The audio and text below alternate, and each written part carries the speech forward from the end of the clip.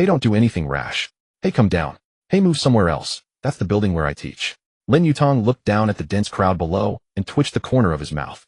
He had come to the rooftop just to find a quiet place to enjoy the breeze and reminisce about his recently lost love, well, to calm down the pain of being cheated on. But how did it get mistaken for a suicide attempt? Lin Yutang calmed down. Su Qingqian shouted from the rooftop entrance. Beside her stood tall and handsome Qin Feng, their hands intertwined, fingers locked, showing off their affection. Lin Yutang looked at their intertwined hands. He hadn't wanted to jump before, but now he suddenly understood those who did. Ironic. Damn ironic. Of course he understood, but he wouldn't actually jump. Not for any other reason. Mainly because this third-floor roof was too low. If he jumped from this height, he wouldn't die. He'd just end up crippled. Then Su Qingqian would post stay strong and live on her moments, and he'd be scrolling through it from a wheelchair. Too damn not worth it. When the college entrance exam results came out, he scored a full 80 points higher than Su Qingqian, enough to enter the 985 university of his dreams. But Su Qingqian said long-distance relationships are too hard, so he decisively changed his application to this ordinary undergraduate university. Back then, under the plane tree on campus, Su Qingqian was moved to tears, vowing never to separate over the changed application form, saying they would graduate together, find jobs together, pay off a mortgage together, and have 3 children. Yet now, only 1 month in a freshman year, those promises have been eaten by dogs. No, that's unfair to dogs. Even dogs wouldn't eat that kind of promise. Yutang, I'm sorry, we're really not suited. Su Qingqian's delicate makeup glistened in the sunlight, blindingly bright. You'll find a better girl. Come down, okay? Lin Yutang, life is precious, don't be foolish. Qin Feng's tone was gentle, but Lin Yutang could clearly hear a sense of I-1 superiority. Besides, Qingqian just made a choice that suits her better. A choice that suits her better. Lin Yutang sneered inwardly. Qin Feng, tall and handsome from a wealthy family, had arrived at the university in a brand new Audi A4. And Lin Yutang, a gambling father, a sick mother, every month's living expenses carefully budgeted, almost having poor tattoo. Now every day besides classes he works part-time jobs, delivering food tutoring and work-study programs, desperately trying to split himself into 8 pieces. And the debts seem never-ending, instead piling up more. If he weren't optimistic enough, he would have been crushed by this cruel life long ago. But now he is being persuaded not to jump by his ex-girlfriend who cheated on him and her new boyfriend. What kind of experience is that? It's like being beaten up, and then the person who beat you asks, does it hurt? Want me to call an ambulance? This is just too damn insulting. Alright, you're all good people, and I'm the only one who's troubled. Damn. Lin Yutang's heart is full of 1,000 stamp. I just came to enjoy the breeze. Lin Yutang tried to say calmly. Yutang, don't be like this. Su Qingqian stepped forward, her voice choking. I know you're sad, but don't do anything reckless. Reckless? Reckless, your sister. I really just came to enjoy the breeze. He looked at their still joined hands. Damn, can you not hold hands in front of me? Show some respect to a person who is about to jump, okay? No, show some respect to a person who is enjoying the breeze. Suddenly a thought flashed. Since you all think I'm going to jump, why don't I put on a show for you? Since life is already so messed up, might as well have some fun. His father was addicted to gambling, the family was deep in debt, his mother had chronic kidney disease needing long-term medication, and now even the only spiritual comfort, love, had betrayed him. But he had never thought of dying, mainly because he had no time. He had a part-time job tomorrow. Still, letting Su Qingqian feel a bit of guilt seemed nice. Consider it severance pay, even if it's emotional compensation. Lin Yutang deliberately leaned his body outward a bit, and immediately a chorus of gasps rose from below. No. Su Qingqian screamed, her voice suddenly carrying a hint of genuine emotion. Just then a mechanical voice suddenly rang in Lin Yutang's mind system. For helping women awaken, system description, the host must bind to a female, solve her troubles. Each completed task grants 1 million yuan and a random skill. Do you wish to bind? Lin Yutang was stunned. A system? Isn't that something only in web novels? 1 million. Random skill. He looked at Su Qingqian. She was the only female here. Who else could he bind? Even though it felt a bit disgusting for 1 million, he could temporarily swallow the disgust. Binding successful, target, current task, solve Su Qingqian's trouble, reward 1 million yuan, 1 random skill. Hint, the target's biggest current worry is envying her roommate's new luxury bag, but unable to afford it. Lin Yutang smiled bitterly. Is this why she left me? For a few luxury bags, she dumped her boyfriend of 3 years, the one who changed his college application for her, who saved every penny for her. 3 years of love, not worth a Chanel. Fine, he finally understood some people's life motto is better to cry in a BMW than to laugh on an electric bike, even if the electric bike rider can tell jokes. A plan formed in Lin Yutang's mind. Qingqian, he turned to face her, a meaningful smile on his face. What if I told you I'm actually rich? Would you come back to me? Su Qingqian was stunned. Qin Feng frowned. Lin Yutang, what are you joking about? I'm not joking. Lin Yutang pulled out his old Android phone from his pocket. The screen cracked in one corner. Qingqian, you said you liked that Chanel chain bag, right? Su Qingqian nodded unconsciously. Then she shook her head. Yutang, now is not the time. And the Dior saddlebag, the LV Neverfull, the Gucci Dionysus. Lin Yutang said while operating his phone. What are you doing? Su Qingqian asked suspiciously. Buying bags. Lin Yutang looked up, sunlight hitting his face, giving him a CEO-like vibe. Over 100,000 enough. Actually, the 1000 plus was borrowed from every loan app he could, from every relative he could ask, and even applied for several high-interest online loans, barely scraping together. Originally, it was for his mother's next kidney transplant surgery. What? Su Qingqian and Qin Feng exclaimed simultaneously. Lin Yutang turned the phone screen towards Su Qingqian. See, the orders are placed. Chanel, Dior, LV. All the bags you like, I bought them. Su Qingqian looked at the orders in disbelief. Actually, my dad is a hidden rich man. He just made me live a hard life to train me, Lin Yutang said with a serious face. A pretty inspiring story, right? Good enough for a Best Screenplay award, no? Yutang, is your family really rich? Su Qingqian's eyes lit up. Detected target, emotional fluctuation, surprise, excitement. Target's current trouble resolved task, complete 1 million yuan reward dispatching. Cooking proficiency skill chef level, starting download. Just then Lin Yutang's phone vibrated in his pocket. He took it out and stared. Alipay balance 1000109. 70 yuan. It worked. Lin Yutang was ecstatic inside, almost jumping up on the spot. System daddy is awesome. Su Qingqian suddenly frowned, as if realizing something. Wait, you borrowed from online loans, didn't you? To win me back you actually used such a method. He turned the phone screen towards Su Qingqian, the numbers clearly visible in the sunlight. You have over 1 million. Su Qingqian gasped, her voice cracking. Lin Yutang's lips curled into a smile. My dad just sent me my living expenses. System daddy is also a daddy, right? System. Su Qingqian stared at the string of numbers in utter disbelief. That expression on her face alone filled Lin Yutang with a sudden, inexplicable sense of satisfaction. What pleased him even more was that Su Qingqian had already drawn her hand back from Qin Feng's, and a clear distance had opened between the two of them. Yutang. Su Qingqian's voice softened. Are you really a rich second generation? My dad has a lot of money, Lin Yutang replied.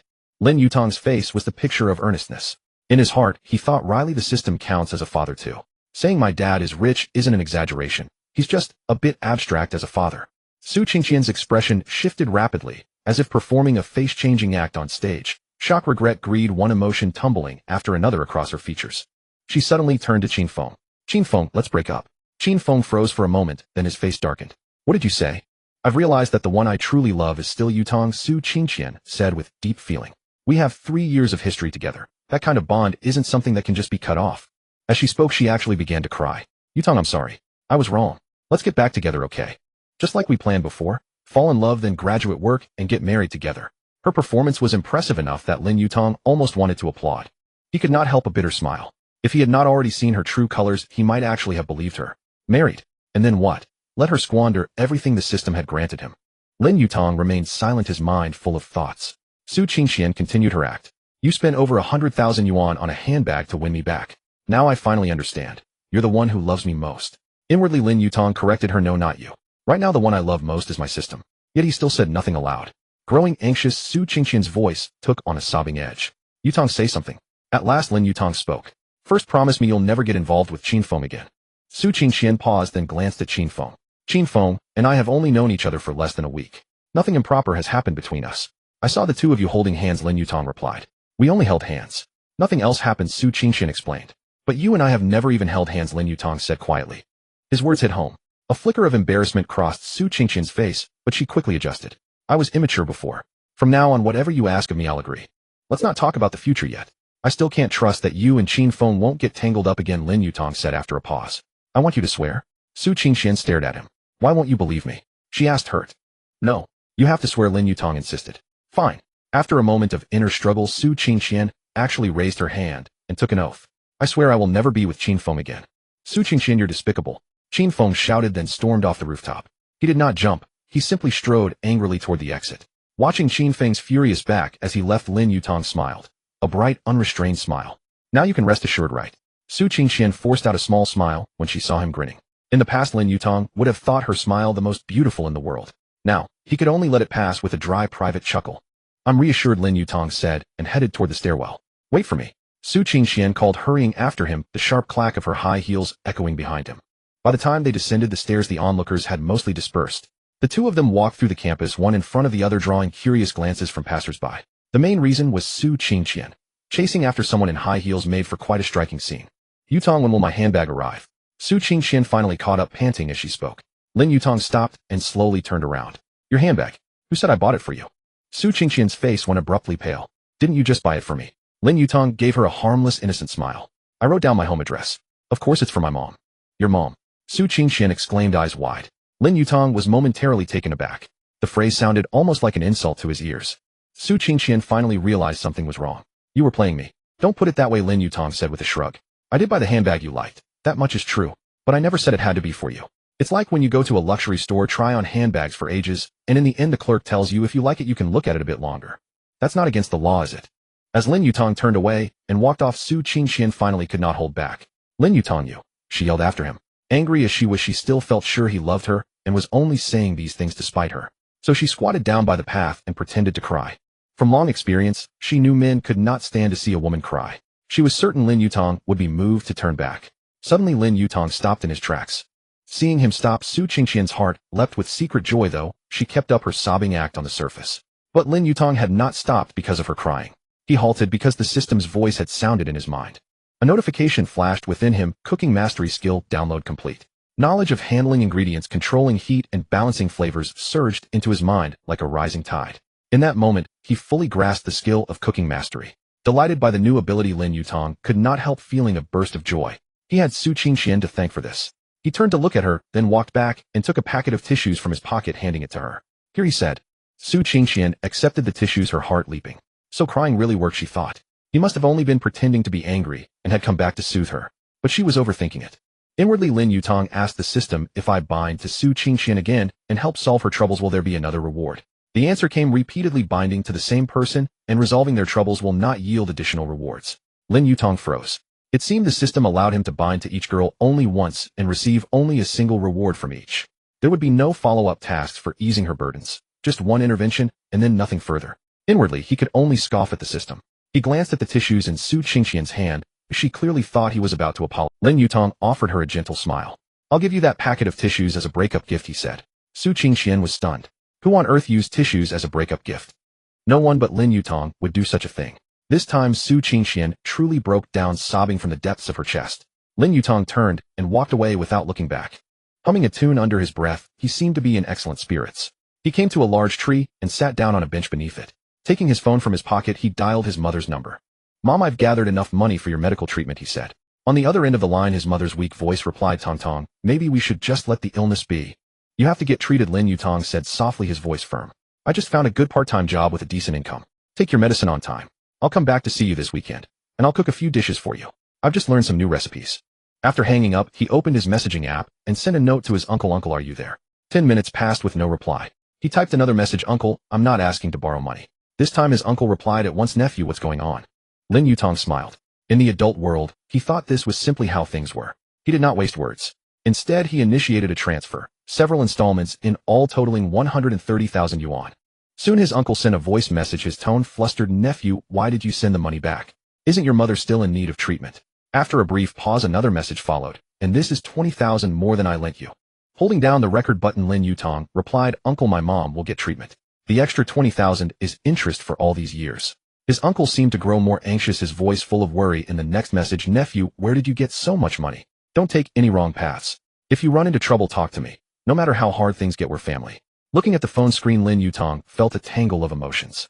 When his mother first fell ill, his uncle had helped as much as he could, arguing with his wife repeatedly over it to the point that she had once even threatened divorce. After learning this, Lin Yutang had tried not to trouble his uncle anymore, and his uncle had likewise started keeping his distance.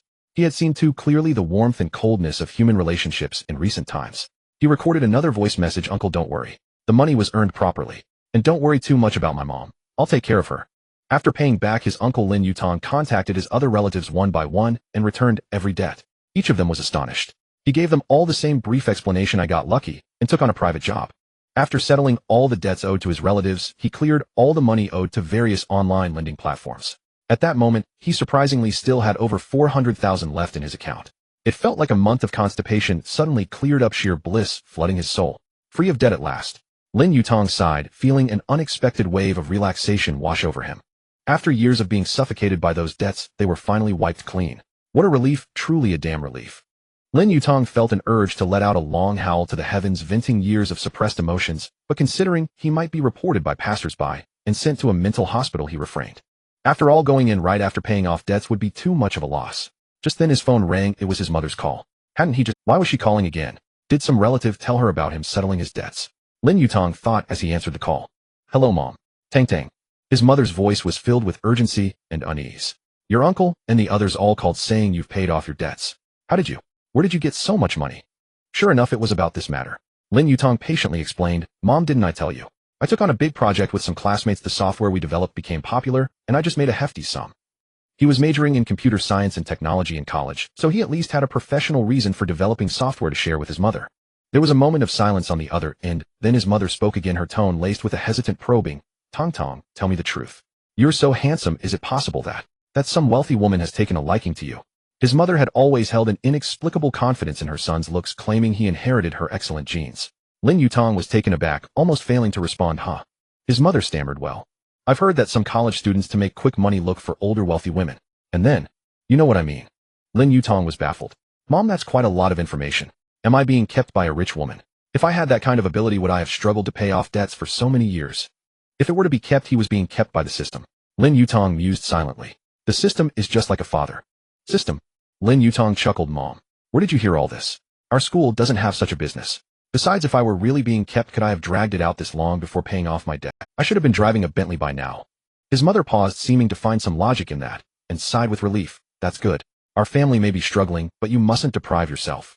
Understood, Mom. Lin Yutang quickly changed the subject. He'll come back to see you when I have time, and remember to take your medicine on time. After hanging up with his mother, Lin Yutang's phone rang again. Seeing the caller ID read Gambler, Lin Yutang furrowed his brow. It was his gambling-addicted father calling. To answer or not, Lin Yutang hesitated for a few seconds, but ultimately pressed the answer button, mainly to see what new trick this old man could pull this time. Tang. His father's voice sounded somewhat displeased on the other end. Why is the line always busy? Lin Yutang did not answer directly, but asked, what's the matter? I heard you paid off all your relatives' debts. Lin Yutang remained silent, waiting for him to continue.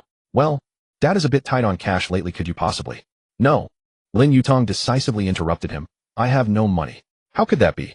His father's voice suddenly rose, then quickly softened. I'm your biological father. Is it too much to ask for a little money? My biological father. When Mom was diagnosed and needed surgery, who took the last 80,000 from the house in the middle of the night to go to the casino, leaving only the words, if I win, I can pay it all back. Who, when Mom couldn't cover her dialysis expenses, said with a smile that illness can't be cured anyway, don't waste money. Did you fulfill your responsibilities as a father? I certainly don't have a father like you. I only have the system now. Lin Yutang silently raged. System? Lin Yutang suddenly laughed. Does your biological father know where I just went? What? I just came down from the rooftop of the classroom building. He looked up at the gray sky. There were a bunch of people downstairs, all thinking I was going to jump off. There was silence on the other end. Do you want to guess why I went up there? Lin Yutang said leisurely, because your son got dumped and my girlfriend ran off with someone driving an Audi. Plus, because of the debts, the interest was piling up and the debt collectors were calling my advisor. I was really annoyed, just went up to the rooftop to calm down, and they all thought I was going to jump. But I didn't jump. It's not that I'm afraid of death, it's that if I jumped and died, or became disabled, I would drag my mother down with me. Lin Yutang enunciated each word. So listen carefully. Starting today, if you lose money gambling and get hurt by debt collectors, I won't bat an eyelash. But if you dare to call again asking for money, he continued, I have recorded how you stole my mother's surgery fees and what you said by her bedside about how Mom was a burden to the family. Do you want me to send it to all our relatives, as well as your gambling friends, classmates, and old friends, so they can see the true face of this so-called dignified person you are? On the other end, there was complete silence. A few seconds later, the call was hastily hung up, leaving only a busy tone. Lin Yutang slowly put down his phone, but he hadn't recorded anything. He was just scaring this gambling-addicted father.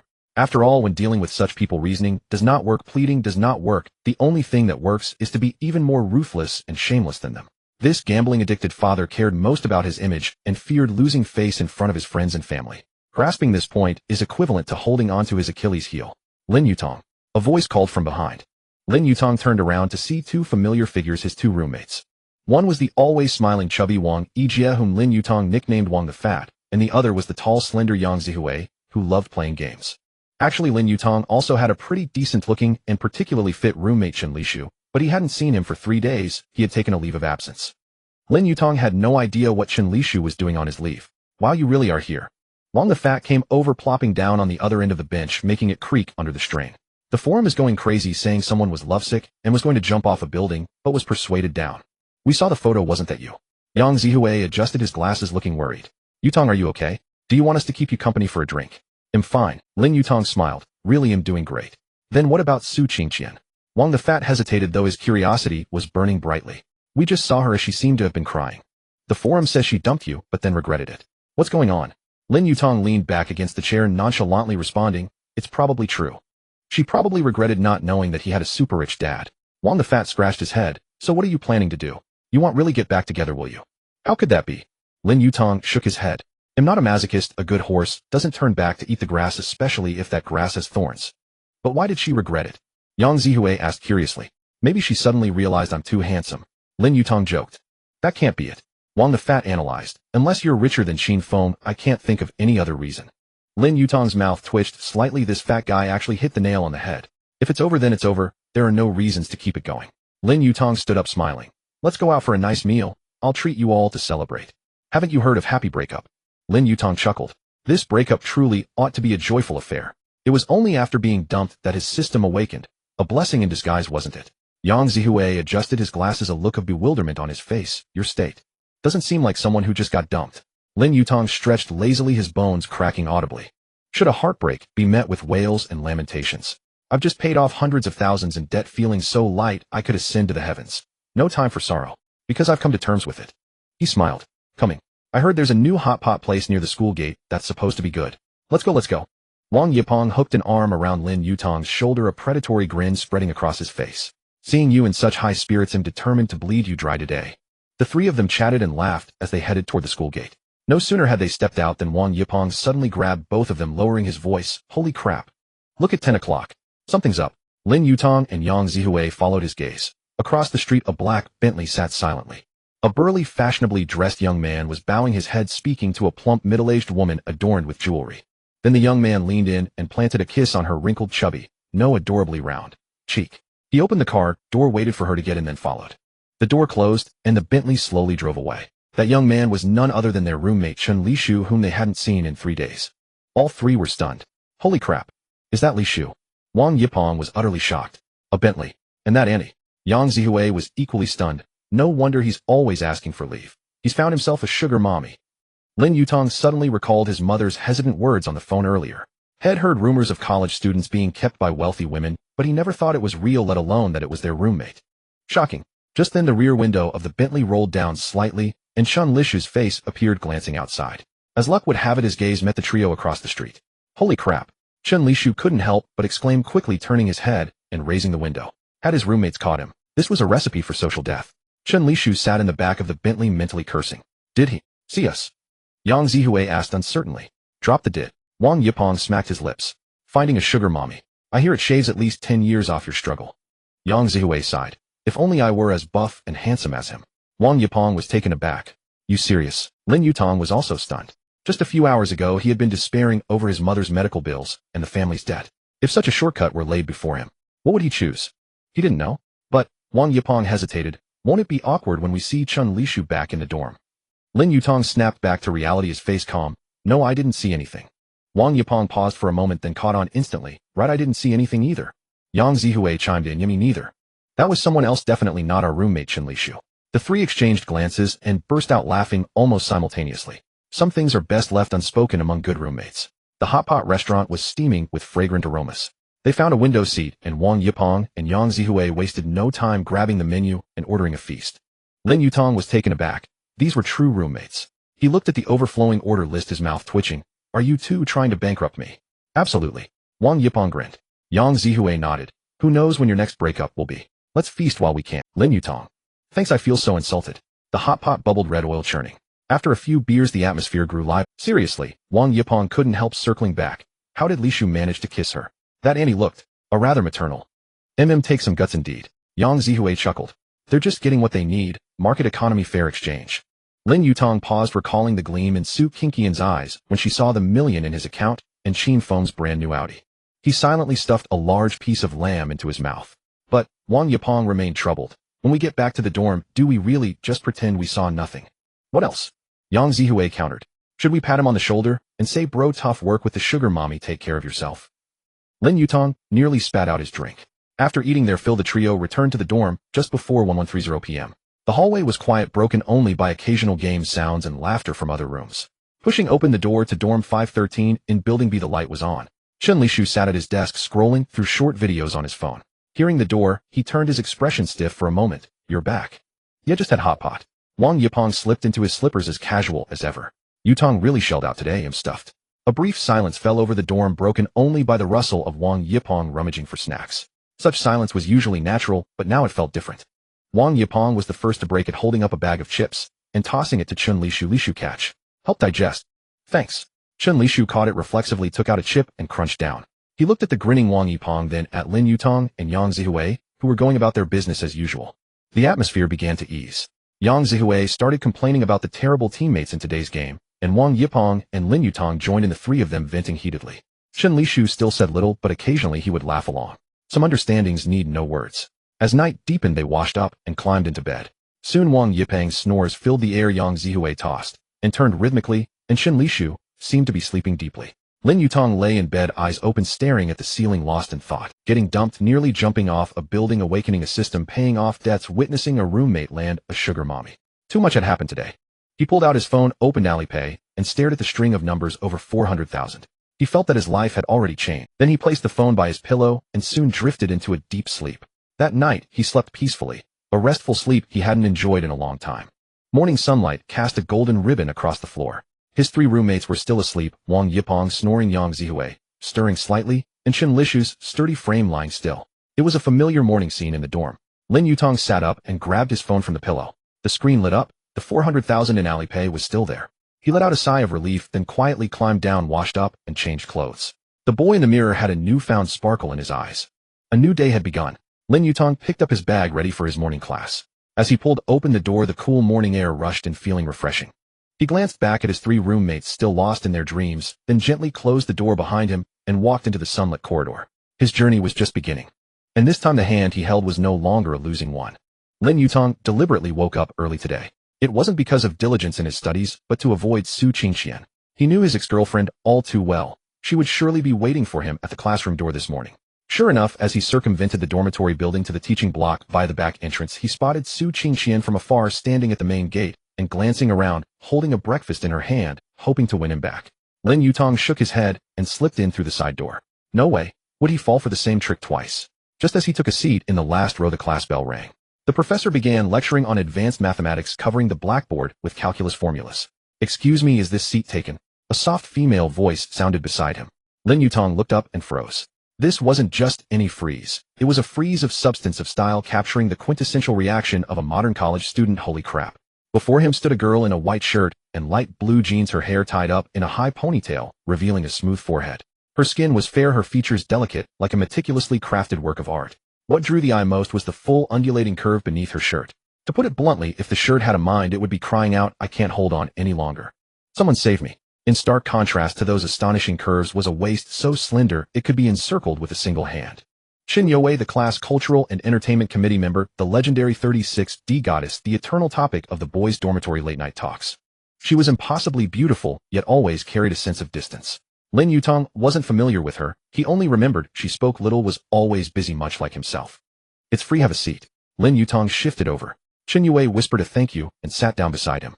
Lin Yutang kept his gaze fixed forward, but his peripheral vision caught the soft, subtle curve beneath her shirt collar as she organized. The sight was so stunning that Lin Yutang nearly dropped his pen. He quickly averted his eyes, his Adam's apple bobbing uncontrollably.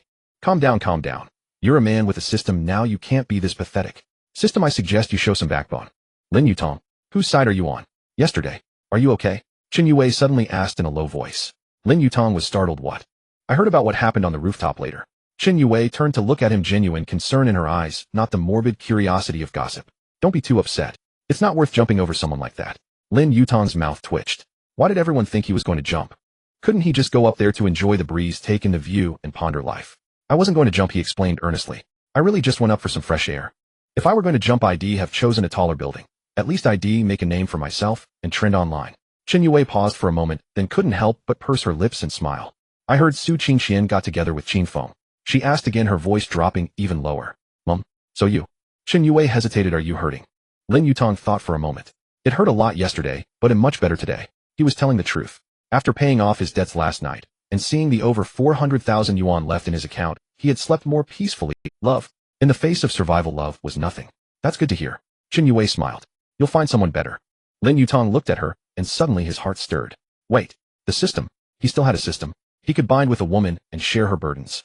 Su Qingqian was a lost cause, but Qin Youwei. Ding. High-quality potential binding target detected. Target assessment appearance S, physique SSS personality, a family burden S urgency, of need S comprehensive score SS or level goddess worthy of acquisition. Lin Yutang system. What kind of ridiculous assessment standards are these? The standards are very scientific. Good looks please the eye, a great physique is pleasing to behold, a good personality makes for easy interaction, a heavy burden makes it easy to get involved, an urgent need makes it easy to trigger quests. Lin Yutang. Nothing go on. System bind with Chen Yue. He commanded in his mind. Binding successful target Chen Yue. Current quest share Chen Yue's burdens. Quest reward 1 million yuan. 1 random skill hint. Her father is an alcoholic causing trouble whenever he drinks. Her mother is ill suffering from a chronic disease requiring long-term medication. Her younger brother is in high school, doing well academically, but tuition and living expenses are a problem. Target's current greatest worry, she has to support the entire family's living expenses alone, and recently, she's been hesitating about accepting a wealthy man's sponsorship. Lin Yutang's heart jolted violently. She was being pushed to consider such a choice. His gaze involuntarily fell on Chen Yue. The white shirt was slightly stretched by her full bust, the curves gently swaying as she wrote. That was a proud asset. Not even loose clothing could hide the focus of many men's covetous gazes. With her looks, if she were willing, she could easily take certain shortcuts. The wealthy men who coveted her beauty and figure had probably already made their advances. Yet here she sat diligently taking notes, the faint shadows under her eyes telling a different story, a story of stubborn resilience. She was still resisting, still hesitating, still trying to hold up her crumbling home with her own hands. Lin Yutang felt a surge of complex emotions. The 1 million yuan reward on the system interface might be the number that could keep her from taking that path. He withdrew his gaze and began to think seriously about how to broach the subject. After class, Lin Yutang deliberately slowed down his packing. Chen Yue also took her time. As she stood up to leave, Chen Yue, Lin Yutang called out to her, "Can I have a word with you?" Chen Yue looked at him in surprise. About what? Lin Yutang chose his words carefully. I heard you've been looking for a part-time job. Chen Yue asked, who told you that? I overheard it. Lin Yutang paused. I happen to know someone who might need a hand. The pay is good. It's nothing shady, just a legitimate gig. What kind of work? Just helping out with some odds and ends a couple of times a week. Lin Yutang was vague since he hadn't made up the specifics yet. If you're interested, how about grabbing lunch together? He'll tell you more. Chen Yue hesitated. Her gaze lingered on Lin Yutang's face for a few seconds, as if judging his intention. Lin Yutang felt a twinge of guilt and quickly added, just lunch and talking about the job. We'll eat at the third cafeteria. Public place, you can feel safe. All right, Chen Yue finally nodded. 12 o'clock at the third cafeteria. At noon, the third cafeteria wasn't crowded. Lin Yutang arrived early and joined the queue at the food counter. When his turn came, the cafeteria auntie in her white cap gave him a glance and expertly scooped up a ladle of stir-fried green peppers with meat slices. Lin Yutang held his tray, watching helplessly as the auntie's hand began its habitual tremor. One slice, then two, falling from the ladle back into the pan, leaving his tray with little more than green peppers. Lin Yutang stared at the pile of peppers, lost in thought. Who am I? Where am I? I ordered green peppers with meat, so why did I get green peppers stir-fried with? More green peppers. Auntie, the meat. He couldn't help but speak up. Without looking up, the auntie expertly beckoned the next student next. Lin Yutang opened his mouth, then thought better of it. He turned to the vegetable counter and ordered stir-fried cabbage and mapo tofu. At least this was safe. Surely she couldn't shake the vegetables off. When he returned to his seat with a tray almost entirely filled with vegetables, Chen Yue had just arrived. You ordered so much. Chen Yue looked at the nearly all-vegetable tray with surprise. Lin Yutang gave a wry smile. The auntie's hand shakes. All the meat shook off. Chen Yue paused, then couldn't help but laugh. Wait here, she said, and walked over to the counter. Lin Yutang watched as she said a few words to the shaking auntie, whose expression softened from cold to kind, and her ladle stopped. A generous scoop of braised pork belly landed steadily on Chen Yue's tray, with 2 extra pieces added, topped off with a kindly smile. Lin Yutang. Chen Yue returned with her tray and divided half of the braised pork onto Lin Yutang's plate. How did you do that? Lin Yutang asked in amazement. I eat at this window often, so I'm familiar with the auntie, Chen Yue said softly. Sometimes when the cafeteria is short-staffed in the evenings, I come to help out. Lin Yutang's heart ached. So she had even taken on part-time work in the cafeteria to make ends meet. I didn't know what you liked, so I ordered it. Lin Yutang pushed the menu toward her. See if you want to add anything. No, this is enough. Chen Yue sat down across from him and ate her rice in small bites. They ate in silence for a few minutes. About the job you mentioned. Chen Yue spoke first. Lin Yutang put down his chopsticks and looked at her seriously. Chen Yue, I know about your family situation. Chen Yue's expression froze instantly. Who told you? Her voice turned cold. That's not important. Lin Yutang shook his head. What matters is that I know your mother is ill and needs money, your father can't help, and you have a younger brother to... You're carrying the whole family on your own, aren't you? Chen Yue's fingers tightened around her chopsticks. She hadn't touched a single piece of the braised pork on her plate. This is none of your business, she said quietly. What if I said I could help you? Lin Yutang offered. Chen Yue looked up, her gaze complicated. How? By lending me money. And then what? How would I pay you back? It's not a loan. It's sponsorship, Lin Yutang said. They'll cover your mother's medical bills, support you through college, and handle your brother's tuition and living expenses. Chen Yue was stunned. After a long pause, she asked, what are the conditions? No conditions, Lin Yutang said. I just want— Chen Yue let out a laugh laced with irony and suspicion. Lin Yutang, do you take me for a 3-year-old? There's no such thing as a free lunch in this world. Lin Yutang thought to himself, indeed there is no free lunch, but is there a free breakfast or dinner? No, there isn't. If I must name a condition, Lin Yutang pondered, you must promise me stop considering those wrong paths. Study hard, and when you have the ability in the future, go help others. Chen Yue stared at him and asked, why are you helping me? Lin Yutang's mind raced. Tell the truth. Say I have a system and helping you earns me $1 million. Then Shed asked, what is a system? And Head have to explain it's a chatterbox living in my head, and then Shed called the psychiatric hospital. The whole process wouldn't take more than 10 minutes. The system. Because Lin Yutang took a deep breath and used the excuse he had prepared long ago, my dad is actually quite wealthy. He recently transferred me a large sum for living expenses and told me to learn to do charity. I thought about it, and the person around me who needs help the most is you. It was the rich second-generation persona again. Though cliché, it worked. Like the braised pork in the cafeteria. You know it's frozen meat, but you can't resist how good it tastes.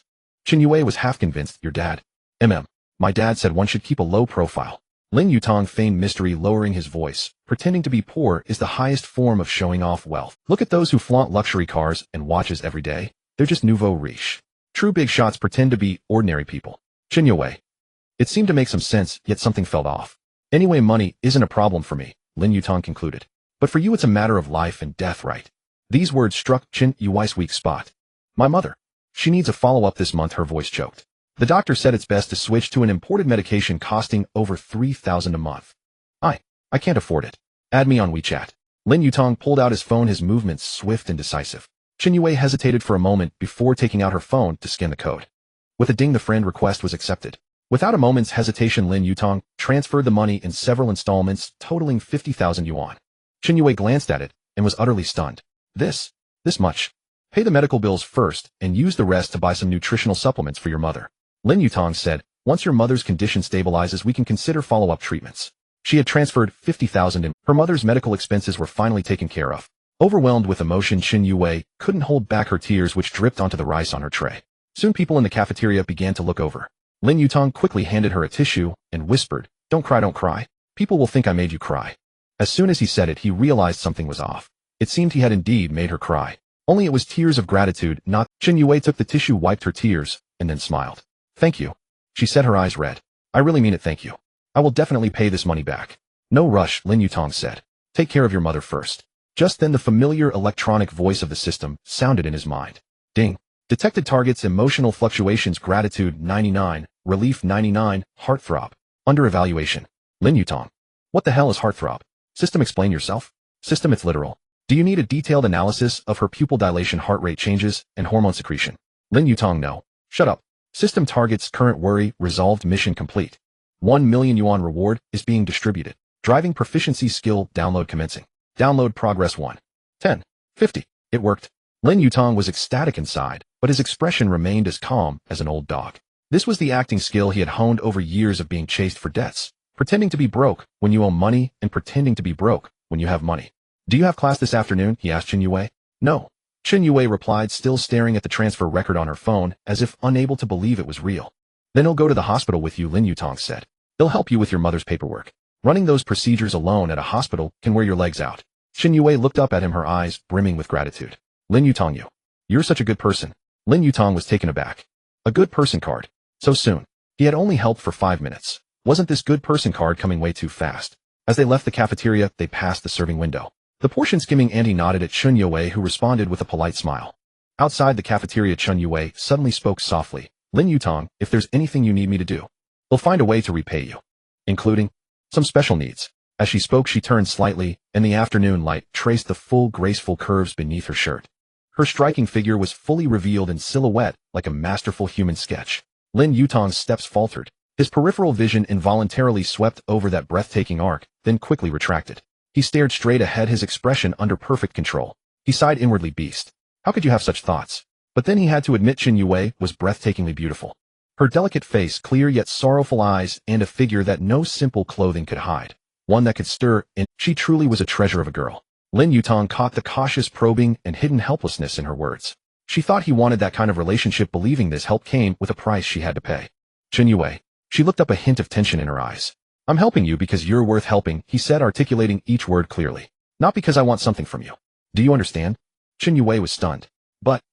No buts. Lin Yutang smiled. Just think of it as a friend helping you. Between friends there's no need for words like repayment. Chen Yue's eyes reddened again. This time she didn't cry. She just nodded firmly. Ding. Driving proficiency skill download complete. In an instant, knowledge of various vehicle driving techniques flooded his mind like a tidal wave. The clutch points for manual transmission, smooth driving for automatics, blind spot judgment for large trucks, and even drifting techniques for racing, all were clear in his mind. Lin Yutang suddenly felt that if he took the driving test now, he could pass it with his eyes closed. The two reached the school gate, ready to hail a taxi to the hospital. Lin Yutang's phone rang. The screen displayed 3 characters, Su Qingqian. He hung up directly. The phone rang again. He hung up again. It rang again. Lin Yutang looked at that name and suddenly recalled a saying: some people are alive, but already dead.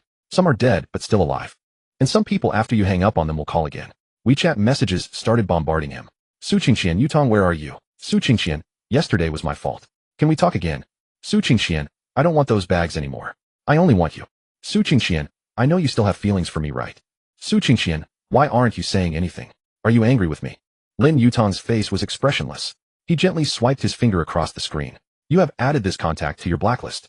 The world was peaceful again. Blocking his ex-girlfriend felt even better than paying off his debts.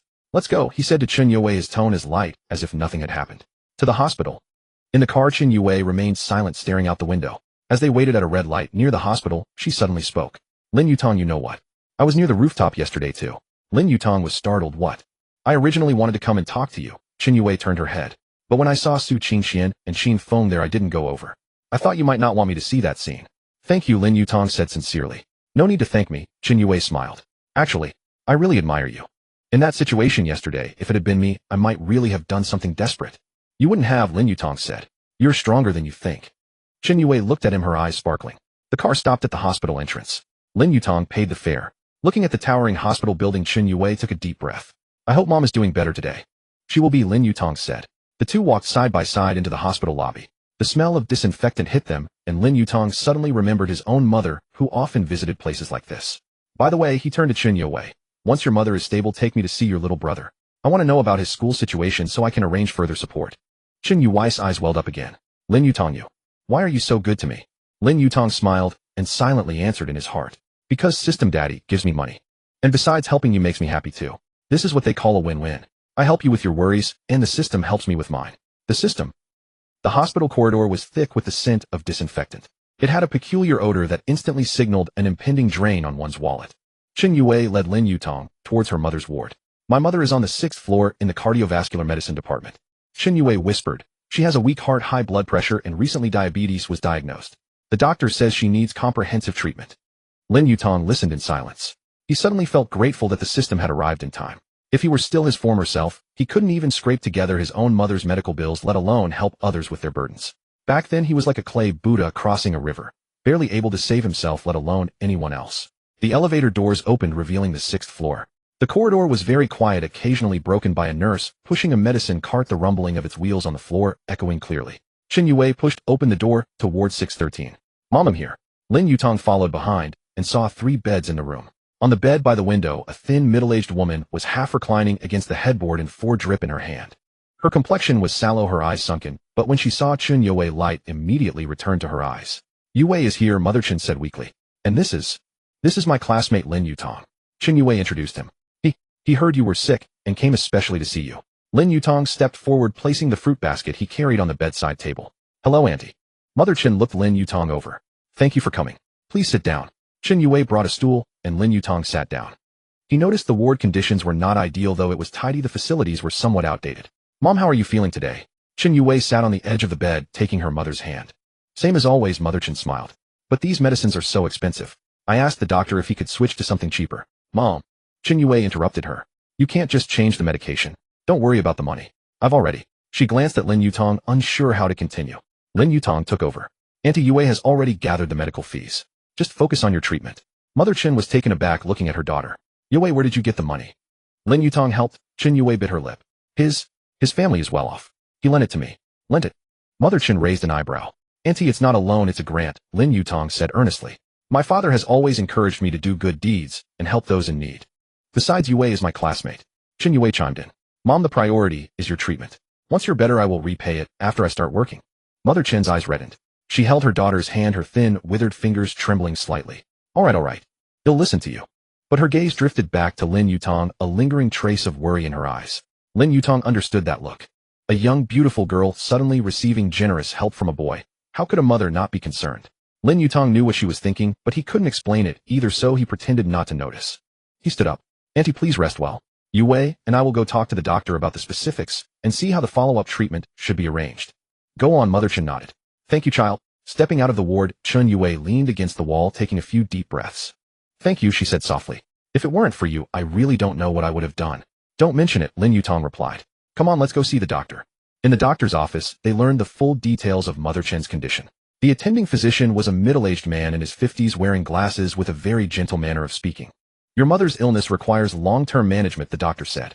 The heart condition needs regular checkups, and the high blood pressure and diabetes require lifelong medication. I would recommend imported drugs. They are more effective with fewer side effects, but the price. Use the best medicine, Lin Yutang said directly. Money is not an issue. The doctor looked at him, then at Qin Yue, and nodded. Very well. He'll prescribe a month's supply first. Also, she needs to improve her nutrition. She's too thin. Okay, thank you, doctor, Qin Yue said repeatedly. After leaving the office, Lin Yutang transferred another 30,000 yuan to Qin Yue via WeChat. Use this for nutritional supplements and hospital fees, he said. Let me know if it's not enough. Qin Yue stared at the transfer record on her phone, her voice choked with emotion. Lin Yutang, I don't know how to thank you. You're not thinking of offering your body in return, are you? Lin Yutang joked, trying to lighten the mood. Come on, let's go get the medicine. Qin Yue froze for a moment, then lowered her head, a blush creeping onto her face. Lin Yutang's heart skipped a beat. Damn, she couldn't be taking that seriously, could she? After picking up the medicine, they returned to the ward. Mother Chen was already asleep, her breathing steady, a rare look of peace on her face. Qin Yue gently placed the medicine on the bedside table and tucked the corner of the blanket around her mother. Let her sleep, Lin Yutang whispered. Let's talk outside. In the hospital's garden, the afternoon sun was perfect. A few old locust trees cast dappled shadows, and patients and their families sat scattered on the benches. Some were soaking up the sun, others staring blankly into space, still more gazing at the sky, lost in thought. Lin Yutang and Qin Yue found an empty bench and sat down. How old is your younger brother? Lin Yutang asked. 16, a freshman in high school, Qin Yue said. He goes to school in the county town. He's very sensible and gets good grades, but with things at home like this, I'm afraid he won't be able to continue. He'll cover his tuition and living expenses, Lin Yutang said. Tell him to focus on his studies and get into a good university. Qin Yue turned to look at him, her eyes reddening again. Lin Yutang, we've barely spoken a few words before this, we hardly know each other, her voice trembled. You pay my mother's medical bills, help treat her, and offer to pay for my brother's schooling. What exactly are you after? It was a good question. What was he after? The system's 1 million. He already had that. Her. To be honest, with a girl this beautiful, it would be a lie to say the thought hadn't crossed his mind. But Lin Yutang knew very well that taking advantage of someone in a vulnerable position was not something a decent person did. He thought for a moment, then said, maybe. It's because I understand how you feel. He looked into the distance, his gaze piercing through the garden's shadows and the hospital walls, landing somewhere unseen. My father is a gambler. My mother was sick too. I know what it's like to carry the weight of a whole family alone. That despair of waking up every day wondering where to scrounge up money for today. I know it all too well. Qin Yue was stunned. So when I found out your mother was sick and needed money, I wanted to help. Lin Yutang smiled. It's not pity. It's more like. But you. Qin Yue hesitated, a flicker of doubt in her eyes. Didn't you say your father was actually very wealthy? Lin Yutang's heart skipped a beat. Damn, had forgotten about that. There was a massive logical flaw in the rich second-generation persona he had fabricated earlier. If he was a rich kid, how could he know the despair of waking up every day wondering where to scrounge up money? Lin Yutang's brain went into overdrive, rivaling a supercomputer. What to do? How to cover it up? Got it. Yes, he nodded, his expression turning somber. The father I just mentioned is my gambling father. But he and my mother are divorced. Actually, I have another father. You have another father? Qin Yue asked, puzzled. She assumed he meant a stepfather. Yes, Lin Yutang nodded solemnly. This father was named System. System you again. Lin Yutang continued, this father of mine is very rich, very generous, and a very good man. He's always thinking about helping others with their troubles. He paused, swallowing the word female. I see. This father of yours is a good man. Qin Yue seemed to accept the explanation. The corner of Lin Yutang's mouth twitched. The System had just been friend-zoned too. System detected being friend-zoned. Emotional value 10. Applying for compensation. Lin Yutang. You as System can apply for compensation. System mental distress fee. 10,000 yuan. Automatically deducted. Lin Yutang. Spit it out. System already digested. Cannot be returned. Lin Yutang. Chen Yue watched the dramatic expressions flit across his face, a little worried. Lin Yutang, what's wrong? Nothing. Lin Yutang forced a smile. Just thinking about some family matters. Chen Yue nodded, looking at him seriously. Thank you so much. If it weren't for you, I might have. Might have what? Lin Yutang asked. Chen Yue bit her lip and said nothing. But Lin Yutang understood. Without him, she might have truly gone down that path, accepting help from some wealthy man, trading her body for money.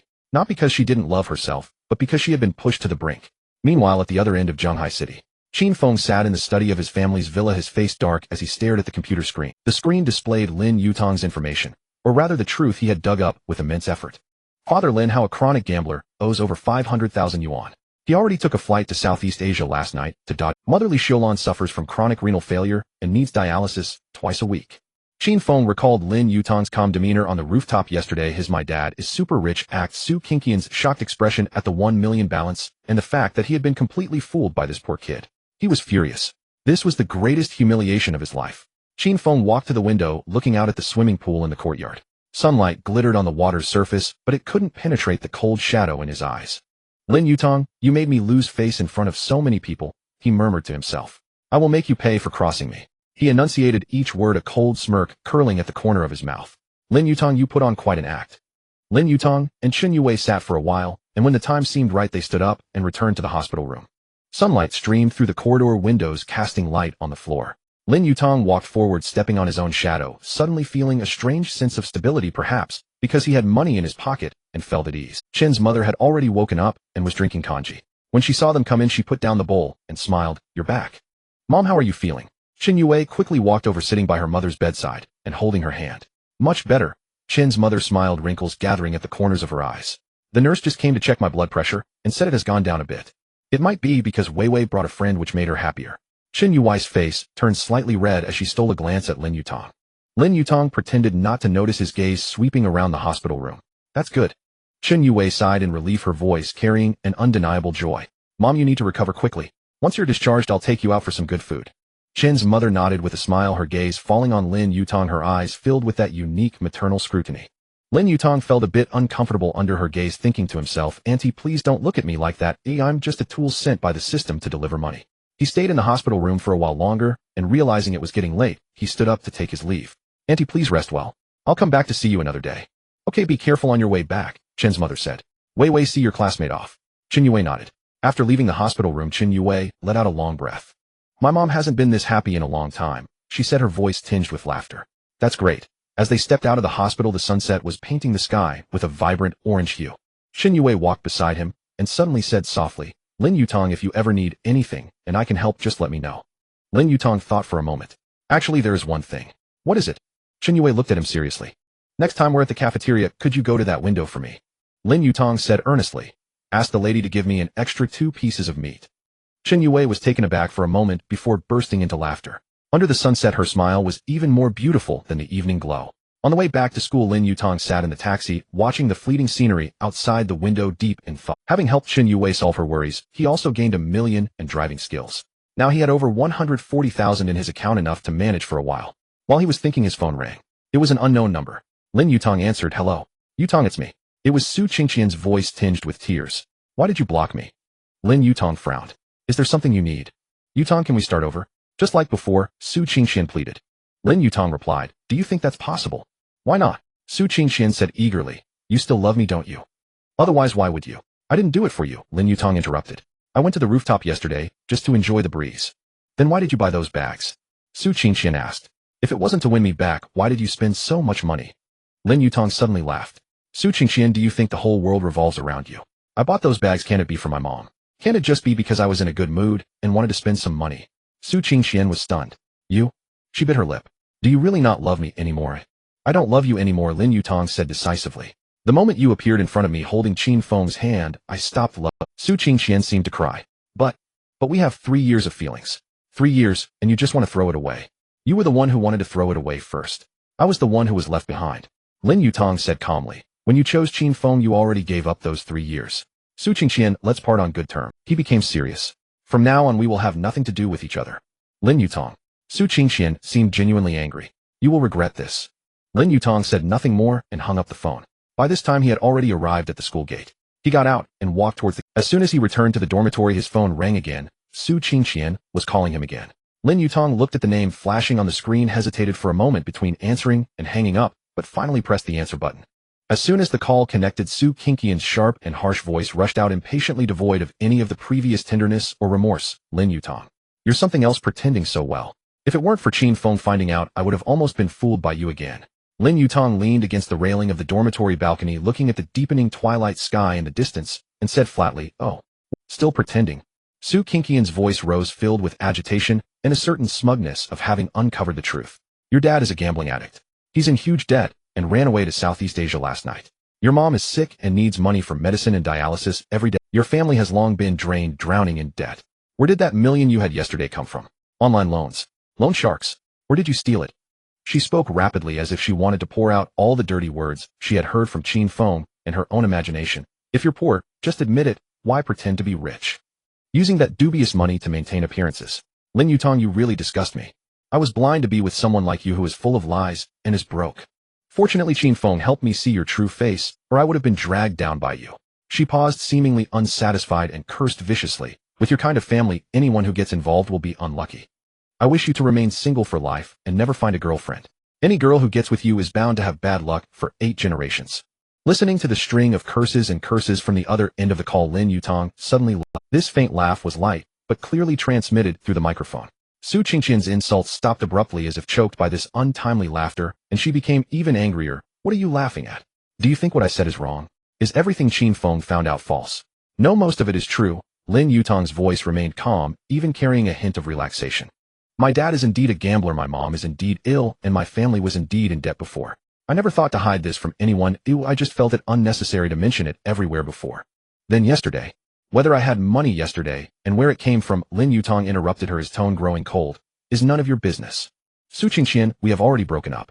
You cheated and chose Qin Feng. Now you use this to attack me, and don't you find it ridiculous? He paused, his voice revealing complete indifference.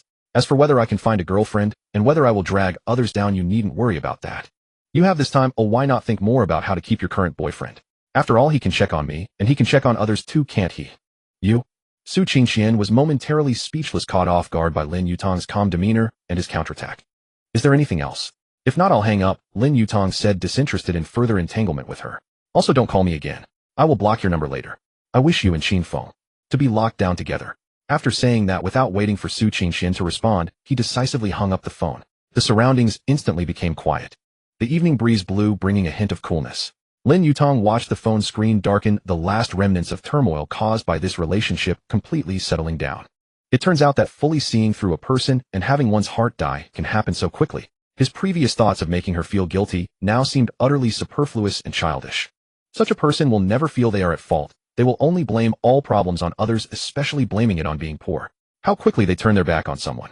Lin Yutang murmured to himself, a self-mocking, yet relieved curve forming at the corner of his mouth. It's better to cut ties completely, so I can hold my head up and move forward. He dragged Su Qingqian's number into the blacklist without a moment's hesitation. After doing all this, he felt the pent-up breath in his chest finally release with great satisfaction. The world did not dim because he lost to Su Qingqian.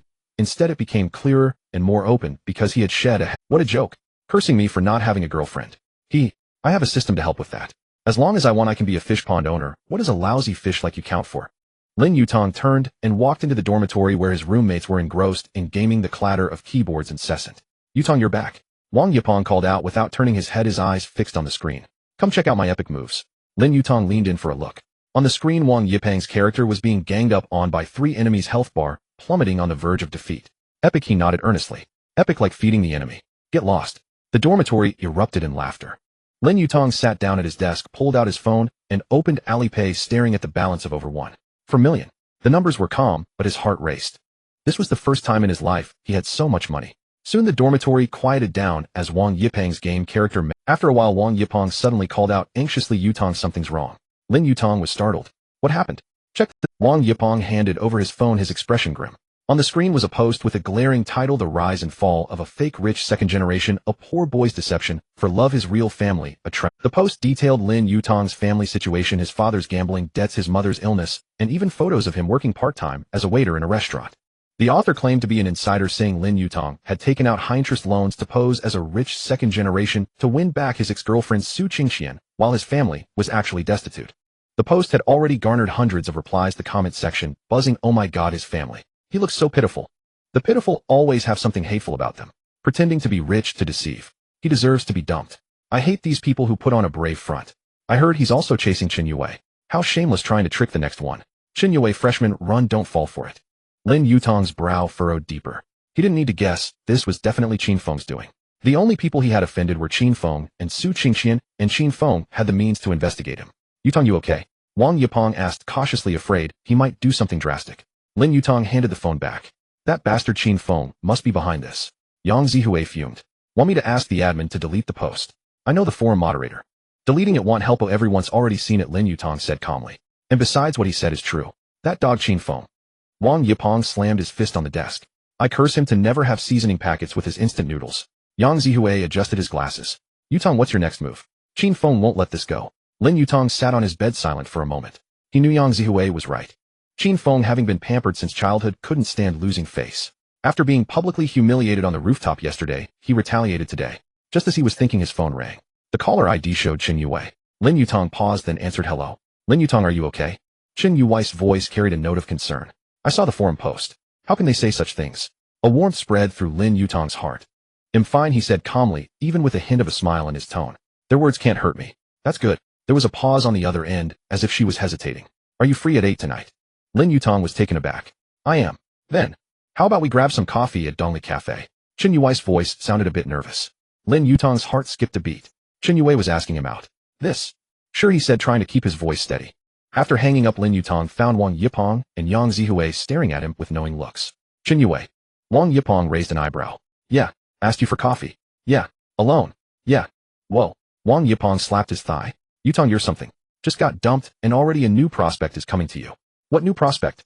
Lin Yutang rolled his eyes. "Just a casual chat between classmates." "Casual?" Yang Zihue said. "Would a casual chat choose 8 in the evening? Would it choose a cafe?" Lin Yutang was speechless. But honestly, he did feel a little anticipation. What did it mean that the 36D goddess Qin Yue was asking him out? Affection? Gratitude? Or did she have something important to say? Forget it, head, find out tonight. At 7:30, Lin Yutang had just reached the school gate and was about to turn toward Dongli Cafe. Suddenly, he stopped in his tracks. Ding! A familiar electronic sound echoed in his mind. Lin Yutang was stunned. A mission at a time like this. New target detected. Zhang Yuding, target info, junior at Jianghai University Dance Department School of Arts, height 172 centimeters, weight 58 kilograms, measurements. After 3 seconds, the system still hadn't continued. Lin Yutang grew impatient. "What are the measurements?" "System, you haven't finished." "System host wants to know." "Find out yourself, Lin Yutang." "Bind." Lin Yutang stood frozen. Did he have a choice? He silently thought. Bind. Target info supplement, part-time model, campus celebrity, 2-time consecutive winner of the campus beauty pageant known as the Dance Department Goddess. Target's current trouble, deceived by a shady agent, signed an unfair contract, facing a huge penalty and threats of exploitation. Threat level severe. Urgency critical. Mission hint: the target will meet the agent at Nightfall Bar at 8 tonight, facing the threat of being forced to drink, likely getting drunk and losing her virtue. Nightfall Bar. Lin Yutang's heart sank. He knew the place. A notorious spot near the school with a bad reputation, often frequented by shady characters. Rumor had it the owner had underworld connections, and all sorts of things went on there. A female college student like Zhang Yuding going to such a place to meet her agent. This wasn't a meeting, it was like a lamb walking into the tiger's den. Wait, 8 o'clock. Lin Yutang snapped back to reality. Qin Yue had invited him for coffee at 8, and Zhang Yuding was facing danger at Nightfall Bar at 8. Same time, 2 places, 2 girls. One he had already helped, who was grateful and might want to get closer tonight. The other was in peril, a stranger, but if he didn't go, the consequences would be dire. Lin Yutang stood at the school gate, facing the hardest choice of his life. To the left, the cafe. Oh, to the right, the bar. To the left, tenderness. To the right, danger. To the left, gratitude. To the right, salvation. To the left. Lin Yutang's mind raced. Qin Yue just wanted coffee. Zhang Yuding's situation could be a matter of life. Qin Yue had just gone through a crisis of trust and was now reaching out. If he didn't show up, the trust he had built might be damaged. But at least she was safe, waiting for him in a cafe. And Zhang Yuding, a girl in that kind of place. If he didn't help, what would happen? Lin Yutang dared not think about it. He recalled the helplessness when his mother was sick, the despair of being hounded for debts. If someone had lent him a hand back, then he would have been grateful for life. Now he had the chance to be that helping hand. Besides, this was a system mission. Having made his decision, Lin Yutang pulled out his phone and sent a message to Qin Yue. Yue, I'm really sorry. Something urgent came up, and I can't make it to Dongli Cafe. Let's reschedule. After sending the message, Lin Yutang checked the time. It was 7:40 p.m. He took a deep breath and turned toward Nightfall Bar. At 7:50 p.m. at the entrance of Nightfall Bar, The neon sign flickered in the darkening sky, casting the word nightfall in an ambiguous pink glow. Several luxury cars were already parked outside. BMWs, Mercedes Audis, and a Porsche lined up like a car show. Fashionably dressed men and women were trickling in, the women heavily made up in skirts so short they could barely cover anything. Lin Yutang stood on the opposite street corner observing the bar's entrance. According to the system, the bar's owner had underworld connections and shady deals were common there. Zhang Yutang's agent Wang Chong was a notorious pimp who preyed on young attractive art school girls. Just then Xin Yue replied, "It's okay. What's the urgent matter?" Lin Yutang sighed. He had stood up one girl for another. He suddenly felt he was about to face a serious problem: how to become a master of time management. One Xin Yue, one Zhang Yutang, and in the future there might be Li Yue, Wang Yutang, Zhao Yue. Lin Yutang glanced at his phone, but had just passed 8 o'clock. At that moment a taxi pulled up in front of the bar. The door opened, and a tall, slender girl stepped out. Even from across the street Lin Yutang recognized her as Zhang Yutang. He had seen her photos on the forum. She was the campus belle of the Art Academy's dance department, a regular at the school's cultural evenings. But Lin Yutang could now say with certainty the photos did not do her justice. She wore a simple black dress that made her skin appear snow white. Her long hair cascaded over her shoulders, and her delicate features seemed as if painted. What was most striking were her long, slender legs, straight, shapely, with proportions that defied belief. No wonder she was a dance student. Lin Yutang stole a glance then. Well, he couldn't help but look again. But at this moment her face was full of unease. Standing at the bar's entrance, she hesitated for a few seconds as if mentally preparing herself, then pushed the door open and went inside. Lin Yutang immediately followed. Pushing open the bar door, a murky air mixed with perfume, alcohol, and smoke rushed toward him. Lin Yutang was nearly choked into a coughing fit. Amidst the deafening music, shadows swayed on the dance floor in all sorts of poses. Squinting his eyes, he searched through the crowded room for Zhang Yutang. He spotted her. In the farthest booth of the bar, a bald, middle-aged man was smiling and waving at Zhang Yutang. That man, with his oily face, lecherous grin, and eyes that seemed to appraise every girl, must be the agent Wang Chong. 2 other men sat beside him. One wore a flashy shirt and a thick gold chain, the other was in a suit, but had a frivolous gaze as if he were selecting a concubine. Zhang Yutang walked over and sat down opposite Wang Chong, her body visibly stiff like a lamb that had wandered into a pack of wolves. Lin Yutang found a seat not too close, not too far, and ordered the cheapest drink. He pretended to play with his phone while actually observing the scene. "Yutang, you're finally here," Wang Chong said with a delighted laugh. "Come, let me introduce you. This is President Li, who's in the clothing business, and this is Manager Zhao from an advertising agency." "Hello, President Li." "Hello, Manager Zhao," Zhang Yutang said softly, her voice laced with obvious nervousness. "Wow, you're even more beautiful in person than in your photos." The man called President Li in his flashy shirt looked her up and down, his eyes roaming over her. "Old Wang, you've got good taste." "Of course. Yutang is the top dancer at our school," Wang Chong said smugly. "President Li, about that clothing endorsement we discussed." "That's easy." President Li poured a glass of wine and pushed it toward Zhang Yutang. "Come on, have a drink first. After this we'll talk business slowly." Zhang Yutang looked at the amber liquid biting her lip.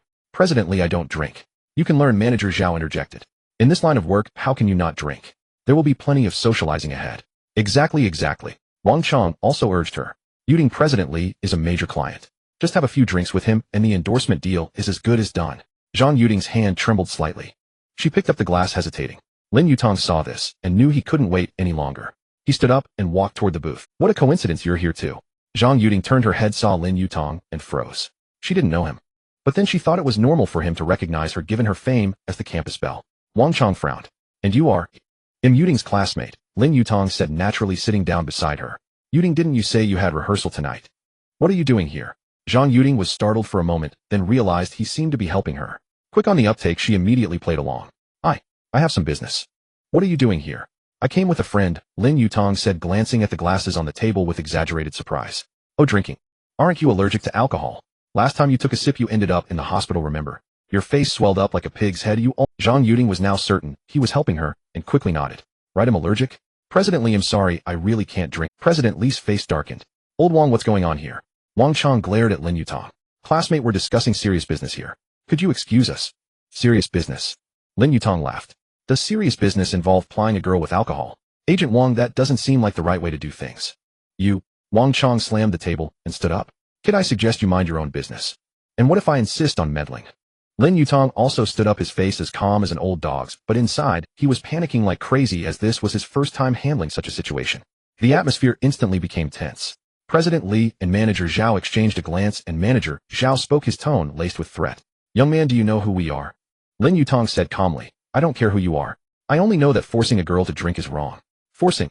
President Li sneered, revealing a mouthful of gold teeth. Did we force her? Yutang, tell us, did we force you? Zhang Yutang bit her lip, afraid to speak. Wang Chong seized the opportunity.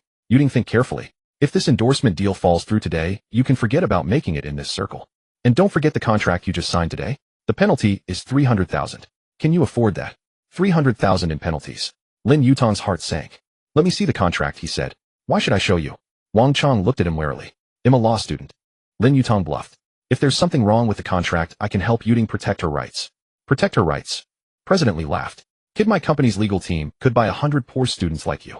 Lin Yutang ignored him and turned to Zhang Yutang, his eyes sincere. Yutang, do you have the contract with you? Trust me. Zhang Yutang hesitated, then pulled a document from her bag. Because the contract had been signed just today, it was still in her bag, not taken back to the dormitory. Lin Yutang took it and quickly scanned through it. The more he read, the tighter his brow furrowed. This was nothing short of an indenture. The terms were extremely harsh: a 5-year contract, an 8,020 split of income, with the agency taking 80%, a 300,000 penalty clause, and a vague provision about cooperating with company-arranged business social engagements. This is an unfair contract. You can't sign it, Lin Yutang said, tossing the contract back onto the table. But she already has. It's in black and white with her own signature and fingerprint. Wang Chong sneered. Want to cancel it? Fine, bring 300,000. If you can't, then just do as you're told. Lin Yutang raised an eyebrow and called out to the system in his mind. System, if I help Zhang Yutang solve this problem, does it count as completing the mission? Target's current greatest worry: unfair contract and penalty issue. If the host can resolve this issue, the mission will be considered complete. Mission reward 1 million yuan, 1 random skill. With confirmation, Lin Yutang felt reassured. 300,000 in exchange for 1 million. It was a good deal. 300,000, right? He pulled out his phone. Final transfer it to you now. Everyone was stunned. The booth fell silent with only the distant music echoing. You? What did you say? Wang Chong looked incredulous. I said I'll pay the penalty for her, Lin Yutang said, tapping on his phone with a calm tone. Give me your account number. 300,000, not a cent less. Zhang Yutang's head shot up, staring at him in shock. Wang Chong and President Li exchanged a glance, and President Li gave a slight nod. Wang Chong recited a bank account number, his face still full of doubt. Without a moment's hesitation, Lin Yutang tapped a few times on his screen. 300,000 transferred. A few seconds later, Wang Chong's phone rang. He looked down at it, and his expression changed instantly. It had actually arrived. Now the contract is void, Lin Yutang said, holding out his hand. Give me the original. Tear it up, burn it. Whatever, just don't keep it. Wang Chong hesitated, his face looking as unpleasant as if he had swallowed a fly, but he still handed over the contract. Lin Yutang took it, and without a second thought tore it into pieces in front of everyone. Rip! The paper scraps fluttered down like snowflakes, landing on the floor, on the table, and in the shocked gazes of everyone present. You! Wang Chong tried to stop him, but it was too late. All he could do was watch helplessly as the contract turned into a pile of shredded paper. I've paid the money, and I've destroyed the contract. Lin Yutang pulled Zhang Yutang to her feet. Her hand was ice cold and still trembling slightly. From now on, she has nothing to do. If you harass her again, I'll call the police. And if you sign this kind of contract with anyone else, be careful you don't get caught one day. With that, he led the still shocked Zhang Yutang away. Wang Chong, furious, flustered, and helpless, his face turning red, could only grit his teeth and say, Kid, you've got guts. Lin Yutang pulled Zhang Yutang by the hand and walked out of the bar. Behind them came Wang Chong's curses and the sound of Manager Li smashing a glass, but Lin Yutang didn't even turn his head. Outside the bar, Zhang Yutang looked at Lin Yutang. Why did you help me?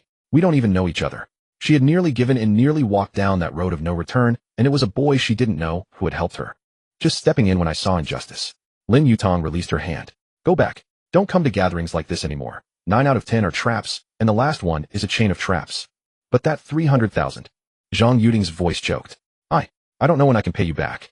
300,000. To a family like hers, it was an astronomical figure. Pay me back when you succeed. I won't charge you interest. Lin Yutang said. I believe you'll become an excellent dancer someday. When you do, remember to invite me to your show. I want front row VIP seats. Zhang Yutang was stunned for a moment. Thank you. Be careful when signing contracts from now on. Find a legitimate company. Block anyone who looks like a swindler. Zhang Yutang nodded, trying to calm herself. Can you tell me your name? Lin Yutang. The Lin with double woods, you from the land of fish, and rice tang from the crabapple blossom. Lin Yutang. Zhang Yutang repeated, looking at him. He'll remember. I will repay you, I swear. Lin Yutang smiled. He knew that for a proud girl like Zhang Yutang, owing this favor would be a driving force, more effective than outright charity in helping her stand on her own feet. Ding. Detected target, emotional fluctuation, gratitude 100, relief 90 targets, current trouble, resolved mission, complete 1 million yuan, reward dispersing. Your balance has been updated, combat proficiency skill downloading. Download progress 1. 10. 30. The system's chime echoed in his mind. Lin Yutang felt a wave of relief. Another mission completed, another girl helped. Though he had spent 300,000, the system rewarded him with 1,000,000, a net gain of 700,000 plus a combat skill. What did they call a win-win? This was it. More importantly, he had saved a girl's life. That sense of accomplishment felt even better than the numbers rising in his bank account. Let me walk you back to school, he said. Zhang Yutang nodded, and the two walked along the street toward the campus. The night deepened, streetlights flickering on one by one, stretching their shadows long. Occasionally, a late-returning student pedaled by on a bicycle, casting a curious glance their way. After a while, Zhang Yutang suddenly asked, "Are you the Lin Yutang from the forum?" Lin Yutang paused mid-step, startled. Zhang Yutang continued, "A lot of people were talking about you today. They said you pretended to be a rich second-generation heir to fool your ex-girlfriend that your family is actually poor." Lin Yutang was silent for a second, then laughed. "And what do you think? I don't believe that post. You casually pulled out 300,000. Your family must be very wealthy," Zhang Yutang said, earnestly looking at him. "No matter what others say, I believe you're a rich, good person." Lin Yutang was stunned. Had been friend-zoned again, but this time with the added label of rich. "Thank you," he said sincerely. "I should be the one thanking you," Zhang Yutang said gratefully. "Lin Yutang, if you ever need my help with anything, just say the word. Even though I don't have much ability now, one day, I'll repay you." Lin Yutang was taken aback, another girl vowing to repay him. He nodded. "All right, I'll remember that." The two reached the school gate, and Zhang Yutang stopped. "Just leave me here. He'll go in on my own." "Okay." Zhang Yutang gave him a long look, then turned and walked into the campus. Lin Yutang watched her receding figure, and a phrase came to mind: graceful and poised. The streetlight stretched her shadow long, and her black dress swayed gently in the night breeze. The mission was complete, the money was in his account, and the skill had started downloading. Everything was going smoothly. Lin Yutang pulled out his phone, and then his expression froze. The screen showed 16 missed calls, all from Qin Yue. There was also a WeChat message from 10 minutes ago. "Lin Yutang, where are you? Something's wrong. Qin Feng has taken people to the night bar." Lin Yutang's heart sank. How did Qin Feng know he was at the night bar? Just as he was about to call back, his phone rang again. This time it was Wang Yipeng. The moment he answered, Wang Yipeng's voice exploded. "Yutang, bad news. Qin Feng somehow found out you went to the night bar and brought a bunch of guys to find you. Qin Yue couldn't reach you, so she called me. Now she insists on going with them. I can't stop her." "What a—" Lin Yutang's face drained of color. "Where are you now?" "Almost at the night bar." "Yutang, run. Qin Feng brought some street thugs this time, said he's going to teach you a lesson. I saw them with my own eyes, 5 of them, and some carrying clubs." Before he could finish, a scream came through the phone, followed by chaotic footsteps, curses, and the sound of something smashing on the ground. "What are you doing?" "Let go." The call cut off. Lin Yutang's heart skipped a beat. Qin Yue was in danger. Without hesitation, he turned and sprinted toward the night bar. The neon sign of the night bar flickered in the distance. Lin Yutang ran at full speed, the night wind whipping past his ears, his heart pounding wildly in his chest, his lungs feeling like they were about to burst. Qin Yue. Why did she come? Why did she have to get involved? This was his fight, nothing to do with her. So why wade into this? Qin Feng had brought street thugs, and Qin Yue and Wang Yipeng were both there. Lin Yutang clenched his jaw and ran even faster. Only one thought filled his mind. He couldn't let them get hurt. Ding. Combat proficiency skill, download progress 80. 85. 90. Faster.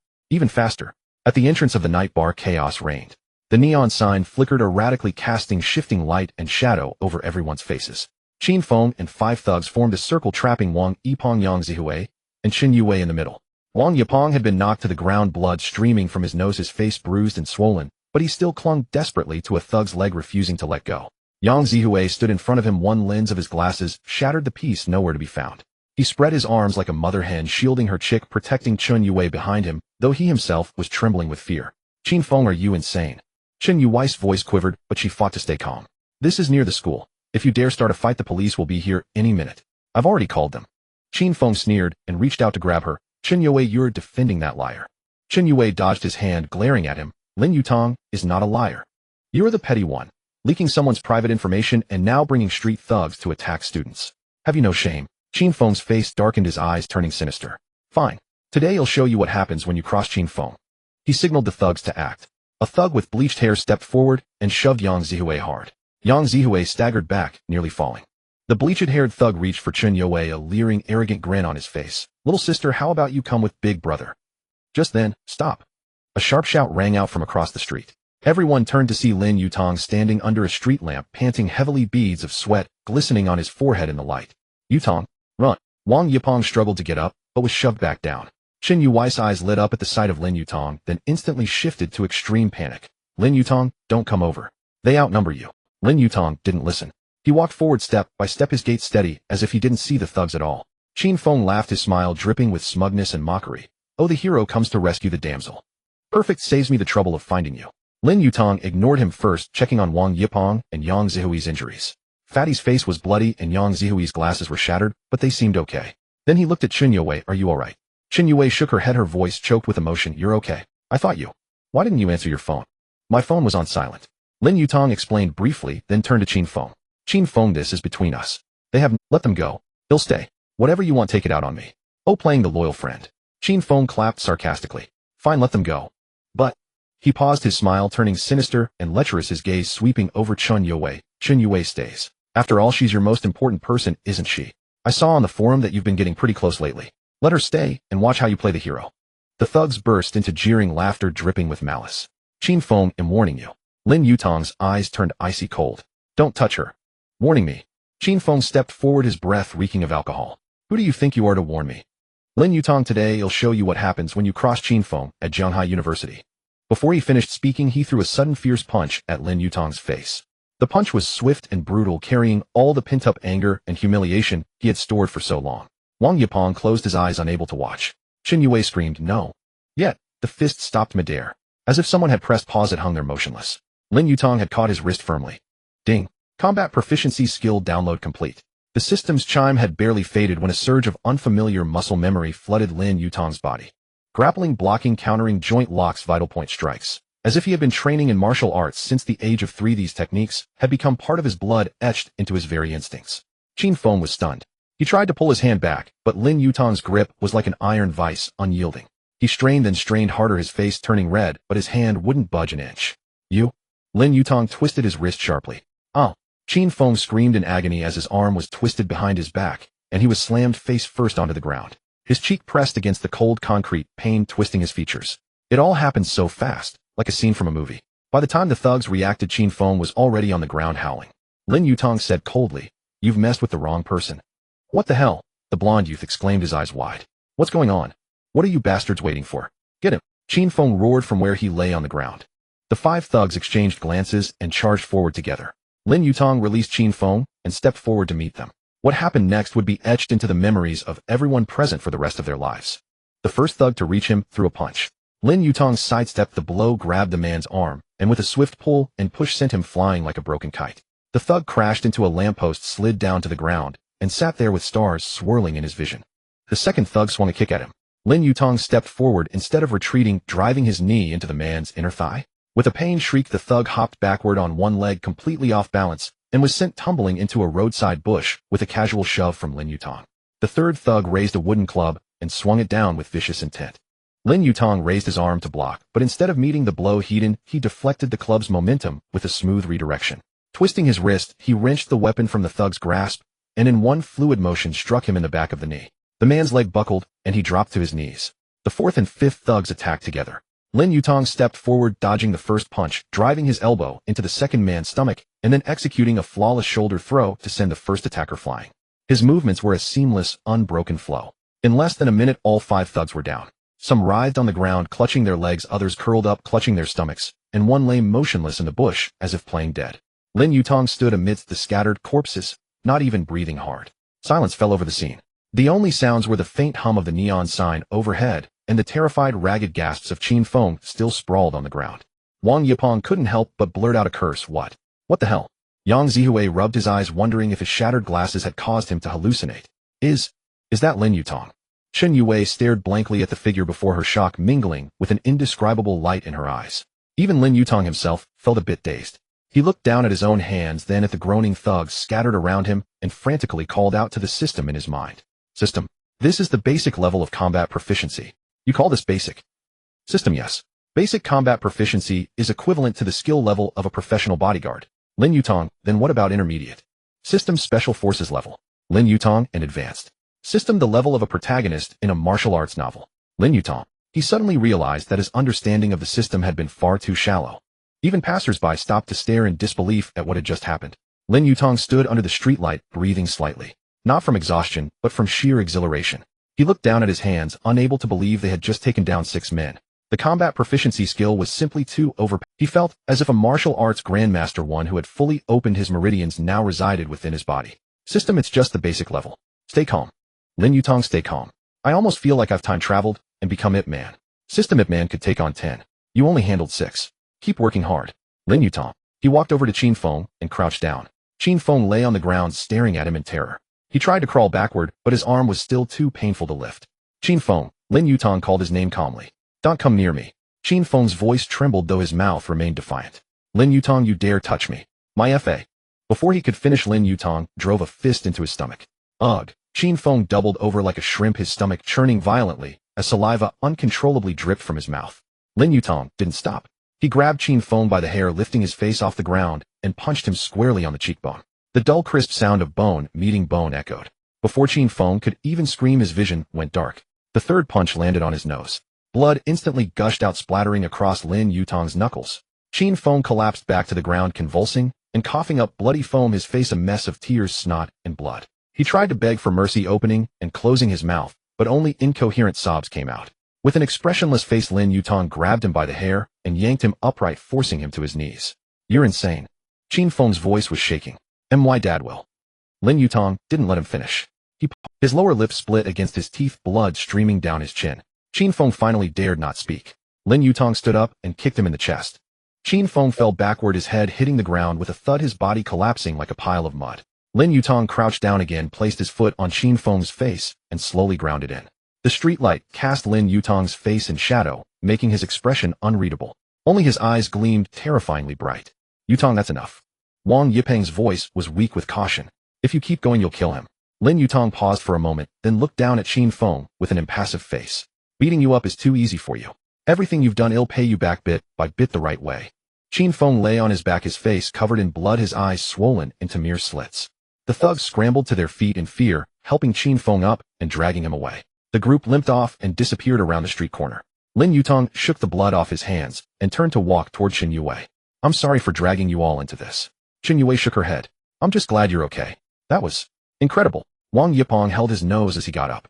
Yutang, when did you learn Kung Fu? That was amazing. That shoulder throw was epic. Yang Zihue picked up his broken glasses. Those moves just now were really impressive. Have you trained before? Lin Yutang evaded the question. I learned a little from my dad. He couldn't exactly say that the system, his new father figure, had just given him the skill, could he? Wang Yipeng asked, puzzled. You're gambling addict, dad. Lin Yutang shook his head. My other dad. System dad. To them, though, it probably sounded like his stepfather. After all, in the wealth, the second-generation persona Lin Yutang had fabricated, he had two fathers. One was his biological gambling addict father, and the other was a low-key wealthy stepfather. System keep making up stories. I'm just watching. Wang Yipeng's face lit up with sudden understanding. Oh, so your rich stepdad taught you this too. He's a real stepdad for real. Lin Yutang's mouth twitched. Yeah, a real stepdad. Yang Zihue nodded thoughtfully. No wonder you've changed so much lately. You've got a master behind you. Lin Yutang paused for a moment. He did have a master, but not behind him. It was inside his head. Come on, let's go to the hospital first. He helped Wang Yipeng up, then looked at Qin Yue. You should get checked out too. I'm fine. Qin Yue said, her gaze sweeping over him. But what about you? Were you hurt? No. Lin Yutang rolled his shoulders. Nothing hurt. The three of them hailed a cab and headed for the nearest hospital. In the car, Lin Yutang finally had a chance to ask the question nagging at him. How did you know I was at the Nightshade Bar? Wang Yipeng and Yang Zihue both looked at Qin Yue at the same time. Qin Yue lowered her head, twisting the hem of her clothes with her fingers, and spoke in a small voice. After I left the cafe, I happened to see Qin Feng leading a group of people in this direction. I heard them saying Nightshade Bar and teach Lin Yutang a lesson. She paused, her voice growing even softer. I called you, but you didn't answer. So I called Wang Yipeng right away, and then we all came together. A warmth spread through Lin Yutang's heart, followed by a wave of lingering fear. This girl, seeing a gang of thugs, instead of running away, she followed them. If they had done something to her, how could he ever face her again? That was too dangerous, Lin Yutang said seriously. Next time something like this happens, call the police first. Don't rush in yourself. And you really shouldn't come to places like the Nightshade Bar. But, Qin Yue looked up at him, her eyes bright. You were there too. Lin Yutang was stunned. Those words seemed to carry many layers of meaning. Or perhaps just one. Wang Yipeng and Yang Zihue exchanged a glance, then silently turned their heads to look out the window, pretending to admire the scenery. The car fell silent for a few seconds. Qin Yue seemed to realize what she had said, a faint blush creeping across her face as she looked down and fell silent. Lin Yutang cleared his throat, trying to break the awkwardness. Anyway, just don't do that anymore. It's too dangerous. Qin Yue nodded, then asked, why were you at the Nightshade Bar? I went to help a friend. A senior Zhang. He told the truth. She was in trouble. Zhang Yuding. I know her, Qin Yue said softly. She's from the School of Arts dance department. She was once voted the school's beauty queen. Almost everyone on campus knows her. Her pictures are always on the front page of the school forum. She paused. What kind of trouble was she in? Lin Yutang gave a brief account. He left out the part about the system mission and the fact that he had paid 300,000 for Zhang Yuding. He only said that someone was bullying her, and he went to help her out. After listening, Qin Yue was silent for a long time. Finally, she said, "You did the right thing. In that situation, you should help her." Lin Yutang nodded. Qin Yue said nothing more, just stared out the window at the fleeting street scenes. The shadows of the streetlights flickered across her face, now bright, now dark, her expression unreadable.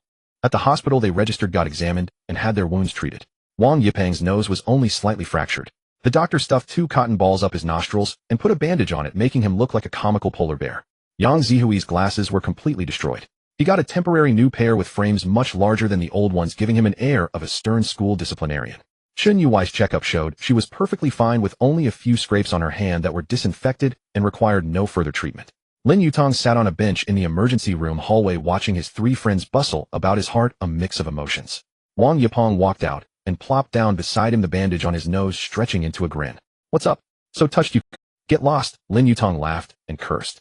"I'm afraid you'll be so disfigured you'll never find a girlfriend. This is a war wound." Wang Yipeng puffed out his chest proudly. "When I brag about it later, he'll say I took it from my bro." Yang Zihue walked out pushing up his new glasses. "Then you'd better make up a good story. Make yourself the hero, not the one getting pinned to the ground." "Hey, you and your glasses." Watching the two of them bicker, a wave of warmth washed over Lin Yutang's heart. Qin Yue came out of the examination room and walked toward him. "Let's go back to school." The 4 of them left the hospital. It was already past 10 in the evening. The night wind carried a chill, the streets were nearly empty, and only an occasional taxi drove by. After saying goodbye to Wang Yipeng and Yang Zihue, Lin Yutang walked Qin Yue back to her dormitory. They walked side by side along the campus path. The streetlights stretched their long shadows, sometimes overlapping, sometimes separating. The campus was quiet at night, with only the occasional chirp of insects in the distance and faint laughter from the dormitory buildings. After walking for a while, Qin Yue suddenly spoke. "Lin Yutang. Moi, is Zhang Yuding pretty?" Lin Yutang's steps faltered. This question was a bit delicate, wasn't it? He thought for a moment and answered honestly. "She's quite pretty. But why do you ask all of a sudden?" "Nothing," Qin Yue said, her voice very soft. "It's just, it feels like there are always girls in need of help around you." Lin Yutang was taken aback. Did that sound a little sour? He thought it over carefully, but decided he might be overthinking it. "System, you're not overthinking. Qin Yui's affection level is 88. Jealousy index is 65. Lin Yutang, what the hell is a jealousy index?" System, a new feature specially designed to help the host analyze female psychology. Lin Yutang, good feature. System, you're welcome. Seeing that he wasn't responding, Qin Yue looked up and smiled. "I was just asking. Don't overthink it." Lin Yutang thought, "I'm not overthinking it now, but I definitely am." Ahem, he cleared his throat. "Actually, it's just, I happened to run into a few people who needed help." "Is that so?" Qin Yue looked at him, a hint of something unreadable in her eyes. "Then if there are other girls who need help in the future, will you still help them?" "Help them? Of course. It's a system for helping women with money and skill rewards." Lin Yutang said, "I'll help if I can." Qin Yue nodded, was silent for a few seconds, then suddenly smiled. "Then you'd better be careful. There are plenty of girls at our school." Lin Yutang laughed too. "Well, I have to know my limits. I'm not Superman." New target detected. The system's prompt suddenly echoed in his mind. Lin Yutang's smile instantly froze on his face. Not again. He had just finished saving one person without even catching his breath. New target detected. Li Yusin, target info, sophomore at Jianghai University School of Foreign Languages, height 165 centimeters, weight 48 kilograms, measurements. After several seconds, the system still hadn't reported the measurement. Lin Yutang, system, did you crash? System, host, not asking for measurements. Lin Yutang, then what are her measurements? System, the host needs to find that out for himself. Lin Yutang, system, the host's impure thoughts have nothing to do with this system. Lin Yutang, you win. Supplementary target info from a poor family currently working part-time as a waitress at Mill Cafe to support her studies, excellent grades, recipient of a university scholarship. Target's current troubles: her mother suddenly fell severely ill and is hospitalized with a surgery funding gap of 150,000 yuan. She is also facing the plight of being sexually harassed by the cafe manager. Harassment level severe. Urgency critical. Bind. Lin Yutang looked at the information on the system interface, his brow furrowing slightly. 150,000 for surgery, being harassed by the manager. Another girl pushed to the edge of the abyss by life. He thought of Qin Yue, of Zhang Yuding, of the profound relief he felt last night after settling the debt. Helping others did feel pretty good. But wasn't the frequency a bit too high? Was the system training him to be some kind of women's savior? It is my duty. Please decide quickly, host. Lin Yutang. Fine, it's not like he had anything better to do. System, bind Li Yusin. He chanted silently in his heart.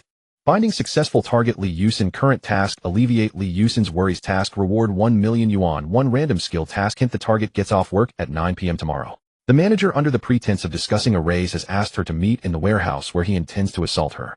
Please intervene in time. Tomorrow at 9 p.m. at the warehouse, discussing a raise. Lin Yutang noted the time. It looked like he would be busy again tomorrow. What's wrong? Chen Yue noticed the change in his expression, her eyes filled with concern. Nothing. Lin Yutang shook his head temporarily, pushing aside thoughts of the system. Just remembered something. They reached the entrance of the female dormitory, and Chen Yue stopped. The streetlight fell upon her, coating her in a layer of soft golden light. Standing there in her white blouse and black skirt, she was like a gardenia flower blooming quietly in the night. They'll go up now, she paused, then added, you. Be careful. If you need any help with Qin Feng, you must tell me. I know I can't do much, but at least I can be there for you. A warmth spread through Lin Yutang's heart. Okay, good night. Good night. Chen Yue turned and walked into the dormitory. After a few steps, she looked back at him once more before disappearing, and Lin Yutang stood there looking at the door and suddenly remembered a saying: some people, just by standing there, make life feel worthwhile. He turned and left, but instead of going straight back to his dorm, he walked to the small lake on campus and sat down on a bench. The night breeze blew across the lake, carrying the scent of damp air. Moonlight scattered across the water's surface, shattering into a million silver fragments. Lin Yutang called up the system interface again, carefully examining Li Yusan's information. Milk Cafe. He knew the place. 2 streets away from the school, stylishly decorated with expensive coffee. A single cup could cost as much as 3 meals in the cafeteria. A critically ill mother, a 150,000 yuan surgery funding gap, the threat of sexual assault from her manager. This experience was somewhat similar to Chen Yue's, but even more urgent. Another girl backed into a corner by life. He leaned back on the bench, gazing up at the night sky. The city lights were too bright to see the stars, only a solitary moon hanging in the sky. In just 2 short days, his life had undergone a cataclysmic change. From being cheated on and misunderstood for attempting suicide to awakening the system and clearing his debts. From helping Chen Yue to saving Zhang Yuding to the brawl with Qin Feng tonight. It had all happened so fast, leaving him somewhat dazed. But the over 2 million yuan in his bank account was real. The skills he had suddenly mastered, cooking, driving, combat, were real. The gratitude of Chen Yue and Zhang Yuding, the brotherhood of Wang Yipeng and Yang Zihue, all of it was real. He was no longer the poor student worrying about medical bills and debt. He was no longer the pitiful wretch abandoned by his girlfriend standing on the rooftop to feel the wind. He was Lin Yutang, the host of the worry relief system, a combat master who could take on 6 men at once, a hidden tycoon with over 2 million in funds. Thinking of this, the corners of Lin Yutang's mouth involuntarily lifted. His phone suddenly vibrated. It was a WeChat message from Wang Yipeng. Yutang, you back in the dorm yet? Chen Lishu just got back, and he looks really off. Lin Yutang frowned and replied, what's wrong? Dunno. Asked him, but he won't say. Just sitting on his bed staring into space, eyes all red like he's been crying. Never seen him like this before. Kind of freaky. Lin Yutang recalled the Bentley he saw yesterday, and the wealthy woman forming a guess in his mind. He'll be right back. He stood up, took one last look at the moonlit lake, and turned to walk back to the dormitory. Pushing open the door to dorm 513, the atmosphere inside was somewhat oppressive. Wang Yipeng and Yang Zihue were sitting at their respective desks, seemingly on their phones, but their eyes kept darting towards the lower bunk by the window. Chen Lishu sat there, his back to the door, his shoulders trembling slightly. Lin Yutang gently closed the door and walked over to Wang Yipeng, asking with his eyes, what's the deal? Wang Yipeng shook his head, mouthed, I don't know, then pointed at Chen Lishu and made a crying face. Lin Yutang thought for a moment, then took a few cans of beer from his locker, leftovers from a supermarket sale he hadn't gotten around to drinking. He walked over to Chen Lishu's bed and offered him one. Chen Lishu didn't take it. Lin Yutang didn't push. He just sat down next to him, opened a can, and took a sip himself. The beer was a bit bitter, but it was strangely stress-relieving. After a long silence, Chen Lishu finally spoke, his voice hoarse. You guys saw it yesterday, didn't you? Lin Yutang didn't deny it, his tone calm. Saw what? Don't play dumb. Chen Lishu turned his head, his eyes indeed red. The Bentley. That woman. Oh, that. Lin Yutang's tone was flat as he took another sip of beer. Saw it. What need congratulations for shaving 10 years off your struggle. Chen Lishu was stunned, not expecting Lin Yutang to be so direct. Wang Yipeng and Yang Zihue were also shocked, the air suddenly silent for 3 seconds. You don't think it's disgusting? Chen Lishu's voice dropped lower, laced with self-loathing. Why would I find it disgusting? Lin Yutang countered. That's your choice, your life. We're your roommates, oh, we respect your choices. It's not like we're the ones accompanying that rich woman. As long as you don't find it disgusting yourself. Chen Lishu was dumbfounded. Was this how you comfort someone? Wang Yipeng and Yang Zihue also put down their phones, looking, but Chen Lishu's voice began to choke as if a dam had finally burst. I find it disgusting. Utterly disgusting. He clenched his fists, his nails nearly digging into his flesh. Today she took me to meet her friends. The way they looked at me. It was like I was a piece of merchandise, a talking toy. They surrounded me, made me turn around, made me take off my clothes so they could see my body, made me do push-ups for their entertainment. His voice trembled. They joked about pricing me, about how much I'd be worth for a night. She just stood there laughing and said. He took a deep breath, forcing out the last words, worth every penny. The dormitory fell into dead silence. Lin Yutang looked at Chen Lishu, suddenly recalling a saying, some people's breakdowns are silent. He put down his beer can and spoke slowly. Lishu, let me ask you, why did you choose this path in the first place? For the money, Chen Lishu answered without hesitation. My mom has uremia. She needs dialysis 3 times a week. My dad hurt his back at a construction site, can't do heavy work anymore, walking is even painful. I have a younger sister in high school. She's a great student, and she wants to go to university. He looked up, his eyes very red. My family needs money. A lot of money. So you sold yourself?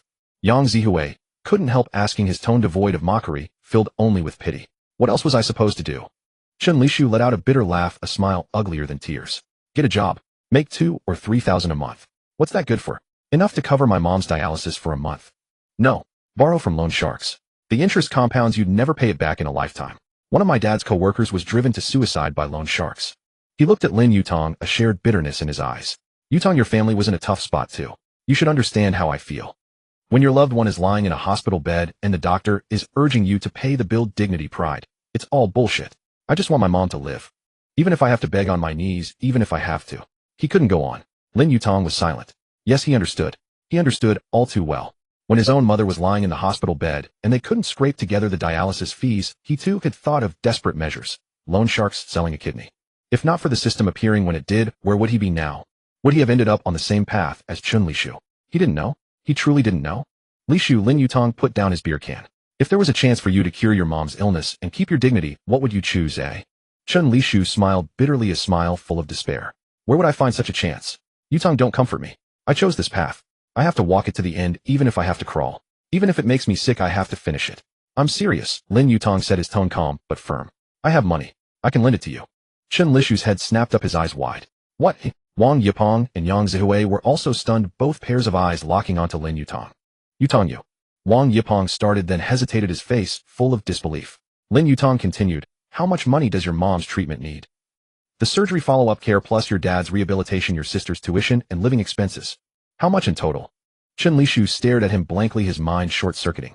After a long pause, he stammered, the surgery alone costs 200,000. Follow-up care is at least 5,000 a month. My dad's rehab costs money too. My sister's tuition and living expenses. Probably 500,000 in total. They'll give you 600,000. That should solve your immediate crisis, Lin Yutang said, recalling the wealthy woman's shocking appearance, and sighed. Brother, you've been through a lot. Chen Lishu's eyes widened. You. Where did you get so much money? And we're not even related. Why would you help me? Don't ask where the money came from, Lin Yutang said. As for why I'm helping you. He paused, his tone growing serious. Because I understand that feeling of being at your wit's end. Chen Lishu was stunned again. These past few days he had spent every moment in self-loathing. During the day he forced a smile, accompanying a woman older than his own mother on shopping trips, dinners, and meetings with her friends. He had to keep smiling, pretending to enjoy it. Well, sometimes he did enjoy it. At night, back in his dorm, lying on that hard cot, he asked himself over and over, Chen Lishu, how did you become like this? Then he would console himself with a single thought, eating soft rice is good for the stomach. Yutang. He choked, unable to speak, his eyes instantly reddening. Don't get all emotional yet. Lin Yutang patted his shoulder. This money isn't free. You have to write an IU with interest. When you're able in the future, you'll pay me back in full. I don't want to be a fool. Chen Lishu nodded vigorously. I'll pay it back. I swear I will. Even if it kills me, I'll pay you back. Then it's settled. Lin Yutang took out his phone. Give me your account number, I'll transfer it to you now. Now. Chen Lishu froze. Aren't you afraid I'll cheat you? Lin Yutang smiled, a very casual smile. I trust you. Just 3 words. I trust you. Tears welled in Chen Lishu's eyes as he recited his bank card number. Lin Yutang operated his phone, transferring the money in several installments. 600,000. When the notification of a successful transfer sounded, Chen Lishu stared at the long string of numbers on his phone screen, his face a mask of disbelief. He looked up. Yutang, from today on you are my benefactor. For the rest of my life, my very life is yours. What would I want? Lin Yutang patted his shoulder. Live well, take care of your family, and when you have the ability, go help others in need. That's Chen Lishu nodded heavily. Wang Yipeng, watching from the side, also felt his eyes moisten, but his mouth kept up its usual banter. Ah, this scene is too touching. I have to take a picture. When Lishu gets rich in the future, this will be blackmail material. Yang Zihui adjusted his glasses. For once he didn't offer a sarcastic comment. Instead, he silently handed over a pack of tissues. Lin Yutang looked at his 3 roommates. Want to go out for a late-night snack? My treat. Yes, they chorused in unison. The late-night barbecue stall was thick with the aroma of grilled food. The 4 of them sat around a table laden with skewers and beer. Chen Lishu raised his glass and said solemnly, Yutang, this toast is to you. Lin Yutang clinked his glass against his beer, foam splashing out. All right, just make sure things are good from now on. Wang Yipeng also raised his glass. Yutang, this one's for you too. If it weren't for you today, glasses, and I would be done for. That punk's fist still hurts when I think about it. Yang Zihui adjusted his glasses, allowing himself a rare moment of sentimentality, indeed. Yutang, when did you become such a good fighter? I remember you used to be out of breath just running the 800 meters in PE class. Not long ago, Lin Yutang continued using his universal excuse. My dad practiced martial arts when he was young. He knows a bit of everything. Shaolin boxing, Wing Chun, Sanzhou. What exactly does your dad do? Wang Yipeng leaned in curiously. He teaches you kung fu, gives you that much money, and lets you do charity. Just how big is the family fortune? Lin Yutang smiled mysteriously, putting on an air of profundity. My dad. He's a very impressive man. When the opportunity comes, he'll introduce you. System dad, truly impressive. So impressive that he lives inside his head, sending out missions every day. System host, could you maybe stop calling me out? Lin Yutang, you're my dad. If I don't call you out, who will? System, fine, whatever makes you happy. The four of them chatted and ate the atmosphere. The gloom on Chun Lishu's face vanished completely, and he turned back into the sunny, robust young man he used to be. Hey Yutang, Wang Yipeng suddenly lowered his voice. What are you going to do about Qin Feng? He's definitely not going to let this go. Lin Yutang took a sip of beer, his gaze turning slightly cold. He'll meet the challenge as it comes. Should we tell the counselor? Yang Zihui frowned. After all, he started the fight today. It's useless, Chun Lishu said. Qin Feng's family has connections in this city. The school has probably already been greased. Otherwise, he would have been punished long ago for bringing thugs to beat up students. This isn't his first time. Lin Yutang nodded. So we have to handle this ourselves. How? Wang Yipeng asked. Lin Yutang thought for a moment, a faint smile curling at the corners of his mouth. An eye? He likes exposing other people's secrets, doesn't he? Then let's expose his. Let him taste what it's like to be exposed. You have. Yang Zihui's eyes lit up. Not yet, but we can find some, Lin Yutang said. A guy like Qin Feng can't be clean. He's probably done plenty of shady things since he was a kid. If we look, we're bound to find something. Chun Lishu suddenly spoke up. In that rich lattice social circle, there are a few people who have business dealings with Qin Feng's family. I overheard them chatting once, saying that Qin Feng's dad's company might be in trouble, that it's under tax investigation. Lin Yutang was taken aback, his eyes lighting up. Tell me more. They didn't go into detail, just complained about being careful when cooperating with the Qin family company, afraid of being implicated. Chun Lishu recalled. They also said Qin Feng's dad is running around trying to pull strings to fix it. Tax issues. Now that was a bombshell. If the Qin family company really has problems, then Qin Feng's so-called rich second-generation status might take a serious hit. Hell, his dad might even end up having tea with the authorities. Lishu, can you find a way to dig up more information? Lin Yutang asked. Chun Lishu hesitated for a moment, then nodded. He'll try. That rich lady knows a lot of people who she should be able to find out. Be careful, don't blow your cover, Lin Yutang cautioned. Safety first. If you can't find anything, it's okay. We'll think of another way. Don't worry, Chun Lishu said with a grin. A little thing like this one. The four chatted for a while longer, only leaving when the barbecue stall owner announced it was closing time. Back in the dorm, it was almost 1 in the morning. After washing up and getting into bed, Lin Yutang couldn't fall asleep. He turned over and looked out the window. Moonlight filtered through the gap in the curtains, casting a silvery streak on the floor. He thought of Su Qingqian, the girl he had loved with all his heart for 3 years. Looking back now, that feeling seemed more like a one-man show of self-indulgence. She had never truly loved him, she only loved what he could give her. He also thought of Chun Yue, the girl who still tried to shine brightly despite her difficult circumstances.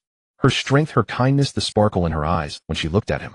And Zhang Yuding, Li Yusin, and perhaps more girls in need who would appear in the future. The worry relief for women's system, this existence that had suddenly barged into his life, was slowly changing the course of his destiny. Lin Yutang closed his eyes and drifted into a deep sleep. In his dream, he stood on a radiant stage with countless girls in need below. He reached out his hand, pulling them out of the mire one by one. To give maidens a heart, to give wives a destiny, to pass on lost arts to young women, to bring peace to widows. And System Dad's voice echoed in his ear, relieving women's worries brings boundless merit. In his sleep, a faint smile curled on Lin Yutang's lips. Then he turned over and continued sleeping. Tomorrow there was more merit waiting for him to earn. The next morning's dawn. Lin Yutang was roused by the clamorous chirping of birds outside the dormitory. Sunlight sliced a bright line across the wall through the gap in the curtains. He sat up and rubbed his eyes. The phone screen glowed, displaying 7:01 a.m. There were a few unread messages. One was from Chun Yue. Did you sleep well last night? When are you free today? I want to talk to you about Zhang Yuding. Lin Yutang felt a warmth in his heart. This girl with her own pile of troubles still found the time to worry about others. Another message was from an unfamiliar number, but its contents made Lin Yutang frown. Lin, this is Zhang Yuding. I really want to thank you for last night. But Wang Chang doesn't seem to be giving up. He messaged me again today. I'm a little scared. That scumbag Wang Chang still dared to act up. There was also one from Wang Yipeng. Yutang awake yet? Li Shu went out early this morning, said he was going to inquire about the Qin. Lin Yutang replied to each one. To Chun Yue, 2 p.m. at the Dongli Cafe. I stood you up yesterday, so today. To Zhang Yuding, don't be afraid, he won't dare do anything. He'll handle this today. Stay in touch. To Wang Yipeng, got it. Tell him to be careful. Putting down his phone, Lin Yutang took a deep breath. Today was going to be another busy day. He had a professional course in the morning. He didn't dare. Although he had money now, he still had to study. What if the system disappeared one day? He would need a diploma to make a living. After a quick wash, he grabbed his bag and rushed out. In the back row of the classroom, he found a corner seat, opened his textbook, but his mind was completely elsewhere. Calculus formulas drifted before his eyes, but his thoughts were consumed by the day's tasks. Li Yusan's matter was at 9 tonight. He needed to scout the location early. Then there was Zhang Yuding. Wang Chong wasn't giving up. He had to eliminate this problem completely, or it would never end. And Qin Feng. Chen Lishu was out gathering information. He hoped it would yield results. Lin Yutang. A soft voice sounded beside him. He looked up and saw Qin Yue, who had somehow already sat down next to him. Today she wore a light blue knitted sweater, her hair loosely tied back. She looked delicate and gentle like the female lead from a campus youth drama. Why are you sitting here? Lin Yutang was a bit surprised. To chat with you. Qin Yue lowered her voice and leaned in closer. About Zhang Yuding. How are you planning to handle it? Lin Yutang glanced at the professor writing on the blackboard and whispered, we'll talk this afternoon. It's not convenient here. Qin Yue nodded, didn't press further, but her eyes were full of concern. The 2 classes flew by. When the bell rang, Lin Yutang packed his bag ready to leave. Lin Yutang. A familiar, grating voice rang out from the classroom door. The entire class gaze shot over. Su Qingqian stood at the door, her face pale, eyes red and swollen. She had clearly been crying. She stared fixedly at Lin Yutang, a look mixed with resentment, unwillingness, and a hint of despair. Can we talk? Her voice was hoarse. The classroom instantly fell silent. Everyone held their breath, their gazes darting between Lin Yutang and Su Qingqian, their faces sporting expressions of onlookers ready for the show. Everyone had seen the post on the forum. The news of Qin Feng bringing people to block Lin Yutang yesterday had also spread. Now Su Qingqian was coming to find him. This drama was getting more and more interesting. Lin Yutang's face was expressionless. We have nothing to talk about. Just 5 minutes, Su Qingqian pleaded, almost begging. Please. Qin Yue gently touched Lin Yutang's arm and whispered, go and listen. Otherwise she won't let it go. Lin Yutang frowned, deeply thought for a moment, but still got up and walked towards the door. The 2 walked one after the other to a secluded spot behind the teaching building, where a few old locust trees stood, usually deserted. Speak. Lin Yutang stopped, keeping his distance from Su Qingqian. Su Qingqian looked at him, tears falling again. Yutang, I'm sorry. About yesterday, I didn't mean those things. I was deceived by Qin Feng. He said you. Said I was a liar, said my family was poor, said I was pretending to be a rich second generation. Lin Yutang cut in. I know all of that. Su Qingqian, at this point, what else do you want to say? I want to say. Su Qingqian choked out. I regret it. I really regret it. Qin Feng. He never truly liked me. Yesterday when he went to cause you trouble, I tried to stop him and he hit me. She rolled up her sleeve, revealing the purple bruises on her arm. Lin Yutang glanced at them, his eyes devoid of any emotion. So what? He paused. Do you want my gratitude? My sympathy? Or do you want me to help you deal with Qin Feng? Su Qingqian was stunned, clearly not expecting this reaction. I just wanted to tell you I was wrong. Yutang, can we go back to how things were? Like in high school, when you were so good to me. It's impossible to go back, Lin Yutang said, his voice very calm. Su Qingqian, some choices once made can never be taken back. When you chose Qin Feng, we were already over. But I still love you. Su Qingqian cried out. These 3 years of feelings, you just throw them away. Love? Lin Yutang laughed, a laugh full of sarcasm. What is it you truly love? Is it me, or the rich second-generation identity you thought I had? He paused, his tone growing colder. Yesterday on the phone you said such harsh things. Now that you've found Qin Feng isn't the right one, you come running back to me. Su Qingqian, do you think I would accept that? Su Qingqian's face flushed red and then paled. I know I was wrong. I'm willing to change. Yutang, give me another chance, okay? Just one. She stepped forward, trying to take his hand. Lin Yutang stepped back, avoiding her. Su Qingqian, let's end it here. Don't contact me again and don't appear in front of me anymore. For the injuries on your arm, go see the school doctor or call the police. But don't come looking for me again. With that he turned and left. Lin Yutang. Su Qingqian was completely enraged, screaming at his back. You'll regret this. You'll regret treating me like this today. Lin Yutang didn't stop walking.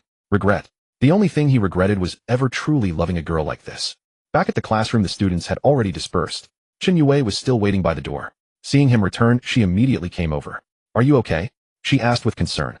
I'm fine, Lin Yutang shook his head. Let's go eat first, then head to the cafe. If we don't get to the cafeteria soon, the braised pork will be gone. The noon cafeteria was a cacophony of voices. Lin Yutang and Qin Yue found a relatively quiet corner to sit. He got braised pork, sweet and sour spare ribs, and scrambled eggs with tomatoes. Qin Yue only got 2 vegetable dishes and a small portion of rice. Why are you eating so little? Lin Yutang frowned. Losing weight, Qin Yue smiled. Lin Yutang said nothing, silently picking up 2 pieces of spare ribs and putting them in her bowl. Qin Yue was stunned, looking up at him. Eat, Lin Yutang said. You're not fat. Losing weight is something people with nothing better to do concern themselves with. Chen Yue looked at the spare ribs in her bowl, her eyes a little red, but she held back. They ate in silence for a while. Did Su Qingqian come too? Get back together. Chen Yue asked carefully, a hint of probing in her tone. Yeah, Lin Yutang shoveled a mouthful of rice. But I refused. Chen Yue was silent for a moment, then said softly, the bruises on her arm. Are they real? They should be. Lin Yutang paused. But that was her own choice. She chose her own path, and she has to bear the consequences. Chen Yue nodded, and said no more. After the meal the two went to the Dongli Cafe. At 2 in the afternoon, there weren't many customers.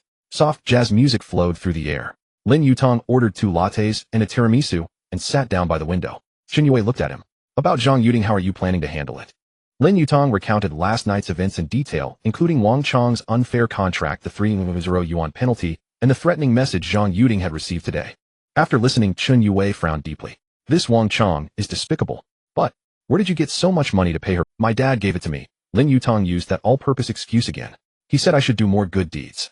This excuse, though cliché, was undeniably effective. And besides, he couldn't exactly reveal the system's existence, saying he was doing this to complete a system task for a 1,000,000 yuan reward, and he was willing to pay 300,000, could he? Chen Yue stared at him for a few seconds, then suddenly asked, your dad? Is he really that rich? Yeah, my dad is super rich. System, there you go again. Lin Yutang thought you were really rich, giving 1,000,000 after one task is completed.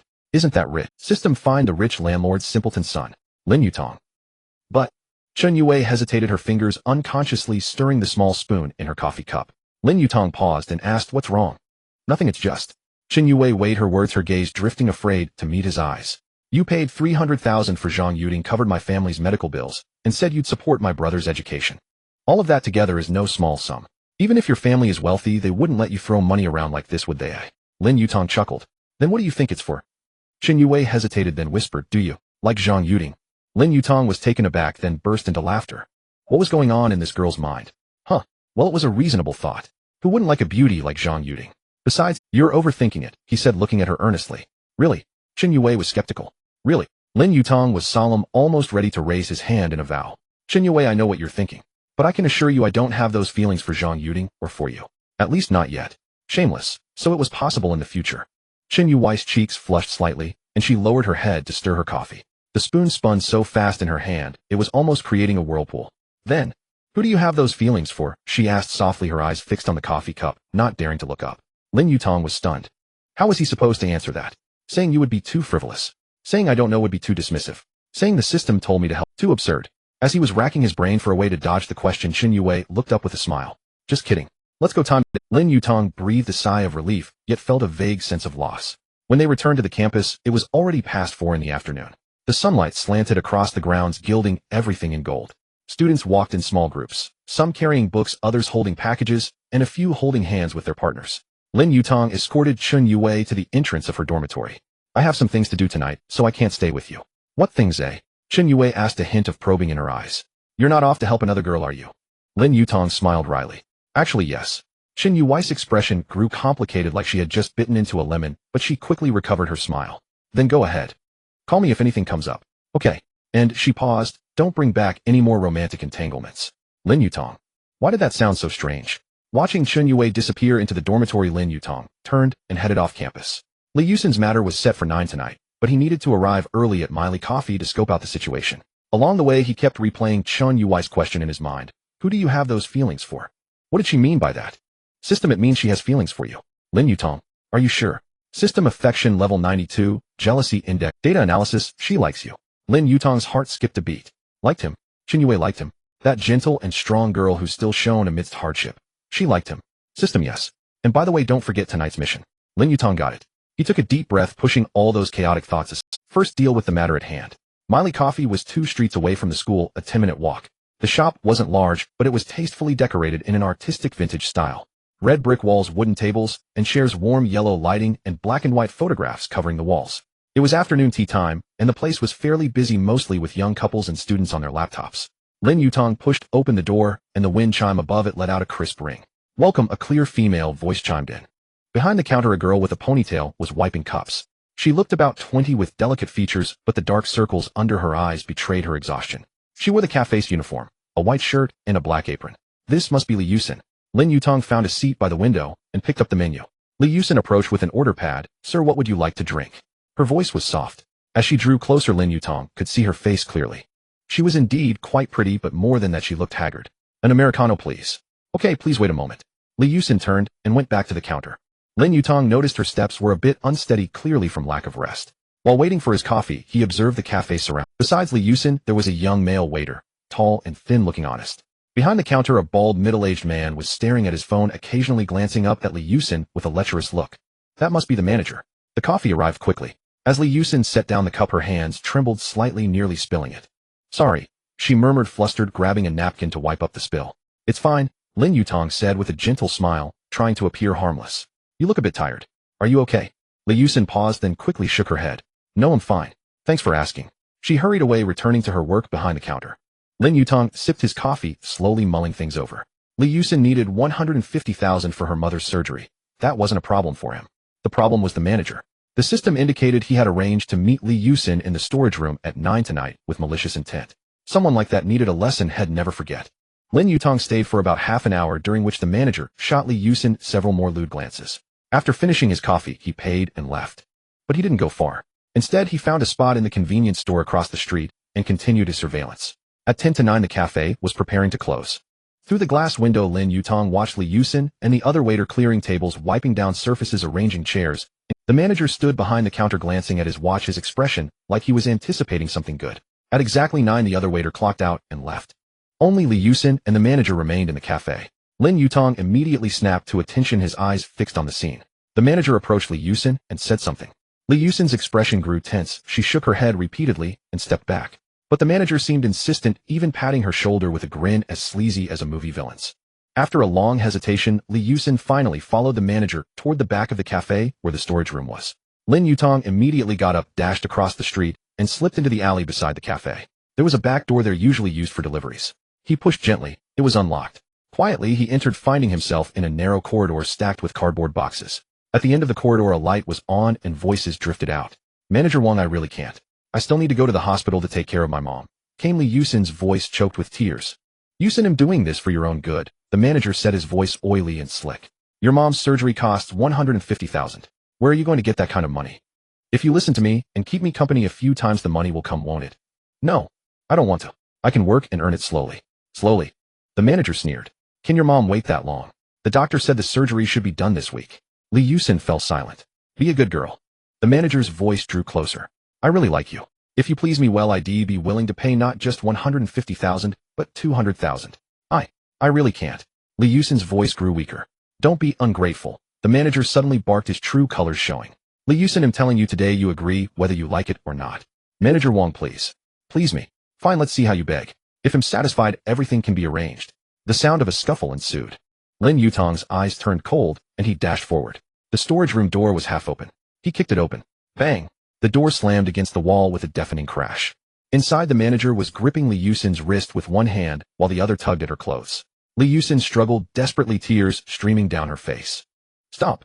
Lin Yutang barked. The manager was startled and let go. Li Yusin seized the chance to retreat, straightening her clothes, staring in terror at the sudden appearance of Lin Yutang. Who are you? How did you get in? The manager blustered, his flabby face trembling. Just passing by. Lin Yutang moved to Li Yusin's side, shielding her behind him. You're the manager, right? Forcing yourself on a female employee. Do you know what crime that is? What are you talking about? The manager's face paled, his eyes darting around. We were just discussing work.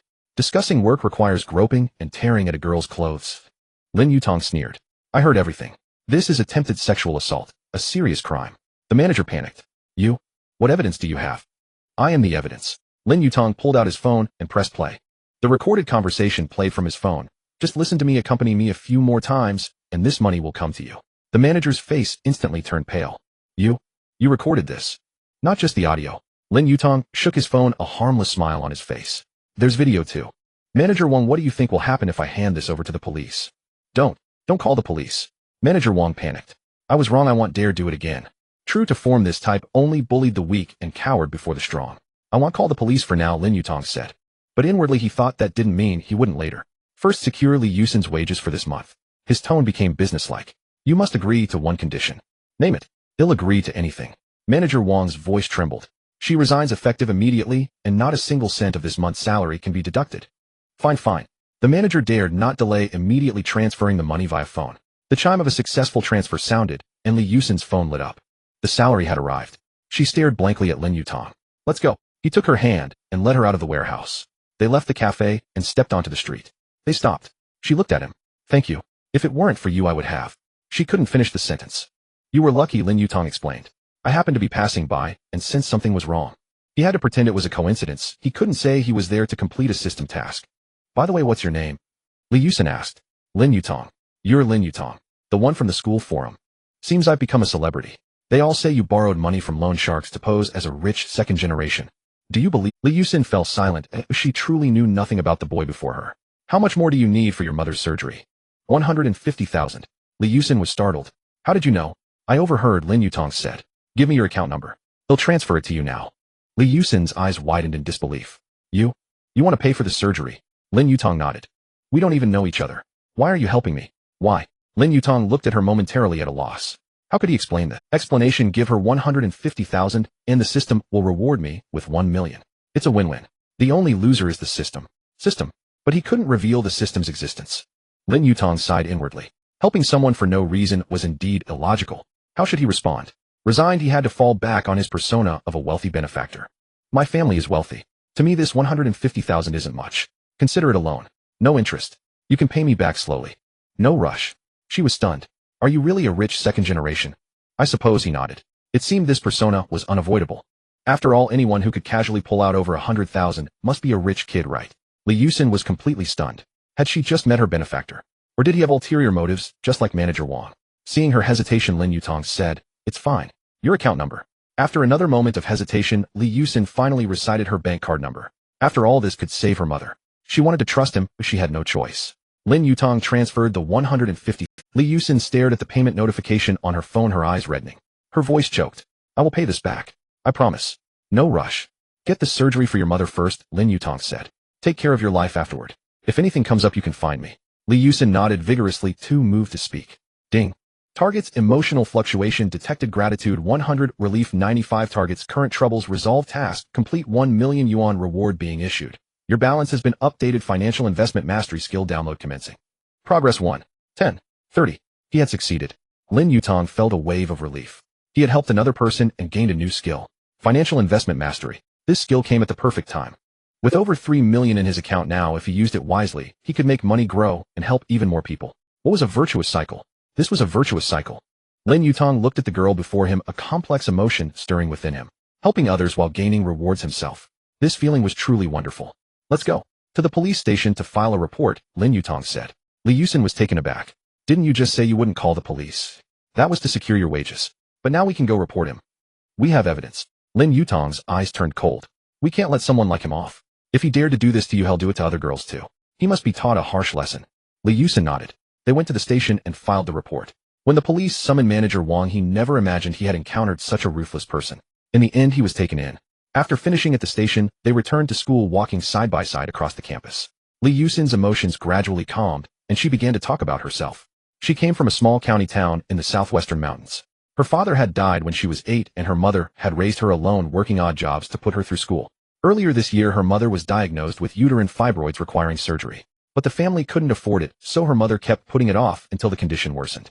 She had to work desperately, holding down 3 jobs simultaneously: cafe waitress, tutor, and flyer distributor.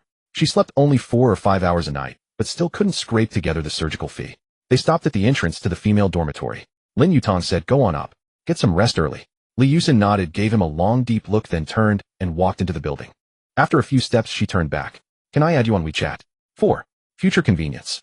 Lin Yutang was caught off guard for a moment, then pulled out his phone. After they added each other, she finally turned and disappeared into the stairwell of the dormitory. Lin Yutang stood there until her figure was completely gone, then he turned to leave. Ding. Financial investment mastery skill download complete. In an instant, a torrent of financial knowledge flooded his mind: stocks, bonds, funds, futures, forex options, various investment analysis methods, risk, control, market trend, judgment, macroeconomic analysis. Lin Yutang closed his eyes, feeling the knowledge take root and sprout in his mind. It felt like opening the door to a whole new world. Where before financial news gave him a headache, now he saw candlestick charts as clearly as comics. From now on, he could make his money work. Just as he was thinking, his phone rang. It was Chen Lishu. Yutang, I've got some news. Chen Lishu's voice was excited. Qin Feng's father's company does have problems. The tax authorities have launched an investigation. And it seems Qin Feng's father is also involved in illegal fundraising, a substantial amount. Lin Yutang's eyes lit up. Any evidence? Some. Chen Lishu lowered his voice. That rich woman's social circle includes a bank executive. She let something slip while chatting. I pretended to go to the bathroom and secretly recorded it. Good work. Lin Yutang couldn't help but praise. Send me the recording. Also keep digging to see if you can find more solid evidence. Understood. Chen Lishu paused then added. Oh, and the rich woman also mentioned that the Qin family has been desperately pulling strings everywhere to try and smooth this over. They apparently approached some official, but the person didn't dare take the bribe, afraid of being implicated. Lin Yutang felt even more confident. It seemed the Qin family was truly in deep trouble this time. Lishu, are you safe over there? Don't let anyone catch you snooping. Don't worry, Chen Lishu said. My acting skills are top-notch now. I'm drinking with the rich woman while pumping her for info. She says I'm the most thoughtful young man she's ever had. Lin Yutang's mouth twitched. Hang in there. No hardship, Chen. After hanging up, Lin Yutang opened WeChat and received the audio file from Chen Lishu. The recording was of a woman's voice chatting with a friend. The Qin family is in big trouble this time. Tax authorities found over 10 million in tax evasion. The amount involved in the illegal fundraising could be tens of millions. Old Qin is running around looking for connections, but the higher-ups are watching closely this time. It's probably hopeless. His son is pretty arrogant at school, I heard. A few days ago, he even led some guys to beat up a classmate. Yeah, like father, like son. Old Qin started his career by cheating and swindling. Now the son has learned the same tricks. The recording ended there. Lin Yutang finished listening, a cold smile curling on his lips. It was almost 11 when he returned to the dorm. Wang Yipeng was lying in bed watching short videos, laughing uproariously. Yang Zihui was at his desk, gaming his keyboard, clacking loudly. Seeing Lin Yutang enter, Wang Yipeng immediately put down his phone. Yutang, you're finally back? Did Lishu get any news? Yeah. Lin Yutang nodded, opening his laptop. The Qin family is indeed in trouble. He played the recording for them. After listening, Wang Yipeng's eyes went wide. Holy crap. Over 10 million in tax evasion. Tens of millions in illegal fundraising. That's a serious felony. How many years will Qin Feng's dad get? Yang Zihui adjusted his glasses and analyzed calmly. Depends. If they can pay back the taxes and illegal funds, plead guilty, and show remorse, the minimum would be 3 to 5 years. If they show a bad attitude, and the circumstances are severe, it could be over 10 years. What about his son? Wang Yipeng asked. Will that bastard Qin Feng be implicated too? Depends on whether he was involved. Yang Zihui said. If it's just his father's doing, and he wasn't involved, he'll be fine.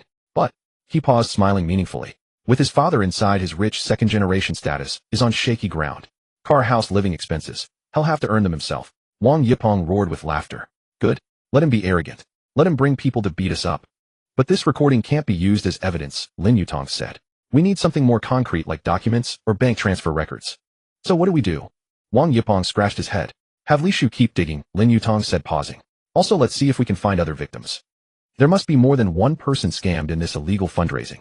If someone is willing to come forward and testify, it would be much more convincing. Just then Chen Lishu called back. Yutang, I got more info. His voice was even lower, as if doing underground work. Among the targets of Qin Feng's father's illegal fundraising are relatives of several teachers at our school. One teacher's mother was scammed out of 500,000 in retirement savings. She's sick now. Lin Yutang's gaze sharpened. Which teacher? Teacher Zhao from the School of Foreign Languages teaches sophomore English, Chen Lishu said.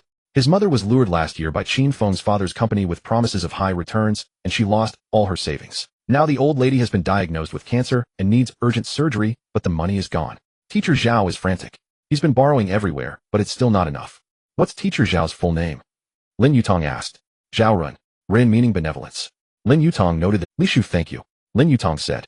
With this lead we can find more victims and gather more evidence. Don't mention it, brother. Chen Lishu said, a hint of embarrassment in his voice. Gotta go. The rich woman is coming out. Lin Yutang was startled. You're still with the rich woman? Yeah. Chen Lishu said matter-of-factly. Gotta go. To extract more intel, I have to keep the rich woman company tonight. Lin Yutang. He recalled the rich woman's appearance, her plump figure, heavy makeup, and that comment about being good value for money. Brother, you're making a sacrifice. Lin Yutang said sincerely. No sacrifice. Pumping rich women for intel is my specialty. Chen Lishu paused. Besides, I'm serving the people. Lin Yutang. After hanging up the phone, Lin Yutang was momentarily stunned. How long exactly is long? What do we do next? Asked Wang Yipeng. He'll go see Teacher Zhao tomorrow, Lin Yutang replied. Lin Yutang continued, they'll convince him to stand up and testify against Qin Feng's father. As long as one victim steps forward, there will be a second, a third. He'll go with you, Wang Yipeng said. Incoming 2, Yang Zihui chimed in. Lin Yutang looked at his roommates, a warmth surging in his heart. All right, we'll go together. The night grew deep and the dormitory gradually quieted. Lin Yutang lay in bed staring at the ceiling, replaying the day's events like a film in his mind. Li Yusin's issue was resolved, the money was transferred, the task was completed, and the financial investment skill was acquired. Wang Chang still refused to give up on Zhang Yuding's side. That needed to be dealt with quickly. There was a breakthrough in the Qin family matter, and Chun Lishu's undercover work was proving fruitful, though the sacrifice was considerable. And then there was Chun Yue, the girl who always silently cared for him. Lost in thought, Lin Yutang drifted into a deep sleep. The next morning, as sunlight streamed into dormitory 513, Lin Yutang was already awake. Lying in bed, his phone vibrated. It was a message from Li Yusin. Lin Yutang, my mother's surgery is scheduled for next Wednesday. Once my mother is discharged, I'd like to treat you to a meal, is that okay? Lin Yutang replied, sure, but first take good care of your mother. Is the money enough? Let me know if you need more. It's enough, it's enough. The doctor said the surgery fee plus follow-up treatment should be just about 150000. Thank you really. Just as he put down his phone, another message popped up, this time from Zhang Yuding. Lin Yutang, Wang Chong messaged me again this morning saying last night's matter isn't over. I'm a bit scared. Can you keep me company? I have no classes this afternoon. Lin Yutang frowned. This Wang Chong was really persistent, like a fly that wouldn't leave. He replied, don't be afraid, he won't dare do anything. Meet me at 2 p.m. in the cafe on the first floor of the school library. He'll help you solve this problem for good. Okay, thank you. Just as he put the phone down, a message from Chun Yue arrived. Yutang, good morning. Any plans for today? I want to go see my mom, would you like to come along? Lin Yutang looked at the 3 messages from 3 different girls, a strange feeling. He felt like he had truly become a master of time management. He replied to Chun Yue, I have some things to do in the morning, and I need to meet a friend in the afternoon. He'll go to the hospital with you to see your aunt in the evening, if I'm free, okay? Okay, take care of your business then. Talk to you tonight. Putting down his phone, Lin Yutang sat up in bed. Across from him, Wang Yipeng was still snoring. Yang Zihui was on his phone with earphones on, and Chun Lishu's bed was empty. He probably hadn't come back last night. Pong Pong, wake up. Lin Yutang tapped the railing of Wang Yipeng's bed. Wang Yipeng groggily opened his eyes. What time is it? 7:30. Get up, wash up, have breakfast, and then we'll go find Teacher Zhao. Alright, we have big things to do today. Wang Yipeng shot up with a jolt, nearly falling off the bed. Yang Zihui took off his earphones. I checked the schedule. Teacher Zhao has class this morning. We can talk to him after it's over. Good. The 3 of them washed up, ate a quick breakfast, and arrived at the Foreign Languages College building. At 10 a.m., the bell for the end of class rang. Students filed out of the classrooms one after another. Lin Yutang stood in the hallway and saw a middle-aged man in his 50s holding a lesson plan walk out of a classroom. He wore glasses and looked somewhat haggard. It was Teacher Zhao Ren. Teacher Zhao. Lin Yutang stepped forward. Zhao Ren looked up, his eyes tired. Student, is there something you need? Teacher Zhao, can we find a place to talk? Lin Yutang lowered his voice. About your mother being scammed. Zhao Ren's eyebrows shot up, and he looked at Lin Yutang warily. Who are you? I'm a student from the computer science department. Lin Yutang. Lin Yutang said, I know someone tricked your mother out of her 500 yuan retirement savings, and now she urgently needs money for medical treatment. I want to help you. Zhao Ren's expression shifted from wariness to surprise, then to suspicion. How can a student like you help me? And how do you know all this? Who told you? That's not important, Lin Yutang said. What matters is that I can help you get that money back and make the people who deceived your mother face justice. Zhao Ren stared at Lin Yutang for a few seconds before finally saying, let's talk in my office. The office was very small, piled high with books and exam papers. Zhao Ren poured water for the 3 of them and closed the door. All right, tell me, what exactly do you want to do? Zhao Ren got straight to the point, his eyes scrutinizing them. Lin Yutang didn't beat around the bush either. Teacher Zhao, you know Qin Feng, right? Qin Feng's father, Qin Dahai, is the one who swindled your mother's money. Zhao Ren's hands trembled slightly, the water in his cup almost spilling. I know. But Qin Dahai has a lot of influence. I called the police, I hired a lawyer, but it was all useless. The evidence was insufficient. We couldn't get the money back. What if I have evidence? Lin Yutang said. You're not the only victim. There are many others. If everyone bands together and steps forward to testify, Qin Dahai won't be able to escape. Zhao Ren gave a bitter smile, his smile full of helplessness. Young man, you're thinking too simply. I've contacted those victims too, but no one dares to come forward. Qin Dahai made it known that anyone who dares to sue him will I have a fellow villager, also a victim. He went to report it and ended up beaten. He's still in the hospital. That's because everyone was acting alone and weak. Lin Yutang said earnestly, his gaze firm, but what if someone takes the lead, provides financial support, and guarantees everyone's safety? You. Zhao Ren looked Lin Yutang up and down, suspicion in his eyes. A student like you, what can you do? I can do a lot. Lin Yutang said. Teacher Zhao, I can lend you 200 yuan first, so your mother can have the surgery as soon as possible. The condition is that you come forward and testify against Qin Dahai. Zhao Ren was stunned. Wang Yipeng and Yang Zihui were stunned too. The office was silent for 3 seconds. You. Zhao Ren couldn't believe his ears. What did you say? I said I'll lend you 200 yuan first, Lin Yutang repeated. Your mother needs the money for surgery, right? I can cover it up front. Zhao Ren stared at him for a long time, his expression complex. Student Lin, he began slowly, do you know how much 200 yuan is? How can a student like you have so much money? That's not important, Lin Yutang said. I can transfer the money right now. Give me your account number. Zhao Ren hesitated for a moment, then half-believingly recited his bank card number. Lin Yutang took out his phone and tapped the screen a few times. The notification sound of a successful transfer chimed. Zhao looked down at his phone, saw the string of numbers, and his pupils contracted. 200 yuan had really arrived. Zhao looked up, his gaze towards Lin Yutang completely changed. From suspicion to shock, from shock to gratitude, from gratitude to... He stood up and bowed deeply. Student Lin, thank you. No, teacher Zhao, please don't do that. Lin Yutang quickly supported him. You're the teacher and the student. Doing this will shorten my life. Zhao straightened up, his eyes redrimmed. You don't know, my mother hasn't been able to eat or sleep these past few days. She talks about that money every day.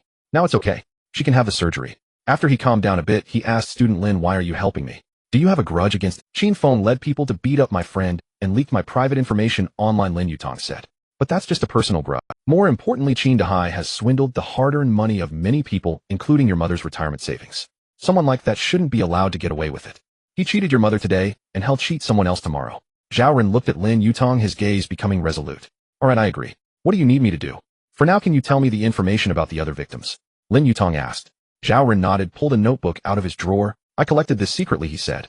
There are 12 victims in total, all middle-aged and elderly. The amounts they were cheated out of range from 100 to 1 million.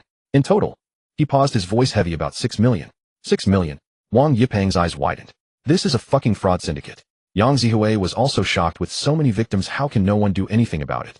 No one can do anything. Zhao Ren sighed, his voice full of helplessness. Qin Dahai has connections locally.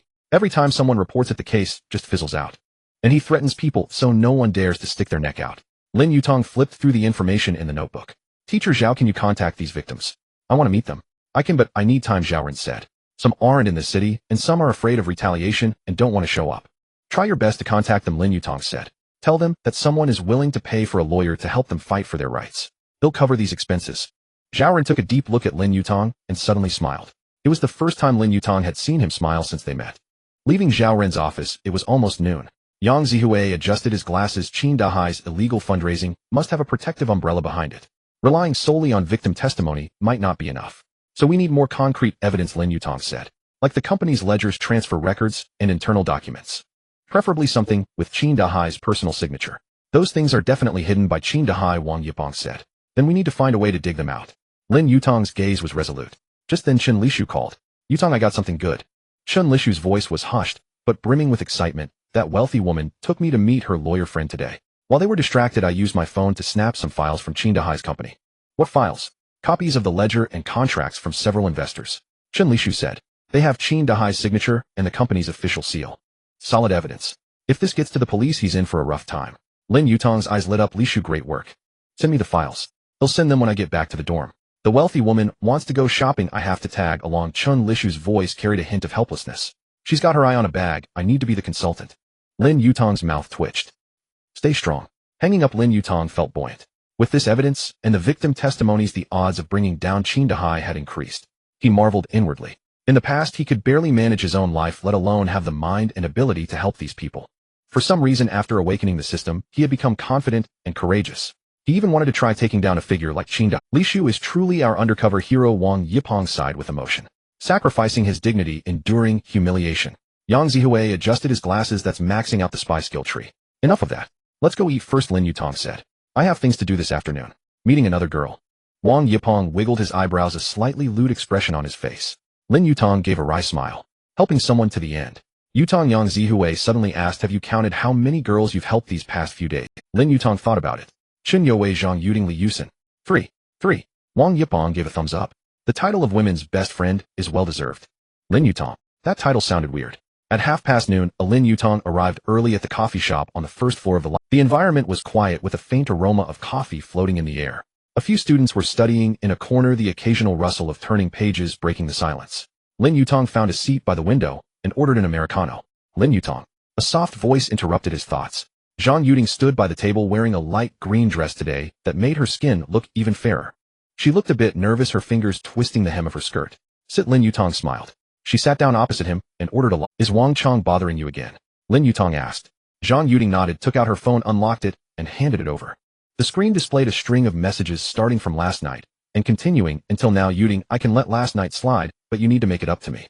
Come to night bar tonight, have a few more drinks with Boss Lu, and we'll call it even. Otherwise your pictures will be all over the internet soon. Think it over. My patience is limited. Attached was a photo of Zhang Yuding from a previous modeling shoot wearing revealing clothes in an ambiguous pose. Lin Yutang finished reading, his gaze turning cold. This scumbag wouldn't cry until he saw the coffin. How did you reply? I didn't, Zhang Yuding said. You told me to ignore him, right? Good call, Lin Yutang said. The more you engage with his type, the worse they get. If a dog bites you, you can't bite it back, but you can put it down. Zhang Yuding was stunned for a moment, then couldn't help but laugh. Lin Yutang continued reading the messages, noticing one in particular. Wang Chong said, "Head, post your pictures online for everyone to see." What pictures? It's some modeling photos I took before. Some are a bit. Zhang Yuding blushed, her voice trailing off. At the time he said they were artistic photos for job hunting, so I agreed. Looking back, it might have been a trap. Lin Yutang frowned deeply. If Wang Chong really had compromising photos of Zhang Yuding, it was indeed a problem. If the photos leaked, the damage to Zhang Yuding would be devastating. Not just to her reputation, but it could also affect her studies and future dance career. Are the photos with him? Probably. The originals should be on his office computer. Lin Yutang pondered for a moment. Do you know his company address? Yes. In the Art Creative Industry Park, 3rd floor. I've been there a few times. Good. Lin Yutang had a plan. Leave this to me. He'll make sure he deletes those photos completely. How will you do it? Zhang Yuding's eyes were filled with worry. Wang Chong is very cunning, don't take risks. He knows a lot of Don't worry, I have a way, Lin Yutang said confidently, patting her hand. It wasn't bragging. With his combat mastery skill, dealing with a guy like Wang Chong was manageable. As a last resort, he could always ask the system for help. System, don't me, I'm just a tool. Lin Yutang, aren't you my dad? System. Fine, go on. By the way, Zhang Yuding suddenly said, her worried expression replaced by a hint of anticipation. There's a city dance competition next month. I signed up. A competition? Lin Yutang's eyes lit up with interest. What kind? Do you need help? Like with costumes or training? No need, Zhang Yuding smiled, a new confidence in her smile. I've prepared everything myself. But, she hesitated, blushing again. If you have time, could you come watch me compete? I just want someone in the audience. Lin Yutang laughed. Of course. Send me the time and place, will be there. They'll bring you flowers and hold up a sign that says. Zhang Yuding was amused by his joke, her face turning even redder. Okay. They chatted for a while longer, mostly about the dance When she talked about dancing, Zhang Yuding transformed entirely. There was light in her eyes, a smile on her face, and passion in her voice. She spoke of her training experiences, the moments of falling and getting back up, and the feeling of being on stage. Lin Yutang listened quietly, marveling inside this was who she was meant to be, radiant and confident. Not the trembling girl threatened by someone like Wang Chong. At 3 in the afternoon, Zhang Yuding had to go to rehearsal. They said goodbye at the coffee shop in trance. Watching her leave, Lin Yutang turned and headed towards the Art Creative Industry Park. Someone like Wang Chong needed to be dealt with completely, or he would cause endless trouble. Like a malignant tumor, it would spread if not cut out. The Art Creative Industry Park wasn't far from the school, a 20-minute walk. It was a building converted from an old factory, its exterior covered in ivy-red brick walls adorned with various graffiti, giving it a strong artistic vibe. Several sculptures stood at the entrance looking like abstract art pieces. Lin Yutang couldn't make sense of them anyway. Following the address Zhang Yuding gave him, he found a cultural media company on the 3rd floor. The company had a modest storefront. Through the glass door, he could see a few workstations inside, but only Wang Chong was there, sitting in front of a computer staring at the screen. Lin Yutang pushed the door open. Wang Chong looked up, his face changing when he saw Lin Yutang. You. What are you doing here? Here for a talk. Lin Yutang locked the door behind him. What do you want? Wang Chong stood up, flustered. I'm warning you, this is a company, there are cameras. Cameras? Lin Yutang laughed. Are you sure they're working? Wang Chong froze, looking at the camera in the corner. Its indicator light. He was stunned. You. Relax. Lin Yutang pulled up a chair and sat down, crossing his legs. I'm just here to talk about Zhang Yuding. Wang Chong's face darkened. That bitch. I'm telling you, this isn't over. She signed a contract, she has to listen to me. Wasn't the contract torn up? Lin Yutang said. Torn up the original, but there are copies. Wang Chong said. It's in black and white, she can't weasel out of it. And her photos? Wang Chong sneered. Quite a few pretty sexy ones. What do you think would happen if I posted them online with a title like College Girl Sells Her Body for Money? Lin Yutang's gaze turned icy. Are you threatening me? What if I am? Wang Chong was emboldened, a smug smile on his face. Kid, don't think having some money makes you special. In this circle I call the shots. If Zhang Yuding won't cooperate, it'll ruin her. Lin Yutang smiled back, a brilliant smile. Let's see you try. Lin Yutang struck with such speed that Wang Chong had no time to react. 1 punch, 2 punches. He lost count of how many he threw, but seeing Wang Chong's face swollen like a pig's head gave him a profound. With a final chop to the side of Wang Chong's neck, the man let out a muffled groan, slumped in his chair, and fell unconscious. Lin Yutang began to search him. He took the phone, took the USB drive. The wallet. He left it unimpressed. Unlocking Wang Chong's phone with his fingerprint, he mused that this feature was one of humanity's greatest inventions, saving him the trouble of forcing out the password. Scrolling through the gallery, he found several photos of Zhang Yuding, some indeed quite revealing. There were also over a dozen folders, each labeled with a different girl's name. Lin Yutang counted. At least 20. What a scumbag, how many girls had he ruined? He then opened the computer and found the folder where the photos were stored. Good heavens, a full 50 gigabytes. Without a moment's hesitation, he selected all the folders and pressed delete. The progress bar crept forward 10, 30, 50, 80, 100. Deletion successful. He emptied the recycle bin. The backup on the USB drive. Deleted too. Satisfied with his work, Lin Yutang clapped his hands, then patted Wang Chang's face to wake him. Wang Chang groggily opened his eyes. Seeing Lin Yutang's harmless smile, he snapped awake. You? What did you do to awake? Lin Yutang asked. Wang Chang trembled all over, nodding stiffly.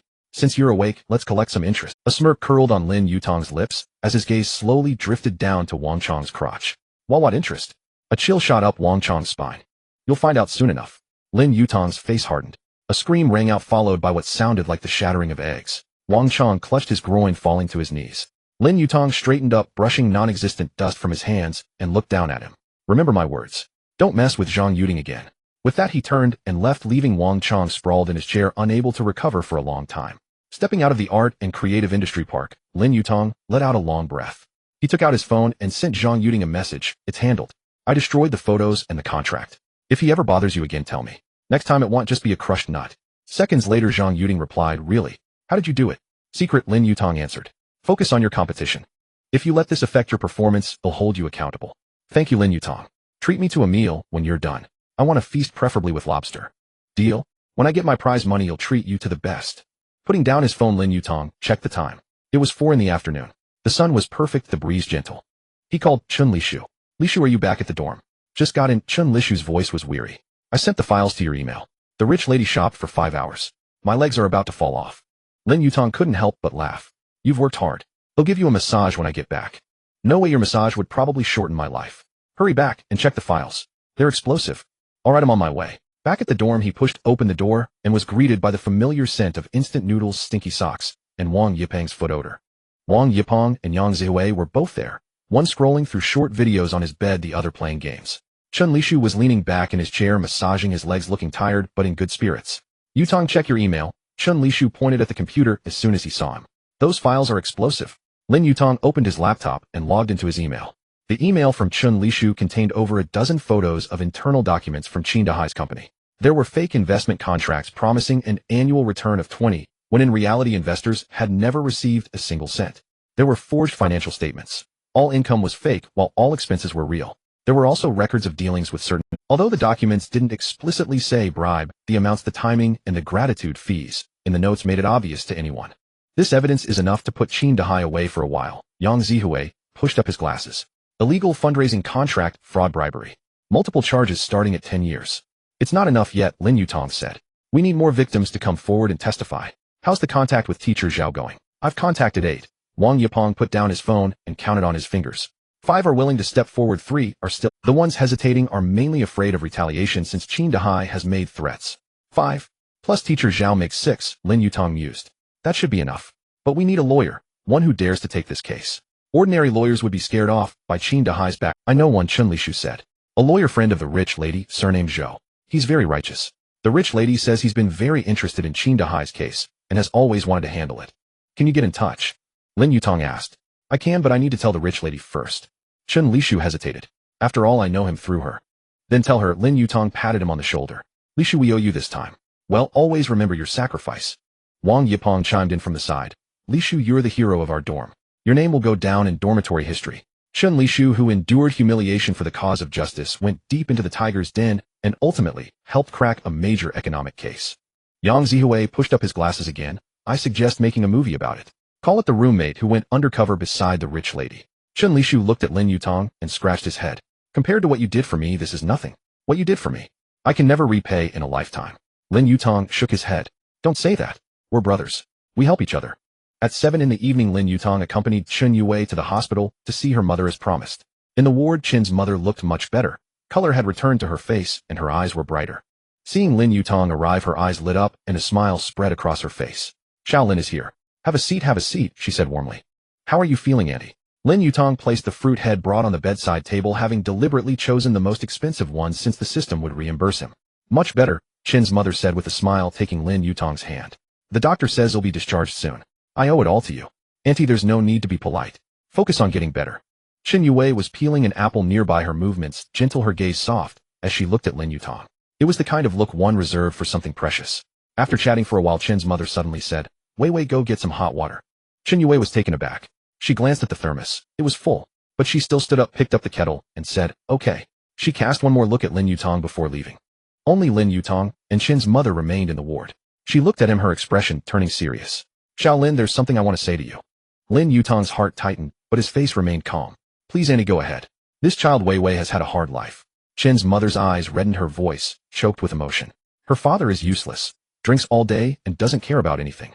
And with me being sick, she's been carrying everything on her own all these years. Studying, working part-time, and taking care of me.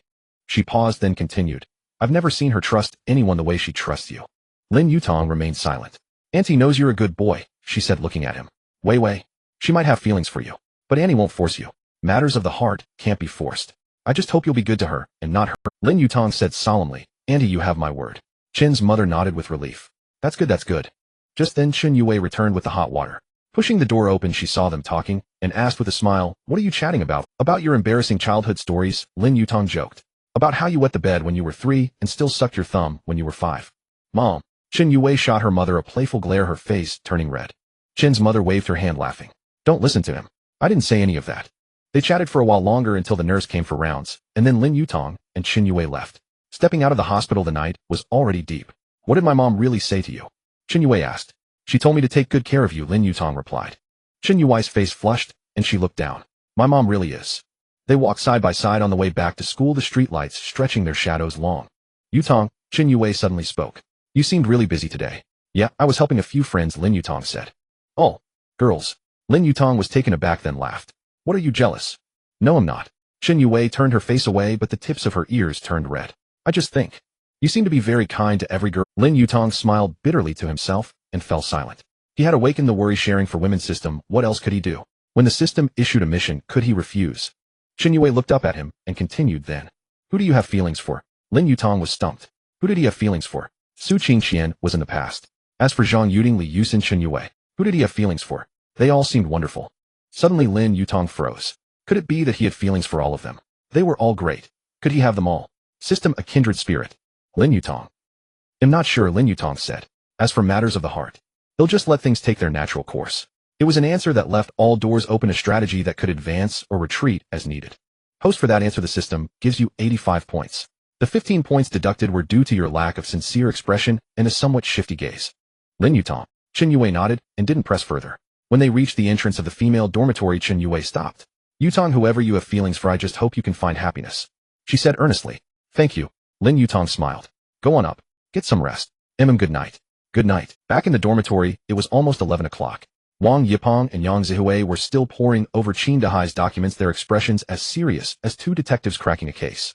Chen Lishu was already asleep. Being a companion to a wealthy woman was a demanding job, one that could exhaust a burly man of 1.80 m like a dead dog. Yutang Lishu said he got in touch with lawyer Zhou. Wang Yipeng said in a low voice. He's free tomorrow. We can meet to talk. Good, Lin Yutang nodded. Where are we meeting? At his law firm tomorrow at 3 p.m. All right. Lin Yutang washed up and got into bed, his mind churning over Qin Dahai's case. He thought of the elderly who had been swindled, of Qin Feng's arrogant demeanor, of the tens of millions in illicit funds. This time he would make the Qin family pay. Suddenly a crisp ding sounded in his mind. New target detected, Zhou Wenjing, Lin Yutang. System, don't you sleep at this hour. System 247 online service all year round. Lin Yutang, you win. Target information: third-year student at Zhanghai University Law School, volunteer at the Legal Aid Center, height 165 centimeters, weight 52 kilograms. Measurements. The system deliberately paused again, not reporting the measurements. But Lin Yutang knew the system's tricks well. He didn't rush or ask, just waited silently. The system finally got anxious. Host, won't you ask about Zhou Wenjing's measurements? Lin Yutang, would you tell me? No. Then I'll find out for myself, won't I? Very well, the host wins. Target's current trouble: she is helping a woman who has suffered domestic violence seek legal recourse, but the woman's husband has connections. The case is difficult to advance, and she is under threat. Threat level severe. Urgency critical. Bind. Lin Yutang was stunned. Zhou Wenjing. The Legal Aid Center. He suddenly remembered seeing this senior student on campus before. She was always carrying a stack of law books, walking briskly, her ponytail swinging back and forth. She looked like a formidable scholarly goddess. Most importantly, she was very beautiful. The girls the system bound were all very beautiful. Thank you for the compliment, host. The system's aesthetic is definitely top-notch, no arguments accepted. System, bind Zhou Wenjing. Binding successful. Target Zhou Wenjing. Current task: lighten Zhou Wenjing's burden. Task: reward 1 million yuan. 1 random skill task. Hint: the target will be receiving a client at the Legal Aid Center tomorrow afternoon, but the woman's husband may send people to harass her.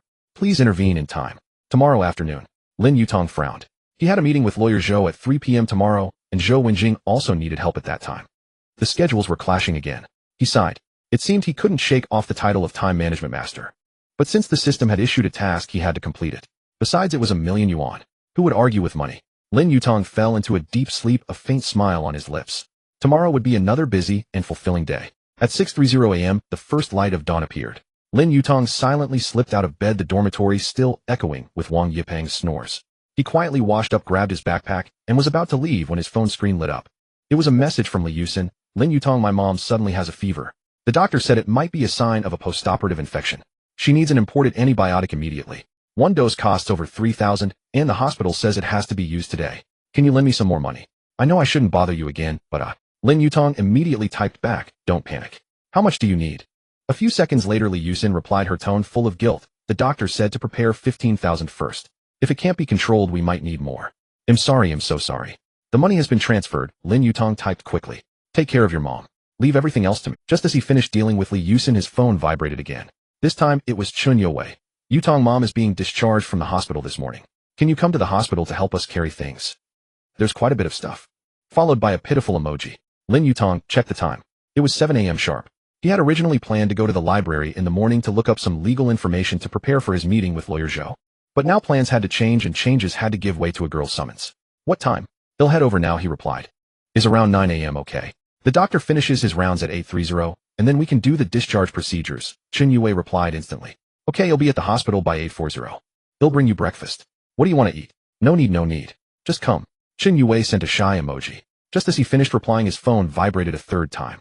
This time, it was Zhang Yuding. Lin Yutang, I got the notification from the competition committee. The competition is next Wednesday, and I am a bit nervous. Do you have some free time this afternoon? I'd like you to watch my rehearsal. Lin Yutang rubbed his temples, his finger hovering over the screen for a few seconds. He had to be at the Legal Aid Center at 2 p.m. and meet lawyer Zhou at 3 p.m. Zhang Yuding's rehearsal. I have some things to do in the afternoon. Is 7 p.m. okay? 7:30 p.m. at the dance studio okay? Okay, I'll be there. They'll bring you a milk tea, less ice, less sugar, right? Zhang Yuding was stunned for a moment, then sent a shocked emoji. How did you know I like less ice and less sugar? Lin Yutang, the system told me. He replied, I guessed. You mentioned it in a post on your moments before. Zhang Yuding sent an emoji crying with joy. You remember what I said in my moments? Lin Yutang, actually I don't remember, but the system does. He replied, I have a pretty good memory. Host is shameless. Putting down his phone, Lin Yutang took a deep breath. He was barely managing with 3 girls now. In the future, the system would bind more. Host, you can do it. Strive to become an excellent time management master as soon as possible. The system believes in you, Lin Yutang. Just as he was about to leave, there was a stir from Chun Lishu's bed. He was awake with dark circles under his eyes so heavy he looked like a drained panda. Lishu, you don't look well, Lin Yutang said softly, handing him a bottle of water. Chun Lishu sat up, took the water, and gulped it down. He smiled bitterly and rubbed his temples. I had to entertain some wealthy women last night. Her friends. Sigh, it's a long story. What? Did they force you to drink? Forcing drinks wasn't the problem. It was the topics they discussed. Too stimulating. Chun Lishu rubbed his face. Stuff like my husband is getting worse. I found a really hot younger guy. Which hospital is best for breast augmentation? I want to go up to any cup. I was the only young guy there listening to all that. My face was red and my heart was pounding. Lin Yutang couldn't help but laugh. You've worked hard. But there's some important news. Chun Lishu lowered his voice, his expression turning serious. Qin Dahai seems to have sensed something. He's moving his assets. I overheard the wealthy woman on the phone with her lawyer friend. She said Qin Dahai might try to flee within this week. Flee? Lin Yutang's gaze sharpened. Do you know the exact time? Not sure, but it should be soon, Chun Lishu said. Lin Yutang's mind raced. If Qin Dahai was going to run, it meant their plan. They had originally planned to gather evidence slowly, but that was no longer an option. Lishu, you've worked hard. When this is over, he'll treat you to a trip to a foot massage parlor to relax. Chun Lishu's eyes lit up. The legitimate kind. Of course, the legitimate kind. Then forget it. Chun Lishu's eyes dimmed instantly. Lin Yutang. Host, you know nothing about your brother's preferences. Leaving the dormitory, Lin Yutang quickly walked towards the school gate. As he walked, he called Teacher Zhao Ren. Teacher Zhao, the situation has changed. Qin Dahai might try to flee within this week. We have to act immediately. On the other end of the line, Zhao Ren's voice was tense. So soon? I haven't managed to contact all the other victims yet. Contact as many as you can. Lin Yutang said decisively. We're meeting at lawyer Zhou's office at 3 p.m. this afternoon. Bring all the victims you can reach. Well, file a report on the spot and submit the evidence. This? Won't it be too rushed? There's no time. If we let Qin Dahai escape, everyone's money will be lost for good. Zhao Ren was silent for a few seconds before making up his mind. Alright, I'll do my best. Hanging up, Lin Yutang hailed a taxi and headed straight for the hospital. In the car, he opened his email and carefully reviewed the files Chun Lishu had sent him.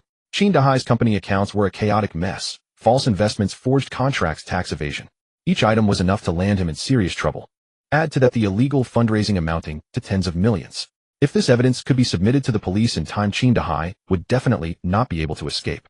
The problem was that Qin Dahai had been operating in this city for many years and surely had a protective umbrella. If someone within the police force tipped him off. Lin Yutang's brows were tightly furrowed. The situation was very tricky. At 8:40 in the morning at the hospital, when Lin Yutang arrived, Chen Yue was at the nurse station handling discharge procedures. Her eyes lit up when she saw him. Yutang, you're here.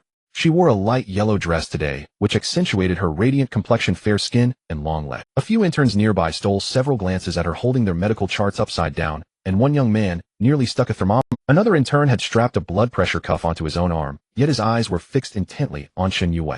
Lin Yutang thought, what do you mean, my woman? We're not there yet, alright. Let me help you. Lin Yutang took the stack of documents from her hands. Walking side by side toward the ward, Chen Yue said softly, the doctor said my mother is recovering well. From now on she just needs to take her medicine on time and have regular checkups. Really? Thanks to you. Don't say that, Lin Yutang smiled. Auntie is blessed. Besides, you've been the one working the hardest. Look at you these days, attending classes during the day and staying by her side at night. You're almost turning into a panda. But even panda eyes look good on you. Chen Yui's face flushed slightly, and she lowered her head without a word. In the ward, Chen's mother had already changed clothes and was sitting on the edge of the bed waiting. Seeing Lin Yutang, she beamed with joy. Xiaolin, you're here again. Sorry for the trouble. No trouble at all. Lin Yutang helped her pack her luggage. Auntie, after discharge you need to rest and take your medicine on time. If you need anything, just let me know. Good. Chen's mother took Lin Yutang's hand, her gaze resembling that of a mother sizing up a future son-in-law. Xiaolin, I have something to say. Mom. Chen Yui's face reddened as she quickly interrupted. Let's pack up first. Lin Yutang smiled and said nothing. He knew what Chen's mother wanted to say. It was nothing more than the usual questions. Are you interested in our Wei? What do you think of her? Why don't you two give it a try? After handling all the procedures, Lin Yutang called a car to take Chen's mother home. Chen Yui's home was in an old residential complex in the city's ancient quarter, small but kept very clean. Lin Yutang helped carry the luggage upstairs and stayed for a while. Xiaolin, stay for lunch, Chen's mother said warmly. They'll make you some of my signature dishes: braised pork, sweet and sour spare ribs, steamed fish, all Wei's favorites. Lin Yutang glanced at the time. It was already 10:30. He had to be at the legal aid center by 1 p.m. Oh, and time was tight. Auntie, I have something to do this afternoon, so I need to head back to school early, he said apologetically. Next time I'll definitely try your cooking. Chen's mother looked a bit disappointed, but didn't insist. Then you must come next time. They'll prepare a whole table for you. Absolutely. Leaving Chen Yui's home, Lin Yutang hurried back to school. On the way, he called Wang Yipeng. Fatty, how's it going? How many victims have you contacted? Counting teacher Zhao, 7 in total, Wang Yipeng said. They've all agreed to come to the law office this afternoon. Yutang, these people were swindled out of over 3 million yuan in total. They're all frantic. Good, Lin Yutang nodded. See you at the law office at 3 p.m. Have Yang Zihue organize all the evidence and print it out. The more the better. Got it. At 12:30 p.m. in the cafeteria. Lin Yutang was hastily wolfing down his food when someone sat down across from him. Lin Yutang. He looked up to see a girl in a white shirt and black-rimmed glasses. She had a great figure, the white shirt straining at the buttons as if they might pop off at any moment. Lin Yutang glanced and quickly looked away, though he wanted to look again. She seemed gentle and quiet, holding several thick law books in her arms, a clear sign of a top student. You are Zhou Wenjing, the girl said, pushing up her glasses with a scholarly air. From the legal aid center. I heard you're coming this afternoon. Lin Yutang was taken aback. How did you know? Teacher Zhao told me, Zhou Wenjing said.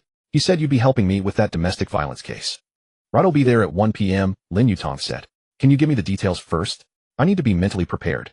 Zhou Wenjing's expression turned serious. The victim is Wang Xiaomei, 38 years old, who sells vegetables at the market. Her husband Zhang Jian is a local contractor with some connections. They've been married for 10 years, and he's been abusing her for 8. She pulled out a few photos from her folder and slid them across to Lin Yutang. The photos showed a woman covered in bruises and wounds on her face and arms. In the worst one, her eye was so swollen it was almost shut. Lin Yutang clenched his fists. Has she called the police? He asked. 3 times, Zhou Wenjing said with a bitter smile full of helplessness. Every time the police came, Zhang Jian would just say it was a marital quarrel and brush it off. Once when Wang Xiaomei was seriously injured, the police station filed a case, but the next day Zhang Jian used his connections to get it suppressed. Do you know what he said? What? He said, beating my own wife is natural and justified. The police can't touch it. Who are you to meddle in my family? Lin Yutang's gaze turned colder. Where is she now? In a temporary place I rented for her, Zhou Wenjing said. She's too afraid to go home, scared she'll be beaten to death. But her husband came to our legal aid center yesterday and threatened us, saying if we didn't hand Wang Xiaomei overhead, make us regret. He dared to threaten you? Not just threats, he got physical. Zhou Wenjing pulled down her shirt collar, revealing a bruise on her collarbone. Lin Yutang's gaze instinctively followed, then froze. It wasn't the bruise that stunned him, but what was faintly visible beneath the shirt collar. He quickly looked away. Zhou Wenjing continued. Yesterday afternoon, he brought a few men to the center to cause trouble. In the scuffle, I hit the table. Lin Yutang stared at the bruise, anger surging in his chest. Wang Xiaomei is coming to the center this afternoon to give a statement and complete the evidence, Zhou Wenjing said worriedly. I'm afraid Zhang Jian will come to cause more trouble. I can't handle it alone. Don't worry, Lin Yutang said. He'll be with you this afternoon. If he dares to show up, he'll make sure he regrets it. Zhou Wenjing looked at Lin Yutang, gratitude shining in her eyes. Thank you, Lin Yutang. Teacher Zhao was right. You're a good person. Lin Yutang smiled. At 1 p.m., at the Legal Aid Center. The center was in an old building near the west gate, its outer walls covered in ivy, giving it a somewhat artistic, yet aged appearance. It wasn't large, but it was tidy with filing cabinets neatly arranged. When Lin Yutang followed Zhou Wenjing into the reception room, a small, thin, middle-aged woman was curled up in a chair, her eyes filled with terror. Sister Wang, don't be afraid, Zhou Wenjing said gently. This is my classmate Lin Yutang. He's here to help us. Wang Xiaomei looked up, forced a faint smile at Lin Yutang, but it was more painful than a cry. There was still a fading bruise at the corner of her left eye. Her wrist was wrapped in bandages, and she looked like little more than skin and bones. Thank you, classmate Lin, she said in a tiny voice thick with a nasal tone. I really have no way out. If he finds me, he'll beat me to death. He won't find you here, Lin Yutang said gently. Senior Zhou helped you rent a safe place and will protect you. But he came to the center yesterday. Wang Ziyumi's voice trembled. He said, if I don't go back, he'll smash my parents' stall. They're both over 60, they can't take it. Zhou Wenjing took her hand. Sister Wang, domestic violence is a crime. We can't give in out of fear. This time we've gathered enough evidence to make sure he's punished.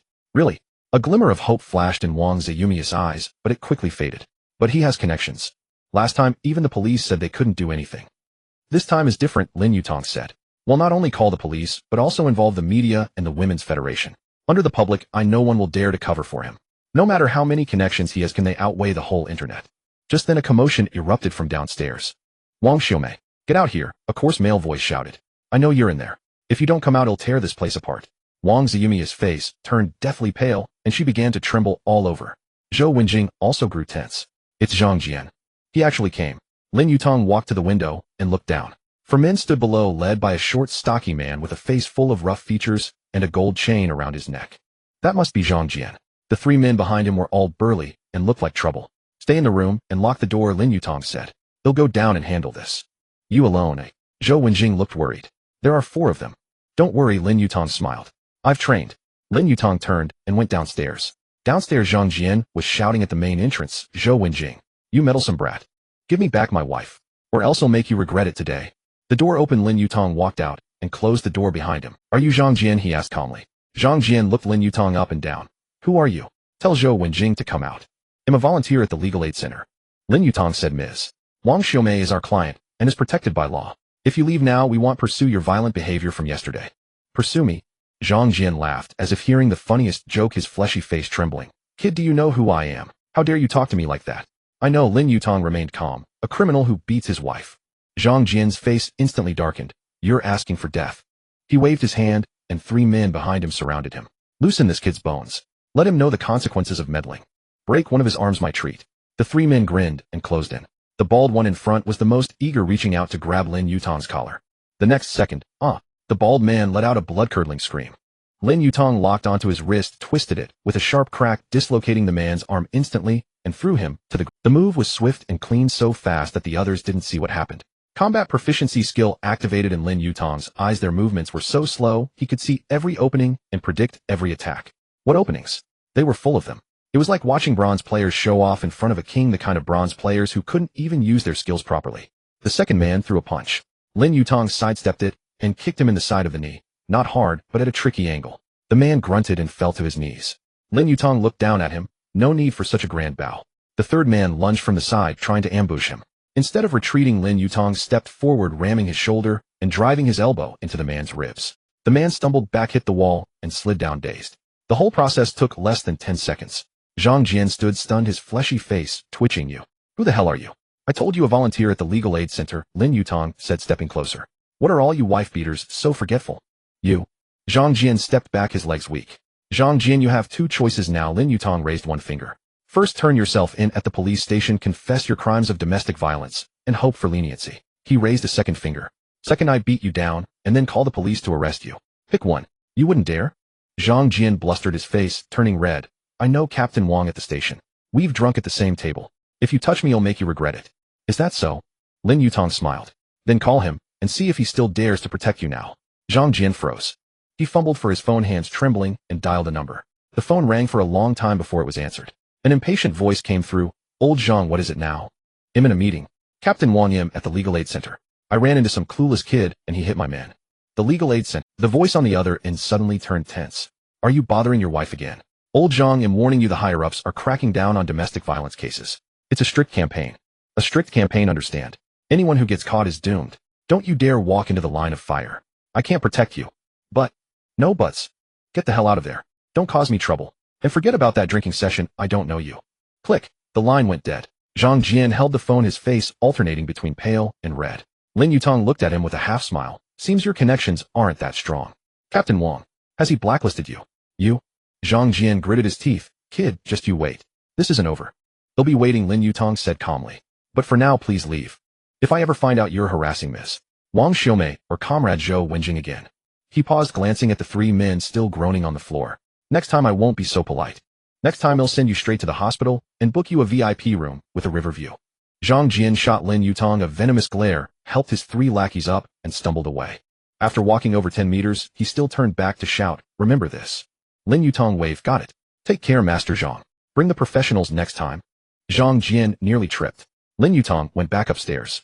Zhou Wenjing and Wang Xiaomei were anxiously waiting at the door. They're gone. Lin Yutang said. They shouldn't dare come back anytime soon. Wang Xiaomei suddenly burst into tears and knelt, trying to kowtow to Lin Yutang. Thank you. Thank you. You saved my life. Startled, Lin Yutang quickly caught her. Sister Wang, no. Please don't. I can't accept such a big gesture. I'll shorten my life. If you want to thank anyone, thank the legal aid, thanks socialist rule of law. Zhou Wenjing's eyes were also red, her voice choked. Lin Yutang, thank you so much. Without you, I don't know what would have happened today. Don't mention it, Lin Yutang said, checking the time. It was almost 2 o'clock. Let's hurry up and take the statement to solidify the evidence. Then I'll go with you to the police station to file the report. Okay. For the next hour, Zhou Wenjing meticulously and thoroughly helped Wang Xiaomei organize the evidence: hospital diagnosis certificates, photos of injuries, previous police report receipts, neighbor testimonies. All the materials were compiled and bound into a thick booklet. This evidence is enough to file a case, Zhou Wenjing said. As long as the police handle it according to the law, Zhang Jian can get at least a year. Wang Xiaomei clutched the evidence booklet tightly, as if holding a lifeline. When Lin Yutang, Zhou Wenjing, and Wang Xiaomei came out of the police station, it was almost 3 o'clock. He quickly bid them farewell and took a taxi to Attorney Zhou's firm. In the taxi, Lin Yutang closed his eyes to rest, replaying the fight in his mind. The combat proficiency skill, how satisfying. The system was indeed generous, giving money, skills, and everything so comprehensively. Suddenly remembering something, he silently asked in his mind system, how many people is this combat skill enough for? The system was silent for 2 seconds, then popped up a message: it depends on the situation. Generally, it's enough to handle over a dozen, or even 20 plus ordinary adult males. But please assess the risks carefully. If the situation looks bad, it's recommended to choose run first. Lin Yutang, run. Running fast is also a skill. Of the 36 stratagems, fleeing is best. Where there is life, there is hope. A gentleman can bide his time for 10 years to avenge a wrong. Survival is the key to output. Lin Yutang. The law firm was on the 18th floor of a high-end office building lavishly decorated. When Lin Yutang arrived, Wang Yipeng, Yang Zihui, and Chen Lishu were already there. Teacher Zhao Run was also waiting in the conference room with 6 victims. Yutang, you're finally here, Wang Yipeng greeted him. Attorney Zhou is waiting for us in his office. In the conference room sat 6 people, 4 women and 2 men, all middle-aged or elderly, their faces etched with anxiety and anger. When they saw Lin Yutang enter, everyone's eyes snapped to him. This is Comrade Lin, Zhao Ren introduced him. He's the one with... A gray-haired old lady stood up trembling. Comrade Lin, can you really get our money back? That's my husband's and my life savings. Auntie, I can't guarantee 100%. Lin Yutang said sincerely. But I promise I will do my utmost to make Qin Dahai face legal justice and help everyone recover their losses as much as possible. As long as that swindler goes to jail, whether I get the money back or not. He'll accept it, an elderly man said excitedly. He swindled the money meant for my son's medical treatment. My son is still lying in the hospital. Soft sobs filled the conference room. Lin Yutang looked at these elderly people who had been cheated out of their hard-earned savings, his heart heavy. Qin Dahai had done many evil deeds and must pay the price. Just then the office door opened. A man in his 40s dressed in a suit walked out.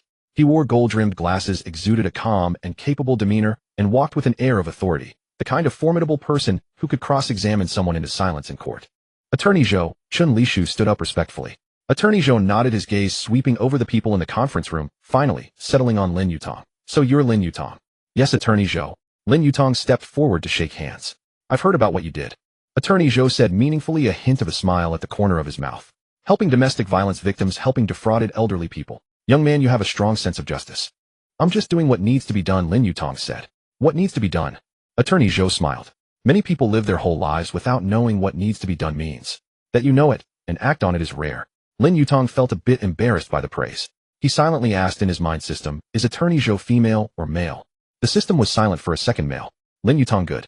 Otherwise I thought I was going to be bound again. System. Lawyer Zhou smiled. Come in and talk. Teacher Zhao, you too. The three entered the office. Lawyer Zhou's office was spacious with bookshelves crammed full of legal texts from floor to ceiling. Several calligraphy scrolls adorned the walls, one bearing the inscription, Justice may be late, but it will never be absent. Lin Yutang stared at it for 2 seconds, silently adding in his mind, but delayed justice can sometimes be more agonizing than a late food delivery. A late delivery can be met with a bad review and a refund, but delayed justice, you just have to wait longer. I've reviewed the materials Chun Lishu gave me. Lawyer Zhou got straight to the point, pushing up his gold-rimmed glasses.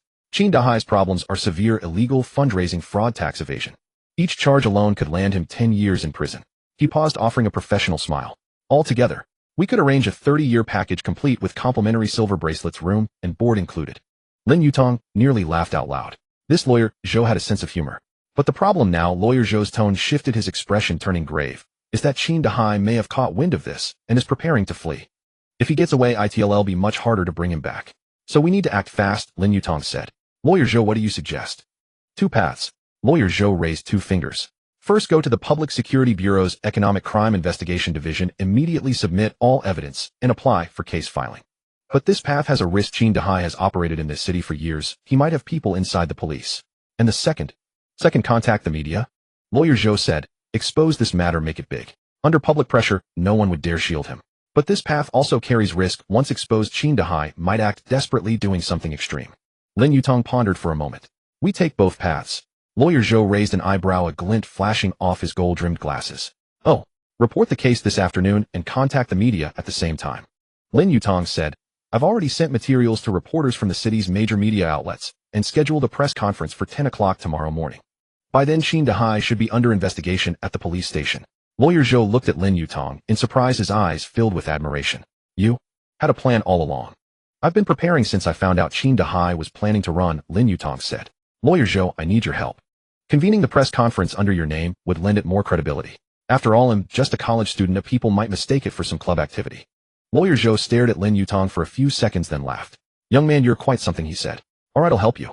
Over the next 2 hours, Lawyer Zhou, with his professional legal expertise, helped the victims perfect their case materials. As expected of a seasoned lawyer, every piece of evidence was meticulously labeled, every description was watertight.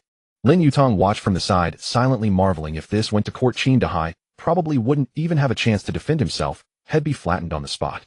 At 4 in the afternoon, the group headed to the Economic Crime Investigation Division of the Municipal Public Security Bureau. They were received by a deputy division chief named Li, a man in his 40s with a square face and sharp eyes, clearly a seasoned detective.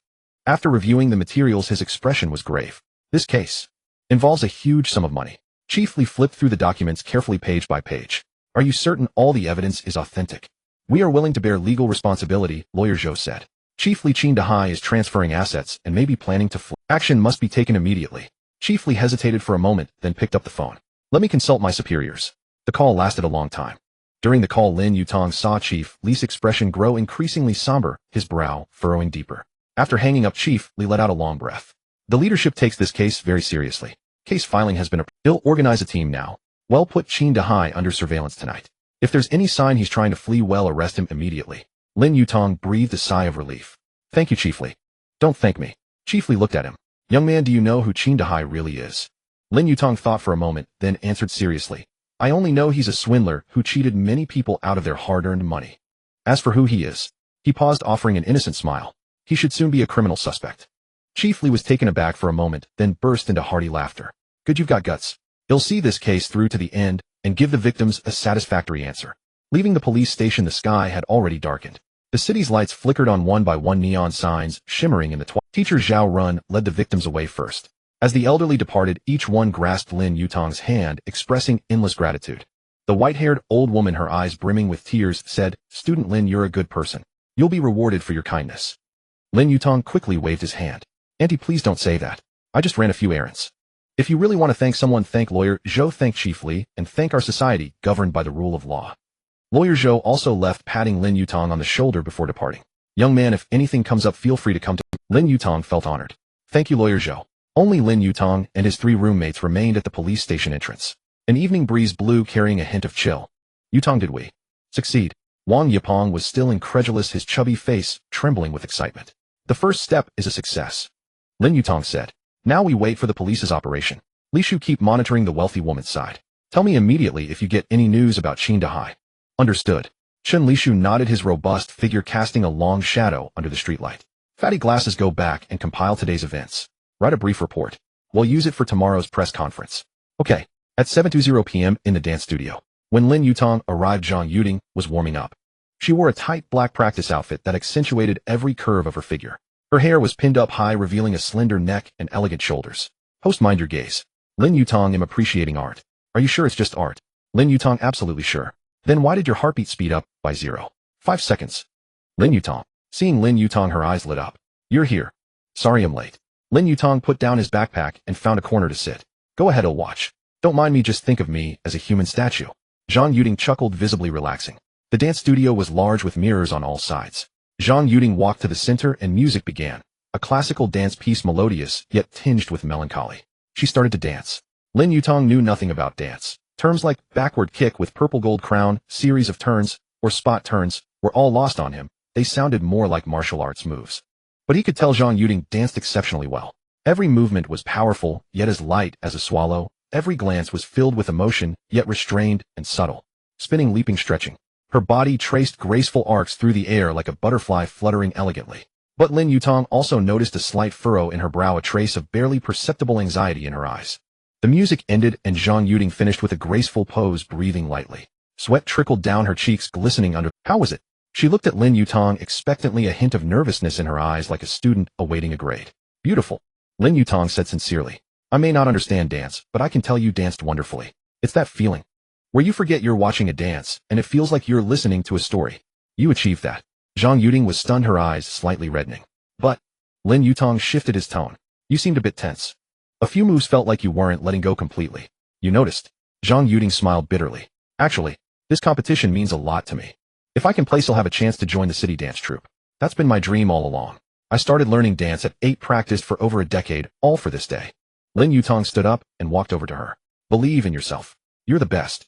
Zhang Yuding nodded, took a deep breath, and walked back to the center of the studio. The music started again. This time her movements were more fluid, her gaze more determined. The anxiety and unease seemed to dissolve with Lin Yutang's encouragement. Lin Yutang sat on the floor in the corner, watching quietly.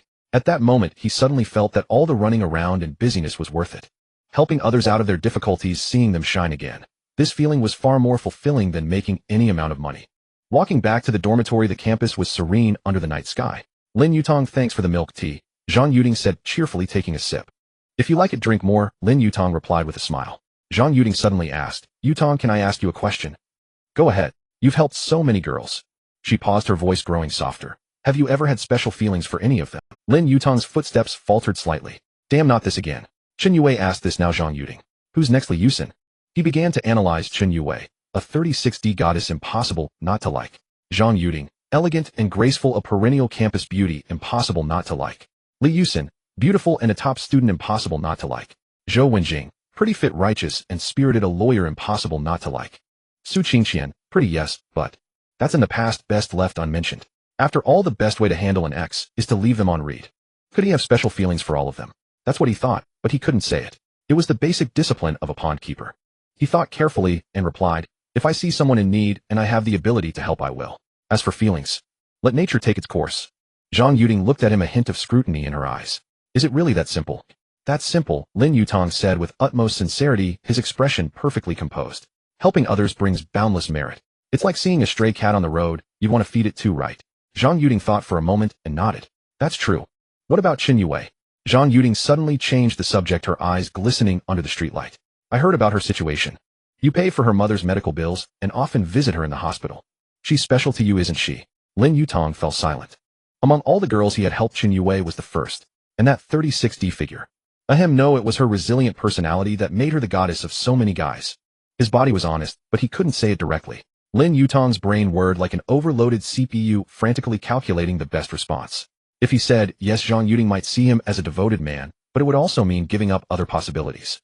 If he said no, she might think he was hypocritical, and his persona would crumble. Saying I don't know was the safest, offensive, and I'm still not sure how to define it. Lin Yutang finally said, his voice carrying a hint of well-timed confusion.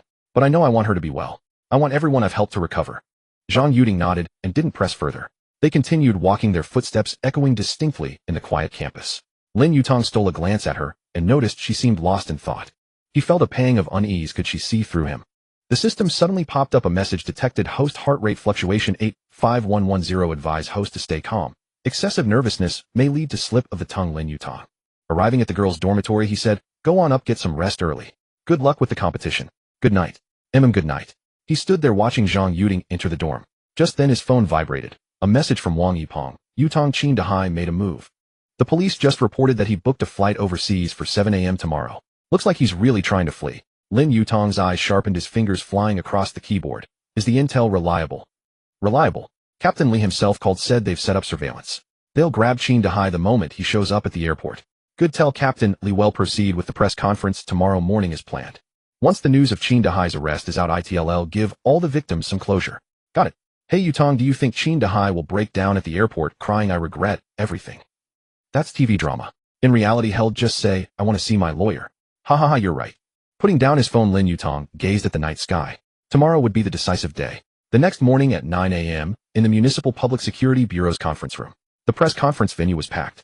Journalists from major local media outlets were present, their cameras and microphones aimed at the podium, flashes flickering incessantly. Lin Yutang, lawyer Zhou, and teacher Zhao Ren sat on the stage with 6 victim representatives in the front row. Lawyer Zhou checked his watch and whispered to Lin Yutang. No word from Captain Li yet. Qingdahai might have already reached the airport. Lin Yutang nodded calmly, though his palms were slightly sweaty. At 910, the conference room door opened.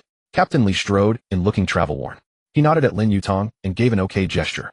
Caught. Lin Yutang's heart steadied, and he breathed a silent sigh of relief, signaling to Lawyer Zhou.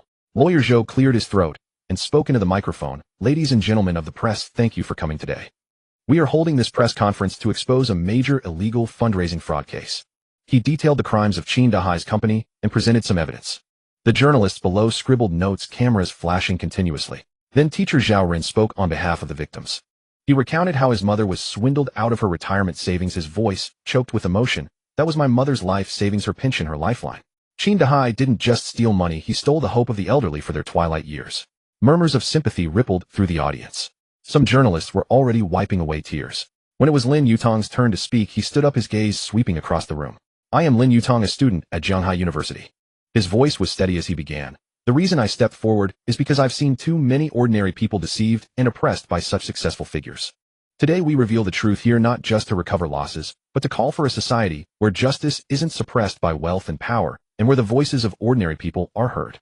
Applause erupted. Just then Captain Li stepped onto the stage and took the microphone. The entire room fell silent, all eyes fixed on him. On behalf of the Economic Crime Investigation Division of the Municipal Public Security Bureau, Captain Li announced in a booming, authoritative voice, I declare that at 7:20 this morning the suspect Qingdahai was successfully apprehended at the airport. He was about to board the plane. When he saw us, his face turned greener than his suitcase. Laughter rippled through the audience. The case is currently under further investigation. We will make every effort to recover the involved funds and minimize the victim. At the same time, we remind the public, invest cautiously. There's no such thing as a free lunch, but there might be a trap. The room buzzed, then erupted into thunderous applause. The elderly hugged each other, crying with joy. The white-haired old woman laughed and cried simultaneously. Caught. Finally caught. Heaven has eyes. The press conference was a resounding success. That afternoon, local headlines were dominated by news of Qingdahai's arrest. Massive fraud, Qingdahai embezzles tens of millions, finally arrested. Airport arrest scene, fraudster Qingdahai attempting to flee, taken down by police. Victims lament life savings stolen, justice finally served. Qingdahai's company was sealed and his assets frozen. The once arrogant rich, second-generation Qin Feng fell from grace overnight. At 3 p.m., the school forum exploded again. Confirmed. Qin Feng's father arrested for illegal fundraising, company sealed. From rich second-gen to son of a convict, where does Qin Feng go from here?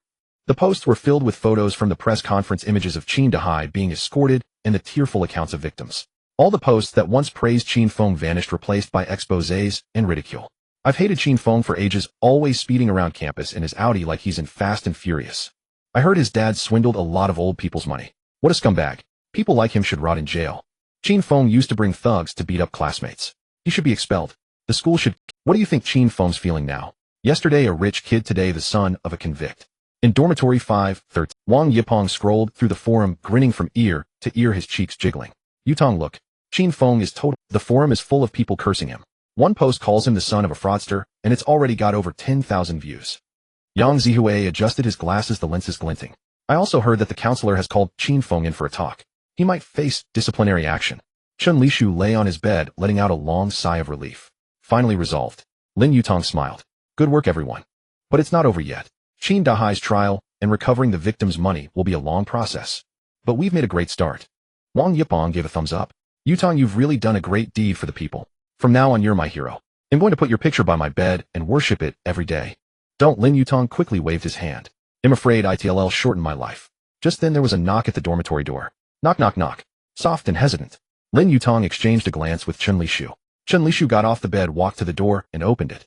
Standing outside was Qin Feng. In just one day, he looked utterly haggard. His eyes were bloodshot, his face pale, his hair a mess. All traces of his former arrogance gone. The rich second-generation kid who used to drive an Audi, lead his cronies, and look down on everyone now resembled a gamer who hadn't slept in 3 days. Lin Yutang. Qin Feng's voice was hoarse. Can we talk? Wang Yipeng immediately stood up. You dare to come here? Looking for a fight. Yang Zihue also stood up, adjusting his glasses. Chen Lishu blocked the doorway, his towering frame like a wall. If you have something to say it to me. Lin Yutang raised his hand, signaling them to calm down. He said to Qin Feng, let's talk outside. The two went to an open area below the dormitory. The autumn wind was chilly, rustling the leaves. My dad was arrested. Qin Feng began, his voice dry. The company is sealed, assets frozen. My mom has been crying all day, saying our lives are over. Our car was towed away too, said it's going to be auctioned to pay off debts. Lin Yutang listened quietly, saying nothing. I thought it would just be a fine that we could pull some strings to get through it. Qin Feng lowered his head. But I didn't expect it to be this serious. He looked up, a hint of bewilderment in his eyes. Some of that money was swindled, but some of it was hard-earned. Hard-earned through swindling, you mean? Lin Yutang said coldly. Yes, you're right. He deserved it. Qin Feng smiled bitterly. But I admit I used to be a jerk. I looked down on you, bullied you, and even brought people to beat you up. I was wrong, truly wrong. He lifted his head and tears glistened in his eyes under the streetlight. Can you let me off? The posts on the forum, those revelations. If this keeps up, he'll be expelled. I've already lost my home. I can't afford to lose my education too. Lin Yutang watched the once arrogant rich kid now groveling, miserably pitiful and wretched. But his heart remained utterly calm, almost amused. Qin Feng, you've got one thing wrong. He spoke slowly, his tone steady. I didn't post those threads on the forum. It was your father's misdeeds and your own past arrogance that led to today's outcome. He paused, then added, do you really think I'm the type to stab someone in the back? Sorry, but I'm too lazy for that. I usually confront people face to face. Qin Feng's face turned pale, his lips trembling as if to speak. As for letting you off, Lin Yutang spread his hands. The decision isn't mine to make. It's up to the school, the law, and the people you and your father have hurt.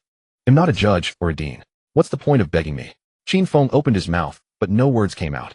Go back. Lin Yutang turned his back to him. Reflect on what you've done. If you truly want to change, start by apologizing to everyone you've wronged. He took a few steps, then glanced back. Oh, and when you apologize, show some sincerity. Don't cry like you're drowning in loan shark debt. Watching Lin Yutang's retreating figure, Qin Feng collapsed to the ground. This time he truly regretted it. Not for bullying, but for picking the wrong target. Back in the dorm, Lin Yutang briefly recounted his conversation with Qin Feng. Wang Yipeng curled his lip. He deserves it. Where was this remorse before? Now he's crying. Wasn't he all arrogant when he brought people to beat us up? Yang Zihue adjusted his glasses. But if Qin Feng gets expelled, won't he lash out desperately? He's got nothing left now. Guys like him are the most dangerous, like a boss unleashing his ultimate move at low health. Chen Lishu said, relax, he doesn't have the guts. Words spread among the rich circles that the Qin family is finished. Anyone who gets close will be tainted. His so-called friends probably bailed long ago. Lin Yutang nodded, about to speak when his phone rang again. It was Zhou Wenjing. Lin Yutang, great news. Her voice brimmed with excitement. Wang Jie's case has progressed. The police station has officially filed the case, and Zhang Jian is in custody. And the Women's Federation has stepped in, saying they'll follow through. That's wonderful. Lin Yutang was genuinely happy for her. This is the result of your efforts. No, you gave us the courage. Zhou Wenjing said earnestly, a hint of admiration in her tone. Without you, I'd still be scared, hesitating, and getting trampled by that abusive man. Lin Yutang, you've made me believe that justice really exists. It may have been late, but at least it didn't fail to arrive. Hanging up, Lin Yutang felt a warmth in his heart. Detected target Zhou Wenjing's troubles fully resolved mission, reward 1 million yuan credited, random skill legal knowledge mastery, downloading another new skill. Lin Yutang felt his knowledge base expanding at an astonishing rate. Cooking, driving, combat, finance, law. The system gave him not just money but the means to stand on his own. Now he could be a chef, a driver, a bodyguard, trade stocks, handle lawsuits. He was becoming a versatile talent. Yutang, how about we sell? Wang Yipeng suggested, his eyes gleaming. Qin Dahai has been arrested. Chen Yuwei's mom is discharged. Zhou Wenjing's case is solved. So many good things. We need a drink. Sure. Lin Yutang agreed with a smile. But I've got some things to handle first. He checked the time, 5 in the afternoon. Li Yusin's mother had surgery tomorrow, so he needed to visit the hospital again. Chen Yue had agreed to dinner tonight. And Zhang Yuding's final rehearsal before the competition had promised to cheer her on. Time. System reminder, host currently maintains contact with multiple women. Suggest learning time management master skill. Lin Yutang, is that skill available? Not yet, but host can self-study. Lin Yutang. He first messaged Li Yusin, has your aunt's condition stabilized? A reply came quickly, much more stable, fever's gone. The doctor says the surgery can proceed as planned. You don't need to come all the way, it's too much trouble. No trouble. He'll be there at 6. Then he messaged Chen Yue, dinner tonight. 7:30 okay. Sure. Mom even wants to cook for you to thank you. Want to eat at our place. Lin Yutang thought for a moment. Don't put your mom through too much trouble. Let's eat out of my treat. Alright, whatever you say. Finally, he contacted Zhang Yuding. What time does your rehearsal end tonight? He'll come watch your last run. 8 to 9. If you come, he'll dance better. Lin Yutang stared at the message, lost in thought. Was that a bit ambiguous? Detected fluctuation in host's heart rate. Suggest staying calm. Lin Yutang, I'm not excited, just figuring out how to reply. Don't make excuses. Lin Yutang. He replied with go for it. And having arranged everything, he told his roommates. I've got plans tonight. Eat without me. Wang Yipeng wiggled his eyebrows, his expression mischievous. A date with a girl. Lin Yutang smiled helplessly. Helping fellow female students, caring for the vulnerable. Got it. It's called social responsibility. Yes, sure. Wang Yipeng gave him, and I don't believe you look. Go on, well, wait for your report. First stop, the hospital. Li Yusin was sitting by the bed peeling an apple for her mother. She stood up quickly when Lin Yutang entered. Lin Yutang, you really came. I said I would. Lin Yutang placed the nutritional supplements head brought on the nightstand. Annie, how are you feeling? Pretty good. Li's mother looked more spirited than last time, her complexion rosier. She grabbed Lin Yutang's hand. Shaolin, I want to ask you something. What do you think of our Yusin? Mom. Li Yusin's face flushed instantly. What are you saying? Lin Yutang stifled a laugh. Yusin is wonderful. She's beautiful, has a great personality, and studies hard. Li's mother was about to say more, but Li Yusin forcibly pushed her back onto the bed. Lin Yutang stayed for a while, confirmed the surgery arrangements for tomorrow, and quietly transferred 50,000 yuan to Li Yusin. Her phone buzzed, and she froze at the notification. This is backup money, just in case. Don't refuse. Your aunt's health comes first, Lin Yutang whispered. He sighed inwardly. Having money power was great. The girl's affection was skyrocketing. Li Yusin bit her lip, her eyes reddening. They'll pay you back, I promise. I believe you. Lin Yutang smiled. But there's no... Leaving the hospital, the sky had darkened. City lights flickered on one by one. Lin Yutang hurried to the restaurant head arranged with Chen Yue. It was a small, exquisite private kitchen tucked away in an alley with red lanterns hanging at the entrance, exuding a romantic ambience. Chen Yue was already waiting by the window. She wore a cream-white sweater today, her hair loosely tied up, looking exceptionally gentle under the warm yellow light. Lin Yutang walked over and sat down. Have you been waiting long? Just got here. Chen Yue pushed the menu toward him. I ordered a few signature dishes. See if you want to add anything. You decide. Lin Yutang slid the menu back. I'm not picky, you'll eat anything. While waiting for the food, Chen Yue said softly, Mom kept talking about you today, saying you're our family's savior. Your aunt is too kind. No, she means it. Chen Yue looked at him seriously, her eyes shining. Lin Yutang, do you know? Before you came along, I felt like the sky was falling. Mom's illness, the family's debts. Lin Yutang was about to speak when Chen Yue's phone rang. She glanced at the screen, her expression shifting slightly. It's Dad, she said quietly, hesitated, then answered. A drunken male voice came through the line. Wei, Dad's broke. Send me some money. I had bad luck, lost 20,000. Send it quick, I need to win it back. Chen Yue's face went pale. Dad, how many times have I told you? Stop gambling. Mom's treatment money was all borrowed. Where am I supposed to get money for you? I barely have any living expenses left. Aren't you seeing some rich guy? Get him to pay. Her father's voice was brazen, as if owed something. I heard he casually paid tens of thousands for your mom's medical bills. Why can't he spare some for his future father-in-law? We'll be family soon anyway. Consider it an early bride price. Dad. Chen Yue was both angry and frantic, her voice trembling. Don't talk nonsense. We're just friends. Friends? Would a friend give you that much money? Her father scoffed. Wei, I raised you all these years, and now that you found a sugar daddy, you're abandoning me. You ungrateful brat. I should never have let you go to school. I haven't. Chen Yue shook with fury, hung up, and her eyes brimmed with tears. She stubbornly held back. Sorry. You had to see that. She lowered her head, her voice muffled. Lin Yutang was silent for a moment, then asked, has your dad always been like this? Chen Yue nodded, her voice choked. Ever since I can remember, he's gambled. When he wins, he's all smiles. When he loses, he hits people. After Mom got sick, he got worse. He said since she couldn't be cured anyway, he might as well gamble the money. Maybe he'd win big. He sold everything valuable at home. Even Mom's dowry gold bracelet. She looked up, her eyes red.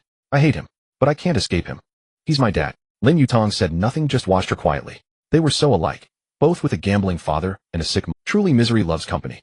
After the meal, Lin Yutang escorted Chen Yue home. She walked beside him, occasionally stealing a glance before quickly averting. Lin Yutang noticed. When they reached the building, Chen Yue suddenly halted and turned around. Moonlight cascaded upon her face, her eyes shimmering brightly. Lin Yutang, can I hug you? Lin Yutang was taken aback, speechless. Was happiness arriving so abruptly? Before he could respond, Chen Yue had already embraced him tightly, resting her head on his shoulder. The sensation of her curves was unmistakable even through the sweater. Lin Yutang's mind went blank for 3 seconds. Detected host's heart rate accelerated to 120 beats per minute, blood pressure elevated, adrenaline secretion increased. Lin Yutang, thank you for always being by my side. Her voice was muffled, tinged with nasality. Lin Yutang patted her back gently. I'm here. After a moment, Chen Yue released her hold, her cheeks flushed. I'm heading up. You. Get some rest early. Yeah, rest early. Watching her ascend the stairs and disappear into the corridor, Lin Yutang finally turned and left. After a few steps, he glanced down at his shoulder, as if a trace of warmth and sensation lingered. Detected host's mouth corners raised by 15 degrees, all eyes dazed, consistent with reminiscing characteristics. Lin Yutang. Host, it's time to head to the dance studio. Lin Yutang's system, I feel like this will eventually backfire. Don't worry, with this system's assistance, the host's driving skills will only get. Lin Yutang. He arrived at 8:20, and Zhang Yuding's rehearsal was nearly over. The dance studio was brightly lit with melodious music playing. Zhang Yuding was performing a difficult continuous spin, her black practice attire outlining her graceful figure. Lin Yutang quietly slipped in and found a corner to sit, not daring to disturb. Spins, leaps, stretches. Sweat splattered with each movement, glistening under the lights. When the music stopped, she froze in a perfect pose, breathing heavily. Clap, clap, clap. Lin Yutang applauded. That was amazing, he praised, sincerely giving a thumbs up. You'll definitely ace this competition. Fingers crossed. Zhang Yuding smiled, her eyes crinkling. By the way, I have something for you. She took a small box from her bag and handed it to Lin Yutang with both hands. Open it. Lin Yutang opened it to reveal a hand-woven bracelet, every stitch and thread showing care and effort.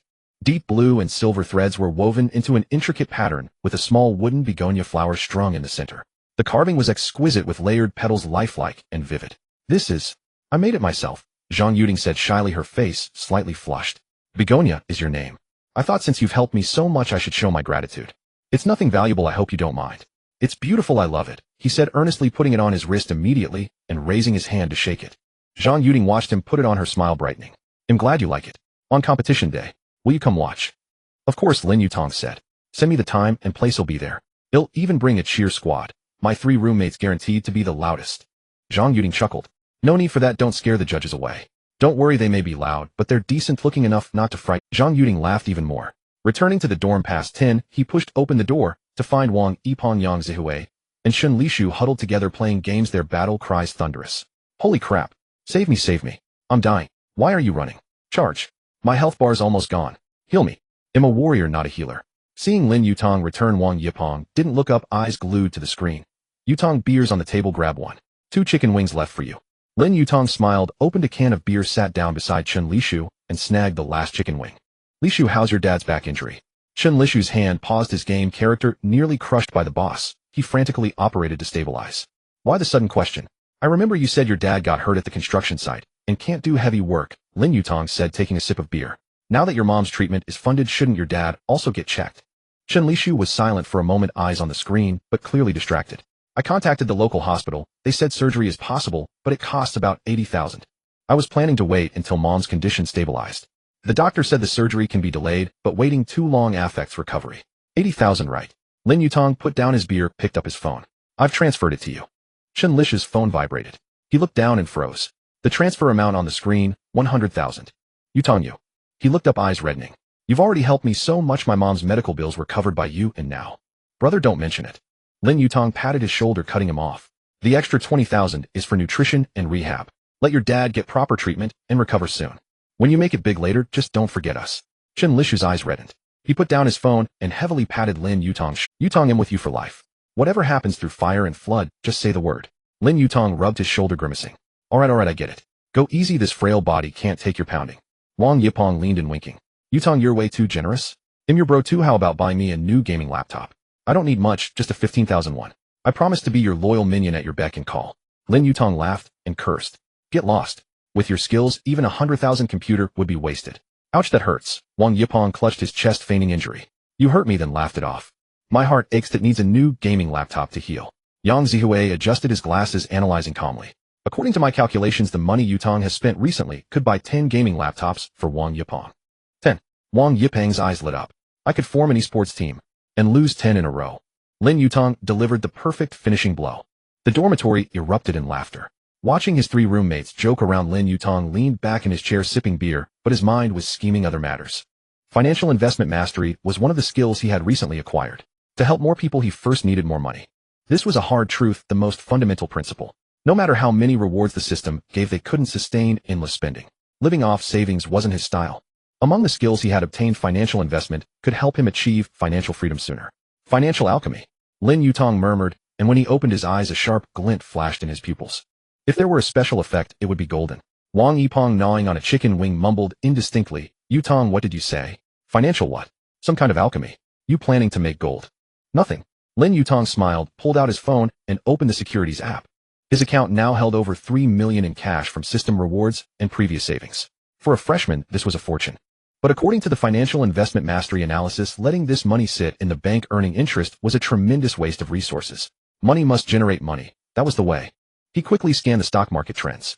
The pharmaceutical sector was rising due to favorable policies, but the skills analysis indicated some stocks showed signs of a bubble, who jumping in now would mean being left holding the bag. New energy vehicle concept stocks were overhyped and might correct in the short term. He would wait for a dip. The liquor sector. Forget it, that was too esoteric to understand. An unremarkable environmental tech company, GreenSource Environmental, showed in its financial reports that its wastewater treatment technology was about to receive national certification, yet its current stock price was severely undervalued. Low price-to-earnings ratio, low debt ratio, ample cash flow, high RD investment. Most crucially, major funds had been quietly entering recently, but it hadn't yet caught market attention. Lin Yutang's lips curled. You're the one. Without hesitation, he placed orders in batches, investing 1.5 million into GreenSource Environmental stock.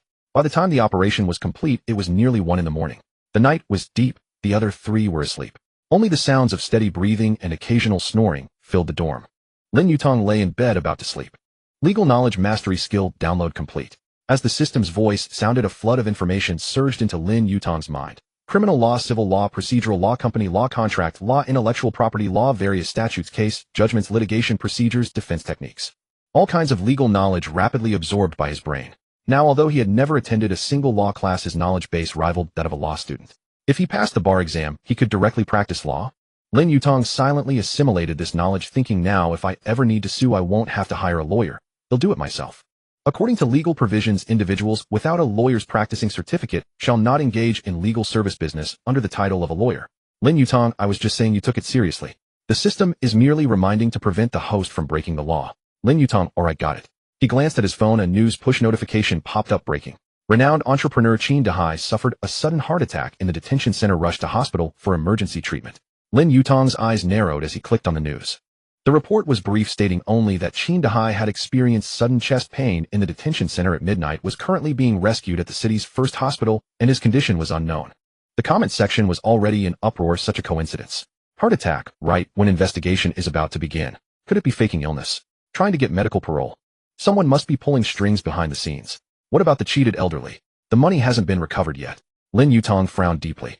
Qin Dahai had a history of hypertension, a matter of public record, so a sudden heart attack wasn't impossible. But if it was indeed manipulated, it meant the Qin family's protective umbrella was stronger than imagined. He immediately sent a WeChat message to Lawyer Zhou. Lawyer Zhou, did you see the news? Will Qin Dahai's situation affect the case's progress?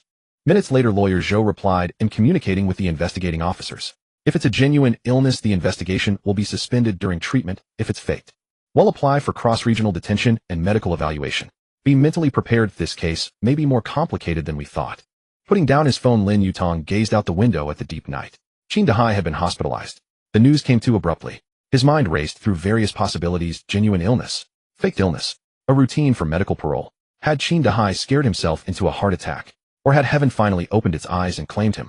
The system suddenly popped up a message: detected chaotic thoughts in the host. Suggestion: sleep, first talk tomorrow. Staying up late will cause dark circles affect your image and reduce your success rate with girls. Lin Yutang. Besides, if you show up to help a girl with dark circles, she'll think you had too wild a night. Lin Yutang, you win.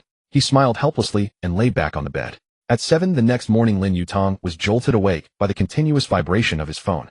He groggily fumbled for his phone, squinted at it, and saw a message from Lin Yutang. Mom has gone into the operating room. I'm so scared. The doctor said the surgery is risky, could cause heavy bleeding. A string of crying emojis followed. Lin Yutang snapped awake instantly, springing upright from the bed. He replied immediately, which hospital? I'm on my way. First Municipal Hospital, 3rd floor operating room. You don't have to. The doctor said the surgery has started. Lin Yutang rolled out of bed, washed up, dressed, and grabbed his phone. The whole process took under 3 minutes. Wang Yipeng woke up groggy and asked, Yutang, where are you going so early? Hospital. Lin Yutang tossed out 2 words and was already out the door. The streets were quiet in the early morning. The car he called had a clear run. The driver was a chatterbox rambling on. Young man heading to the hospital so early. Visiting someone or seeing a doctor. Let me tell you, I know the First Municipal Hospital well. My wife gave birth there. The doctors are top-notch. Lin Yutang responded with vague hums, his eyes fixed on the window. At 7:40 he arrived outside the 3rd floor operating room of the First Municipal Hospital. The hallway was quiet, broken only by occasional footsteps and the beeping of instruments. Lin Yutang sat alone on the bench, head bowed, hands clasped tightly together. Lin Yutang walked over and called her softly, Yutang. Lin Yutang looked up. Lin Yutang. The doctor said Mom's heart isn't good, and during the surgery she might. She couldn't continue, her voice choked with sobs. Don't overthink it. Lin Yutang sat down beside her. Medical science is advanced now. Heart conditions are assessed before surgery. Since the doctor decided to operate, the risk is manageable. Trust the doctor and trust Auntie. But, Lin Yutang's voice trembled. If something happens to Mom, I really don't know what I'd do. Lin Yutang gently patted her shoulder, his touch light. She won't. Auntie will come out safely. His voice was calm, yet carried a reassuring strength. Lin Yutang stayed with her, offering a few words of comfort now and then, but mostly just silently keeping her company. Sometimes presence speaks louder than words. Time ticked by. On the electronic screen outside the operating room, the red characters, in surgery, glared harshly. At 8:30 a nurse came out once to say the surgery was progressing well, but still needed time. Lin Yutang breathed a little easier, but her tension remained high. Her hands kept twisting the hem of her clothes. Around 9 o'clock a commotion suddenly arose from the other end of the corridor. Lin Yutang looked up and saw a crowd in patient gowns, doctors, white coats, and suits hurrying past, surrounding a moving hospital bed. On the bed lay a middle-aged man surrounded by beeping instruments. Make way. Emergency patient, someone shouted. The group rushed past the surgical area and turned toward the intensive care unit. Lin Yutang caught a glimpse of the patient's profile. It looked familiar. Who's that? Such a big commotion. A nearby family member waiting for another patient muttered, eyes gleaming with gossip. I heard he's a big boss brought in last night with a heart condition, another family member whispered. Seems his surname is Qin. Pretty wealthy, it seems. I heard he fell ill in the detention center. No idea if it's true. Surname Qin. Lin Yutang's heart stirred. Could it be Qin Dahai? He stood up and said to Lin Yutang, I'm going to the restroom, be right back. Okay. Lin Yutang nodded. Lin Yutang walked toward the ICU, keeping his steps light. At the corner of the corridor he indeed saw a familiar face. Qin Feng stood outside the ICU door. Beside him was a middle-aged woman, expensively dressed, but with her makeup ruined from crying, mascara smeared all over her face. She must be Qin Feng's mother. There were also 2 men in suits, their expressions stern, looking like lawyers or assistants. The ICU door was tightly shut. The doctors were inside resuscitating. Dean Wang, please, you must save Dahai. Qin Feng's mother grabbed a doctor's hand, sobbing. We'll pay any amount. Use the best medicine. Get the best specialists. We have money, we really do. Dean Wang looked grave. Mrs. Qin, but Mr. Qin's heart condition is severe. This was an acute myocardial infarction. Although we performed an interventional procedure, his cardiac function is badly damaged, and he's still not out of danger. Then, what will happen? Qin Feng asked in a trembling voice laced with fear. If he stabilizes within 24 hours, there's hope. But if complications arise? Dean Wang shook his head, leaving the sentence unfinished, but his expression said it all. Qin Feng's mother's legs gave way and she nearly collapsed, but Qin Feng caught her. Lin Yutang stood not far away, watching the scene in silence. Qin Dahai's fate hung in the balance. If he died, what would happen to the elderly he had swindled? Could the money be recovered? Or would death erase the debt, ending it all? Just as he was thinking, Qin Feng suddenly turned his head and saw him. Their eyes met, colliding in the air. Qin Feng's gaze first showed shock, then shifted to anger, and finally settled into a near-desperate venom. It was the look one gives a mortal enemy. He pushed past his mother and strode toward Lin Yutang. People in the corridor turned to watch. Are you satisfied now? Qin Feng's voice was hoarse, his eyes bloodshot. My dad is dying. Are you satisfied? Lin Yutang looked at him calmly, as if watching a child throwing a tantrum. Qin Dahai's illness is a problem with his own body. It has nothing to do with me. Nothing to do with you? Qin Feng sneered, his voice growing louder.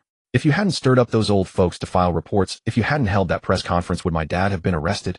Would he have had a heart attack? Lin Yutang, you're a murderer. Lin Yutang sighed. That was quite a claim. As if he had personally ground Qin Dahai down until his heart gave out. Qin Feng, he said, his tone still calm. Your dad swindled so many people out of their money. The elderly filed reports, the police made an arrest. That's called acting according to the law. Your dad's heart attack is a problem with his own body. If you want to find a culprit, I suggest you check what he's been eating and drinking, or look into whether he scared himself sick. Qin Feng trembled with rage, his fists clenched on the verge of lunging forward. Qin Feng, a stern voice rang out. Qin Feng's mother came over and grabbed her son. Don't be impulsive. Isn't it chaotic enough already? She turned to Lin Yutang, her expression complex. Are you? Lin Yutang. I am. Qin's mother looked him up and down, then sighed deeply. That sigh carried helplessness, guilt, and an indescribable emotion. What Dahai did, I know. He cheated many people, wronged many people. Her eyes reddened again. But he is still my husband, Qin Feng's father. Lin, if Dahai can pull through this time, we are willing to cooperate, fully return all the stolen money, and only ask for leniency. Her attitude was unexpectedly sincere, even carrying a humble plea. Lin Yutang was silent for a few seconds, then said, you should say these things to the victims. It's useless telling me, I'm not a judge. Qin's mother nodded, tears falling again. I will. Once Dahai's condition stabilizes, I'll go apologize and compensate in person. Just then the ICU door opened, and a doctor came out. The patient is awake, but still very weak. Family can go in to see him, but only for 5 minutes, and you must not agitate him. Qin's mother and Qin Feng hurried in. Lin Yutang stood outside the door, looking through the glass window into the ICU. Qin Dahai lay on the bed, tubes all over him, his face ashen, his breathing faint. He barely opened his eyes, looked at his wife and son, his lips moving, but no sound coming out. The once overbearing entrepreneur was now just a patient struggling on the edge of life and death. Watching this, a thought suddenly struck Lin Yutang. If this were a TV drama, the comments would be flooded with serves him right. But he felt neither schadenfreude nor sympathy. He just watched calmly. 5 minutes later, Qin's mother and Qin Feng came out with red eyes. The doctor says, we still need to observe. Qin's mother wiped her tears, her mascara completely ruined. Lin, thank you for not taking Qin Feng's behavior to heart. Once his father stabilizes, we'll handle everything properly. Lin Yutang nodded, said nothing more, and turned to leave. Behind him, Qin Feng's gaze was like two knives stabbing fiercely into his. Lin Yutang felt it, but couldn't be bothered to respond. Back at the operating room, Li Yusin was still sitting there, but her expression had relaxed a little. You're back, she said softly, her eyes brightening at the sight of him. The nurse came out again just now and said the surgery went smoothly and is almost over. That's great. Lin Yutang sat down beside her, letting out a sigh of relief. At 10:20 in the morning, the operating room door. The lead surgeon walked out, took off his mask, and revealed a tired but gratified smile. The surgery was a success. The patient has been sent to the recovery room for observation, as she can return to the ward. Li Yusin's tears suddenly streamed down, this time tears of joy. Thank you, doctor. Thank you. She nearly dropped to her knees to bow. The doctor quickly steadied her, smiling. No, it's our duty. Go handle the follow-up procedures. Your mother is strong, but she'll recover. After completing the procedures, Lin Yutang accompanied Li Yusin to wait outside the recovery room. Through the glass window, they could see Li's mother lying quietly, still connected to various machines, but the numbers on the monitor were stable. Sunlight streamed through the window, falling on Li's mother's face, gilding her pale features with a layer of gold. Li Yusin pressed against the glass, staring unblinkingly at her mother. Lin Yutang, she said softly. I saw you talking to some people over there just now. Do you know them? Sort of.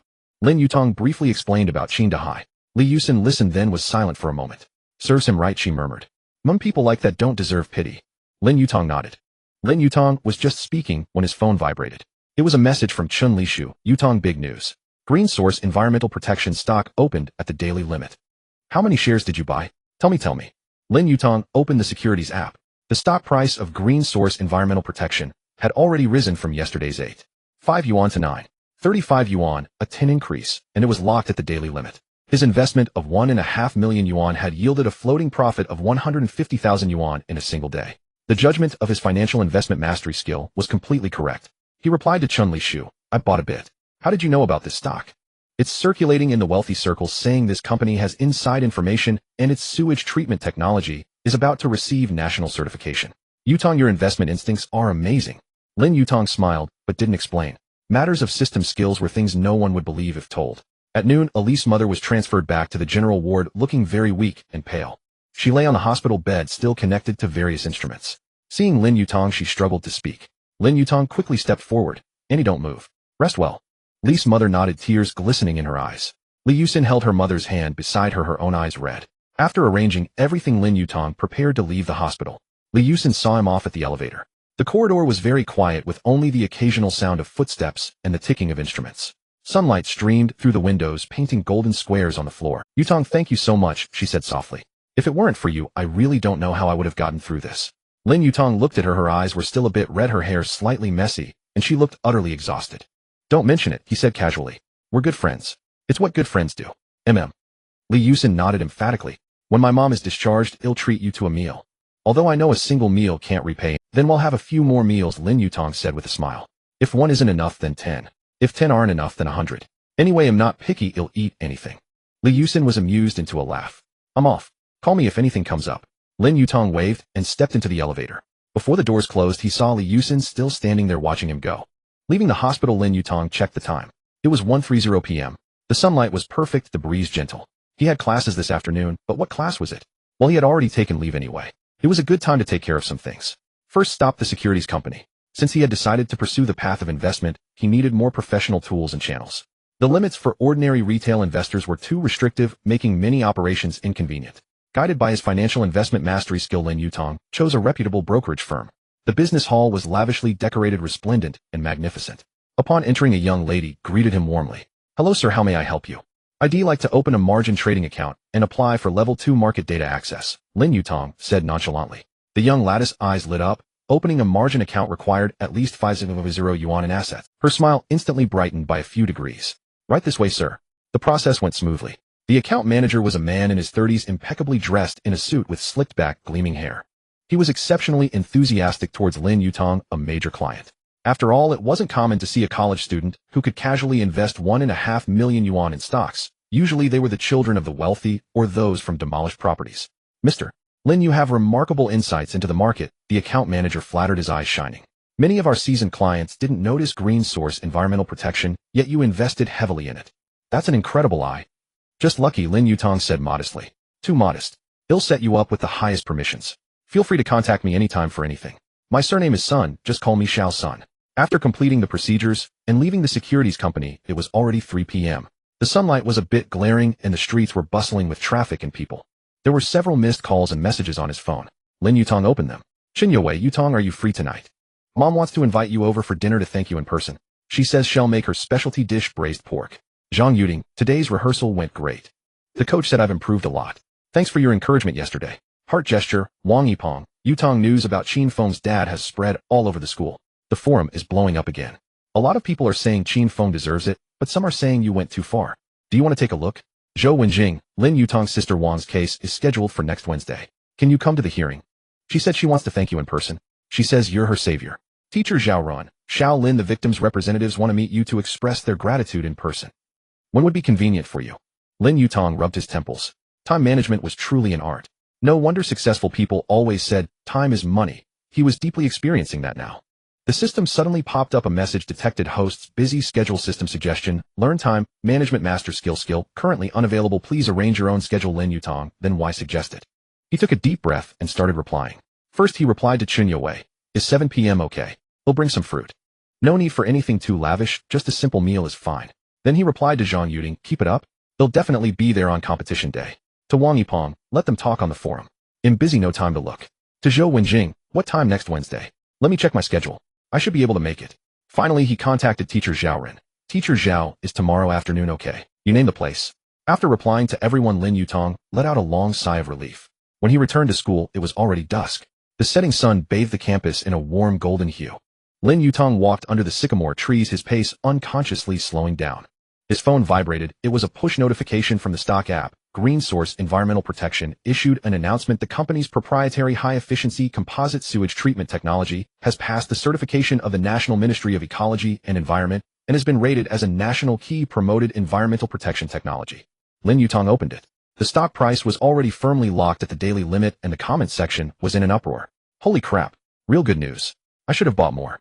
It's up today, it'll go up again tomorrow. The guy above is right, I'm all in. Lin Yutang smiled faintly and put his at 7 p.m. Lin Yutang knocked on the door of Chun Yuai's house carrying fruit. He had carefully selected the fruit, including apples, oranges, and bananas, all suitable for someone recovering from illness. There was also a carton of milk, which was a bit heavy to carry. The door was opened by Chen's mother. Her complexion was much better than when she was in the hospital, her face beaming with a genuine smile, her eyes crinkling. Shout, come in. Oh, you brought things, you're too kind. The aroma of home-cooked food filled the air, a smell that alone made one's mouth water. The small living room was spotlessly clean. Although the furniture was old, it was immaculate. Several dishes were already laid out on the dining table: braised fish, sweet and sour spare ribs, stir-fried, seasonal vegetables, winter melon, and spare rib soup. Although they were all home-style dishes, it was clear that care had been taken. Each dish was neatly arranged as if it had come from a restaurant. "Auntie, you've just recovered. Don't overexert yourself," Lin Yutang said, putting down the fruit. "It's no trouble at all," Chen's mother said, pulling him to sit down, her grip surprisingly strong. "You've helped our family so much, Auntie doesn't know how to thank you. I can only cook a few dishes to express my gratitude. These dishes are enough for a full banquet," Lin Yutang said with a smile. Chen Yue came out of the kitchen wearing an apron, holding a plate of freshly stir-fried greens steaming hot. Seeing Lin Yutang, her face flushed slightly. "You're here, mm." Lin Yutang looked at her in the apron and suddenly felt a sense of domestic warmth. This scene was like something from a TV drama where the wife cooks at home and the husband returns from work. Ahem, too many thoughts, too many thoughts. The three of them sat down to eat. Chen's mother kept piling food onto Lin Yutang's plate. "Eat more, eat more. Here, have some fish. It's fresh. Oh, I went to the market especially this morning to buy it." "Thank you, Auntie." Lin Yutang set his bowl, now overflowing with food. "And these ribs Yue made them. Try her cooking." Lin Yutang took a bite and gave a thumbs up. "Delicious. Better than what you get at restaurants." Chen Yue pursed her lips and smiled, her face growing even redder. After the meal, Chen Yue cleared the dishes. Lin Yutang wanted to help, but she pressed him back into his chair. Her hand on his shoulder was soft and warm. "You're a guest, just sit." Chen's mother went to the kitchen to cut fruit, leaving only Lin Yutang and Chen Yue in the living room. The TV was on, playing some variety show, but no one was watching. The atmosphere suddenly became a bit delicate. "How was the hospital today?" Chen Yue asked softly, breaking the silence. "Was Li Yusin's mother's surgery successful?" "Very successful," Lin Yutang said. "Annie has been moved back to the ward. She's recovering well. The doctor said she can be discharged after a few days of observation." "That's good to hear." Chen Yue paused, then lowered her head. "I heard about Qin Feng's dad. Will he retaliate against you?" "He probably doesn't have the mind for that right now," he said. "His dad is still lying in the ICU. He doesn't have time to retaliate against me." "But..." Chen Yue looked up, her eyes filled with worry. "You still need to be careful. Some people will do anything when they're desperate. I've heard so many cases like that." "I know." Lin Yutang smiled, his tone relaxed. "Don't worry." Lin Yutang returned to the dormitory nearly 10 o'clock. Pushing open the door, a thick aroma of instant noodles assailed him. Wang Yipeng, Yang Zihue, and Chen Lishu were huddled around the computer, their heads clustered together. Seeing Lin Yutang back, they immediately called out. "Yutang, come quick. The stock forum for Green Source Environmental Protection is blowing up." Lin Yutang walked over and saw the screen filled with a dense array of posts. Inside scoop: Green Source Environmental Protection has already received 3 government procurement orders totaling over 100 million. The technical certification is just the beginning, but said this company is also developing seawater desalination technology with limitless prospects. If it works out, the water we drink in the future will all be processed by them. It's sure to hit the daily limit again tomorrow. Those not on, I've already thrown in my life savings. Win and he'll marry the campus belle, lose and he'll be single for life. The guy above is crazy. He won't end up with the campus belle, but he might just become a welfare case. Limit up, daredevils assemble. Charge. Chen Lishu's face was flushed with excitement as he vigorously slapped Lin Yutang on the shoulder. "Yutang, with that 1.5 million of yours, you've made 150,000 in floating profit today. If it hits the limit again tomorrow, that's over 300,000. Making 300,000 in 2 days. That's way too fast." Lin Yutang rubbed his sore shoulder. "Easy there, I still need this shoulder." Yang Zihue adjusted his glasses.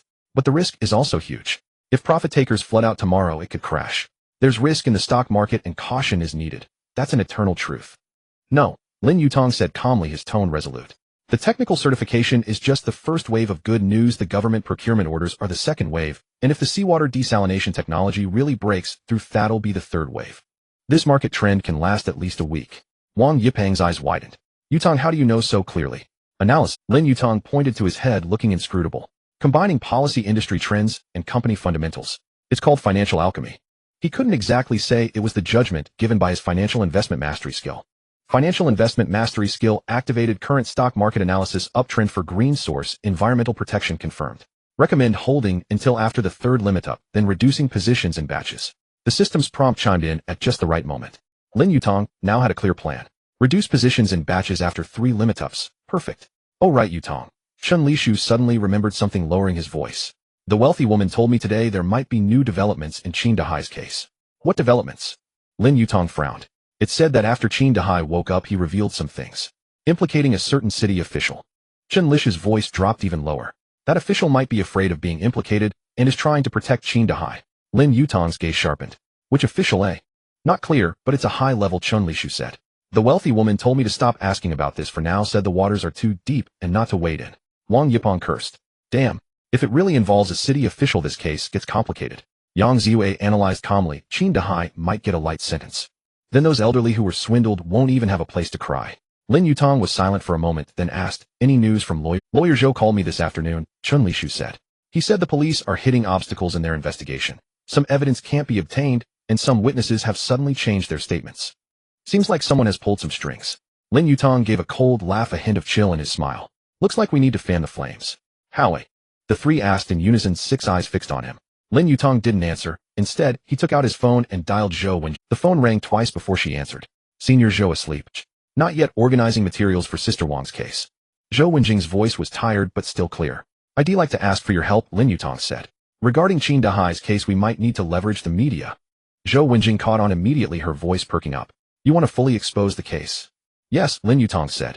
Not just locally but also submit materials to provincial media. With enough public pressure, no one will dare to cover it up. Who would dare to shield anyone under the spotlight? I know a few investigative journalists.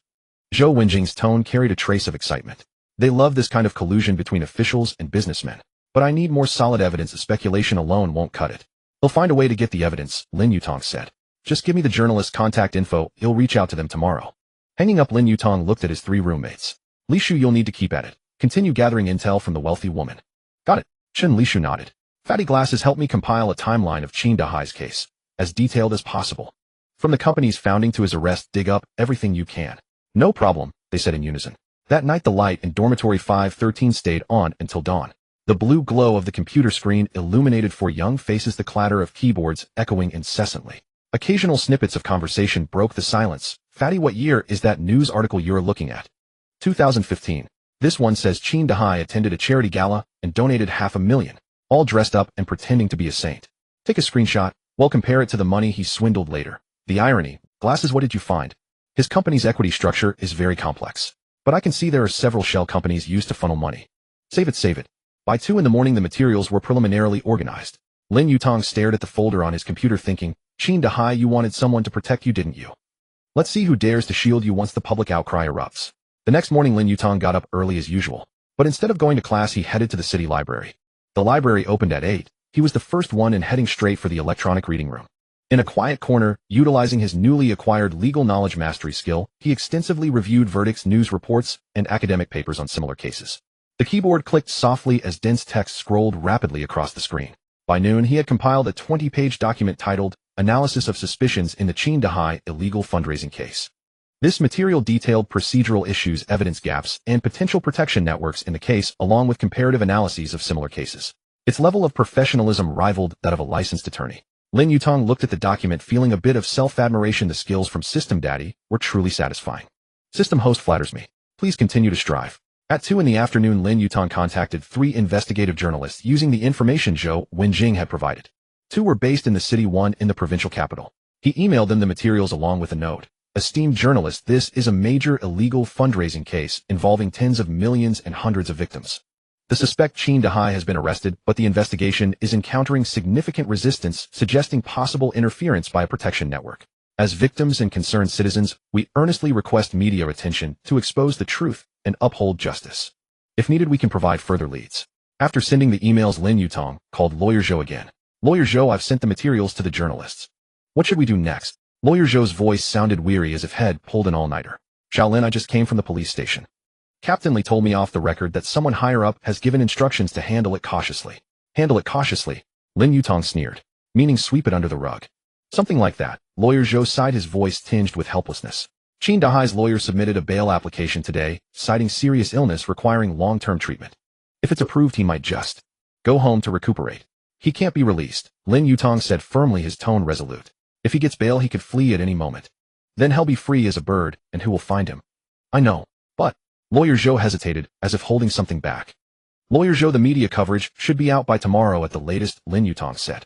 Once public opinion erupts, who would dare to? Whoever signs off will be the next trending topic. There was a few seconds of silence on the other end. Then Lawyer Zhou said, Shaolin, by doing this you are making enemies of some powerful city officials. Have you thought about the consequences, eh? I have, Lin Yutang said calmly. But compared to those elderly people who lost their life savings and retirement funds, what's a little risk to me? At worst, they'll make things difficult for me. They can't expel me from school, can they? Lawyer Zhou let out a long sigh, one filled with admiration. Young man, I admire your courage. Alright, I'll see this through with you. I'm not afraid of making enemies either. At 4 in the afternoon, Lin Yutang returned to campus. As he approached the dormitory building, he saw a familiar figure standing under a plane tree. It was Su Qingqian. She looked even more haggard than a few days ago, her eyes swollen, her hair disheveled, like a flower battered by the wind and rain. Seeing Lin Yutang, she hurried over her steps, urgent, as if chasing a bus. Yutang. Lin Yutang kept walking without stopping. We have nothing to say to each other. Just 5 minutes. Su Qingqian blocked his path. Please, just 5 minutes. Her voice was choked with tears, drawing stares from passing students, some of whom stopped to watch the scene. Lin Yutang frowned. What exactly do you want? I want to apologize to you, Su Qingqian said, lowering her head, her voice muffled. The things I said before, the things I did. I was wrong, truly wrong. Qin Feng's family is in trouble now, and I finally see what kind of person he is. He's just a liar, and his father is an even bigger fraud. I regret it, Yutang, I really regret it. So what? Lin Yutang asked coldly. Because you regret it, I should forgive you. Because you're crying, I should soften. No. Su Qingqian was incoherent, tears streaming down. I just wanted to tell you I know I was wrong. I don't ask for your forgiveness, but at least don't hate me, okay? Lin Yutang looked at her. This girl whom he had loved with all his heart for 3 years was now humbly begging for his forgiveness. Su Qingqian, I don't hate you, he said slowly, his tone calm. Hating someone is too exhausting. I don't have the energy for it. What's between us ended long ago. With that, he walked around her and continued on. Lin Yutang entered the dormitory, building his steps light. For some reason, after making a clean break with Su Qingqian, he felt a sense of relief. It was like finally putting down a burden he had carried for a long time.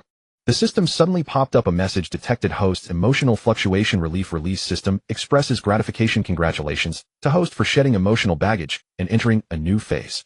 Lin Yutang's system, are you congratulating me on breaking up? The system is congratulating the host on growing up. Lin Yutang smiled. Returning to the dormitory, Wang Yipeng immediately approached. Yutang, Su Qingqian came looking for you again. I saw her standing there for more than 10 minutes from upstairs.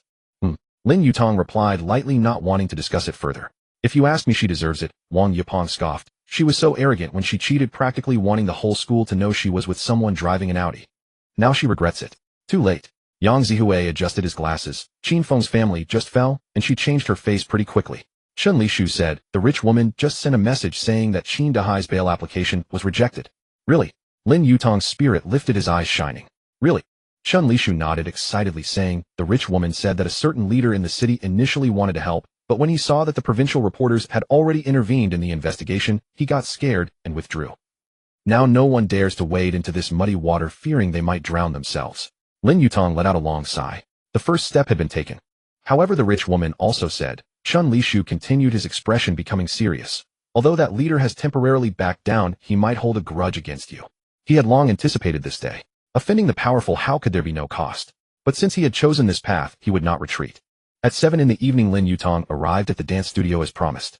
Tonight was Zhang Yuding's last complete rehearsal before the competition. She would head to the venue tomorrow to acclimatize to the stage. Pushing open the door, music flowed through the air. Zhang Yuding was wearing a water blue dance dress, dancing gracefully in the center of the studio. This dance piece was more complex with richer emotional layers. From initial sadness and confusion to struggles and resistance, and finally to rebirth through nirvana. Zhang Yuding's dance perfectly interpreted this emotional transition. Every gaze, every movement of hers was filled with charisma. The strength of struggling out of despair made one forget to breathe. Lin Yutang stood at the door, quietly watching. At that moment, he suddenly understood the charm of dance. It needed no words to strike at the heart. As the music ended, Zhang Yuding concluded with a pose, gazing up at the sky, breathing slightly heavier. Clap, clap, clap. Lin Yutang applauded, his sound resonating loudly in the empty studio. Zhang Yuding turned around, saw him, and broke into a radiant smile. You came. You danced wonderfully, Lin Yutang sincerely said. Tomorrow at the competition, you'll definitely amaze everyone. The judges will surely be dumbfounded. Really? Zhang Yuding asked. I'm still a bit worried. I heard there are many experts in this competition, from the provincial song and dance troupe, from professional schools, and there's you, Zhang Yuding. Lin Yutang interrupted her, stepping in front of her. Believe in yourself, you are among the best of the best. He looked into her eyes earnestly. Your dance has stories and emotions, that's what makes it so moving. Trust me, the judges will see it. Zhang Yuding looked at Lin Yutang's serious gaze, her tension gradually easing. Thank you for always encouraging me, she said softly, her voice gentle. If it weren't for you, I might have given up long ago. After that incident with Wang Chong, I almost didn't want to dance anymore. Not at all, Lin Yutang smiled. You have an indomitable spirit within you. Even without me, you would persist. At most, you'd just cry a bit more. Zhang Yuding laughed at his words. She lowered her head and suddenly spotted Lin Yutang's wrist, her cheeks flushing slightly. That bracelet. You're still wearing it. Lin Yutang raised his wrist. The deep blue silver thread bracelet shimmered softly under the lights with a small begonia flower standing out prominently. Yes, I've worn it all along, he said. It's very suitable for me, matching my temperament well. People even ask where I bought it while walking down the street. Zhang Yuding smiled, her happiness even more pronounced.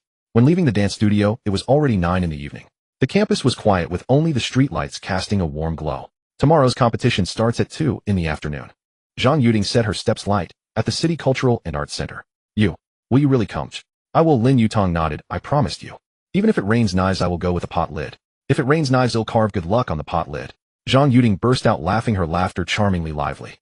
After sending her back to the dormitory, Lin Yutang did not return directly to his own dorm, but went to the artificial lake on campus. The surface of the lake was calm at night, reflecting the crescent moon and twinkling star. He found a long bench to sit down. His phone buzzed with a message from Chun Lishu. Yutang Li Yuan Environmental Protection's Longhu list has been released. Institutional positions are buying in aggressively. Tomorrow it will definitely continue to hit the limit. Quick look. Lin Yutang opened the stock app. Sure enough, the Longhu list showed that 3 institutional special positions bought over 50 million in total. The comment section was already buzzing. Institutions are entering the market. Brothers charge. Tomorrow's limit is booked. I should have bought more. I'm kicking myself. Is it still too late to get in now? Lin Yutang smiled slightly. According to the analysis of his financial investment proficiency, the aggressive entry of institutions indicated that this wave of market might still have at least a 30 upward space. His investment of 1,500,000 could very well turn into over 2 million.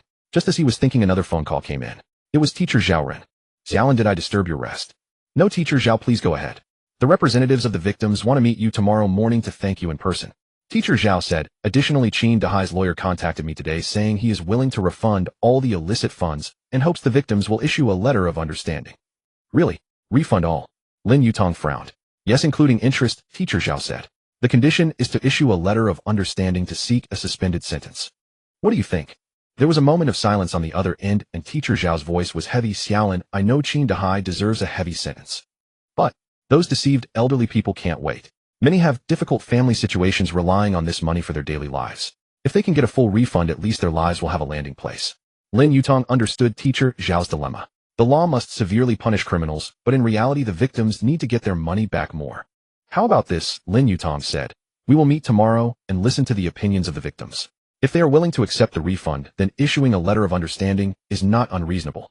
But it must be guaranteed that the refund is in place, and Qin Dahai must apologize in person to all the victims. All right. Teacher Zhao let out a sigh of relief. Tomorrow at 10 in the morning shall we meet at Lawyer Zhou's office? Sure. After hanging up, Lin Yutang gazed at the lake, falling into deep thought. It seemed that the matter of Qin Dahai was about to come to an end. But what about Qin Feng? That once arrogant rich second generation whose father is now in prison and whose family assets have been sealed, will he accept this? And what about the leader who secretly made trouble? Will he continue to cause problems? And Su Qingqian, was her speech today a true repentance or yet another scheme? Lin Yutang rubbed his forehead. The road ahead is still long and there are many challenges. Suddenly the system popped up a message detected host emotional fluctuations, exhaustion, contemplation. The system suggests appropriate relaxation to avoid excessive consumption. Additionally, the host's current interpersonal relationship network is good and commendable. Lin Yutang system, are you complimenting me? The system objectively states the facts. Lin Yutang smiled. Standing up, the night breeze blew across the lake, bringing with it a moist air.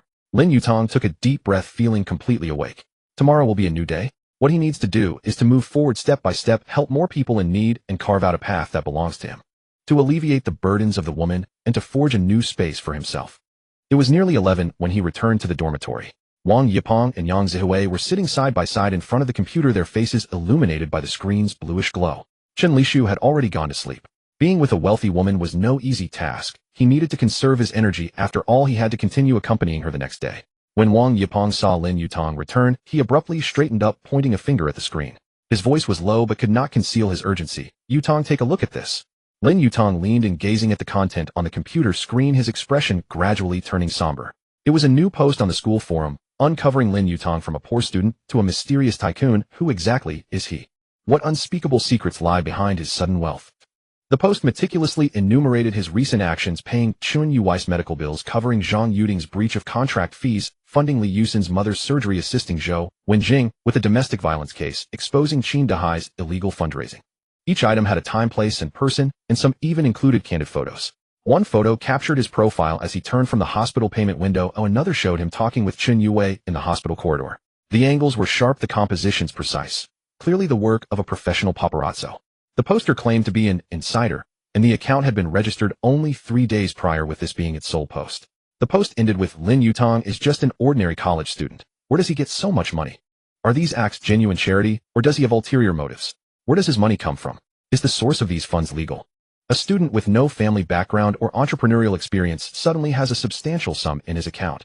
What secrets lie behind this? Beneath the post, hundreds of comments had already piled up, with new replies refreshing constantly. Lin Yutang quickly scanned them. The comments roughly fell into several camps. Is Lin Yutang a rich second generation? Wasn't it said before that his dad is incredibly wealthy? Someone like him is born to experience life in the mortal world. We mere mortals can only envy him. But he was genuinely poor before, even had to work part-time to cover living expenses. I saw him delivering food myself, in 40-degree summer heat, riding a battered electric scooter with an insulated box strapped to the back, drenched in sweat. Would a rich second generation do that?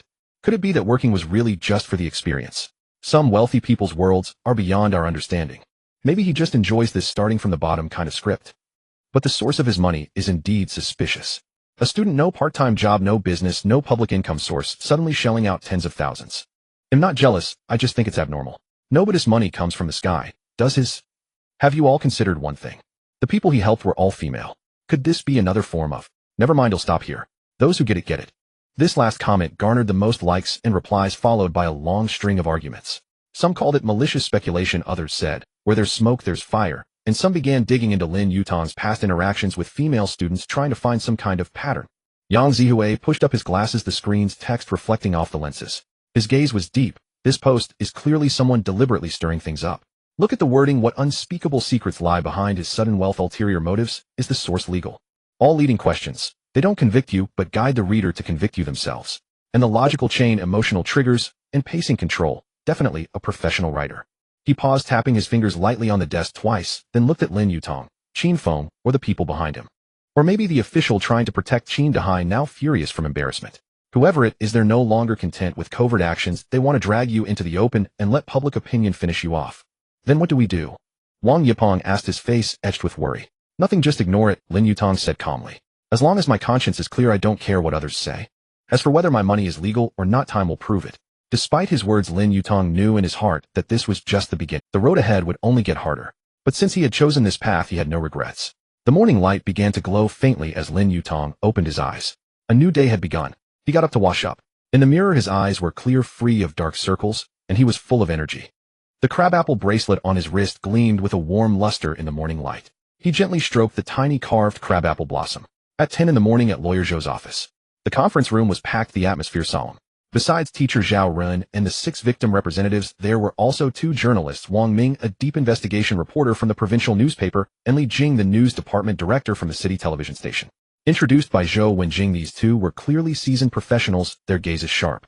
Lawyer Zhou, presiding over the meeting, was impeccably dressed in a suit, his gold-rimmed glasses glinting. Thank you all for coming today. Regarding the latest developments in Qin Dahai's illegal fundraising case and the compensation for the victims, we need to discuss and come up with a plan that satisfies everyone. Teacher Zhao Ren spoke first, his voice somewhat agitated. Qin Dahai's lawyer contacted me yesterday, expressing willingness to fully refund the principal and interest of all victims, totaling approximately 6.8 million yuan. The condition is that the victims issue a letter of understanding in exchange for a suspended sentence. A stir ran through the meeting room. The elderly began murmuring among themselves. A few had already started to agree, but the majority were firmly opposed. A middle-aged man suddenly stood up, his eyes bloodshot, his fists clenched so tightly they cracked.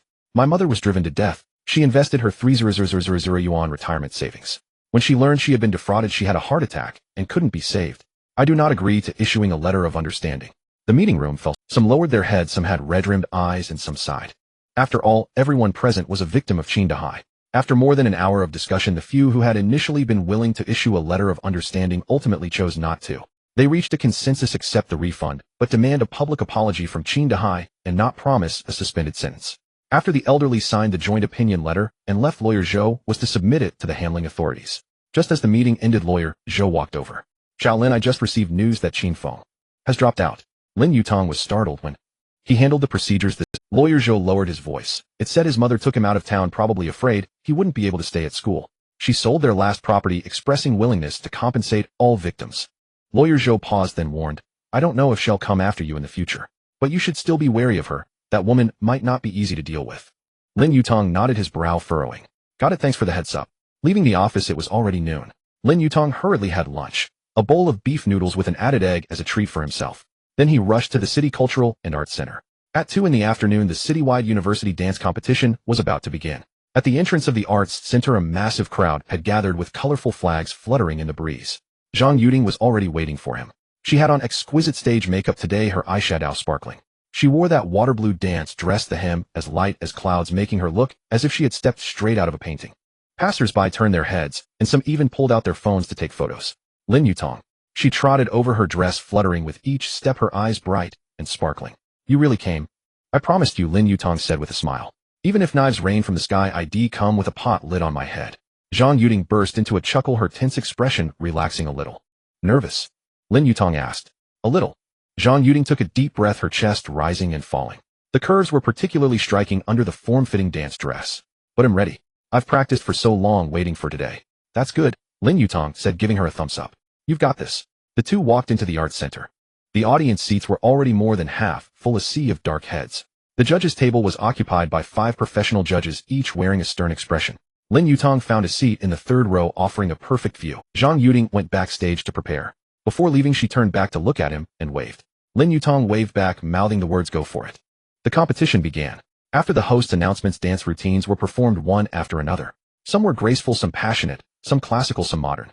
The contestants each showcased their strengths, the stage lights shifting continuously. Although Lin Yutang knew little about dance, he could still see that the skill level was very high. Some contestants were clearly professionally trained, their movements as precise as a textbook. Some were emotionally charged, their performances highly infectious. Some had exceptional technique, executing difficult moves with effortless ease.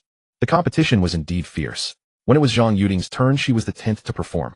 The announcer's voice fell. Next, please enjoy Rebirth, a dance performed by Zhang Yuding from Jianghai University. The stage lights dimmed, plunging everything into darkness. The audience fell silent, everyone holding their breath. A single spotlight shone on the center of the stage.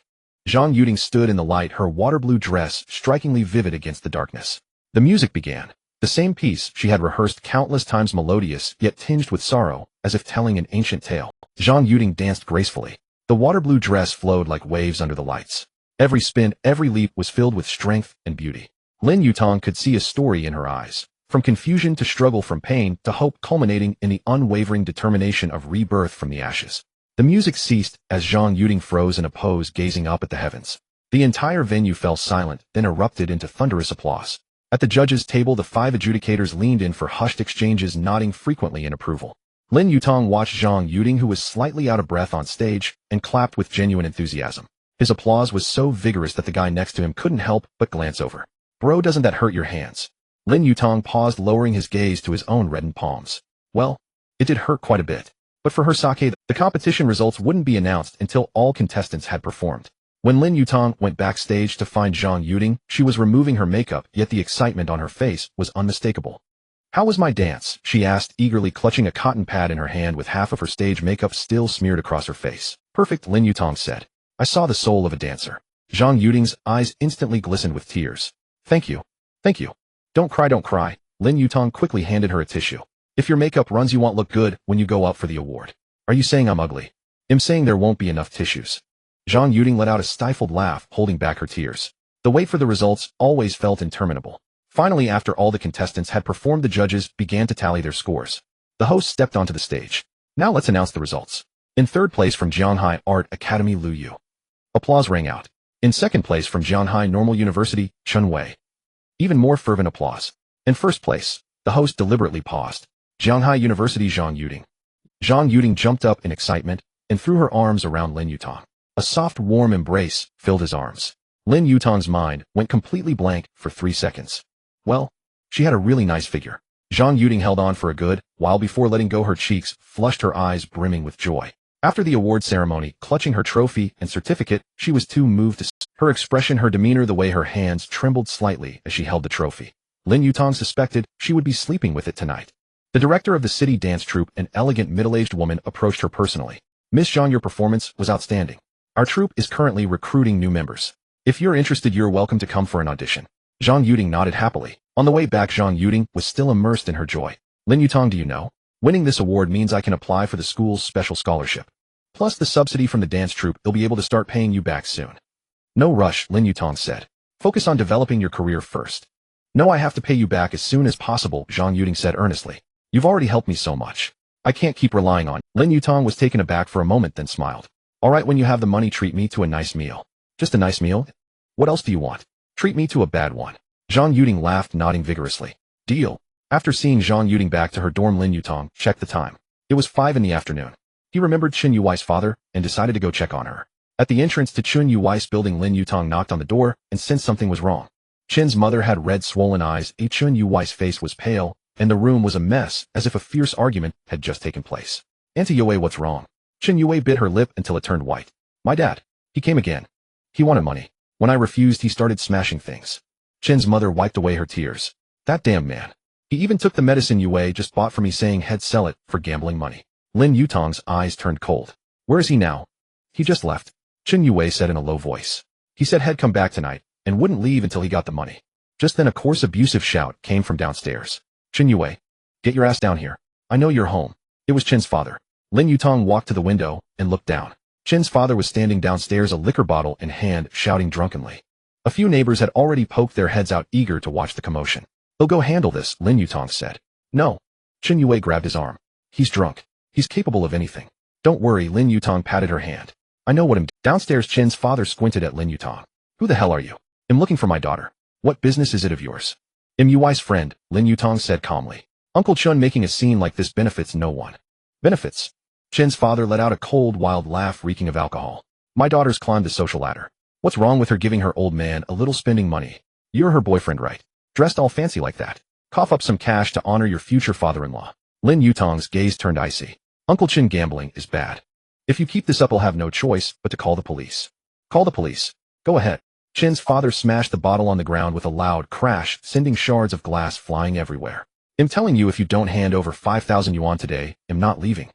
Let the whole neighborhood see how Chen Yue treats her own father. Ungrateful daughter.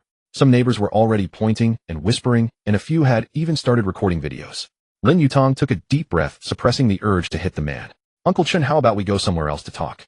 What's there to talk about? If you're willing to talk, I can help you with your debt, Lin Yutang said.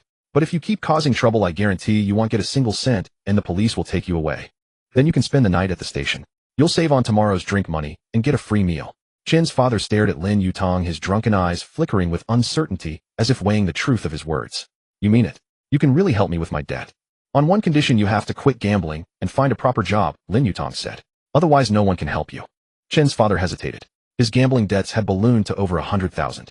Everyday debt collectors hounded him, driving him to despair. He didn't even dare leave his house for fear of running into them. If this could be resolved. All right, I'll talk with you, he finally said, his tone softening. The two of them went to a tea house near the neighborhood. Lin Yutang ordered a pot of tea and got straight to the point. Uncle Chen, how much do you owe? 150,000. Chen's father lowered his head, unable to meet Lin Yutang's eyes. With the interest piling up, I don't even know who's the creditor. It's the owner of the game room at the street corner. They call him Brother Hu. Chen's father's voice grew quieter. He said if I don't pay up soon, he'll break my legs. And throw me into the river to feed the fish. And come after my daughter. Lin Yutang noted the name. He'll handle this, but you must promise me quit gambling, find a job, and take good care of Auntie and Yue. I promise. I promise. Chen's father nodded eagerly.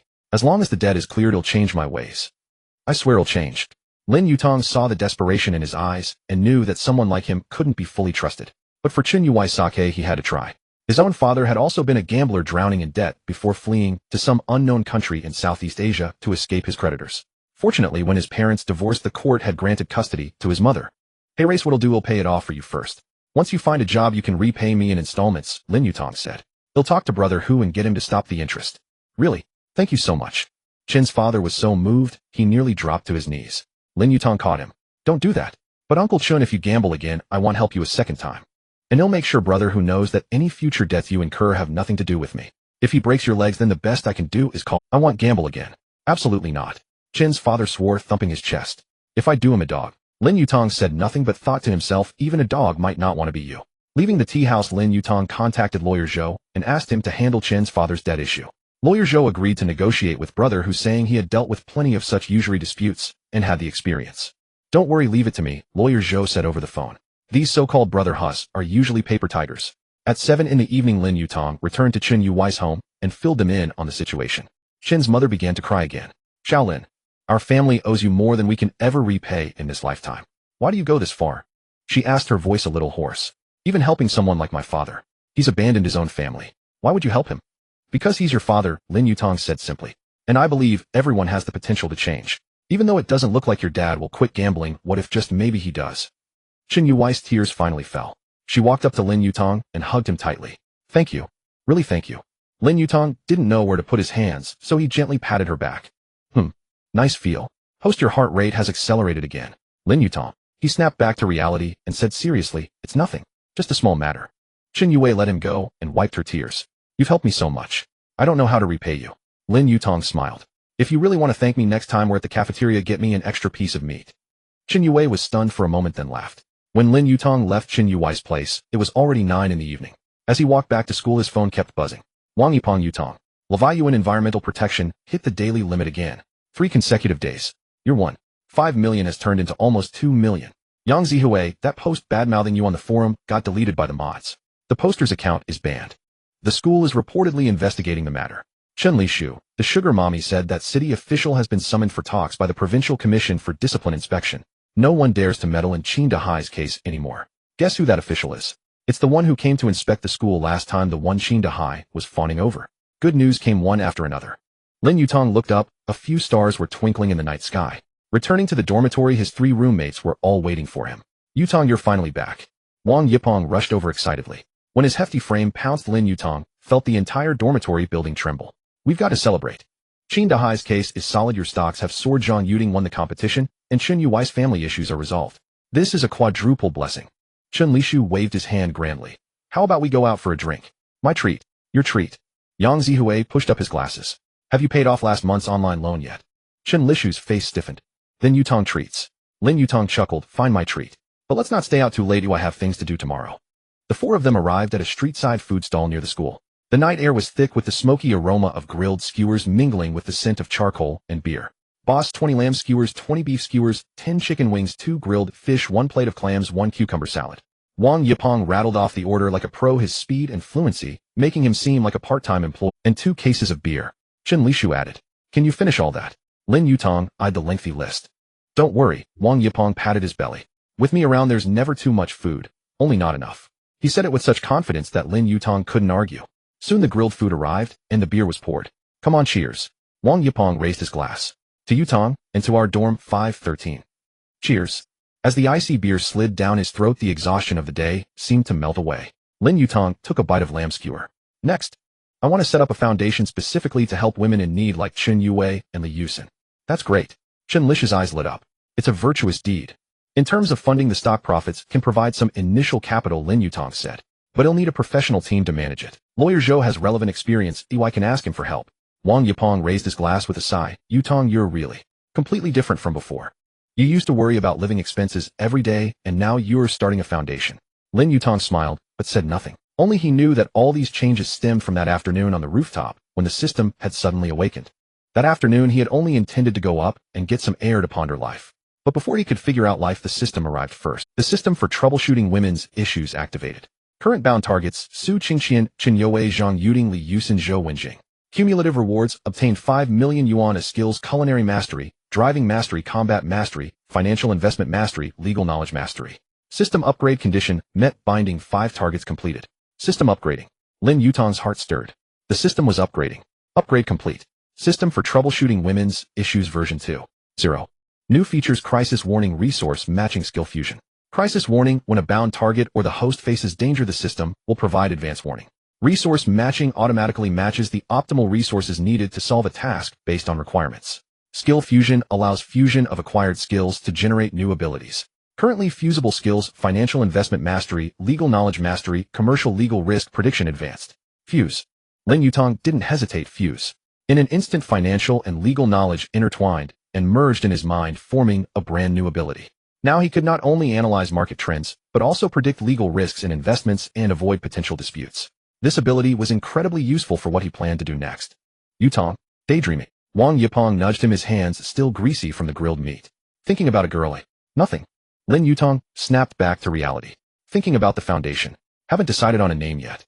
If you ask me, Chen Lishu proposed, How about begonia foundation? Begonia is your name, and the begonia flower has a good meaning. It symbolizes resilience and gratitude. Plus it sounds great. Begonia foundation. Lin Yutang repeated. Not bad. Of course it's not bad. How could a name I came up with be wrong? Chen Lishu took a smug sip of his beer. I almost studied liberal arts back in the day if it weren't for my terrible math. What does your bad math have to do with studying liberal arts? Yang Zihui asked. Don't liberal arts majors have to take math? They do.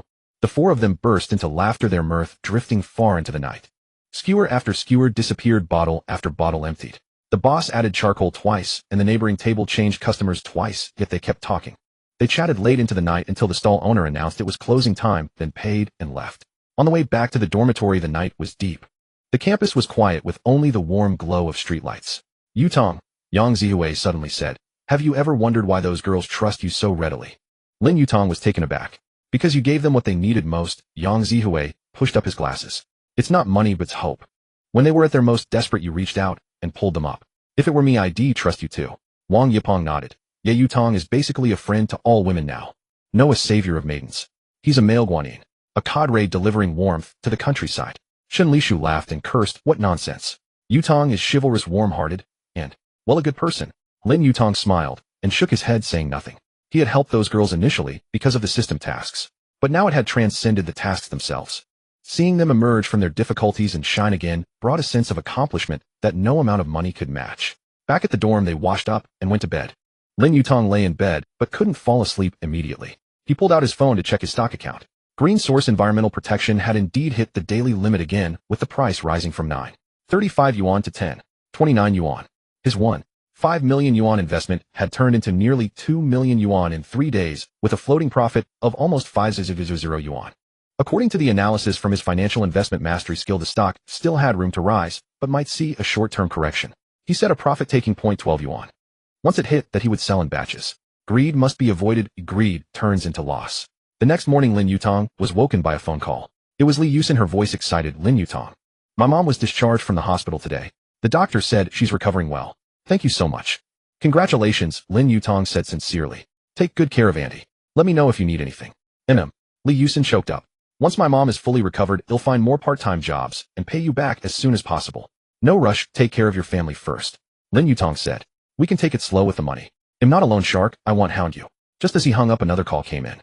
It was Zhou Wenjing. Lin Yutang's sister Wang's case is in court today. Can you come? She said she really wants to thank you in person. Lin Yutang checked the time. 9 a.m. What time's the hearing? 10 o'clock at the Municipal Intermediate Court, courtroom 3. Alright, I'll be there. Lin Yutang threw off the covers and started getting dressed. Wang Yipeng poked his head out from the top bunk, still groggy. Where are you off to so early? The courthouse. The courthouse.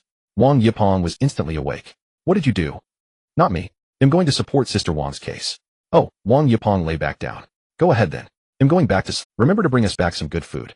Lin Yutang was taken aback. Are you treating me like a delivery guy? He hurriedly washed up and headed to the courthouse. On the way, he bought a bouquet of flowers for Wang Xiaomei. The florist recommended sunflowers, saying they symbolized living towards the sun and were perfect for someone emerging from the shadows. At the courthouse entrance, Zhou Wenjing was already waiting for him. She was wearing a formal suit, looking capable and professional. Lin Yutang, over here. Zhou Wenjing waved him over. Where's Sister Wang? Inside, a bit nervous, Zhou Wenjing said. She says it's her first time in court and her legs are shaking. That's normal. Who doesn't shake their first time in court? Lin Yutang said. The first time I was called to the advisor's office, my legs were shaking too. Entering the courtroom, Wang Xiaomei sat in the plaintiff's seat, nervously twisting her fingers. Her eyes lit up when she saw Lin Yutang and Zhou Wenjing. Lin Zhou. She stood up, her voice trembling. Sister Wang, don't be nervous. Lin Yutang handed her the flowers. Today is the day you get justice. Why be nervous? The one who should be nervous is Zhang Jian. Wang Xiaomei took the flowers, tears welling up in her eyes. The sunflowers looked especially vibrant in her hands. Thank you. Thank you both. At 10 o'clock sharp, the trial began. In the defendant's seat, Zhang Jian sat in restraints, his face ashen. His gaze swept over the plaintiff's side, and when it landed on Wang Xiaomei, a complex expression flickered across his face. Guilt, resentment, defiance, and the regret of should have gone easier. His lawyer tried to defend him, recycling the same old lines. The defendant acted impulsively. A family dispute shows remorse. Please show leniency. But against the well-prepared evidence presented by Zhou Wenjing, all the arguments seemed feeble. Medical reports documented Wang's Zayumius injuries page by page: fractured ribs, perforated eardrum, multiple contusions. The photos were shocking: purple bruises, swollen cheeks, bleeding wounds. Police reports recorded each incident clearly. Time, place, details. Neighbor testimonies came one after another, frequent sounds of quarrels, beatings, and a woman's cries. Piece by piece the evidence was ironclad. Zhou Wenjing's statement was forceful. The defendant Zhang Jian as a husband should have protected his wife, yet repeatedly abused her. As a father, should have cherished his child, yet exposed the child to violence. His actions not only violate the law but also defy human ethics. We request the court to impose a severe punishment according to the law. The judge pronounced the verdict. Zhang Jian was guilty of domestic violence with serious circumstances and was sentenced to 2 years and 6 months in prison. The gavel fell. That crisp sound seemed to shatter something heavy. Wang Xiaomei could no longer hold back and covered her face weeping. This time it was not tears of pain, but tears of liberation. 2 years and 6 months marked the beginning of her new life. Stepping out of the courthouse, the sunlight was just right. Sister Wang, congratulations, Zhou Wenjing said. From today onward you can start a new life. No more worrying about being slapped awake in the middle of the night, no more making up excuses for the bruises on your face, no more explaining to the neighbors that you accidentally bumped into something. You are free. Wang Xiaomei bowed deeply. Thank you all. If it weren't for you, I might have been beaten to death by him. It's all in the past. Lin Yutang quickly helped her up. Sister Wang, the Women's Federation will help arrange job training for you. Study hard, and in the future you can live well on your own. Remember, your life is not his punching bag, it's your own stage. Yes.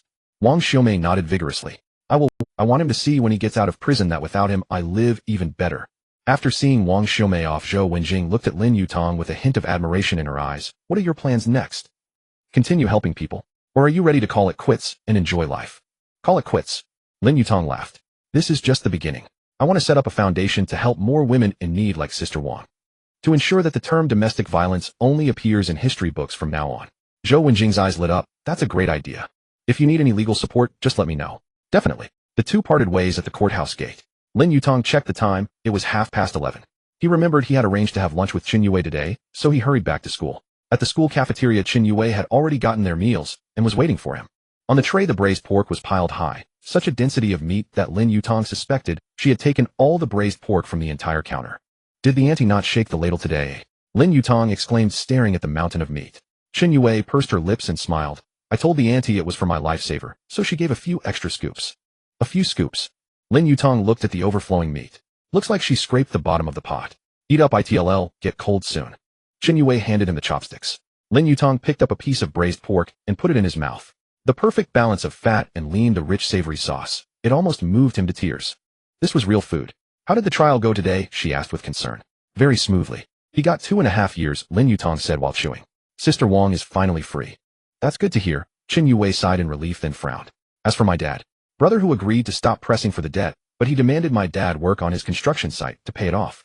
When my dad told me yesterday, I almost thought my ears were playing tricks on me. He actually agreed.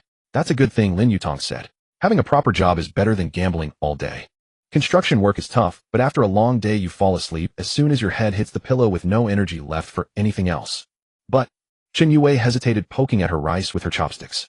I'm worried he won't stick with it. He said head change before, but he never lasted more than 2 weeks before reverting to his old ways. You have to give him a chance, Lin Yutang said. If he really changes, it's good for your family. If he doesn't, it's his choice, and you'll have a clear conscience. Then you can tell brother who to do whatever he wants with him. You are washing your hands of it. Qin Yue was taken aback for a moment, then laughed. That advice of yours is pretty ruthless. Ruthless? I think it's quite humane, Lin Yutang said, picking up another piece of meat. I gave him a chance, he didn't take it. Whose fault is that? Qin Yue nodded, her gaze tender. Lin Yutang, you always manage to make complicated things sound so simple. Because things aren't complicated in the first place. Lin Yutang smiled. Most of the time we overcomplicate them ourselves. Take this braised pork for example. Its essence is that it's delicious. If you start thinking about which part of which pig it came from, can you still enjoy it? Qin Yue was amused, her eyes crinkling with laughter. After the meal they strolled around the campus. The autumn leaves on the plane trees were beginning to turn yellow, and sunlight filtered through the foliage, casting dappled shadows that painted countless irregular patterns on the ground. Lin Yutang, Qin Yue suddenly stopped. Can I ask you a question? Go ahead. Just don't ask for my bank card password. Qin Yue laughed again, but quickly composed herself, looking at him seriously. You've helped so many girls. Will you ever get tired of it? Will there come a day when you don't want to help anymore? Lin Yutang thought carefully. Maybe you'll get tired like getting tired from playing games. But I won't stop wanting to help because helping others gives me strength too. Seeing you all break free from your struggles and become better, that feeling is better than pulling 10 consecutive SSR cards in a row. Qin Yue blinked. What's an SSR? It's...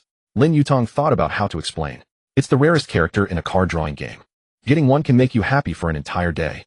Qin Yue nodded, not quite understanding, then looked at him and said, You know what? You're like a beam of light shining into the darkness of many people's lives. Lin Yutang was a little embarrassed by the sudden poetic compliment. You're flattering me so much I don't know what to say. I'm just an ordinary person who happens to have a bit of money, happens to know a few reliable people, and happens to be willing to lend a hand. And what about you? Lin Yutang turned the question around. You're also a beam of light. Even in such difficult circumstances you remained strong, took care of your mother, and studied hard. Chen Yue blushed. I just did what I had to do. We're all doing what we have to do, Lin Yutang said. And that's enough. A light doesn't need to be blindingly bright, just enough to illuminate a few people around you. In the afternoon, Lin Yutang went to Lawyer Zhou's office to discuss the establishment of the Haitang Foundation. Lawyer Zhou was very supportive of the idea. I can serve as the foundation's legal advisor for free. Also, I know a few friends who manage charitable foundations. I can ask them to help design the structure. That's great, Lin Yutang said. They'll put in 2 million as startup capital, and it'll continue to inject funds from my stock earnings. 2 million. Lawyer Zhou was astonished. Xiaolin, where did you get so much money? From investments, Lin Yutang explained briefly. Lawyer Zhou gave him a long appraising look. Young man, you never cease to amaze me. Lin Yutang smiled slightly. All right, leave it to me, Lawyer Zhou said, patting his chest. They'll have a proposal for you within a week. I guarantee you'll be satisfied. If you're not satisfied, you can get a refund. Oh wait, it's free, so no refunds. Leaving the office, Lin Yutang felt the weight on his shoulders grow heavier, but his heart felt more at ease. With the foundation, he could help more people. And it would be systematic professional help, far more effective than going it alone. It was like playing a game. Going solo was fun, but teaming up to clear dungeons was the real way to go. Back in the dormitory that evening, Lin Yutang turned on his computer and began drafting the foundation's charter and assistance criteria. Wang Yapong came over to look, his head nearly diving into the screen. Yutang, who does this foundation mainly help? Does it include destitute college students like me? Impoverished female college students, women suffering from domestic violence, elderly people who have been defrauded? Lin Yutang read from the draft. In short, all women in need of help are within our scope. It doesn't include you. You're a man. Sexism. Wang Yapong protested. You can apply to other foundations, Lin Yutang said without turning around. Or maybe you could get a sex change. Wang Yapong retreated in silence. Yang Zihue adjusted his glasses, the lenses reflecting the light from the computer screen. Fund management is a major issue. 2 million seems like a lot, but if we have many beneficiaries it will run out quickly. It's like our living expenses. At the start of the month we're rich, at the end we're beggars. That's why we need to generate our own revenue, Lin Yutang said. Part of the foundation's funds can be used for stable investments with the returns covering operational costs. I'm confident about that. We can't just rely on donations, we need to sustain ourselves. Chen Lishu sat up in bed. Yutang, my rich lady friends are also interested. They might be able to bring in some donations. They don't have much else, except for the fact that their husbands are rarely home. But they do have plenty of money. That's great, Lin Yutang's eyes lit up. The bigger the foundation scale, the more people we can help. You can bring your rich lady friends in as honorary directors. Give them a certificate, let them save face. That's a brilliant idea. Chen Lishu gave a thumbs up. They love things that give them face. That night the lights in dormitory 513 burned late into the night once again. Lin Yutang was drafting the foundation's charter, Wang Yapong was helping with research, Yang Zihue was designing the review process, and Chen Lishu was contacting potential donors. The four of them were working towards a common goal. At 2 in the morning the draft of the charter was complete. Lin Yutang stared at the dense text on the screen, a surge of warmth rising in his heart. It all began that afternoon on the rooftop. Being dumped, being mistaken for a suicide risked the system awakening. The turning points of fate often occur in a single thought. And now he had not only changed his own destiny, but was also changing the destinies of many others. Just as he was thinking, his phone vibrated with a text message from an unknown number. Lin Yutang, this is Su Qingqian. Can I meet you? I have something very important to tell you. Tomorrow at 3 in the afternoon at the school cafe. Be there or be square. Lin Yutang stared at the message, his brow furrowed. Su Qingqian. What exactly did she want? Intuition told him this meeting would not be simple. But what was meant to come would come. Lin Yutang replied with a single character, okay. The next day at 2:50 p.m. at the school cafe. Lin Yutang arrived 10 minutes early and chose a corner seat by the window. Sunlight streamed through the glass onto the wooden table, bringing a cozy warmth, but he felt an inexplicable unease. At exactly 3 o'clock the cafe door opened, and Su Qingqian walked in. She was dressed in a simple, elegant cream-colored dress today, with light makeup and her hair softly draped over her shoulders. She looked gentle and demure, almost making one forget her former sharpness and snobbery. But in her eyes there was a suppressed emotion. She walked straight to Lin Yutang and sat down opposite him. A waiter came to take their order, and she only asked for a glass of lemon water. Thank you for agreeing to see me, she began, her voice soft, even carrying a hint of timidity. If you have something to say, just say it. Lin Yutang's tone was very calm. Su Qingqian held the glass cup with both hands, her fingertips turning slightly pale. She took a deep breath as if she had made up her mind. Yutang, I know nothing I say will make a difference now. What happened in the past was my fault, a terrible mistake. She lowered her head, her voice choked with tears. I'm not asking for your forgiveness. I came today to tell you something. And also to ask you for something. Lin Yutang leaned back in his chair, his expression calm. What is it? First, she lifted her head, meeting his eyes directly. You need to be careful of Zhang Yuding. Lin Yutang raised an eyebrow, barely suppressing a laugh. What now? You're worrying about my love life? Is this a new persona? I'm not joking. Su Qingqian's tone was serious. I know you've been helping her lately. She's grateful to you, and she might even be falling for you. She paused, a hint of barely perceptible bitterness in her voice. But you don't really know her. Or rather, the person you know might just be the side she wants you to see. What do you know? Zhang Yuding doesn't come from an ordinary family. Su Qingqian lowered her voice. Her father was involved in the underworld in his early years. Later he went legitimate in the building materials business, but his hands aren't clean. Her brother still operates in the gray areas, handling troublesome matters for people. Lin Yutang's eyes narrowed. In this dance competition, several strong contestants suddenly got injured and withdrew before the event. Don't you find that suspicious? Su Qingqian stared at him. Do you really think she won the championship purely on her own merit? Lin Yutang recalled hearing some rumors about unexpected withdrawals during the competition, but he hadn't paid them much attention at the time. After all, in competitions, unexpected withdrawals were common.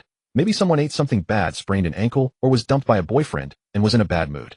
But if all these accidents were concentrated on one person's competitors, it was a bit too coincidental. Too coincidental, as if someone had orchestrated it. Second, Su Qingqian continued, the case involving Qin Feng's father Qin Dahai involves more complex figures behind the scenes than you think. The leader summoned for questioning by the Provincial Discipline Commission is a deputy mayor surnamed Liu in charge of urban construction. Lin Yutang's heart sank. Qin Dahai's company secured so many projects thanks to him. Although Deputy Mayor Liu is under investigation for now, he has deep roots and might walk away unscathed. Su Qingqian's voice dropped even lower. And you, as the concerned citizen who pushed the case into the spotlight, are already on his list. Lin Yutang fell silent. He had anticipated this. How could anyone who disrupted someone else's interests walk away clean? But hearing Su Qingqian lay out the details so clearly still surprised him. When did this girl start caring about such matters? Wasn't she only concerned about handbags and lipstick before? How do you know all this? I investigated Zhang Yuding and learned some things about her family. As for Deputy Mayor Liu, Su Qingqian paused, forcing a bitter smile tinged with self-mockery. Qin Feng used to take me to some social events. I overheard some drunken talk. Some people love to brag when they're drunk, saying anything. But wine reveals truth. I learned about the relationship between Deputy Mayor Liu and Qin Dahai from them. Yutang, you must be careful. People like Deputy Mayor Liu don't retaliate openly. Lin Yutang looked at her in silence. Today's Su Qingqian was calm, composed, and even possessed a certain honesty, a stark contrast to the hysterical, clingy image she had before. Could people really change? Or was she just putting on a more sophisticated act? Third, and this is what I came to ask of you. Su Qingqian's voice suddenly became strained and her eyes reddened. My father. He was diagnosed with lung cancer terminal stage. He needs money for a new targeted therapy, at least 600,000. My family can't afford that much. She finally revealed the true purpose of her visit, tears streaming down her face. I know I have no right to ask you, but I'm at my wit's end. Yutang, I beg you, lend me this money. I can write an IOU, repay it in any way, even do anything you ask. Her posture was utterly humbled, her eyes glistening with a mixture of desperation and pleading. Lin Yutang's heart churned with mixed emotions. What was this? His ex-girlfriend came to borrow money to save her father, and asked for 600,000 at once. He looked at Su Qingqian before him. She was no longer the arrogant campus belle, no longer the snobbish girl who looked down on him for being poor. She was just a pitiful daughter cornered and grasping at the last straw. Target Su Qingqian's statement is true. A system prompt sounded in his mind, confirming the truth of her words. He picked up his now lukewarm coffee and took a sip. The bitterness spread across his tongue, but couldn't suppress the turmoil within. Su Qingqian, he said slowly, his voice calm.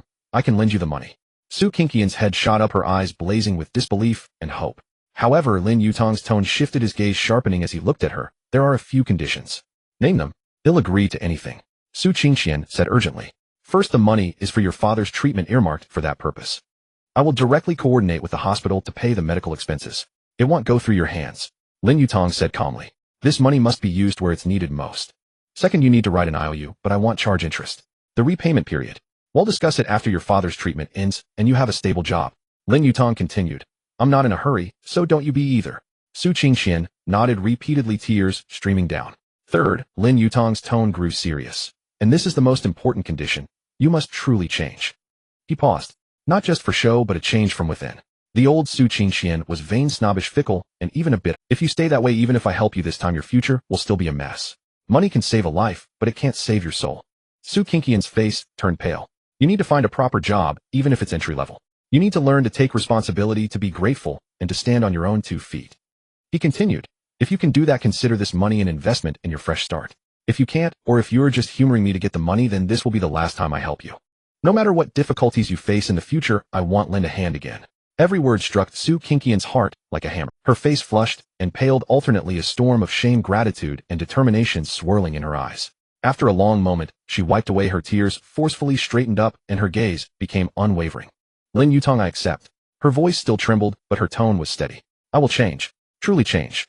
I will prove to you, and to myself, that Su Qingqian can become a better person. Lin Yutang looked at the rekindled flame in her eyes, and finally nodded. Good. Send me your father's medical records. He'll have lawyer Zhou contact the hospital's medical institution to arrange the follow-up treatment.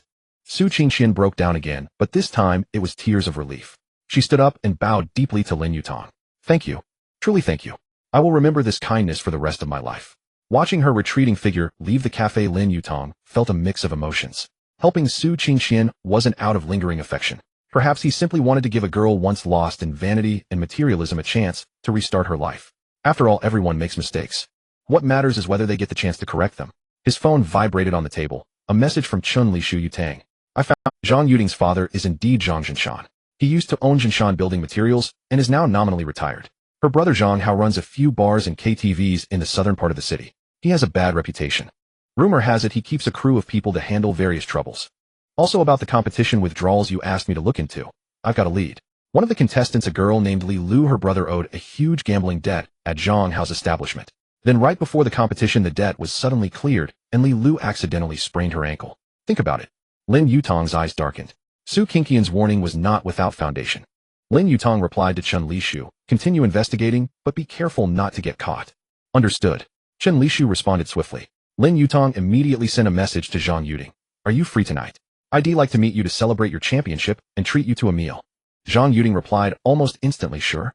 Lin Yutang then contacted lawyer Zhou, informing him of Su Qingqian's father's situation and his own thoughts, requesting assistance with medical expenses and coordination matters. Lawyer Zhou, as reliable as ever, quickly provided professional advice and an action plan, joking, Xiao Lin, you really do look after everyone, your ex-girlfriend's father included. Truly a savior to all. Lin Yutang. In the evening, Lin Yutang waited for Zhang Yutang in a private room at an elegantly ambient restaurant near the school. Zhang Yutang was clearly dressed up. She wore a light pink Chanel-style suit, her makeup so exquisite it could grace a magazine cover, with a sweet smile. In her hand, she carried a delicate paper bag tied with a bow. Have you been waiting long? She asked with a smile as she sat down, pushing the paper bag toward him. This is for you, a little gift to celebrate my win. Open it and see if you like it. Lin Yutang opened it to reveal a fine-quality dark gray cashmere scarf, soft to the touch. Thank you, it's beautiful. He set the scarf aside and said calmly, Yutang, congratulations on winning the championship and also on earning the favor of the city dance troupe. Your hard work is recognized by everyone. Zhang Yutang's smile grew even brighter. It's all because you kept encouraging me. Without you, I might have given up long ago under Wang Chan's pressure. You're my lucky star. The waiter began serving the dishes. Steamed sea-based garlic broccoli, sweet and sour spare ribs, and tomato beef brisket soup, all ordered by Lin Yutang, a balanced mix of meat and vegetables. They chatted while eating, the atmosphere seemingly harmonious, but Lin Yutang could sense Zhang Yutang's occasionally evasive gaze and subtle unease. Lin Yutang put down his chopsticks, deciding to get straight to the point. There's something I want to ask you. What is it? Zhang Yutang looked up. Regarding this dance competition, I've heard some rumors. Lin Yutang met her gaze. Several very strong contestants withdrew due to unexpected injuries before the event. Did you know about that? Zhang Yutang's smile froze for a moment before returning to normal. I heard about it. It's a pity. In competitions, accidents. Lin Yutang looked at her. I heard that one contestant, Li Lu, whose brother owed a huge debt, suddenly had it cleared before the competition, and then Li Lu got injured. Such a coincidence. Zhang Yutang's face paled slightly. What do you mean? Are you suspecting me? I believe it's not that coincidental. Lin Yutang paused. One accident might be chance, two could be coincidence, but three might be deliberate. Lin Yutang, I won the championship through my own ability. The judges and audience saw that. Zhang Yutang's voice rose, tinged with grievance. I believe in your ability. Lin Yutang's tone remained calm, but his gaze was piercing. But I also believe that a fair competitive environment matters to all contestants.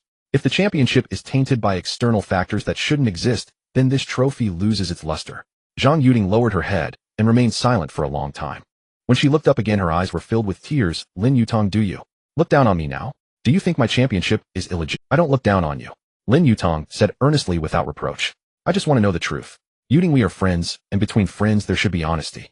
If you're in trouble or forced into certain choices, you can tell me, and we'll figure it out together. I'm not here to judge you, Bim. His sincerity seemed to touch Zhang Yutang. Her tears finally fell one by one like broken beads. I didn't want this. She took a deep breath, finally resolved to pour out the secret weighing on her heart. But my brother. His business went wrong, and he owes a lot of money. She sobbed, grabbing tissue after tissue. Before the competition, my brother came to me and said he had taken care of the strongest rivals, telling me to compete with peace of mind. At first I was furious, thinking it was cheating and insult to my dancing. I've trained for so many years not to win like this. But I had no choice. I couldn't let my brother get into trouble. He's always been good to me since we were kids. When our parents divorced, he was there for me. I couldn't abandon him. Lin Yutang listened quietly, understanding in his heart. Zhang Yuding wasn't the mastermind, but she had chosen to acquiesce and accept. Perhaps this was the side Su Qingqian mentioned, the one he didn't know, a struggle between principles and survival, trapped by family and reality. No one is purely black or white, most people live in shades of gray. Yuding, he began slowly once her emotions had settled a bit. Have you ever thought, is your brother really helping you by doing this? Zhang Yuding looked up at him, her eyes blurred with tears. A championship won through improper means a starting point built on others' suffering. Can that truly take you further on the path of dance? Lin Yutang continued. Every time you dance on stage, will you think of the person you replaced? Every time you receive applause, will you feel that something is mixed into it? Zhang Yuding was stunned. Dancing is your dream. It should be pure and radiant. Lin Yutang said. You've trained for so many years just to dance purely on stage, right? If that purity is tainted, then what are all these years of sweat for? Zhang Yuding's tears flowed even more. We can find a way to solve your brother's debt problem together. Lin Yutang's tone grew firm. But the stain on this path can only be cleaned by you. I can help you with the money, but the matter of conscience you have to resolve yourself. How do I clean it? Zhang Yuding asked blankly. Confess to the dance competition committee, voluntarily request a re-evaluation of the results, or give up this championship title. Lin Yutang said. It will be hard, and you'll lose a lot in the short term. But only then can you truly hold your head high and face every future dance. Zhang Yuding's face turned pale. Give up the championship. That meant losing the chance to join the city dance troupe, giving up a stable future, and even risking a ban and public disgrace. I need to think about it, she said painfully, her voice very soft. All right. Lin Yutang didn't push, knowing this couldn't be forced. But remember, true strength isn't about how much you have, but about having the courage to turn back when lost, and to take responsibility when wrong. Your dancing talent shouldn't be tarnished, and your life shouldn't be held hostage by debt and coercion. He paused. If you choose the harder but cleaner path, I will help you. Whether it's your brother's debt or your future development, I'll do my best to help.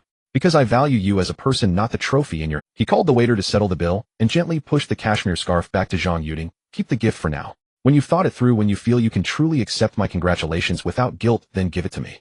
With that, he stood up and left. As he walked out of the private room, he heard suppressed sobbing behind him. He did not look back. Some paths must be walked alone. Some choices must be made alone. Stepping out of the restaurant, the cool night breeze invigorated Lin Yutang. He knew he had given Zhang Yuding an almost cruel choice, but he believed it was the right one for her long-term life. Sometimes cruelty is the greatest kindness. As he reached the street corner, his phone rang. It was Lawyer Zhou, his tone urgent, unlike his usual composure. Xiao Lin, regarding Vice Mayor Liu, you asked me to look into there's new development. What is it? His secretary just contacted several relevant departments, hinting at a strict review of a preparatory project called Haitang Fund, focusing on its funding sources and legality. Lawyer Zhou's voice carried a note of gravity. This is clearly aimed at you. They know you're setting up a foundation and are striking first. So it had come. Lin Yutang's eyes turned cold, but he wasn't panicked. Also, the guard on Qin Dahai at the hospital has been strengthened, supposedly to prevent accidents. Lawyer Zhou continued, but I've learned that one of Vice Mayor Liu's trusted aides visited Qin Dahai this afternoon. Ostensibly, it was a consolation visit, but actually they stayed for nearly 2 hours. 2 hours. How much can be discussed? Lin Yutang's heart sank. They were colluding or preparing to make Qin Dahai take the fall for everything to protect Vice Mayor Liu, sacrificing the pawn to save the king. Our foundation's procedures are all legal and compliant, but we're not afraid of an audit. Lin Yutang analyzed calmly. The funding sources are clear, every cent accounted for. Let them investigate. EYTLL be a free compliance audit for us. As for Qin Dahai's case, we've already submitted key evidence to the Provincial Discipline Commission and the media. They won't find it easy to overturn. He continued, but we need more evidence directly pointing to Vice Mayor Liu. Qin Dahai's testimony alone isn't enough. I understand. They'll keep an eye on it. Lawyer Zhou said, be careful yourself. They won't dare to touch you openly, but there will be plenty of underhanded tricks. These people are hard to guard against. Open attacks are easy to dodge, but covert ones are treacherous. I know, thank you, Lawyer Zhou. Hanging up, Lin Yutang stood under a street lamp watching the flowing river of traffic. The city was brightly lit at night, cars coming and going, everyone heading to their own destinations. And he stood here facing the hostility of a vice mayor, a case potentially involving collusion, and a girl making a difficult choice. The road ahead was clearly strewn with thorns. Yet for some reason there was no fear in his heart, only a surging fighting spirit. Like in a game, the harder the level, the greater the satisfaction upon clearing it. Lin Yutang pulled out her phone and dialed Chen Lishu's number. The phone was answered after 2 rings. The background noise on Chen Lishu's end was chaotic, as if he were in some lively place. Lishu, help me look into 2 more people, Lin Yutang said, without preamble. Sure. One is the son of Deputy Mayor Liu, named Lu Zixuan. I've heard he's also in Zhanghai City. Find out where he usually hangs out, what he does, what his hobbies are, preferably those less than legal ones. Lin Yutang paused.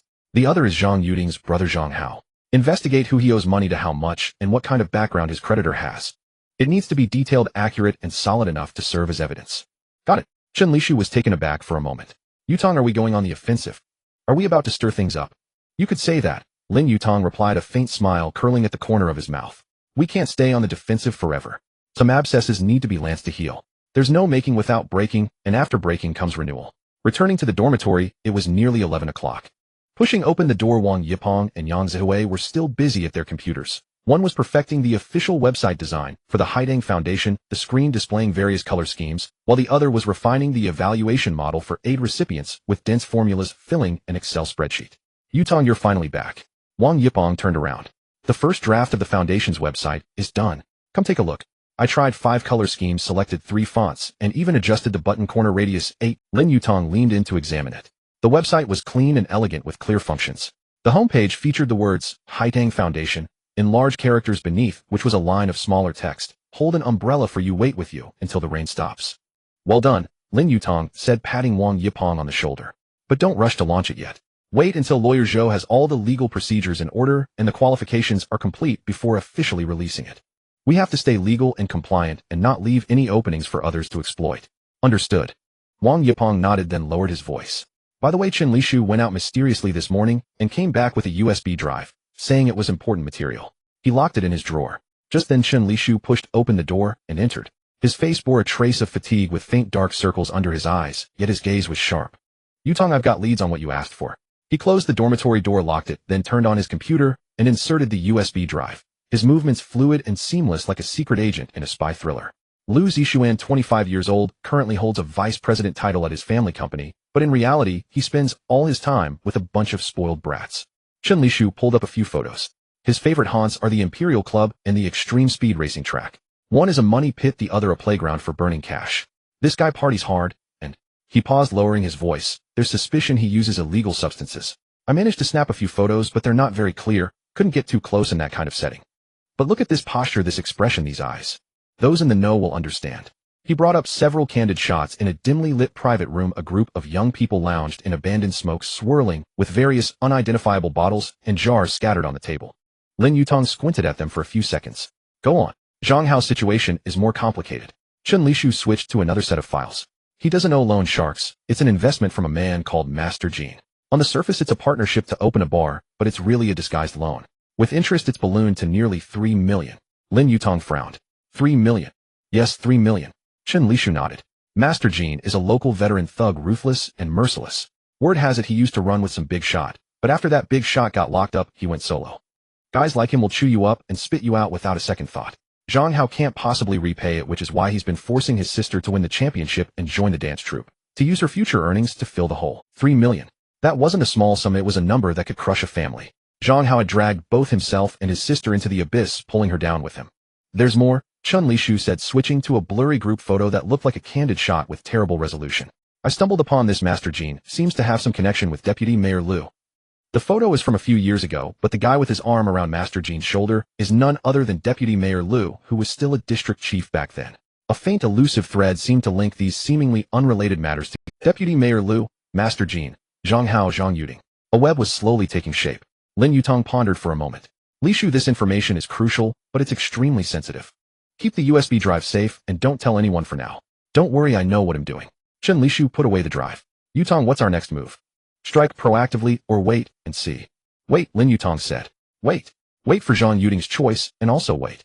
Lin Yutang paused for Deputy Mayor Liu's next move. He walked to the window and gazed at the night sky. Dark clouds obscured the moon and stars. The night was heavy as if drenched in ink. This darkness seemed to herald an approaching storm. But he knew that after the storm, clear skies often followed. And what he had to do was stand firm in the storm, holding an umbrella for those who needed shelter. The night grew deep and the dormitory gradually quieted down. Wang Yipeng climbed into bed, and within 2 minutes his steady breathing could be heard. Yang Zihui was still reviewing materials, but his eyelids were drooping. Chen Lishu lay in bed scrolling through his phone, the screen's light flickering across his face. Lin Yutang lay in bed, but sleep eluded him. System notification helping girls in need. A system prompt suddenly echoed in his mind, its voice piercingly clear in the dead of night. Detected that the host is facing a complex situation. Crisis warning function activated. Warning: within the next 72 hours the host and related individuals may encounter the following risks. 1. Zhang Yuding may make extreme choices due to overwhelming pressure. Lin Yutang's heart tightened. 2. Su Qingqian may experience emotional collapse due to her father's fluctuating condition or medical setbacks. 3. Deputy Mayor Liu's faction may exert pressure on the host or create trouble through informal channels. 4. Zhang Hao's creditor Master Jin may take drastic measures over the debt issue. Recommendation: deploy precautions in advance, strengthen defenses, and keep communication channels open. The system's warning hit Lin Yutang like a bucket of ice water, jolting him wide awake. He sat up, leaning against the headboard, quickly formulating a response. First, regarding Zhang Yuding, he couldn't just wait for her choice. She was under immense pressure, pushed by her brother, weighed down by the competition, and tormented by her own conscience. In this state, she needed his proactive care and guidance to prevent her from doing something foolish. He would contact her first thing in the morning. No, had sent a message right now. Second, Su Qingqian's father's treatment had to proceed smoothly. Her father was in the late stages of lung cancer with little time left. If anything went wrong during his treatment, Su Qingqian would surely break down. He would ask lawyer Zhou to personally oversee the matter and, if necessary, mobilize more resources. Third, since Deputy Mayor Liu had already made his move, he couldn't sit idly by. Having his secretary hint at investigating the Haidang Foundation was a warning shot. But the tiger wasn't so easily intimidated. Perhaps he could find a breakthrough through his son Liu Zixuan. A spoiled, drudge-involved, and reckless playboy was a ticking time bomb in himself. The bomb didn't need to be detonated, it was enough for the bomb squad to know it was there. Fourth, Zhang Hao and Master Jin's debt issue was a powder keg. It had to be dealt with quickly, or Zhang Yuding would be in danger. 3 million wasn't a small amount, but perhaps there was another way to resolve it. A plan began to take shape in Lin Yutang's mind. The risks were high, but it was worth a try. He picked up his phone and sent a long message to lawyer Zhou detailing the current situation and his preliminary ideas, asking for his professional advice and support. Lawyer Zhou quickly replied, "Got it. They'll look into it and call you tomorrow." He also sent a message to Chen Yue. "I might be busy lately. Take care of yourself and your mom. Let me know if anything comes up. Don't hesitate to bother me." Chen Yue replied instantly, "You too, don't overdo it. I've made some soup, we'll bring it to you tomorrow." Lin Yutang looked at the message, a slight smile tugging at the corner of his mouth. Finally, he opened the WeChat chat with Zhang Yuding. His finger hovered over the screen as he thought for a moment, then typed, "Yuding, no matter what choice you ultimately make, remember, you always have friends and a way out. If you need someone to talk to, you can reach me anytime. Don't do anything foolish. The way you dance is so beautiful. Don't let the darkness dim your light." He sent the message, then leaned back against the headboard, letting out a long sigh. The road ahead was treacherous, but he was no longer alone. He had the system money skills, a growing Haidang Foundation as his backing, and a group of trustworthy companions to rely on. Wang Yipeng, Yang Zihui, Chen Lishu lawyer, Zhou Chen Yue, and the girls he had helped. They were not his burden. He closed his eyes and drifted into a deep sleep. The next morning, Lin Yutang was awakened by the vibration of his phone. It was a long message from Zhang Yuding. "Lin Yutang, I stayed up all night and thought for a very, very long time. You're right. A tainted championship is like dancing in a gown caked with mud. No matter how much you spin and leap, your heart remains dirty. I've been dancing for over a decade, not to end up retiring with a filthy trophy. I've already contacted the competition committee, confessed the situation, and voluntarily requested to have my championship title revoked. When I sent that email, my hands were trembling, but suddenly my heart felt light. It was like I'd been carrying a heavy stone on my back for so long and finally put it down. As for my brother, I had a huge fight with him. He said I was crazy, that I'd ruin him and myself. I told him, brother, you can ruin yourself all you want, but you're not ruining me anymore." He was stunned for a long time, then stormed out, slamming the door. "But this time I don't want to compromise anymore. Dance is my life, and I want it to be pure and clean. Even if I can never perform on stage again, I can teach children to dance in a classroom. As long as my heart is clean, anywhere can be a stage. Thank you for forcing me to face all of this. Though the road ahead is pitch black, at least I dare to look up at the sky now. It turns out looking up at the sky feels this good." Between the lines, there was a weariness and relief born of resolve. Lin Yutang read the message, a complex surge of emotions welling up inside him. There was relief, sympathy, and admiration. This girl was braver than he had imagined. He immediately replied, "Where are you?" "I'm coming to find you now." "I'm at the dance studio," Zhang Yuding replied. Lin Yutang jumped out of bed, hurriedly washed up, grabbed his jacket, and dashed out. The campus in the early morning was still shrouded in mist, but the lights in the dance studio were on. Pushing open the door, Zhang Yuding, dressed in a plain white practice outfit, was slowly dancing in the center of the room. There was no music, only the sound of her gentle breathing and the friction of her toes against the floor. She wasn't performing the high-difficulty technical routines from the competition, but a soothing self-dialogue-alike improvisational dance. Her movements were soft, yet resolute, as if sorting through the past, or shaping a rebirth. Lin Yutang did not disturb her. He stood quietly by the door watching. At that moment he was not observing a dancer, but witnessing a live broadcast of self-redemption. As the music ended, Zhang Yuding withdrew her pose, freezing in a posture of gazing up at the heavens. She turned around, tear stains on her face, but her eyes were clear and bright. "You're here." She forced a faint smile tinged with self-mockery. "Pretty foolish, isn't it? Like a sentimental fool." "No, it's very brave." Lin Yutang stepped forward and handed her a pack of tissues. "Even more dazzling than when you won the championship. That trophy might have been questionable, but this dance was pure substance." Zhang Yuding took the tissues and wiped her face. "The organizing committee might hand down a decision soon. A suspension, or even worse, penalties. The dance troupe is definitely out of the question. My decade of hard work might just be over." Her voice trembled slightly, but her back remained straight. And she took a deep breath. "My brother said Boss Jean's men have already put the word out. If they don't see the money by the end of the month, they'll cut off one of his legs." Not a metaphor. Literally cut off. With a saw. Lin Yutang raised an eyebrow. "He'll handle your brother's debt," he said. Zhang Yuding jerked her head up. "No, that's too much, and it's his business."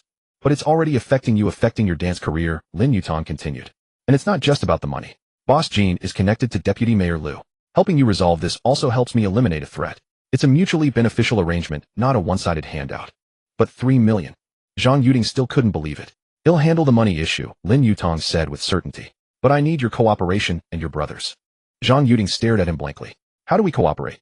"Have your brother hand over all the loan contracts, transfer records, and even recorded conversations with Boss Jean, every piece of evidence he can gather, especially anything that proves the connection between Boss Jean and Deputy Mayor Liu." Lin Yutang's gaze sharpened. "Then have him leave Shanghai temporarily and find a safe place to lay low. Leave the rest to me and Lawyer Zhou. You're planning to use this evidence to bring down Boss Jean and even implicate Deputy Mayor Liu." Zhang Yuding instantly grasped his intention. "At the very least, it can serve as a bargaining chip." Lin Yutang nodded. "If the source of that 3 million debt is illegal, the lending methods irregular, or even involves coercion, it's not entirely defensible in the eyes of the law." He paused. "Add Deputy Mayor Liu's connection into the mix. Boss Jean might not be willing to expose himself and his political shield to the sunlight just for this sum of money." Hope reignited in Zhang Yuding's eyes. "He'll go find my brother right now. He must have something. He's been pushed to the edge. He wouldn't have left himself without a backup plan." "Be careful," Lin Yutang warned. "Have your brother give you the things, then leave immediately. Don't confront Boss Jean's men directly." "I know." Zhang Yuding nodded vigorously, then looked at Lin Yutang with a complex expression. "Lin Yutang, why are you going this far for us? This is too risky." "This isn't just for you," Lin Yutang smiled. "And I believe your dancing shouldn't be buried by these dirty affairs. Go on, I'll wait for—" Watching Zhang Yuding's hurried, retreating figure, Lin Yutang knew he was stepping into a deeper vortex. But an arrow shot has— He dialed Lawyer Zhou's number and laid out the entire situation regarding Zhang Yuding's brother and his own plan. Lawyer Zhou was silent on the other end for a long time. So long that Lin Yutang almost thought the call had dropped. "Shaolin," Lawyer Zhou finally spoke, his tone heavy. "This move of yours is very risky. Boss Jean is a local tyrant. He's been entrenched in Shanghai for 20 years and has seen it all. Deputy Mayor Liu is deeply rooted too. A deputy department-level cadre with a dense network of connections. Forcing their hand this way might provoke a fiercer backlash." "I know," Lin Yutang said. "But if we have compelling evidence, they'll be the ones who have to think twice. Boss Jean's money isn't necessarily clean, and Deputy Mayor Liu is more afraid of being implicated. We're on the defensive now, we might as well proactively create a balance they have to respect. Like two people pointing guns at each other, neither dares to fire." "Makes sense." Lawyer Zhou mused, a hint of appreciation in his voice. "All right, I support you. Once you get the evidence handed over to me, I still have some connections in the Economic Investigation Department and the Procuratorate. I know how to get these materials to the right eyes to exert maximum pressure. They'll make sure these materials end up where they need to be, not locked away in some drawer collecting dust." "Thank you, Lawyer Zhou." After hanging up, Lin Yutang checked his stock account. Green Source Environmental Protection opened higher again today, with the stock price surging to around 11.5 yuan. The Klein chart was a sea of red, a sight more pleasing than any exam report. As planned, he set a partial sell order at the 12 yuan mark. The stock market is risky. Profits are only safe when cashed in. The returns from this investment would become crucial ammunition for the storms ahead. A 3 million yuan hole needed cold hard cash. Just as he walked out of the dance studio, his phone rang again. It was Chen Yue. "Yutang, my dad." Chen Yue's voice was laced with disbelief. "He actually went to Brother Hu's construction site to report for duty this morning. He got up at 6:30 without me having to call him." Lin Yutang almost thought he misheard. "Really? Really?" Chen Yue's voice was brimming with excitement. He looked reluctant, his face longer than a donkey's, but he actually went. He even muttered he'll be back for dinner as he left. "The last time my dad said that was 3 years ago." This is good news, Lin Yutang said, happy for her. Give him some time, and give yourselves a chance. People always change, even if it's slow, as long as they're changing. Chen Yue replied softly, her voice gentle. Thank you, Yutang. And Wang Yipeng told me about the foundation. If you need volunteers, I want to sign up. I want to help others too the way you helped me. I can't always be the one being helped. Ooh, I want to be the one helping. A warmth spread through Lin Yutang's heart. Of course we need you, Yue. Your carefulness and resilience will be a valuable asset to the foundation. We'll have a meeting sometime to discuss the division of labor. After handling these matters, Lin Yutang headed to the teaching building for class.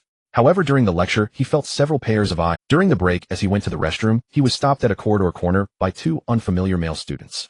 They were dressed in ordinary sportswear, but their eyes were sharp and their builds were lean and tough. Lin Yutang, one of them with a crew cut, spoke in a flat but oppressive tone. I am something. Lin Yutang stopped on guard. His combat proficiency allowed him to clearly sense their trained aura. Someone asked us to pass along a message. The crew-cut man stepped closer, lowering his voice. Kid, there are things you should know when to stop. The waters in Jianhai are deep. Ooh, be careful not to drown. No matter how well the crabapple blooms, it has to be in season right. A blatant threat. Lin Yutang's expression remained unchanged. Thanks for the advice. But mine is a 4-season crabapple. It doesn't care about the season. No need to trouble yourself. The crew-cut man stared at him for a few seconds, a flicker of surprise in his eyes. He probably hadn't expected this college student to be so unyielding. He suddenly smirked. Interesting. The message has been delivered.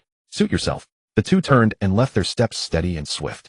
Lin Yutang watched their retreating backs, his gaze cold. This was clearly an informal channel of pressure from Deputy Mayor Liu's side.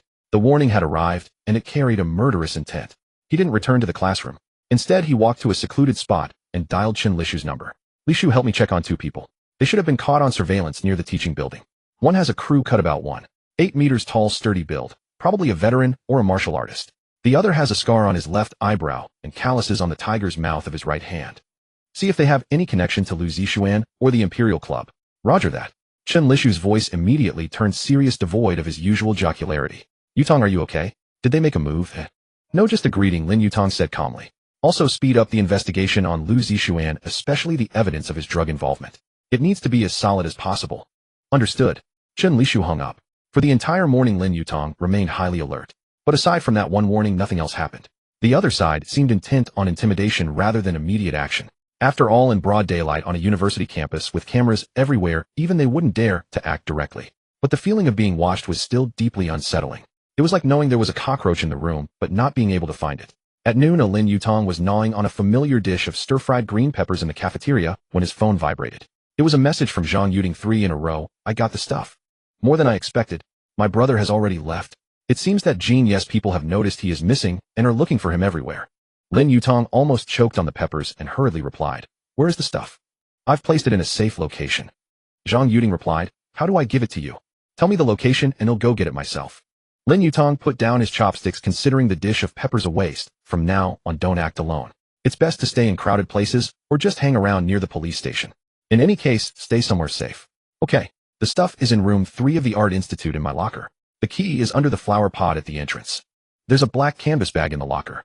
Be careful. Lin Yutang immediately stood up, grabbed his coat, and headed out. Wang Yipeng shouted from behind, Yutang, your peppers. They are yours now. I don't want them. I want meat too.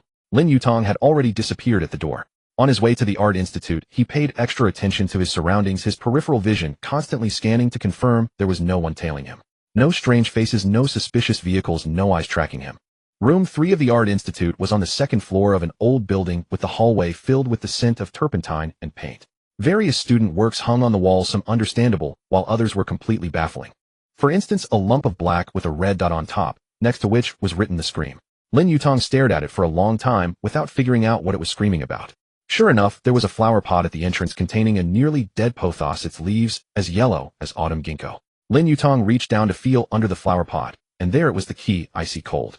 He opened the door, found Zhang Yuding's locker, opened it, and indeed there was a black canvas bag inside. He picked it up, where it felt heavy. He did not open it to look inside, but directly stuffed it into his backpack, locked the locker, placed the key back under the flower pot, and then left nonchalantly. The entire process took less than 5 minutes. Stepping out of the Art Institute, the sun was just right, and Lin Yutang took a deep breath. He hailed a cab and headed straight to Lawyer Zhou's office.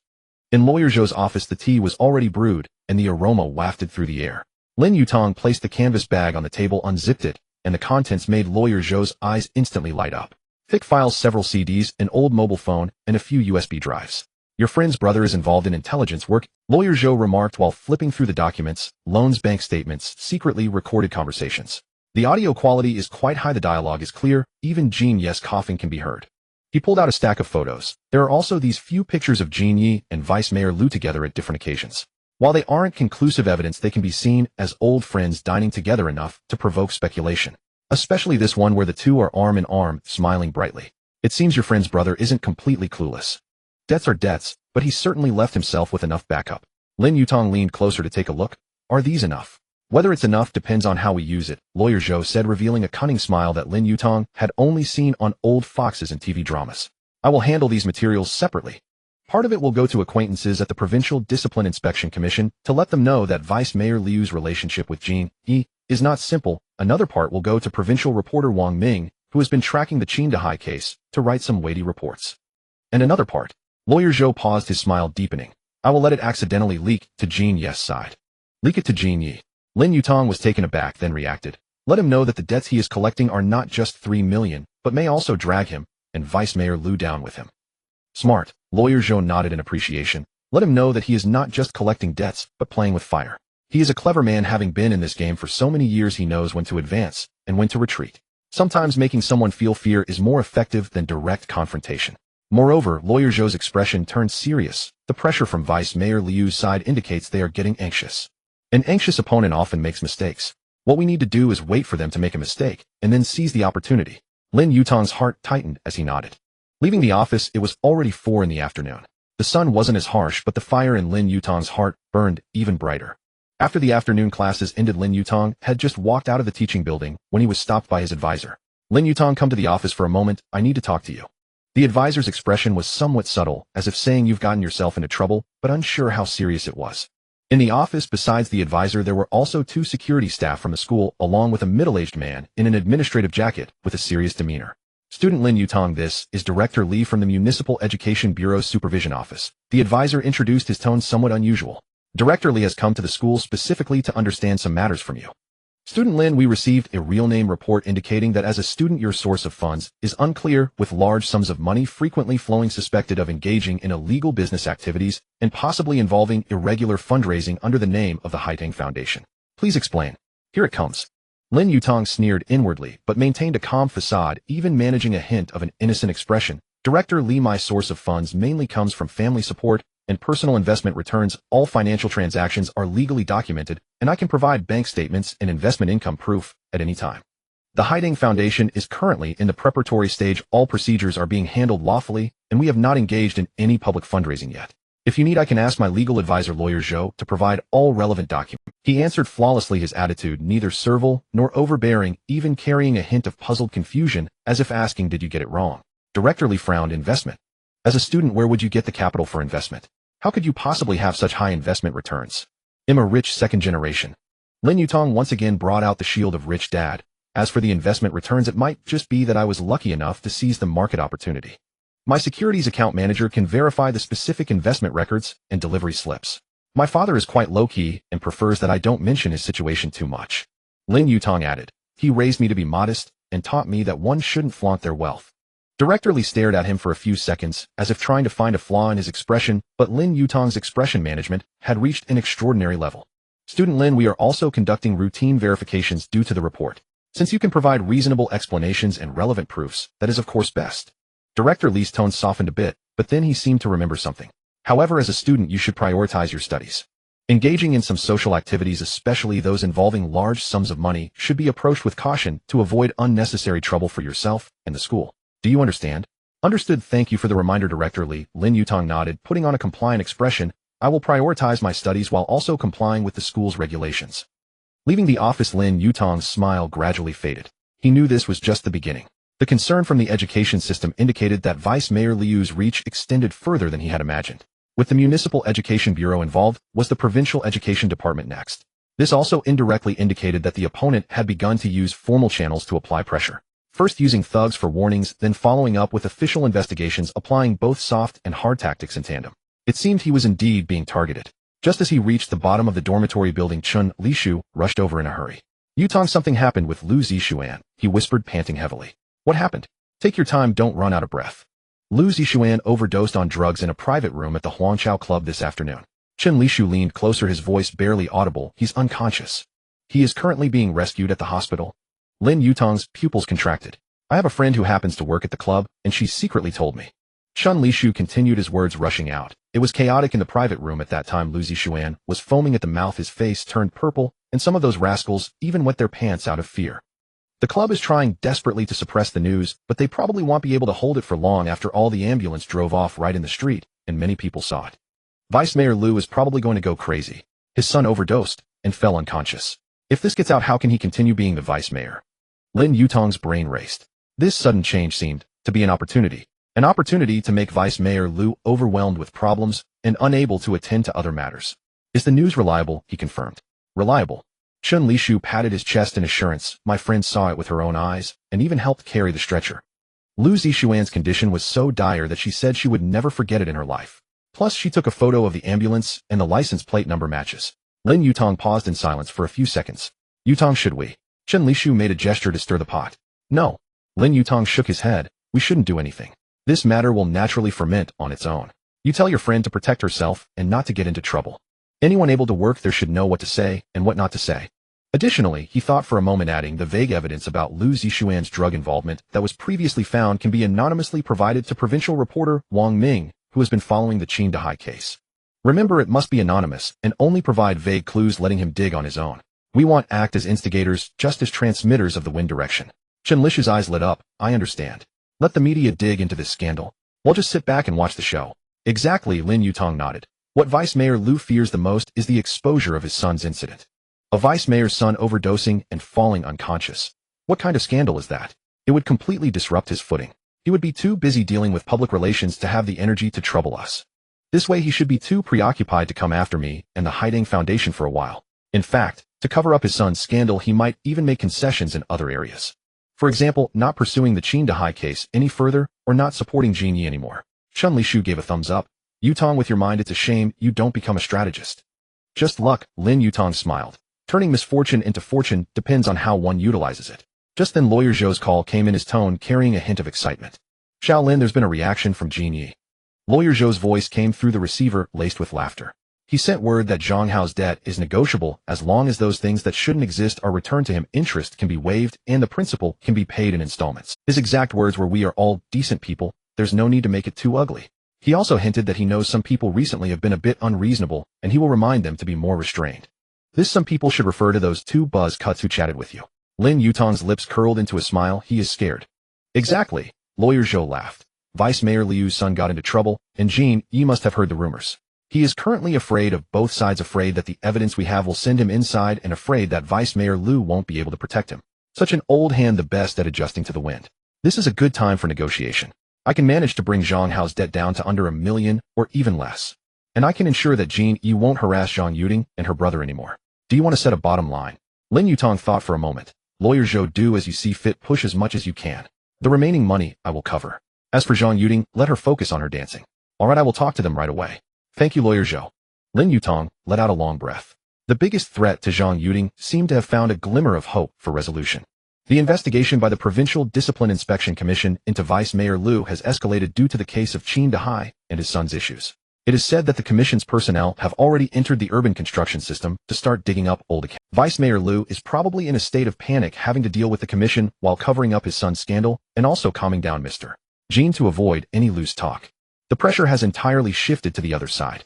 Shaolin, you just eat and drink as you please, it'll let them engage in internal strife.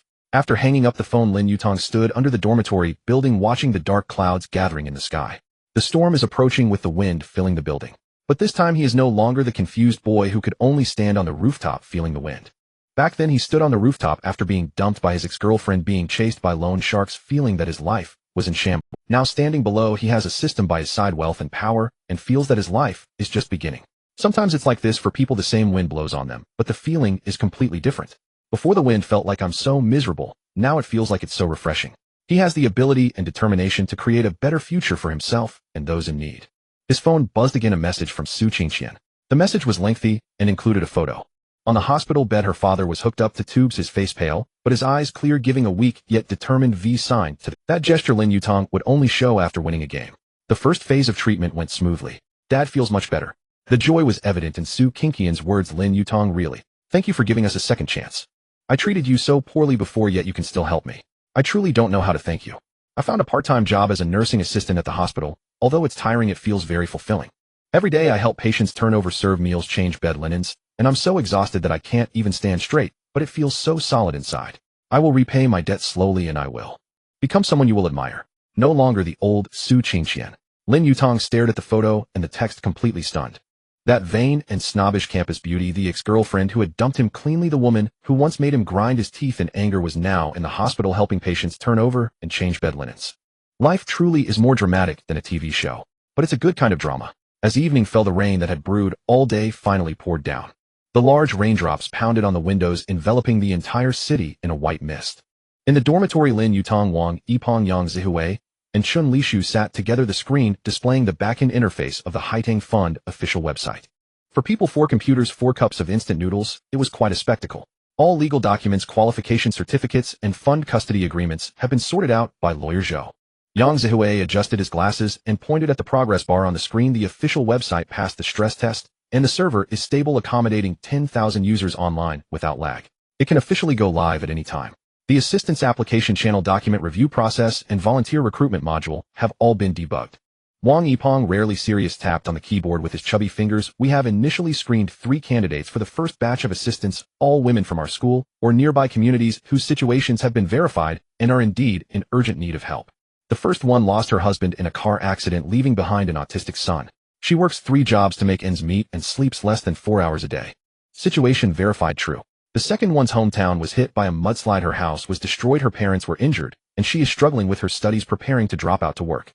Situation verified true. The third one is a retired female teacher suffering from breast cancer, with exorbitant targeted medication costs, her savings depleted, and her children indifferent. Situation verified true. Behind each name is a heavy story, and it is the purpose of the Haitang Fund to exist. There are too many people in this world experiencing the despair he once faced, and now he has the ability to lend them a hand. How is the public opinion preheating going?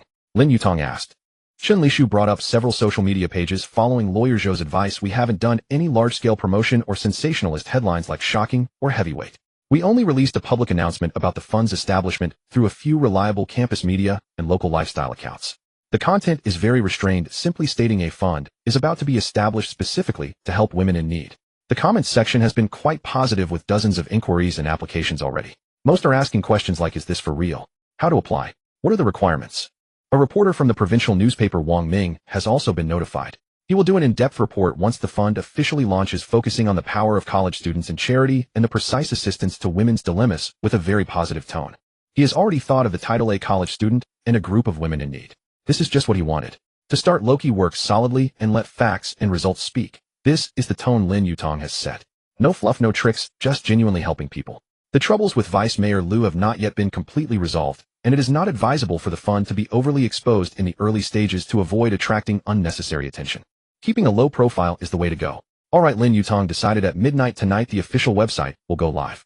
2 million in startup funds will be immediately injected into the custody account.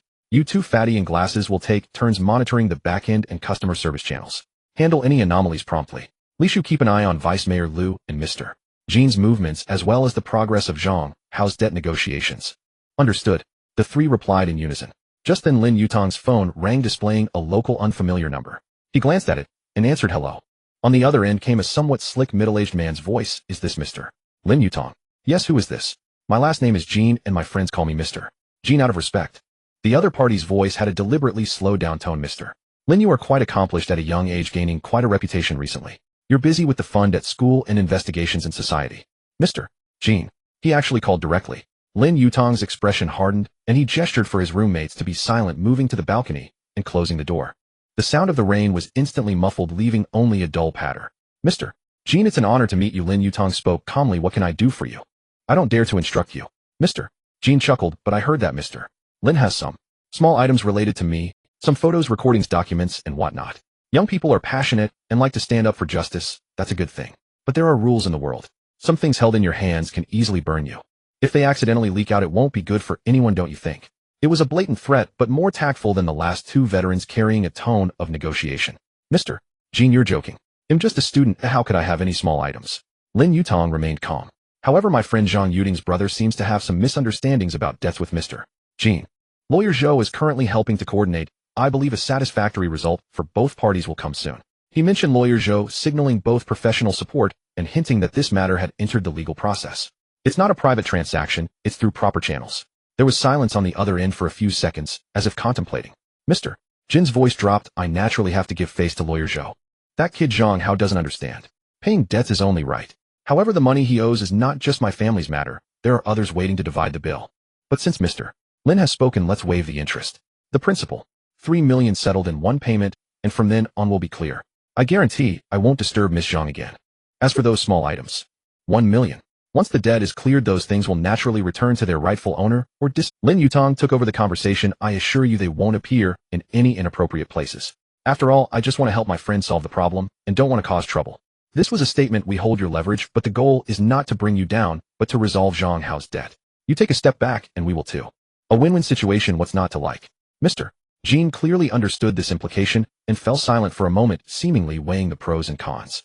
With Vice Mayor Liu's son in trouble, he himself was in a precarious position. This young man, though a student, is quite shrewd, backed by a lawyer, media connections, and holding his pain point in his hands. This debt, however it is calculated, is not worth it. Mr. Lin is a straightforward person. Mr. Jean finally spoke, his tone softening a bit. 1 million to be received within 3 days. Money arrives, debt cleared, items returned. From now on we'll keep our own paths. You walk your own sunny road, and I'll go my own solitary bridge. How about that? Sounds good. Send the account information to Lawyer Zhou, he will handle it. Lin Yutang agreed readily. 1 million was about what he expected, and it could completely resolve this trouble, ensuring that Mr. Jean, this local tyrant, would not pose a threat in the short term. It was worth it. This money can be taken from stock earnings. Money earned from the stock market used to help others is also a way of taking from the people and giving back to the people. Good. Dealing with Mr. Lin is refreshing. Mr. Jean laughed heartily and hung up the phone. Lin Yutang stood on the balcony, watching the torrential rain outside. Raindrops flowed down the glass, as if draping the world in a curtain of water. Back inside, 3 pairs of eyes were fixated. What did he say? Wang Yipeng asked eagerly. Lin Yutang briefly explained the situation. 3 million reduced to 1 million. Wow. Wang Yipeng was so shocked his jaw nearly dropped. Yutang, are you a negotiation expert? You drive a harder bargain than the antis at the market. Of course he had to make concessions. He knows the current situation. Vice Mayor Liu is in a precarious position, and if he continues to resist, he will only drag himself down. Lin Yutang smiled and returned to his computer. Losing money to avert disaster. People like Mr. Jean understand the balance of gains and losses very well. Chen Lishu nodded. Brother Jean has navigated the underworld for years. He knows when to bend. His acceptance of this condition proves he's genuinely intimidated. Deputy Mayor Liu must be piling on the pressure too. With the Discipline Inspection Commission on one side and us on the other caught in the middle, anyone would buckle. After settling matters with Brother Jean, Lin Yutang felt a slight easing of tension. Yet the core source of pressure, Deputy Mayor Liu, still loomed like a dark cloud overhead. At 1150 p.m., 10 minutes remained until the Begonia Foundation website went live. The dormitory atmosphere grew tense. All 4 were fixated on the computer screen as if awaiting college entrance exam results. Server load is normal. Yang Zihue monitored the data, his glasses reflecting the screen's glow. Access channels are clear. Wang Yipeng's fingers hovered over the keyboard, poised for action. Homepage countdown. Chen Lishu ticked off the seconds. 10:09:87. Midnight struck. The Begonia Foundation homepage instantly refreshed. Against a delicate pale pink background, a simply outlined begonia flower blossomed gracefully. The animation, remarkably smooth, was the fruit of Wang Yipeng's several sleepless nights. Below was the Foundation's motto: let every begonia bloom serenely in its own season. Almost as soon as the site went live, the backend received its first formal aid application. It was from the young mother who had lost her husband and was raising an autistic son alone. Attached were documents, a death certificate, a diagnosis, overdue bills, and a photo of mother and son in their humble rented room. The mother's eyes were weary yet resolute. The child's gaze wandered, looking toward the camera, but seeming to see elsewhere. Application approved. Lin Yutang, after Yang Zihue and Wang Yipeng swiftly verified the documents, gave the order. Contact her and initiate the aid process. Transfer the first relief funds to her account tomorrow. Cover the child's upcoming rehabilitation costs and rent. Don't keep them waiting. Understood. Website traffic steadily climbed. Consultation windows popped up with questions, and volunteer registration forms began to be filled out. Everything proceeded as planned. At 1:00 a.m., Chen Lishu suddenly exclaimed, "Check the local news." He opened a push notification from a news app. The headline was a single line, but every word carried immense weight. Deputy Mayor Liu under disciplinary review and investigation by Provincial Commission for Discipline Inspection. That single line struck like a thunderbolt. The detailed report was brief. Suspected of serious disciplinary and legal violations, Deputy Mayor Liu of Jianghai City was under review and investigation by the Provincial Commission. The report gave no specifics, but combined with the earlier case of Qin Dahai and rumors of his son's overdose, anyone with insight knew the story. Excellent. That old fox has finally been caught. Wang Yipeng pumped his fist excitedly, nearly hitting Yang Zihue beside. Yang Zihue dodged and broke into a smile. Without his umbrella, brother Jean won't dare make a move. Qin Dahai's case can proceed smoothly now. This chain reaction is more satisfying than toppling dominoes. A heavy weight lifted from Lin Yutang's heart. Deputy Mayor Liu's fall meant the greatest threat from officialdom was temporarily neutralized. Though future troubles couldn't be ruled out, who knew if others stood behind him? At least they had earned precious breathing room and time to develop. He immediately messaged lawyer Zhou. Deputy Mayor Liu is under investigation. Zhou replied swiftly, saw it. The tide has turned. Qin Dahai's case will be expedited and victim compensation will go smoother. The foundation can be bolder now, but steady progress is key. Remember, overstretching leads to trouble. Lin Yutang nearly laughed at the final remark. Lawyer Zhou, usually so serious, occasionally dropped lines that caught him off guard. Understood, thank you, lawyer Zhou. Putting down his phone, Lin Yutang gazed out the window. The storm had ceased, the night sky was washed clean, revealing a few twinkling stars that seemed to wink. The crisis seemed to have passed for now, but Lin Yutang knew life would not remain calm forever. Helping Su Qingqian's father with treatment, resolving Zhang Hao's debts, running the Begonia Foundation, dealing with possible retaliation, and the endless stream of people in need. His path was still long. Yutang, what's up? Daydreaming. Wang Yipeng patted him, holding half a bread roll. Lin Yutang snapped back and smiled. Nothing, just thinking. The rain stopped and the sky seems to be clearing. Yeah, Chen Lishu stretched, his bones cracking. Isn't this like our first victory? Like beating the first big boss in a game. It's a good start. Yang Zihue adjusted his glasses and looked at Lin Yutang. Yutang, the foundation is the main focus now. Applications are pouring in, we can't handle it alone for long. Look at the back end. Over 30 applications already. Just reviewing the files will take several all-nighters. I know, Lin Yutang nodded. We need to accelerate volunteer recruitment and find 1 or 2 reliable full-time staff. We can't rely solely on us students, we have classes, exams, and papers. Also, the foundation's self-sustaining capacity must be prioritized, he continued. Relying solely on initial funds and sporadic donations isn't sustainable. Living off savings, even a child understands that. A plan was forming in his mind, using financial investment skills to steadily grow a portion of funds through stocks, funds, and bonds, diversifying to reduce risk. Perhaps they could also try sustainable public welfare projects like supporting female artisans or running skill training workshops, helping recipients gain self-sufficiency. He also understood the principle of teaching a man to fish. And Wang Yipeng scratched his head, looking hesitant. Yutang, shouldn't we celebrate? The foundation's launch, Deputy Mayor Liu's downfall. So many good things. Let's get a decent meal. The cafeteria lattice portion control is starving me. Lin Yutang looked at his 3 excited, expectant roommates and smiled. Okay, my treat. Eat and drink whatever you want. But for now, he glanced at the blinking 8 application alerts on the screen. We still have work to do. Celebration can wait, but those in need cannot. That night, the light in dorm 513 stayed on late. Lin Yutang refined the foundation's long-term plan, writing a detailed proposal covering funding sources, project execution, staffing, and risk control, several dense pages. Wang Yipeng and Yang Zihue screened the first batch of volunteers, reviewing resumes, sending emails, and scheduling interviews one by one. Chen Lishu organized all recent intelligence, filing it for reference, and created an encrypted folder named Resolved, containing all data on Deputy Mayor Liu, brother Jean, and Qin Dahai. At 3:00 a.m., Lin Yutang finally finished his tasks and rubbed his sore eyes. He opened WeChat and saw messages from Chun Yue sent at 1:10 p.m. Dad worked at the construction site all day. He was tired, but he ate 2 bowls of rice at dinner. Mom was so happy her eyes welled up. Yutang, thank you for giving our family a new chance. Before dinner was either without Dad or with him angry. We never sat together quietly like this. Lin Yutang read this, a smile curling unconsciously at his lips.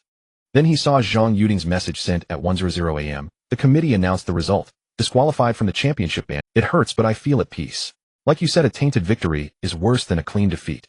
At least I can walk with my head. My brother just called, said he's in a safe place, and told me not to worry. He said once he's settled, he wants to thank you in person. Lin Yutang, when I come back, I want to start dancing again, cleanly. Not for competition, not for money, just for myself. There was also a message from Su Qingqian sent at 2:00 a.m. Dad was in good spirits today, he even joked with the nurse. Attached was a photo. In it, Su's father with tubes attached, and still pale, flashed a V sign at the camera. Another photo showed her in a nursing assistant uniform, standing in the hospital corridor, smiling tiredly, but with bright eyes. I'm working part-time as a nursing assistant now, helping patients, turn serving meals, changing sheets. My back aches, but I feel grounded. I used to spend money like water, now every cent feels heavy. Lin Yutang, will repay the debt slowly and become better. Reading these messages, Lin Yutang felt a profound satisfaction, far greater than the growth of numbers in a stock account. Those numbers were just digits. But these changes were real, alive, and warm. Helping girls in distress wasn't just altering their fates, it was shaping his own life. He walked to the window and pushed it open. The fresh post-rain air rushed in, carrying scents of earth and vegetation with a faint hint of floral fragrance. On the eastern horizon, a pale glow was spreading like a thin veil across the sky. A new day was about to begin, and new challenges, hopes, and stories would unfold in the morning light. Lin Yutang took a deep breath and tightened his grip on the begonia bracelet around his wrist. He knew the path he had chosen would never be smooth, like a game with ever tougher bosses and more grueling quests. But since he had chosen it, he would press on through rain and storm. For those begonias waiting to bloom, and for the unquenched light within his own heart. Sunlight streamed through the dormitory window, casting a bright golden patch across the floor. Lin Yutang was roused by his phone's ringtone. Squinting, he fumbled for it on the pillow. The screen showed it was his mother calling. Tong Tong, his mother's voice sounded somewhat uneasy with faint crisp clinks of porcelain in the background. Sounds like someone was arranging dishes at home. Do you have time to come home today? There's something at home. Lin Yutang sat up, rubbed his eyes, then rubbed them again, confirming he wasn't dreaming. There was something wrong with his mother's voice. That wrongness wasn't illness or lack of money, but an emotion he had never heard from her before. Nervousness, anticipation, or something else. The weather outside was fine, crisp autumn air. Since his system awakened, his debts cleared, and life got back on track, he hadn't spent much quality time with his mother. In Fremont, he glanced at the time, 9 in the morning. He'll pack up and head back now. Is something wrong at home? Do you have enough medicine? Should I buy anything on the way? I have enough medicine, enough. Her voice faltered as if she wanted to say more, but held back. It's not about medicine. It's, never mind, just come back and we'll talk. Be careful on the road. With that, she hung up. Lin Yutang stared at the phone screen, a flicker of doubt crossing his mind. There was a mix of tension and anticipation in his mother's voice, something he hadn't heard in a long time. Could it be a guest at home? He recalled the faint clink of porcelain in the background, the sound of dishes. After a quick wash, he greeted his roommates. Wang Yapong was still in bed, sleeping like a log. He just waved a hand, as if to say, got it, scram. Yang Zihue, wearing headphones and browsing materials, nodded at him.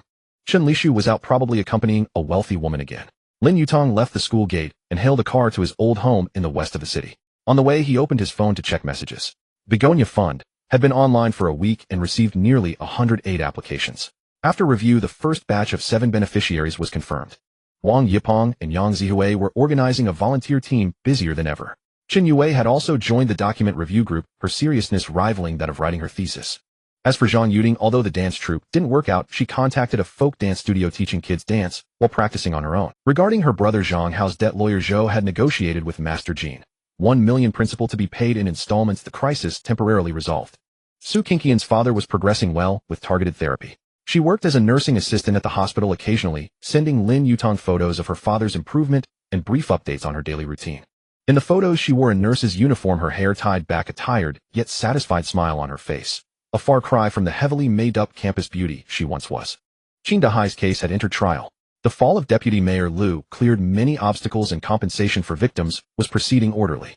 Lawyer Zhou said that at the current pace, the defrauded victims would soon recover part of their money. Everything seemed to be moving in a positive. 40 minutes later, the taxi stopped outside an old but tidy residential area. Lin Yutang's home was on the 4th floor of a 6-story building.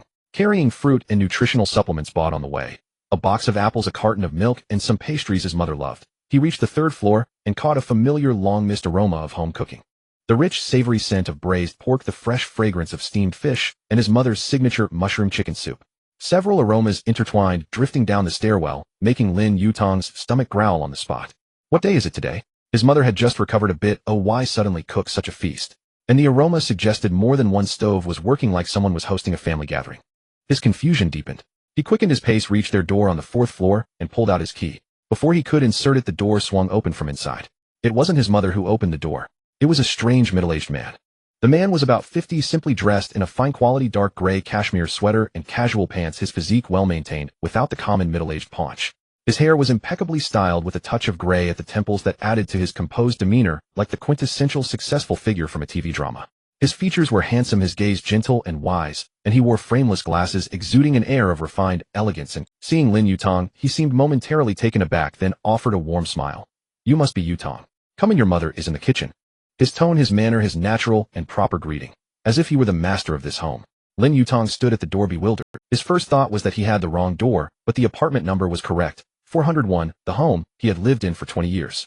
The furnishings were familiar, yet cleaner and brighter than usual. And you are? Lin Yutang asked hesitantly, his mind racing, wondering if this was a repairman or community worker. His mother. Oh, forgive me, I forgot to introduce myself. The man stepped aside, his manner natural and proper. My surname is Lin, same as yours, Lin Yuan. I'm a friend of your mother's. Come and don't stand at the door. A friend of his mother's. Lin Yutang searched his memory but couldn't recall his mother ever having such a distinguished male friend. He had met most of his mother's friends, either the aunties she shopped with at the market, the ladies from her square dance team, or former factory colleagues. And the term friend, in this context, felt particularly nuanced. A 50-year-old man in a cashmere sweater cooking in your home, serving your mother food, and telling you come in. What kind of friend was that? A meal friend? A roommate? Or? He stepped inside full of questions. The house looked refreshed. Though the furniture was old, it was spotlessly clean and neatly arranged.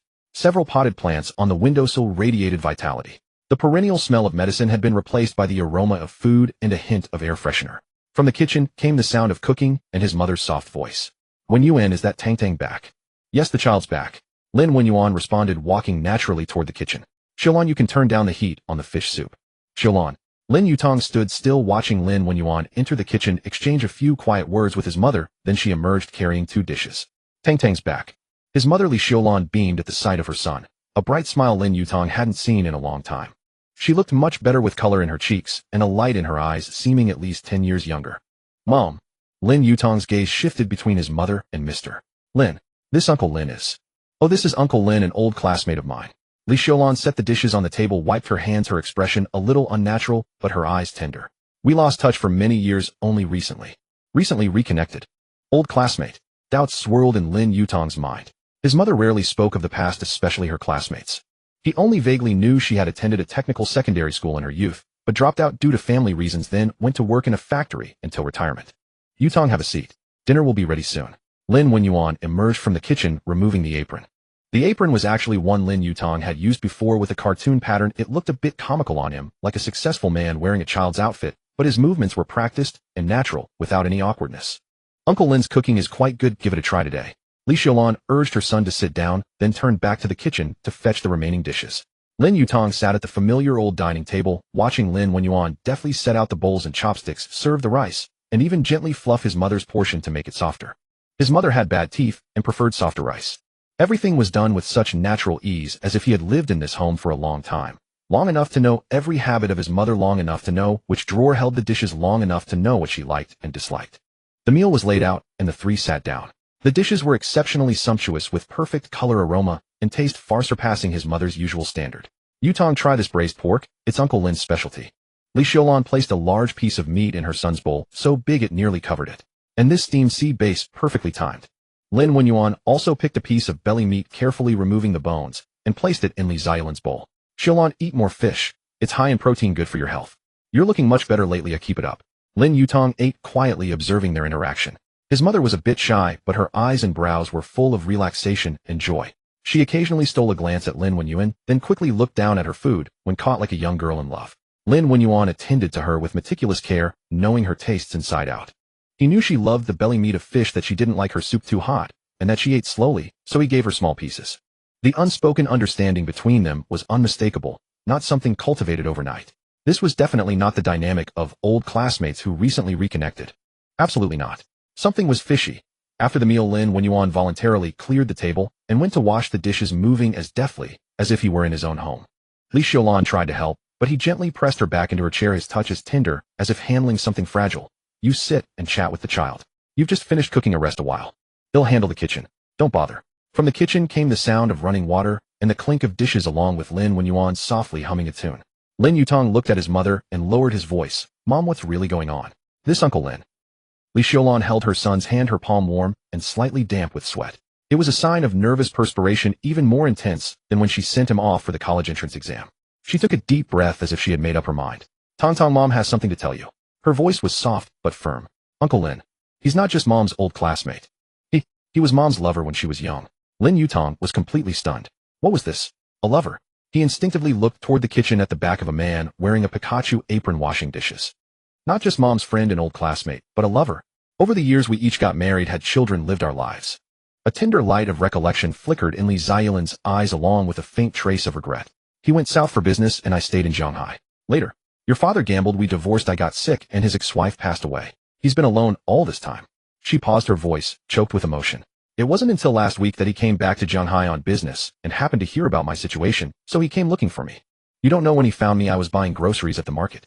I was such a mess my hair wasn't even combed. Tong, you don't know during these days when Mom was sick he took such good care of me. Li Ziyalin's tears fell, but there was a smile on her face. He helped me find a doctor, adjusted my medication, and came every day to cook for me and keep me company. The braised pork he makes is even better than the restaurants. He still remembers what I like to eat, and what I don't remember is that I have a weak stomach and can't eat spicy food. I've had a bitter life. Marrying your father, I never had a good day. I never thought that in my old age when I'm sick I could still. She couldn't finish, tears streaming down her face like a broken string of pearls. Lin Yutang's heart was shaken. He watched his mother cry with a face full of happiness, then looked at the busy, upright figure in the kitchen. A myriad of emotions surged within him. Since he was a child, he had been used to seeing his mother carry the weight of the family alone. His father gambled, and she endured. His father cursed, and she endured. His father brought no money home, and she worked 3 jobs. He had seen his mother secretly wipe away tears countless times, seen her sewing clothes late into the night to supplement the family income, and seen her lose sleep over not having enough money for his tuition. Fortunately, his mother had divorced that gambling addict father a few years ago, severing all ties. His mother's life had been too hard. And now someone genuinely treated her, while making her smile like a young girl. Mom, don't cry. He held her hand. It was rough, covered in calluses, but now it felt warm and strong. This is a good thing. As long as he treats you well, and you're happy, I have no objections. Really? Li Xiaolan looked at her son through tear-filled eyes, her gaze full of anticipation and anxiety. Tong, you don't blame Mom. You don't think Mom, at this age, is still doing this kind of thing? The neighbors will talk. Mom, what are you saying? Lin Yutang said sincerely, you've worked hard your whole life. Now that someone genuinely treats you well and takes care of you, I couldn't be happier. Let the neighbors say what they want. We don't rely on them for a living. He was genuinely happy for his mother. Since childhood, he had been used to seeing his gambling addict father's indifference and harm toward his mother, and seeing his mother's hardship and forbearance in bearing the family burden alone. Now seeing the luster return to his mother's haggard face, and seeing her being cherished and cared for, he only felt a pang of heartache and comfort. Tang. Li Xiaolan tightly gripped her son's hand, tears streaming, but this time, they were tears of joy. Just then Lin Yuan finished washing the dishes, wiped his hands, and walked out of the kitchen. Seeing the mother and son, he paused, a look of understanding and tenderness on his face. He walked over to Li Xiaolan, handed her a tissue, and then looked at Lin Yutang, his gaze frank and earnest. Yutang, there are some things I think I should explain to you face to face. Lin Wenyuan's voice was steady and strong. Your mother and I have thought this through carefully. We are no longer young, and we have experienced life's ups and downs. We know very well what we want. He gently took Li Ziyalin's hand. I want to take care of Xiaolan and accompany her for the rest of her life. Not out of sympathy, but because there are still feelings between us, and because I want her remaining days to be happy and dignified. Her first half of life was too bitter. I want to make the second half sweet for her. Lin Yutang listened to these words, his heart feeling somewhat complicated. I know as a child you might need time to accept this. I also know that my appearance is sudden, and I understand a bit about your family's previous situation. Lin Wenyuan's eyes were sincere, a sincerity that couldn't be faked. I don't ask for much. I only hope you can give me a chance to prove that I can make your mother happy.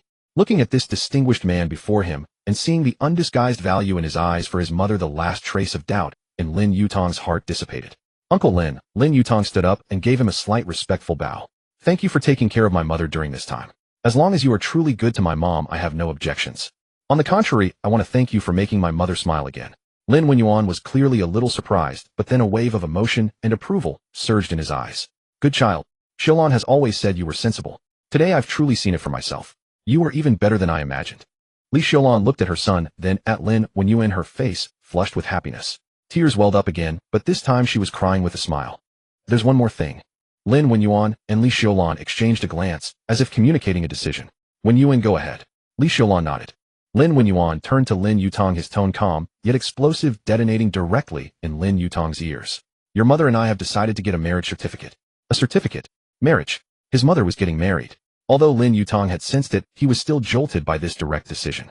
We want to be together openly, to take care of each other and rely on each other. Lin Wenyuan continued. We want to have a big wedding, just invite a few old friends for a simple meal. After all, at this age we don't want to make a big fuss. But he paused, looking at Lin Yutang. The necessary safeguards will be in place. I will make a will and have the property notarized. A considerable portion of my assets will be left to your mother in the future, and of course there will be some for you. Lin Yutang quickly waved his hand. Uncle Lin, no, I don't need it. I really don't. I can earn my own money, you don't need to consider. This isn't about need, it's about responsibility and intention. Lin Wenyuan interrupted him gently, but firmly. Since I am going to be a family with your mother, you are naturally my family too. I only have one daughter with my ex-wife, not many children. Leaving those worldly possessions to family is only right. Li Ziyalin's voice carried a hint of emotion as she added, Wen Yuan. After his ex-wife passed away, he was busy with his career and never remarried. He's been through it alone. His daughter is abroad and rarely comes back. He's been all by himself, lonely. Lin Yuan smiled a smile with a faint trace of regret, but more of an open-mindedness, the kind that comes from seeing through life. So Yutang, if you don't mind, from now on, I am your Uncle Lin. Of course you will always be your mother's biological son. That will never change. The atmosphere was quiet for a moment, but it flowed with warm understanding. Lin Yutang processed this cascade of information. His mother was going to remarry to her first love, a good man who treated her well and was wealthy.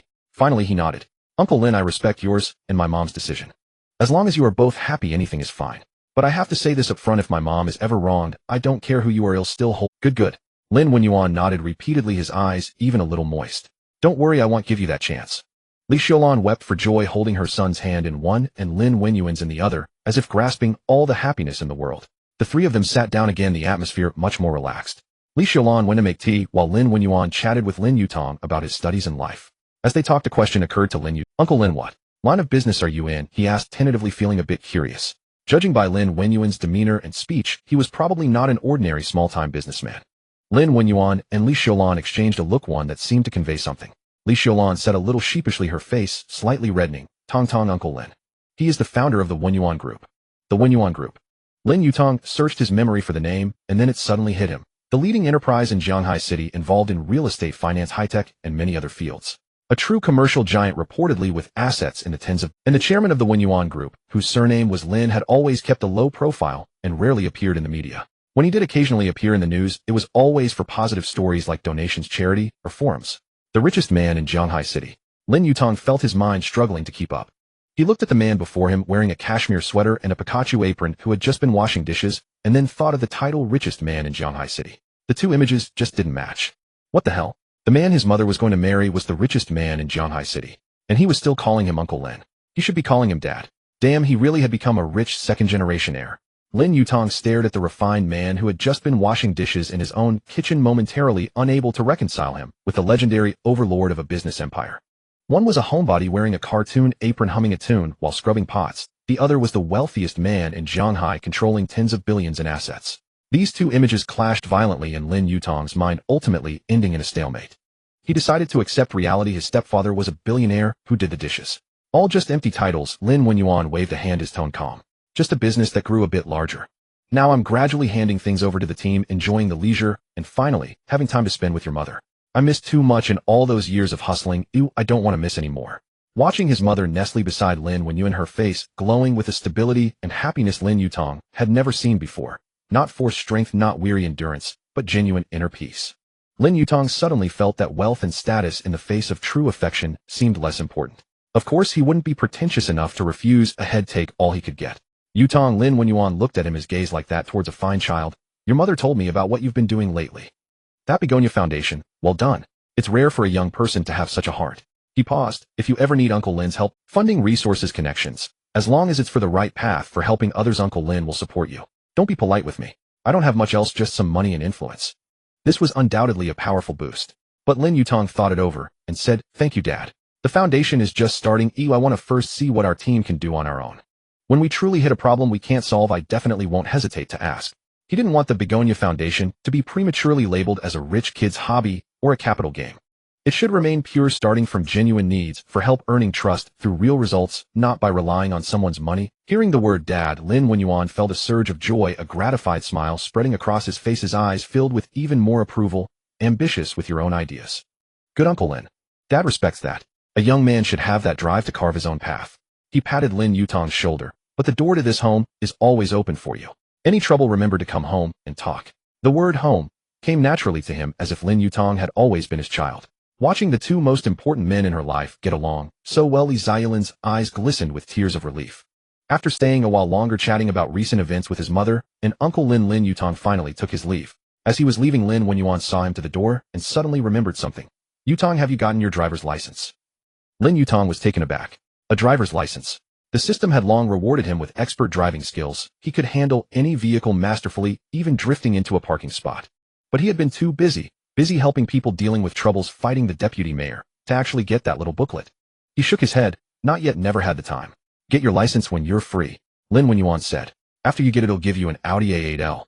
You need a mode of transport. Lin Yutang was stunned. An Audi A8L? Didn't that cost over $1 million? That was too not expensive. His stepfather was the richest man in Shanghai. $1 million to him was probably like an ordinary person treating someone to a hot pot meal. Thank you, Dad. Lin Yutang didn't stand on ceremony. When I get my license, he'll definitely come to claim the car. Good. Lin Yuan nodded with satisfaction and called for the family driver. Old Zhao, take Yutang back to school. Take my Audi. So Lin Yutang set off for school in that black Audi A8L. The car was Topophthaline with an interior as luxurious as a mobile 5-star hotel. Massage seats, a refrigerator, premium audio, everything imaginable. Old Zhao drove smoothly. Lin Yutang leaned back in his seat watching the street scenes flash by his heart, a mix of emotions. When he left in the morning, he was just an ordinary college student. Returning to school in the evening, he was already the stepson of Jianghai's richest man. Wasn't this happiness coming too suddenly? He pulled out his phone and saw Wang Yipeng in the dorm group chat clamoring for dinner. Brothers, let's go out tonight. My treat. There's a new hot pot place near the school. Heard the beef is especially tender. Is the sun rising in the west? Fatty's treating. Yang Zihui sent a shocked emoji. What's the occasion? Chen Lishu asked. Nothing, just want to treat everyone to a meal catch up. Wang Yipeng sent a string of smiley faces. Lin Yutang looked at the group messages, smiled, and replied, dinner's on me tonight. I have good news to announce. The group immediately erupted. What news, Yutang? Wang Yipeng replied instantly. Is he finally going public with Chen Yue? Yang Zihui sent a gossipy emoji. Or Zhang Yuding, Li Yusen, Zhou Wenjing. Chen Lishu started listing names. Yutang, your harem's getting big, time to choose an empress, right? Scram. Lin Yutang sent a punchy emoji. Serious stuff. You'll find out when you get here. Roger that. Well, book a private room. Wang Yipeng was as excited as if it were New Year's. I'm ordering the most expensive beef. Lin Yutang watched the barrage of guesses scrolling by, smiled, and shook his head without replying. That evening at the new hot pot place near the school. In the private room, steam rose as the pot bubbled away, the red oil base filling the air with a tantalizing aroma of spice and numbing heat that made mouths water. Wang Yipeng, Yang Zihui, Chen Lishu, and Chen Yue, who had been specially invited, all stared expectantly at Lin Yutang. Yutang, what's the big news? Wang Yipeng asked impatiently. Lin Yutang poured a drink for everyone and raised his glass, first celebrating the smooth launch of the Begonia Foundation. All the first batch of relief funds have been distributed. Cheers. Everyone raised their glasses, clinking them together with a crisp sound. Second, Lin Yutang paused, a smile spreading across his face, celebrating that I have a wealthy stepfather. Weren't you always a rich kid? Chen Yue asked, puzzled. Lin Yutang was taken aback for a moment, then explained, well, my stepfather only decided to marry my mom today. That rich kid identity before. I was kind of borrowing it in advance. Chen Yue nodded, suddenly understanding. Oh, I see. Lin Yutang sighed inwardly. Finally, that rich kid identity makes sense. Wang Yipeng, with a piece of tripe in his mouth, mumbled. Yutang, who's your wealthy stepfather? You've been spending money like water lately. He must be loaded, right? Have you guys heard of the Yuan Group? Lin Yutang asked casually. Heard of it. The founder is Jianghai's richest man, Lin Yuan. I heard he's very low-key, Zhao Zihui said, adjusting his glasses. He's my stepfather.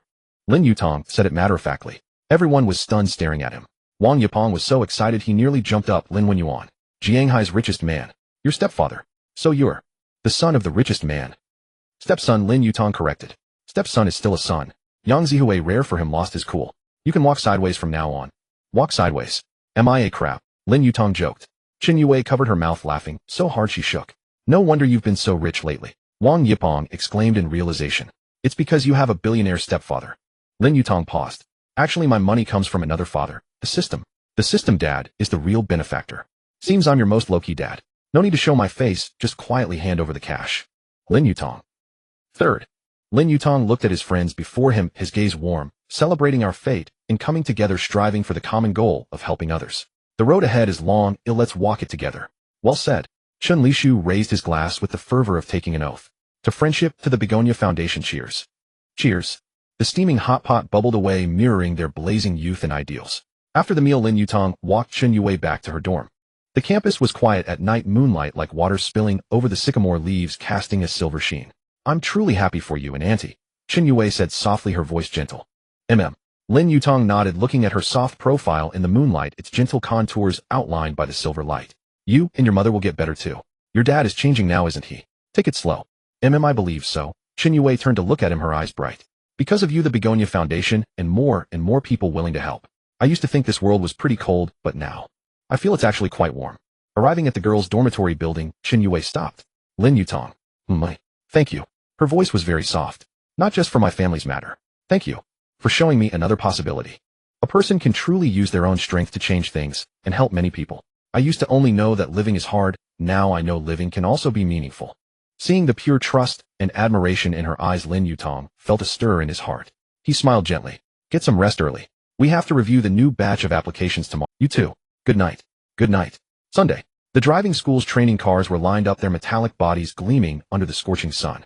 Having some free time, Lin Yutang dragged his roommates to learn driving. Ever since Lin Yuan promised him an Audi A8L, he had prioritized getting his license. After all, the car was ready, all that was missing was the permit. Wang Yipeng was the first to dive into the driver's seat, his palms sweating with nervousness. He mumbled to himself, clutch, brake, accelerator. No, adjust the seat first, then the rearview mirror. And buckle up. Then, Yang Zihue leaned against the car window, mocking him with a smirk. Fatty, are you reciting a mantra? Should I get a Buddha statue for you to place on the dashboard? Light some incense. Get lost. Wang Yipeng glared at him. Once I pass the test, you'll be the first to take a joyride with me. Then I should buy insurance first. Yang Zihue pushed his glasses up. Shun Lishu leaned against another car door, flexing his wrists and ankles, looking like he was ready to show off. It's just the second subject, a piece of cake. I've driven before. What car have you driven? Wang Yipeng asked curiously. Shun Lishu replied nonchalantly, Need for Speed, I completed it. Everyone was silent. When it was Lin Yutang's turn to get in the car, it was already past 3 in the afternoon, the hottest time of the day. The sunlight beat down, making the ground shimmer with heat. The instructor was a lean, middle-aged man with a bit of a temper, speaking rapidly like a machine gun. You're Lin, right? First time in a car. Don't be nervous, remember what I just said. Press the clutch, shift to first gear, release the handbrake, gently lift the clutch, and look ahead. Look ahead, not at your feet. There are no beauties down there. Lin Yutang nodded and fastened his seatbelt. The moment his hands gripped the steering wheel and his foot rested on the pedal, an incredibly familiar sense of control, driving proficiency skill activated. The dashboard, console, gear lever, and even the angle of the outside rearview mirror seemed to merge into one with him, as if he had been driving for decades. The slight vibration of the engine resonated through the car, and he could clearly sense where the clutch engagement point was, the correlation between the throttle depth and speed, and how each degree of steering corresponded to the wheel's deviation. It felt like he had done this 1,000 times. No, he simply already knew how. Good, slowly lift the clutch. Instructor Li's voice sounded in his ear, tinged with impatience, likely from a long day of teaching, his voice almost hoarse. Lin Yutang's movements were fluid and effortless. He lifted the clutch and the car smoothly started without a hint of a jerk. He turned the steering wheel, each degree perfectly on point. Navigating the curve, the wheels hugged the edge without crossing the line, moving as smoothly as a train on tracks. When reversing into the parking space, it was executed perfectly, stopping precisely, with even spacing on both sides that could drive a perfectionist mad.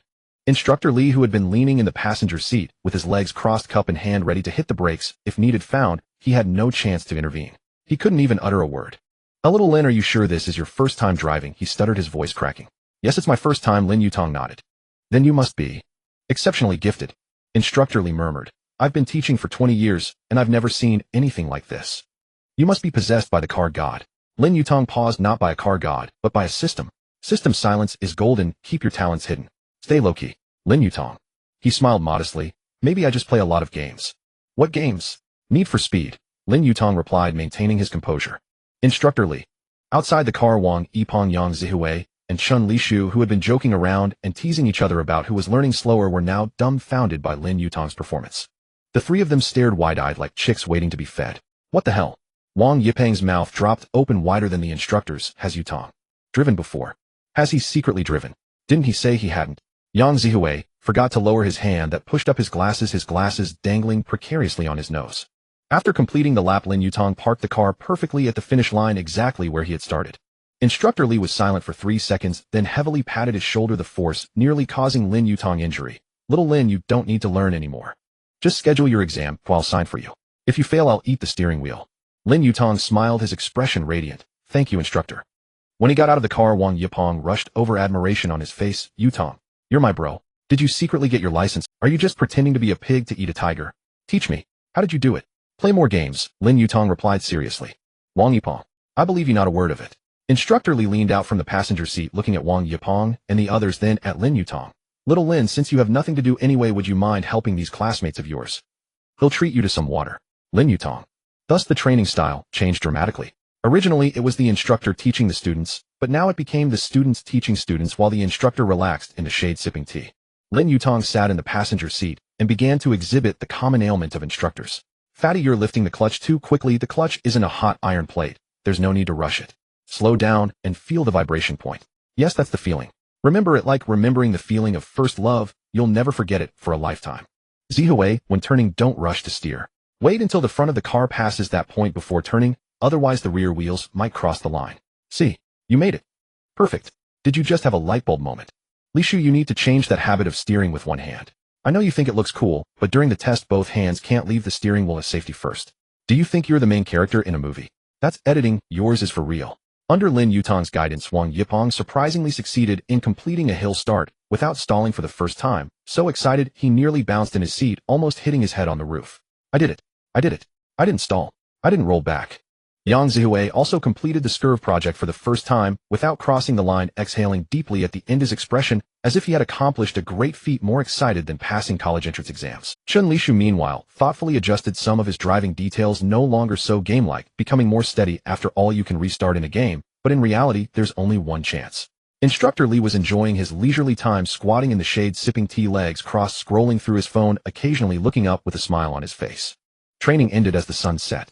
The golden-red sunlight spilled over the driving school's training ground, stretching everyone's The four walked out of the driving school with Wang Yipeng still incessantly asking Lin Yutang when he had practiced secretly. Yang Zihui threw his arm around Lin Yutang's shoulder. Yutang, from now on we're counting on you to help us pick out cars. You can also help us during the break-in period. After all, you have the skills.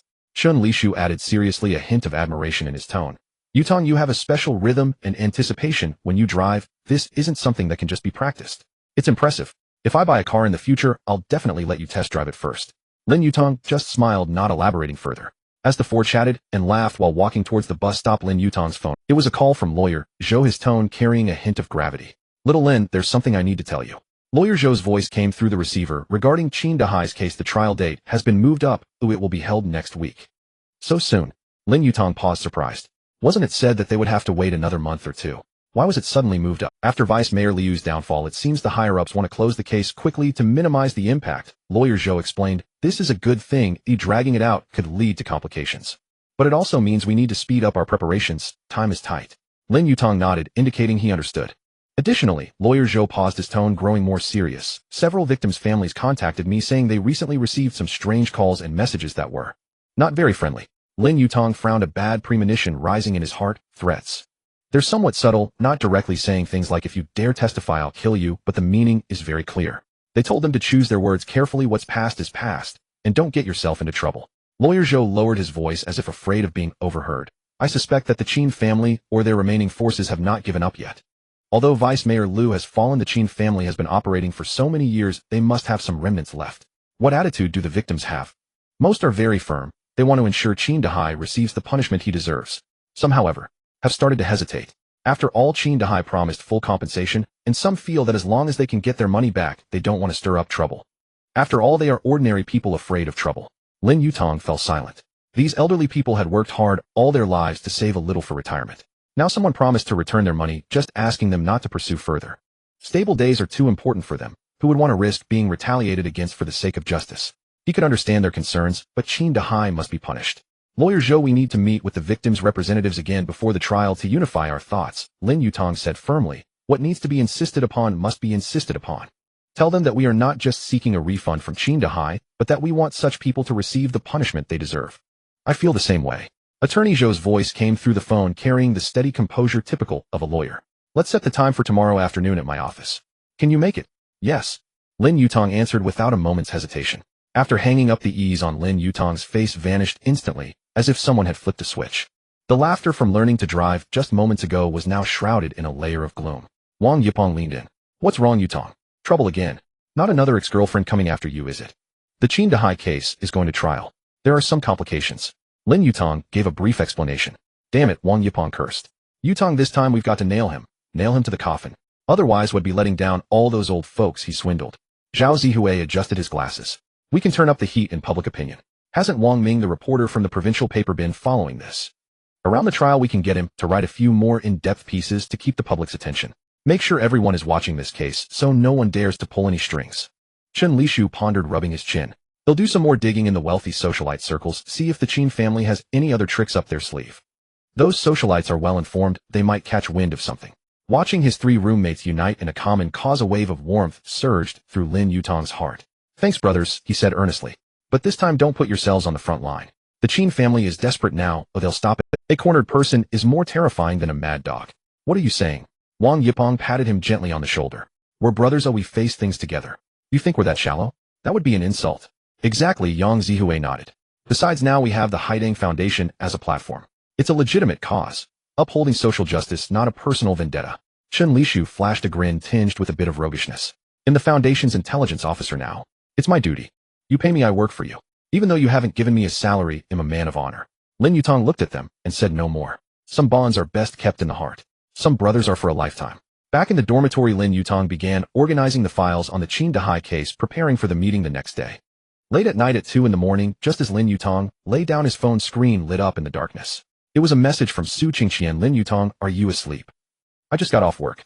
Dad is in good spirits today. The doctor said he can try getting out of bed next week. Another message followed with a photo. Su Qingqian in her caregiver uniform stood by the bedside, her hair slightly disheveled, a tired, yet genuine smile on her face. Also, I overheard 2 caregivers at the hospital chatting today. They said a boss named Qin is also hospitalized here under tight security. They mentioned seeing people who look like thugs coming and going from that ward. Could it be Qin Feng's father? Lin Yutang's eyes narrowed. In the same hospital? Maybe. He thought for a moment, then replied, don't overthink it. Just get some rest. Don't push yourself too hard. Good night. Okay, you too. Good night. Putting down his phone, Lin Yutang found sleep impossible. Those people were likely remnants of the Qin family's influence or connections from someone like Boss Jin. What were they planning? To contact Qin Dahai before the trial? Collusion? Or something more dangerous?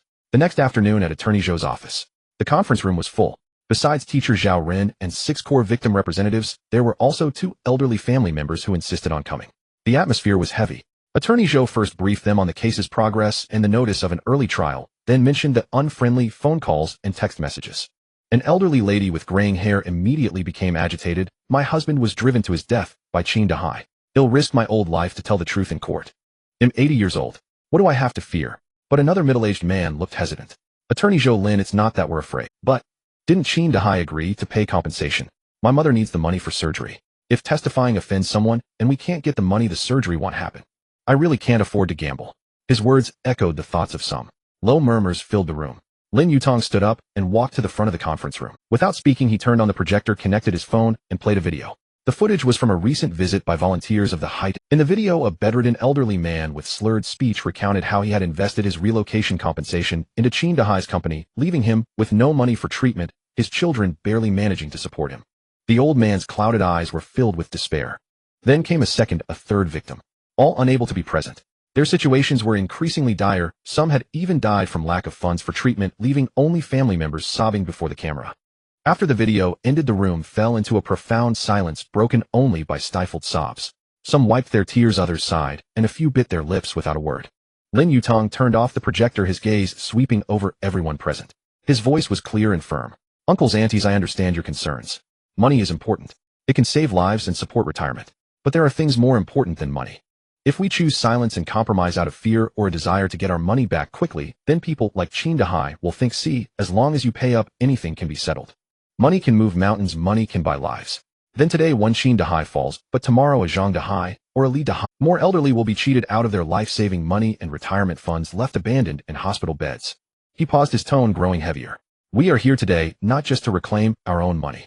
We are here to tell people like Qin Dahai some wrongs cannot be settled with money. Some justice must be sought through the law. For the loved ones we have lost, and for the strangers who might be deceived in the future, we must stand up and make these swindlers pay the price they deserve. As for the money issue, Lin Yutang looked at the hesitant middle-aged man. The Haidang Foundation has been activated. If testifying causes difficulties with your mother's surgery costs, the foundation will step in immediately to ensure her treatment is not affected. Lawyer Zhou added in a timely manner, his tone so authoritative it brooked no doubt. If anyone is threatened or actually harmed for testifying in court, we will immediately report to the police and apply for police protection. Teacher Zhao Ren wiped his tears and stood up. You're right. We can't let the swindlers think money can do anything. My mother didn't just lose her money, she lost her trust in me, her son, and her trust in this society. I must seek this justice. Count me in, another elderly gentleman declared, slamming his cane heavily on the ground. They'll go too. They'll fight them even if it comes to blows. What do I have to fear at my age? Right? We can't let Qin Dahai off easy. Let him know we old folks aren't to be trifled. The representatives of the victims present were seething with indignation, their last shred of hesitation swept away. Even the middle-aged man nodded with reddened eyes, his fists clenched so tight they crackled. He'll go. For my mother and for our pride. I can't let her down again. Seeing the renewed resolve in the crowd, Lin Yutang and lawyer Zhou exchanged a nod, their eyes filled with relief. After the meeting, Lin Yutang stayed behind to discuss with lawyer Zhou the specific details of protecting the witnesses and contingency plans for when the Qin family might resort to desperate measures. The sky outside the window gradually darkened and the lights in the office came on. At the hospital, I've already asked someone to keep an eye on Qin Dahai's ward. Lawyer Zhou said, there have indeed been some suspicious individuals coming and going. I've reported the situation to Captain Li, who is handling the case, and he will strengthen the surveillance there. Good. Lin Yutang stood up. It's getting late. He'll be going now. Contact me anytime if something comes up. All right. On the night before the trial, Lin Yutang received a call from Captain Li. Xiao Lin, we've monitored unusual activity at Qin Dahai's ward tonight. 2 groups of people went in successively. We couldn't make out their conversation, but when one group left, they handed a small black bag to the auxiliary police officer. Captain Li's voice was grave. We detained that auxiliary officer. Inside the bag were 100,000 yuan in cash and a letter. The letter instructed Qin Dahai to shut up in court, take all the blame himself, and promise that his family would be taken care of. Just as I thought. Lin Yutang sneered. Did you catch them in the act? Yes. The one who delivered the money was a henchman of Master Jin. Master Jin has already been summoned. Captain Li said, the evidence is solid, this time suspected of obstructing testimony and bribery. Master Jin is in serious trouble now. As for Qin Dahai, we've tightened security and will escort him directly to the courthouse tomorrow. Excellent. Thank you for your hard work, Captain Li. It's my duty. Tomorrow in court you all testify boldly. If anything happens, you'll take responsibility. Captain Li hung up after speaking. Lin Yutang let out a long sigh of relief. The other side had indeed tried to turn the tables at the last moment, but was caught red-handed by the police. Master Jin was in deep trouble himself, and Qin Dahai's last hope was cut off. The next day, outside the Municipal Intermediate People's Court, the media had gathered. A row of cameras and camcorders with long lenses and microphones were set up.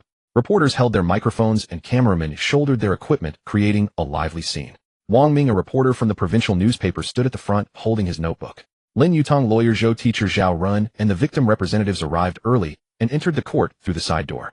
After rigorous security checks, they entered the solemn and dignified courtroom. Inside, the national emblem hung high, imposing and solemn. The wooden tables and chairs were polished to a shine, and the air was thick with a sense of gravity that involuntarily made one tread lightly and speak in hushed tones. Lin Yutang sat in the public gallery, looking towards the defendant's bench. At 9 o'clock sharp, Qin Dahai was escorted by judicial police to the defendant's seat. He looked even more haggard and aged than before, wearing a hospital gown, his eyes evasive, devoid of his former grandeur and arrogance. The trial began. The public prosecutor read the indictment in a loud, clear voice, accusing Qin Dahai of fundraising fraud, contract fraud, bribery, and other crimes involving an exceptionally large amount of money in particularly grave circumstances. During the evidence presentation and cross-examination phase, lawyer Zhou, as the victim's litigation representative, produced a thick stack of evidence: false contracts, forged statements, victim testimonies, bank records, audio and video recordings. Each piece of evidence was like a brick building an impregnable wall of proof. The evidence was ironclad. Qin Dahai's lawyer tried to defend him, standing before the defendant's bench in a suit, speaking with spittle flying. But in the face of the mountain of evidence, his defense appeared weak and futile. It was time for the victim's statements. Teacher Zhao Ren was the first to stand. Holding his mother's photo, his voice choked, but every word resolute, he recounted how his mother had scrimped and saved her pension, how she was deceived by Qin Dahai's tactics, and how she fell gravely ill after learning the truth. Then came the second, the third. Each elderly person's statement was like a heavy hammer striking the courtroom and the hearts of everyone in the public gallery. Qin Dahai kept his head down, not daring to meet those angry and grief-stricken faces. His shoulders trembled slightly, whether from fear or guilt it was unclear. During the final statement, Qin Dahai, prompted by his lawyer, stood up shakily. His voice was as hoarse as a broken gong as he recited a pre-written letter of repentance. I confess. I accept the punishment. I am willing to refund all illicit gains. I request leniency. He recited it dryly, without a shred of emotion.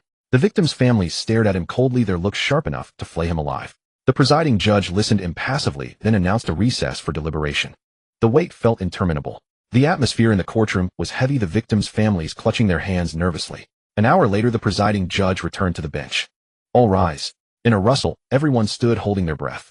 This court finds that the defendant Qin Dahai, with the intent of illegal possession, used fraudulent methods to illegally raise funds involving an especially huge amount. During the signing and performance of contracts, he defrauded the other party of property involving an especially huge amount. To seek illegitimate benefits, he gave property to state personnel. His actions constitute the crimes of fundraising, fraud, contract fraud, and bribery. The presiding judge's voice echoed through the courtroom.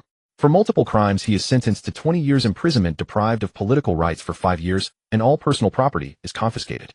The defendant Qin Dahai is ordered to refund all illegal gains to the victims. The gavel fell. Sentenced. 20 years. Heaven has eyes. The victims' families embraced weeping tears of joy. Teacher Zhao Run was overwhelmed with tears. Qin Dahai slumped in the defendant's seat, his face ashen. He lifted his head, his gaze searching the crowd. When he saw Lin Yutang looked at him, without speaking, meeting his gaze calmly. Qin Dahai's expression shifted from bewilderment to anger, then to despair, and finally, he lowered his head. Watching this scene, Lin Yutang felt no elation, only a profound sense of relief. Justice might be delayed, but in the end it was not absent. Though late, it was better than never arriving. Stepping out of the courthouse, the sunlight was blinding. Media reporters surrounded them, cameras aimed at Lawyer Zhou and the representative of the victims. Lawyer Zhou, are you satisfied with the verdict? Teacher Zhao, how do you feel right now? How much compensation can the victims get? Lawyer Zhou responded calmly, proving himself to be a seasoned veteran, speaking without a drop of hesitation. Teacher Zhao Ren wiped away his tears, resolutely stating that he would continue to supervise the execution of the compensation, ensuring that every penny returned to the victims.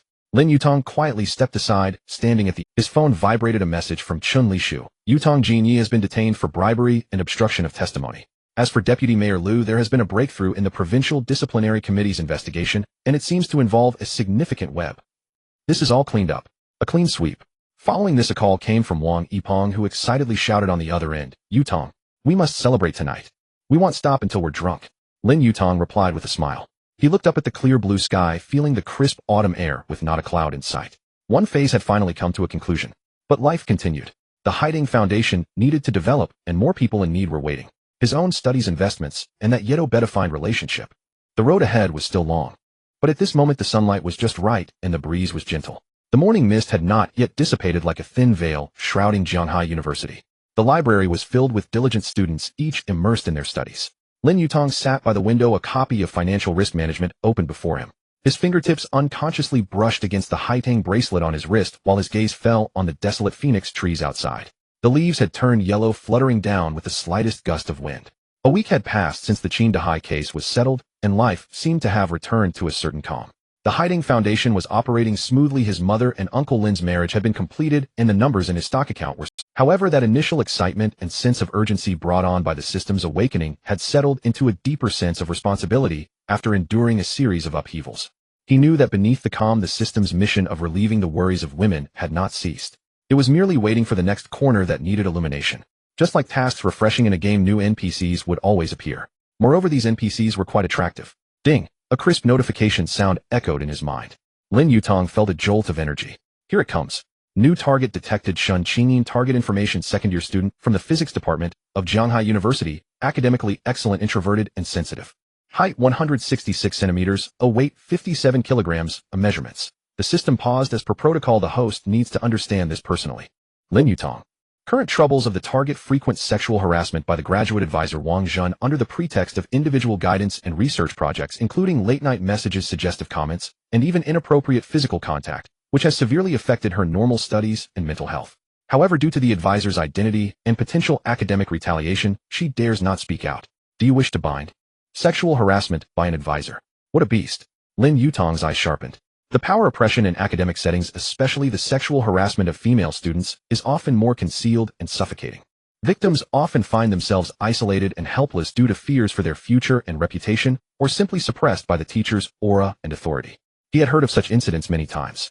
But hearing about it and encountering it are two different matters. He absolutely could not stand by, especially since completing the task would also yield rewards. System bind Su Qingqian. He silently thought. Binding successful target. Su Qingqian. Current task: relieve Su Qingqian's worries. Task: reward 1 million yuan. 1 random skill task. Hint: the target will be summoned to Wang Zhen's personal office, physics department, experimental building room 307, this afternoon at 3 p.m. under the pretext of discussing experimental data. Based on the target's recent encounters and Wang Zhen's behavioral patterns, the risk of being alone this time is high, with a significant probability of the target being molested or even assaulted. Please intervene in a timely manner and protect the target. Note: Su Qingqian is not the first. This beast of a teacher has established a pattern, with many female students suffering under him. Men being lecherous is normal. It is abnormal for a man not to be lecherous. He should go for a checkup. However, if a teacher abuses his power disregarding the will of female students, that is truly beastly.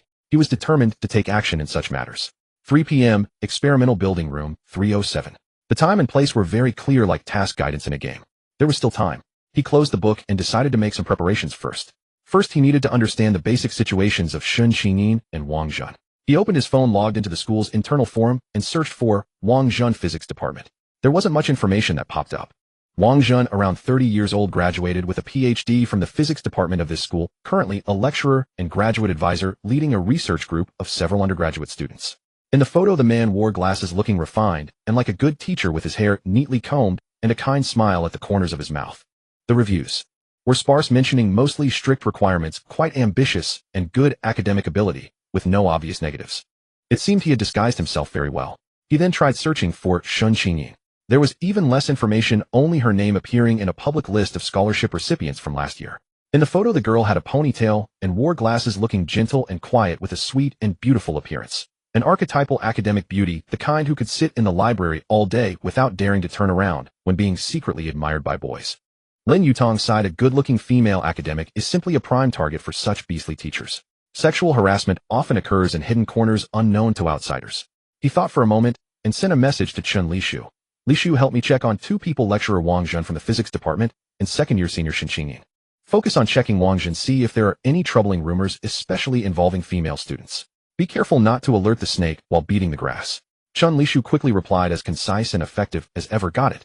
Lin Yutang felt at ease with this guy's efficiency. Then Lin Yutang stood up, left the library, and walked towards the physics department. He needed to take a look at the environment around experimental building room 307. Knowing oneself and one's enemy, one need not fear the result of 100 battles. Although he wasn't a general dealing with wolves in sheep's clothing, required prior reconnaissance.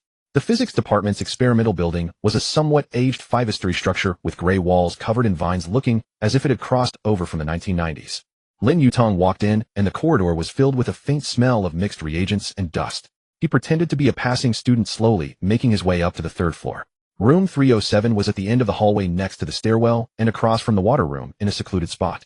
The office door was a plain wooden one with a printed nameplate reading Wang Zhen, the handwriting possessing an artistic flair.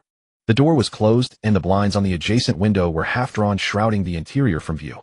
Lin Yutang noted the surrounding environment. There was a camera at the entrance of the corridor, but with a tricky angle, it might not fully cover the entrance to room 307, typical of a monitoring blind spot. The stairwell and water room could serve as potential observation or rendezvous points, as both locations could hide people. He left the experimental building without drawing attention, returned to the library, and began to quickly search for related materials and case studies on sexual harassment of students by university teachers, key evidence, and rights protection paths, using his newly acquired legal knowledge. The keyboard clattered loudly as words rushed across the screen. At noon, Chen Lishu brought back preliminary information. Yutang, this Wang Zhen does indeed have some issues with his reputation privately. Chen Lishu lowered his voice. I discreetly asked some acquaintances in the physics department, and several girls have privately complained about him being too enthusiastic, always messaging at night, and asking questions unrelated to academics, but they didn't specify much, probably out of fear. He paused for a moment and continued. However, there are rumors that he pursued a junior sister during his PhD, and his methods were a bit excessive, leading her to change advisors later. Some in the circle know, but no one has spoken up. That junior sister reportedly suffered from depression for half a year. As for Su Qingqian, Chen Lishu flipped through his phone. Classmates say her grades are excellent, but she is particularly quiet, hardly participates in club activities, and often keeps to herself. She is one of the undergraduate research group members, led by Wang Zhen.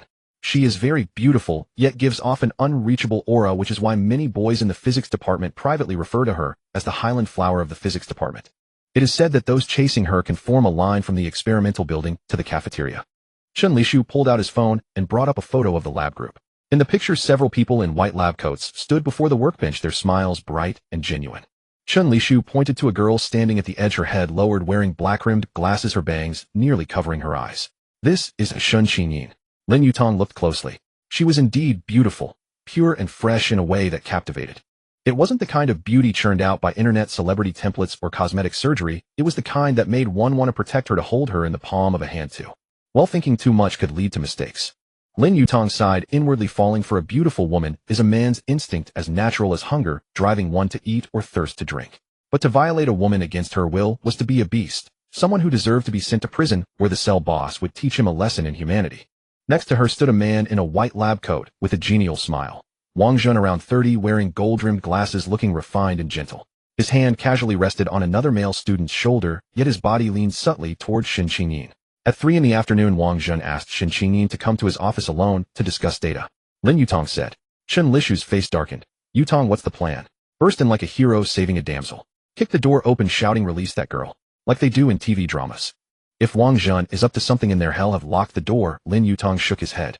You think this is a movie? One kick and the door flies open. That's a wooden door, not paper. Chen Lishu nodded. Makes sense. So what do? We can't just wait for him to finish, can we? He pondered for a moment and a plan began to take shape in his mind.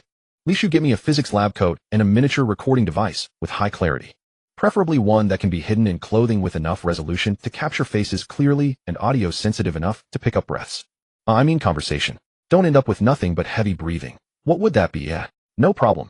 Chen Lishu paused. Should we notify lawyer Zhou or the school administration in advance? Not for now, Lin Yutang shook his head. Without solid evidence, official involvement might alert Wang Zhen and put more pressure on Shin. He could just say it was normal teacher-student interaction and would be accused of false accusations. Sue a teacher for harassment. Head hit back with a defamation charge and would end up paying compensation and apologizing. Let's first stop Wang Zhen's assault on Su Qingqian this afternoon, then decide on the next step. Alright, at 2:40 p.m. Lin Yutang changed into the slightly oversized physics lab coat Chen Lishu had procured, put on a pair of plain black-rimmed glasses, and ruffled his hair slightly to look more like a bookish nerd. He held a folder and a phone with the recording function activated, the phone hidden in the folder's inner pocket, one corner of the camera exposed, and aimed forward. The miniature voice recorder was already running, clipped inside the inner pocket of his lab coat, pressed against his chest for clear audio. Lin Yutang arrived early on the third floor of the lab building, pretending to get water in the washroom, while keeping an eye on room 307. The washroom was empty, the faucet running with a steady stream. At 2:50 p.m. Chen Lishu, dressed as a courier carrying a cardboard box, swaggered to the door of 307 and knocked loudly. Teacher Wang Zhen. Package. Need your signature. Chen Lishu shouted. From inside the office came a faintly impatient male voice. Just leave it by the door. Can't do that, teacher.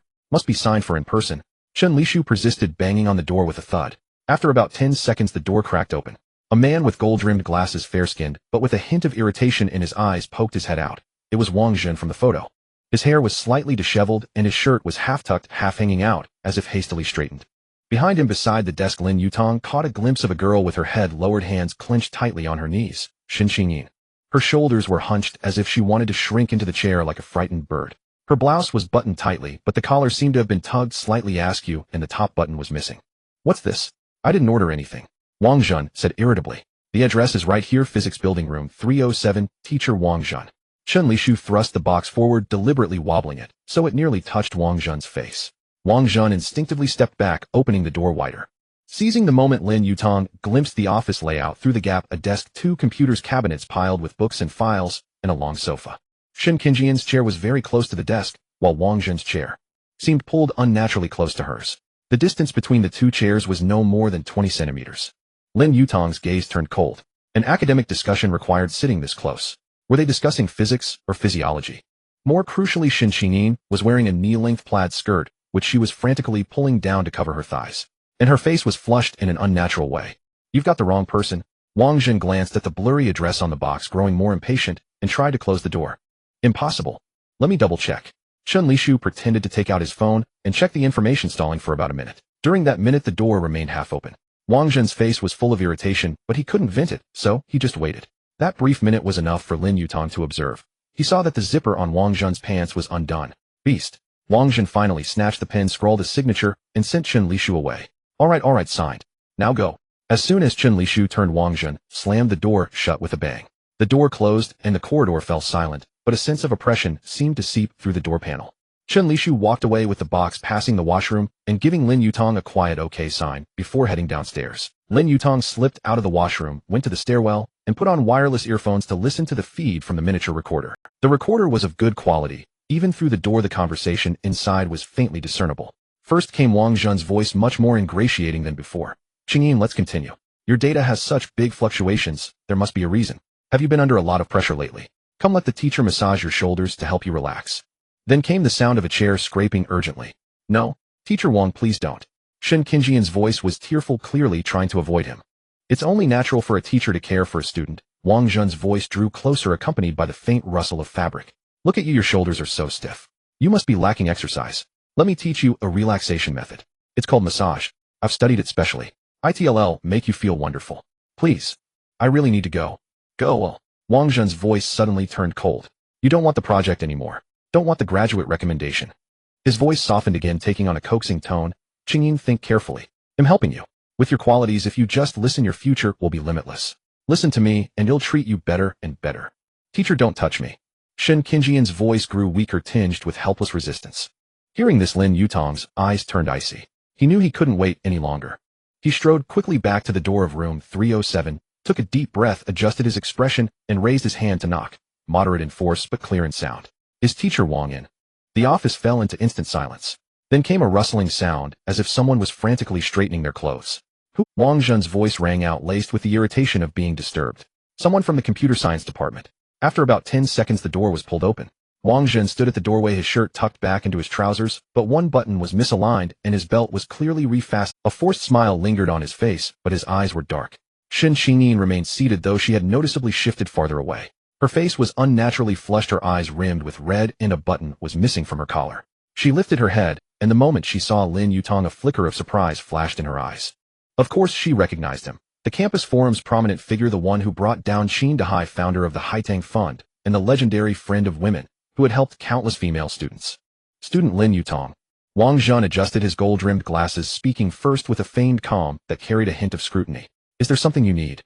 This is the physics department faculty office. Did you take a wrong turn? He tried to emphasize his identity as a teacher and the boundaries of his domain, implying that Lin Yutang had no business here. A subtle message: what is an outsider from another department doing here? Lin Yutang remained composed, his gaze sweeping over the tense Su Qingqian before settling on Wang Zhen's face. His tone was polite but direct. Hello, Professor Wang. I didn't take a wrong turn. I'm here to see student Su Qingqian. At these words, both Wang Zhen and Su Qingqian froze. Wang Zhen furrowed his brows. You're looking for her. What business do you have with her? She's currently receiving guidance on my research project and is very busy. He stressed the words, very busy, in an attempt to dismiss him. Su Qingqian looked utterly bewildered, her eyes filled with a questioning expression. Do we know each other? Lin Yutang stepped forward, meeting Wang Zhen's gaze directly, while using his peripheral vision to gauge Su Qingqian's reaction. He needed her to understand that he was here to help, not to cause more trouble. Actually, there is something, Lin Yutang said, pulling a piece of paper from his folder. The paper was a notice he had printed in the library moments ago. An official announcement for an on-campus, interdisciplinary academic salon scheduled for tomorrow with a formal and legitimate appearance. Student Su Qingqian previously registered for the academic salon jointly hosted by the computer science and physics departments tomorrow. I'm one of the student coordinators, and I need to finalize a few procedural details with her. He spoke at a steady pace, his reasoning sounding perfectly plausible. For such a cross-department event, a student coordinator reaching out across departments wasn't entirely out of place. Wang Zhen eyed the notice with suspicion, then looked back at Lin Yutang. An academic salon. Qingqian, did you sign up for this? He turned to ask Su Qingqian. Su Qingqian's body gave a slight tremble, her lips moving, but no sound escaping. Clearly she had not registered. Lin Yutang timely directed his gaze at her, his eyes warm and reassuring, and gave a slight nod. Perhaps it was that look that gave her courage. Su Qingqian lowered her head and let out a faint barely audible yet distinct. Wang Zhen's face darkened.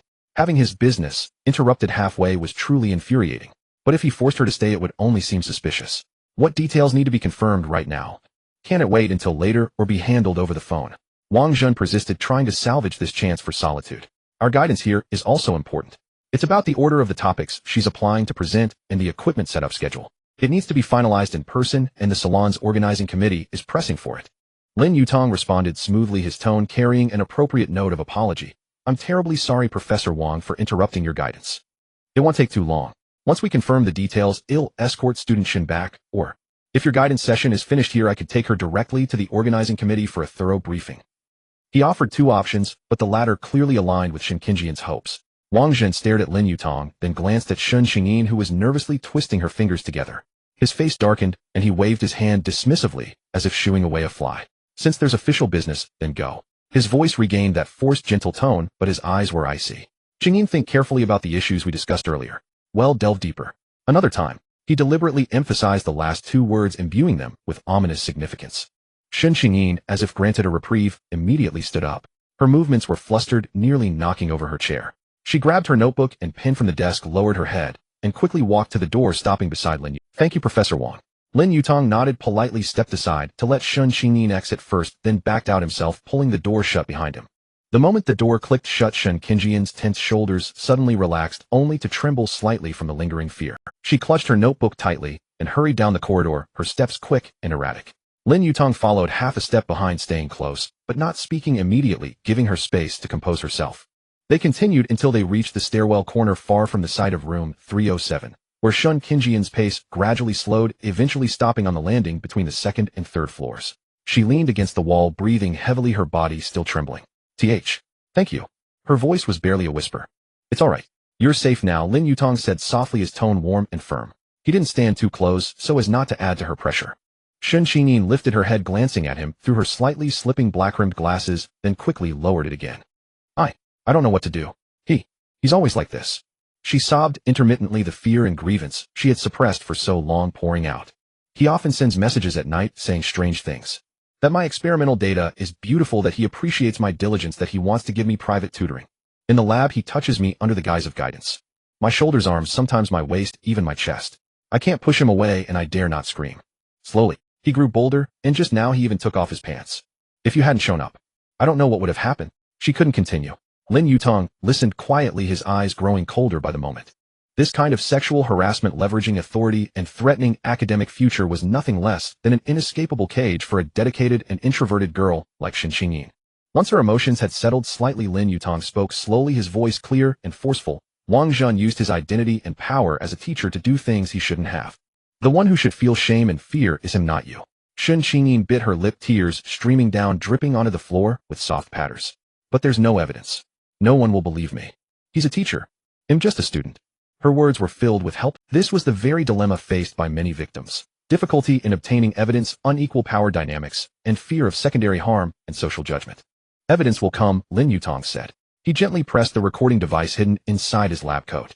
The conversation from the office moments ago should have been recorded, but that was far from sufficient. He needed more concrete evidence, and also the courage from Su Qingqian to come forward. Su Qingqian, do you want him to continue like this? To you, or to other girls he might target in the future? Lin Yutang looked at her, posing a crucial question. Su Qingqian shook her head violently, her voice choked with sobs. No, I don't. But I'm scared. Being scared is normal. But we can figure this out together. Lin Yutang softened his tone. Do you trust me? I'll do my best to help you resolve this trouble. Su Qingqian looked up, her eyes blurred with tears, at Lin Yutang. Of course she knew who he was. The campus celebrity who had recently done many earth-shattering things. He had founded the Haitang Foundation, helping many women, and sent Qin Dahai to prison. On the forum, some called him the friend of women, others the champion of justice, while a few sarcastically labeled him a spotlight seeker. She had always thought he was distant, like someone from another world. But now he stood before her, having just pulled her out of that suffocating office. After a moment of hesitation, she nodded firmly. All right. Lin Yutang nodded, his voice steady. First, don't panic. Let's leave here and find a place to talk. He led Su Qingqian out of the laboratory building, heading toward a secluded small garden behind the library. This place was sparsely populated with a few benches and an open view, ensuring no one could eavesdrop. After confirming the surroundings were safe, Lin Yutang took out his phone and operated it a few times, actually transferring the files from his miniature recording device to the phone and making a backup. In this day and age, evidence had to be stored in 3 places: 1 copy on the phone, 1 in the cloud, and 1 on a USB drive. I've already recorded the conversation from the office just now. Lin Yutang turned down the phone's volume and played a segment of the dialogue along with the sound of Su Qingqian's panicked refusal when he moved his chair closer. Listening to the recording, Su Qingqian's body stiffened again, her face pale, yet a faint glimmer of hope kindled in her eyes. A recording. This was indeed evidence. Will this be useful? She asked in a trembling voice laced with both anticipation and anxiety. It's useful, but as a sole piece of evidence it might not be sufficient, Lin Yutang said. Wang Zhen might argue it was excessive concern during guidance or twist the context, claiming he was just trying to help the student relax. The recording only proves his improper words and actions, not his malicious intent. He paused, his gaze serious. We need more evidence, and we need more potential victims to come forward. 1 person is a solitary clue, 2 are corroboration, and 3 are irrefutable proof. Su Qingqian bit her lip, lost in thought. Lin Yutang looked at her and asked earnestly, do you know or have you sensed if Wang Zhen has behaved similarly towards other female students? Su Qingqian struggled to recall, her fingers unconsciously twisting the hem of her clothes. I am not sure. But sometimes in the lab when I saw him guiding other female students, he would stand very close, and his words made me uncomfortable too. It's that kind of thing where he could stand farther away to speak, but insists on whispering in your ear. She paused, then continued. There was a freshman junior who used to be very active, often staying late in the lab. Then she suddenly withdrew from his research group. Whenever I saw her afterward, she always avoided him like a mouse fleeing a cat. Also, I think I heard a senior sister from the neighboring lab complaining privately that teacher Wang had wandering hands, but I didn't think much of it at the time. I assumed it was just a joke. These clues were already telling enough. Wang Zhen was indeed a repeat offender, using his position to target introverted female students who dared not resist. We need to find these classmates, Lin Yutang said. Of course it's difficult, they might be just as scared as you.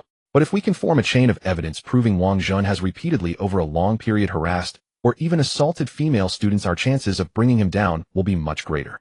Su Qingqian's face showed signs of struggle. She was kind by nature and couldn't bear to drag others into this mess, but Lin Yutang was right. I can try contacting that junior who left the group. Her name is Li Wan, she said softly.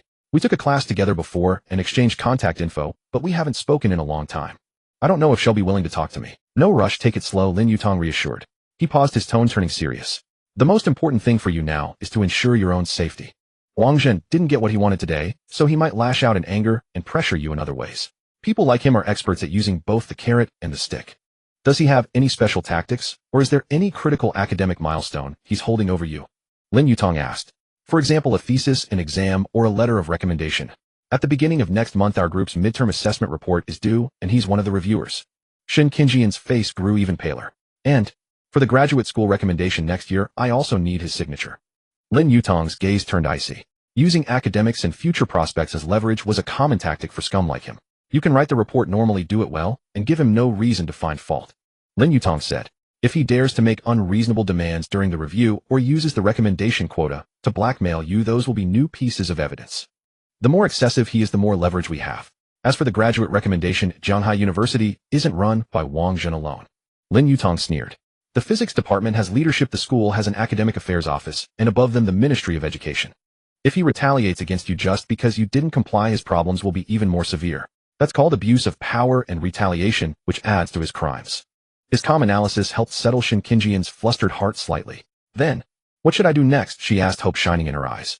Lin Yutang's thoughts were clear as he listed them one by one. First, avoid being alone with him as much as possible. If you must meet, choose public places or have other classmates present. If you can't avoid being alone, let me know in advance, and keep your phone recording at all times. Don't give him any opportunity. Su Qingqian nodded earnestly. Second, organize all the evidence of his past harassment, WeChat chat logs, emails, text messages, especially those sent at night or with ambiguous or threatening implications. Take screenshots and back them up on another device. Recall the time, place, and general circumstances of each of his inappropriate actions and write them down, the more detailed the better. He paused, then continued. Third, leave the matter of contacting other potential victims to me. I have some ways to do it relatively discreetly. If you feel up to it, you can try contacting Li Wan first, but don't force it. Don't reveal that we're gathering evidence either. Just express concern and see how she reacts. Su Qingqian nodded, her gaze growing more resolute. Fourth, Lin Yutang said, looking at her pale, yet gradually firming face, take care of yourself. Eat and sleep well. Don't let this completely disrupt your daily routine. The calmer you are, the more helpless he becomes. Remember, he's the one who did wrong. He should be the one feeling guilty and afraid. These words were like a soothing balm. Su Qingqian took a deep breath, feeling as if the heavy stone pressing on her chest had loosened. She looked at Lin Yutang, this boy she had only heard about in rumors before, now standing before her like a steady, reliable mountain. Not an unattainable peak, but one she could lean on. Lin Yutang. Thank you so much, she said, her voice still soft, her face full of gratitude. If not for Lin Yutang's timely intervention, she would have been forcibly assaulted by Wang Zhen. Lin Yutang smiled. It's only right to lend a hand to someone in need. If you really feel indebted, you can treat me to a meal at the cafeteria sometime. The braised pork at Cafeteria 3 sounds good. Su Qingqian was stunned for a moment, then smiled. It was her first smile that day. Though faint, her eyes curved into crescent moons. Go back and rest for a while, calm your mind, Lin Yutang said as he stood up. Contact me anytime if something comes up. Remember my number. After exchanging contact information, Lin Yutang watched Su Qingqian's retreating figure. He knew this was only the beginning. To completely topple a scumbag hiding among the faculty required meticulous planning, sufficient evidence, and overcoming the deep-seated fears of the victims. He opened his phone and first sent a message to Lawyer Zhou, briefly explaining the situation. Lawyer Zhou, I've encountered a case of a university professor sexually harassing a female student. I have audio evidence, but it's not sufficient. I'd like to consult about the legal key points and procedures for evidence collection and reporting in university sexual harassment cases, as well as the validity of audio evidence. Lawyer Zhou replied quickly, as expected of a professional. Audio recordings can serve as auxiliary evidence, but it's best to have multiple independent pieces of evidence forming a chain. It's recommended to collect WeChat records, emails, witness testimonies, etc. Reporting channels, the school's disciplinary committee, labor union, academic affairs office, or if necessary, file a report with the public security authorities. If needed, I can help organize the evidence materials. Lin Yutang replied with a thank you, and then contacted Chen Lishu. Lishu, there's progress. Wang Zhen is indeed problematic. I need you to look into a few things for me. First, check the lists of undergraduate and graduate students Wang Zhen has supervised over the years, especially female students. Look for any who withdrew from the group, changed advisors, or had abnormal academic fluctuations. Such anomalies often have reasons. Second, check his published papers and research projects for any signs of improper authorship or academic misconduct. This could serve as a point of leverage on the side. If his character is flawed, there might be shady dealings in his academics too. Third, investigate his social connections and family background. Is there any useful information? For example, does he have a wife or children? Any skeletons in his closet? Chen Lishu replied promptly, understood. This beast in human skin needs to be exposed. Leave it to me. He'll start the investigation and dig up everything on him. Next, Lin Yutang contacted Wang Yipeng and Yang Zihui. Fatty glasses use your student council channels to discreetly inquire, without raising suspicion, about any rumors regarding teacher-student relationships in the physics department, especially in Wang Zhen's grade. Also find out if any female students have been noticeably downhearted or avoiding certain places recently. Be careful with your approach. Don't make it look like an investigation. Just treat it as casual conversation. Don't draw attention. Wang Yipeng replied, got it. My mouth is perfect for casual chats. Yang Zihui replied, received. He'll be mindful of the method and won't reveal our intentions. After assigning these tasks, Lin Yutang leaned back on the bench, sinking into deep thought. What should I do next? Lin Yutang pondered. Should I report it directly to the school? In the absence of sufficient evidence, the school might choose internal mediation or a cold response for the sake of preserving its reputation, even going so far as to suppress the whistleblower. Wang Zhen is very likely to turn the tables and accuse Su Qingqian of false accusations or threaten her with academic repercussions to withdraw her complaint. In that case, the victim becomes the defendant while the perpetrator continues to teach and harm the next girl. Expose it to the media. It could easily trigger a public outcry, but it would also place Su Qingqian and other victims under the spotlight, subjecting them to immense secondary trauma and public scrutiny. Keyboard warriors do not care about the truth. They only want to watch the drama unfold. If a reversal occurs due to insufficient evidence, the consequences would be dire, and Su Qingqian would be labeled as desperate for fame and false accuser, carrying the shame for the rest of her life. Collecting solid evidence privately and then reporting through legal channels and to higher educational authorities might be a more. However, this requires time and more victims to bravely come forward. The problem is the longer the delay, the greater the pressure Su Qingqian will have to endure. As Lin Yutang was deep in thought, a familiar mechanical voice suddenly echoed in his mind, detected that task target Su Qingqian is facing complex systemic oppression. Conventional solutions may take a long time and carry risks. Based on the resource matching function, the optimal solution path is suggested. 1. Obtain critical direct evidence, such as videos, irrefutable recordings, or written harassment materials. 2. Find and unite with other victims who have similar experiences to form a group accusation, thereby dispersing individual pressure. 3. Contact just and influential forces within the school that are not directly controlled by Wang Zhen, such as the Discipline Inspection Committee, reputable old professors, etc., to act as initial supporters. 4. Once prepared, simultaneously report to the school's discipline committee and the higher educational authorities using real names, and select media channels that focus on protecting victims' privacy and responsible reporting. The suggestions above are for reference only. The specific implementation is left to the host's discretion. Lin Yutang looked at the 4 suggestions listed by the system, a faint smile appearing at the corner of his mouth. The system's suggestions coincided with his thoughts and were even more systematic. It was like having a guide in a game, knowing which direction to go. In the following days, Lin Yutang kept an eye on Su Qingqian's situation while waiting for the investigation results from Chen Lishu. On Su Qingqian's side, following Lin Yutang's advice, she attended classes and went to the lab as usual, trying to appear as normal as possible. However, Lin Yutang could sense the tension in every message she sent. I ran into him in the corridor today. He glanced at me, but said nothing. I just received an email from him urging me to submit my midterm report. His tone was very normal, but I feel something's off. Is he waiting for me to take the initiative to find him? Lin Yutang replied each time, don't be afraid, respond normally. If anything unusual happens, tell me immediately. Su Qingqian mustered her courage and contacted the withdrawn junior Li Yuan. Initially, Li Yuan was very wary and outright denied anything was wrong. But after Su Qingqian repeatedly assured her that it was just concern and subtly mentioned that she was also very troubled recently, Li Yuan finally opened up. On the phone, she began to cry softly. She admitted that Wang Zhen had verbally harassed her and made inappropriate advances. She chose to leave the group out of fear, but had been living in the shadows, having nightmares at night, and not daring to go to the lab during the day. This was an important breakthrough. Lin Yutang made contact with Li Yuan through Su Qingqian. He promised as a classmate and head of the foundation to protect her privacy and safety, hoping she could provide some evidence or testimony. Li Yuan hesitated multiple times, but ultimately agreed to provide some screenshots of WeChat conversations where she was harassed. She had deleted many due to fear, but some remained in her phone's cloud backup. Thank goodness for cloud backup, the savior of evidence. Li Yuan, are you in the lab? Why are you still here so late? Why are you wearing such a short skirt today? Is it for the teacher to see? The teacher likes it a lot. Your experimental data is impressive. Would you like to come to the office? The teacher will explain it to you privately. The teacher's office has a sofa, very comfortable. Your figure is great. You've developed so well, right? If there's time, let me help you develop even further. I guarantee you'll be even better than now. Every screenshot reveals the true nature of this predatory teacher. Lin Yutang saved this evidence, silently adding to his notes on Wang Zhan. Messages also came from Chen Lishu's side. Yutang, we found something. That scoundrel Wang Zhan is indeed dirty. Chen Lishu's tone was filled with suppressed anger, and one could sense him gritting his teeth through the screen. Among the girls he supervised over the past 5 years, 3 undergraduate students inexplicably failed their midterm assessments and had to retake them to pass. Guess what? They were all good-looking girls. There was also a graduate student who was doing well under him, but suddenly changed supervisors.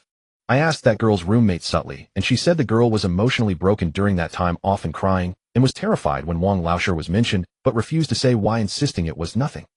In addition, Chen Lishu lowered his voice. His papers have several instances where the data seems suspicious. Also, I uncovered an interesting piece of information. His wife is a section chief in the school's finance department, and I've heard she's quite assertive, the kind that handles money.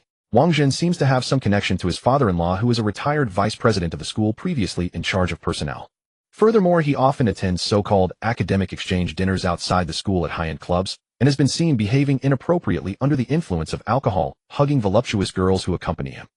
Putting this information together, Wang Zhen's image becomes clearer, leveraging marriage for position, academic fraud, and plagiarism, a debauched lifestyle, and using his power to harass and even assault multiple female students. How can such a person still be teaching? He is simply a cancer in education, no, a cancer in society as a whole. Meanwhile, Wang Yipeng and Yang Zihui were also busy. They were hearing fragmented rumors through the student council and various college networks. There's a young teacher in the physics department who is overly concerned about female students. I heard there was a girl who changed after being guided by him. She stopped speaking and her grades fell. My roommate's best friend is from the physics department. She said they privately call that teacher Wang the Beast, but no one dares to say it to his face for fear of retaliation. I heard that 2 years ago a girl almost reported him to the police, but later it somehow fizzled out. However, the details were vague and no one dared to identify who it was. Evidence was accumulating bit by bit, but there was still a lack of a decisive, ironclad piece of evidence.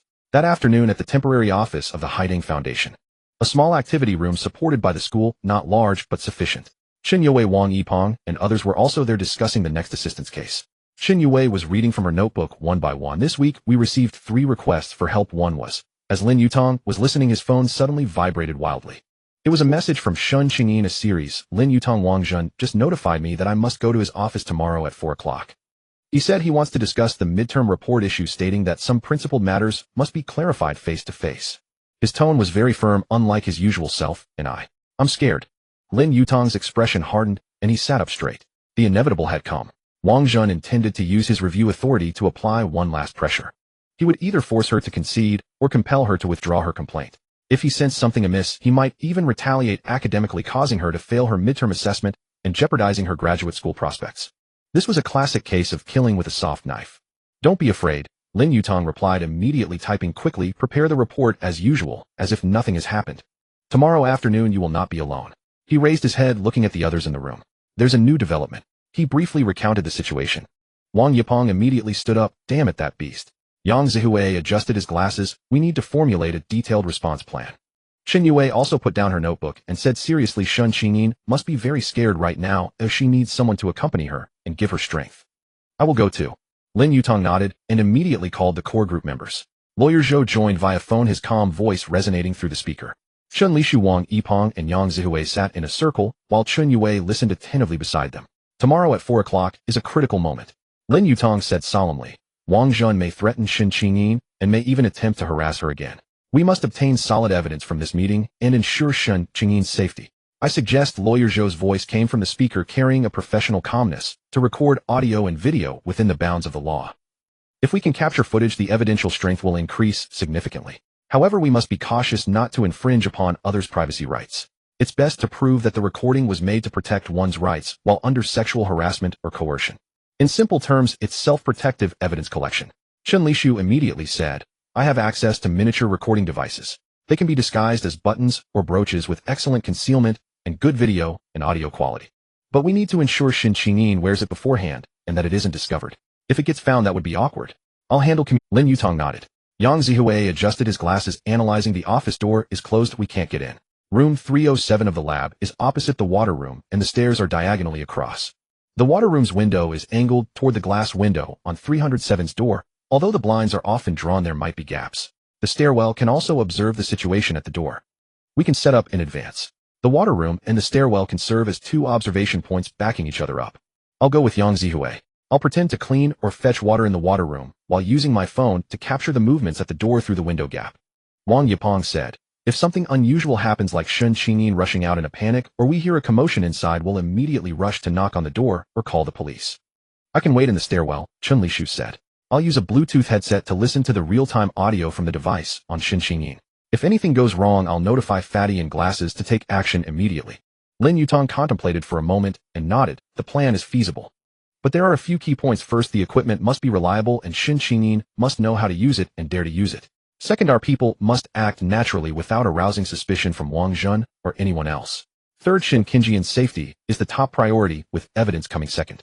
Lin Yutang paused, his tone growing heavier. If she senses danger, she must immediately give a signal. For instance, coughing 3 times or saying she needs to use the restroom. Our people will then create a disturbance to interrupt. Forget the evidence, the person matters most. He turned to Chen Yue. Yue, you're meticulous. Would you accompany me tonight to meet Su Qingqian, hand over the equipment, teach her how to use it, and calm her nerves? As a fellow woman, your words might reassure her more. Chen Yue nodded firmly, her gaze resolute. All right. Attorney Zhou, Lin Yutang said into the phone, please prepare the relevant legal documents. Once we obtain the key evidence, we'll initiate the reporting process immediately. Also, you have a wide network. Do you know any upright individuals among the school's senior management? On the other end of the line, Attorney Zhou paused for a few seconds. I know one. He's Professor Zhang, the former dean of the School of Physics. Highly respected and incorruptible. Even after retirement, he was rehired as an advisor to the university's academic committee. The old man is over 70 with a full head of white hair, but his eyes are sharp. He can't stand such sordid matters. I have some connection with him. He might be able to help us. That's wonderful. Lin Yutang's eyes lit up. With an old professor backing us, it carries more weight. Then let's prepare separately. That evening, Lin Yutang and Chen Yue met Su Qingqian in a study room at the library. The room was a small cubicle with glass walls, but once the blinds were drawn, it offered decent privacy. Su Qingqian sat in a chair, clutching the hem of her clothes. She seemed even more tense and anxious than a few days ago, her fingers icy cold, her eyes a complex mix of fear and anticipation. Chen Yue gently took her hand, soothing her in a soft voice. Qingqian, don't be afraid. We're all here. Her tender tone gradually helped Su Qingqian relax. Then Lin Yutang brought out the brooch-style miniature camera and recording device prepared by Chen Lishu. It looked like an ordinary brooch, metallic with simple engraved patterns, utterly inconspicuous. But inside it housed a high-definition camera and recorder with a 2-hour battery life and 1080p video quality. Lin Yutang explained in detail how to use it, where the switch was, how to activate it discreetly, and how to send the signal. The switch is here, just flick it gently. Once it's on, there will be a slight vibration. Pretend to adjust your clothes to confirm. Remember the signal, cough 3 times, or say, I need to use the restroom. Our people will rush in immediately. If it's an emergency, just scream. In short, your safety comes first. Su Qingqian listened, her fingers trembling slightly, but she nodded earnestly. Chen Yue looked at her with gentle, resolute eyes. Don't be afraid, Qingqian. Well, I'll be outside tomorrow. You're not facing this alone. If he dares to misbehave, we won't let him get away with it. Protect yourself, gather the evidence, and we can get rid of him for good. Su Qingqian gazed at these two genuinely helpful people, feeling the cold touch of the device in her hands. The fear remained, but an unprecedented courage began to rise from the depths of her heart. She nodded firmly. The next afternoon at 3:50 p.m., on the 3rd floor of the physics department's laboratory building, a few students walked through the corridor holding books, chatting and laughing, utterly unaware of what was about to unfold. Su Qingqian wore the unremarkable brooch, which concealed a high-definition camera and recorder activated 10 minutes early. She felt the brooch cool against her clothes, but it brought more reassurance than discomfort. She knew she wasn't fighting alone. Clutching her neatly organized midterm report, she walked toward room 307. Her heart pounded like a drum, but she forced her steps to remain steady, refusing to show weakness. In the utility room, Wang Yipeng and Yang Zihui, wearing rubber gloves and holding rags and buckets, were diligently scrubbing the sink and windows.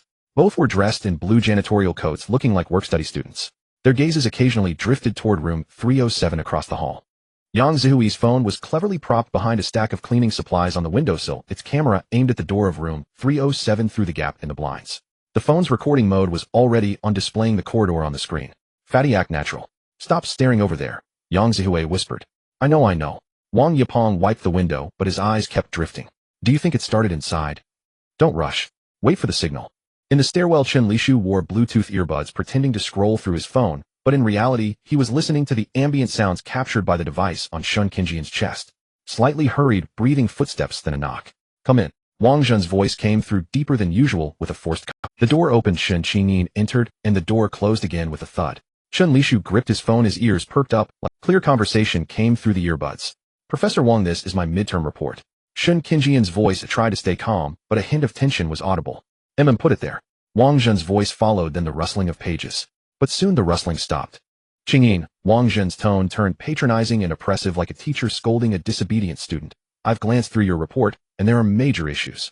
Weak theoretical foundation, problematic data analysis methods. At this level it'll be tough to pass the midterm review. He'll revise it carefully, Su Qingqian's voice tightened. Revise? Some problems can't be fixed with revisions. Wang Zhen's voice drew closer, and the sound of a chair scraping, a creak, came through the earbuds. The key is to have proper guidance and deep understanding. I told you before, you need more in-depth study and discussion. His words carried a clear innuendo. Professor Wang, please give specific comments on the report itself. He'll take notes. Su Qingqian tried to steer the conversation back, her voice struggling to remain steady. Specific comments. Wang Zhen seemed to chuckle with mockery and disdain. Qingqian, do you really not get it, or are you pretending? Can't you feel the care and attention I've shown you? Do I have to spell it out? Footsteps followed as he seemed to circle around the desk step by step. Think about it. Your graduate school recommendation, your graduation, your future prospects. They're all in my hands. His voice was almost too close. Be obedient, cooperate, and it'll only benefit you. Professor, please show some respect. Su Qingqian's voice suddenly rose, trembling but clear and firm. Respect? Wang Zhen's voice turned cold, laced with naked threat. Su Qingqian, don't be ungrateful. Who the hell do you think you are? Without my recommendation, you're nothing. It'll make you fail this course, ruin your graduate recommendation, and make it impossible for you to stay in the physics department.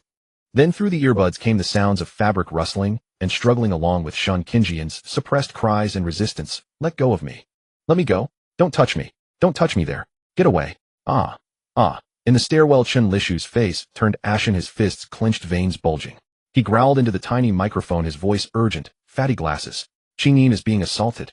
Go now. Hurry. In the utility room, Wang Yutang and Yang Zihui exchanged glances, both blurting out a curse. On Yang Zihui's phone screen, though the exact scene inside the room wasn't visible, the sounds of arguing and commotion were faintly audible, the intensity palpable even through the door. Wang Yutang yanked open the utility room door and strode out. Yang Zihui grabbed his phone, switched to recording mode, and aimed it steadily at the door of room 307.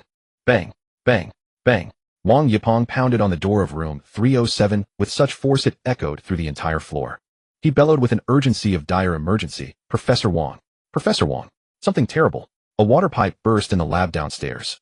Water is everywhere. It's flooding up to the 3rd floor. You need to see it. The lab will be ruined if we don't act fast. The loud knocking and shouting exploded in the quiet corridor. Inside, everything went silent. All noise ceased. 1 second, 2, 3. Then the door was yanked open.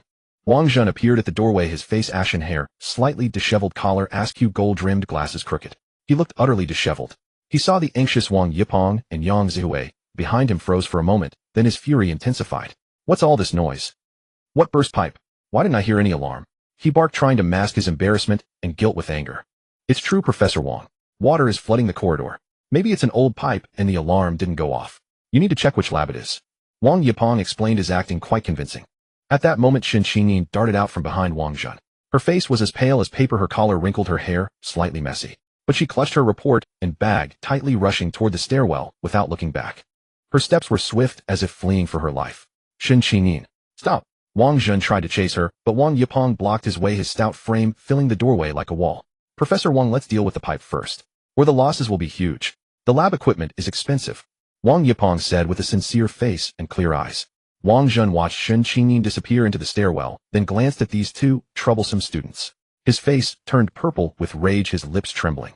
But constrained by his position and the apparent emergency, he had to suppress his fury. He shot a murderous glare at Wang Yutang and Yang Zihui, his eyes like daggers. He turned and headed downstairs, muttering curses under his breath. Once they confirmed Wang Zhen was gone, Wang Yutang and Yang Zihui exchanged a look and let out a long sigh of relief. Yang Zihui checked his phone. He had secretly recorded the scene from earlier. The moment the door opened, Wang Zhen's disheveled appearance and livid roar, along with Su Qingqian's panicked escape, were all clearly captured on video. In the footage, Wang Zhen's embarrassment and Su Qingqian's terror were starkly visible, high definition and unmistakable. In the stairwell, Chen Lishu had already reached Su Qingqian. She was trembling all over, her face streaked with tears, but her fingers were clenched tightly around the brooch, the knuckles white. It's all recorded. She choked out, her voice quivering as she handed the brooch to Chen Lishu. Chen Lishu took it, inserted it into a portable player, and quickly replayed the last segment. Clear threats, the sounds of a struggle, Su Qingqian's refusals and cries. Every word was unmistakably audible. He immediately notified Lin Yutang, his voice brimming with barely contained excitement. Yutang, everything went smoothly. Su Qingqian is safe, and we've secured the key audio and video evidence. That bastard Wang Zhen won't get away this time. On the other end of the line, Lin Yutang finally let out a long breath of relief. Good. Take Qingqian to the foundation office. Yu Wei is waiting there. He'll contact lawyer Zhou and Professor Zhang right away. That evening at the Haiding Foundation office. The office was spotless with the foundation's logo, a pink crabapple blossom, on the wall. Under Chen Yuwei's soothing care, Su Qingqian's emotions gradually stabilized. Lawyer Zhou had already arrived dressed in a suit and carrying a briefcase looking travel-worn.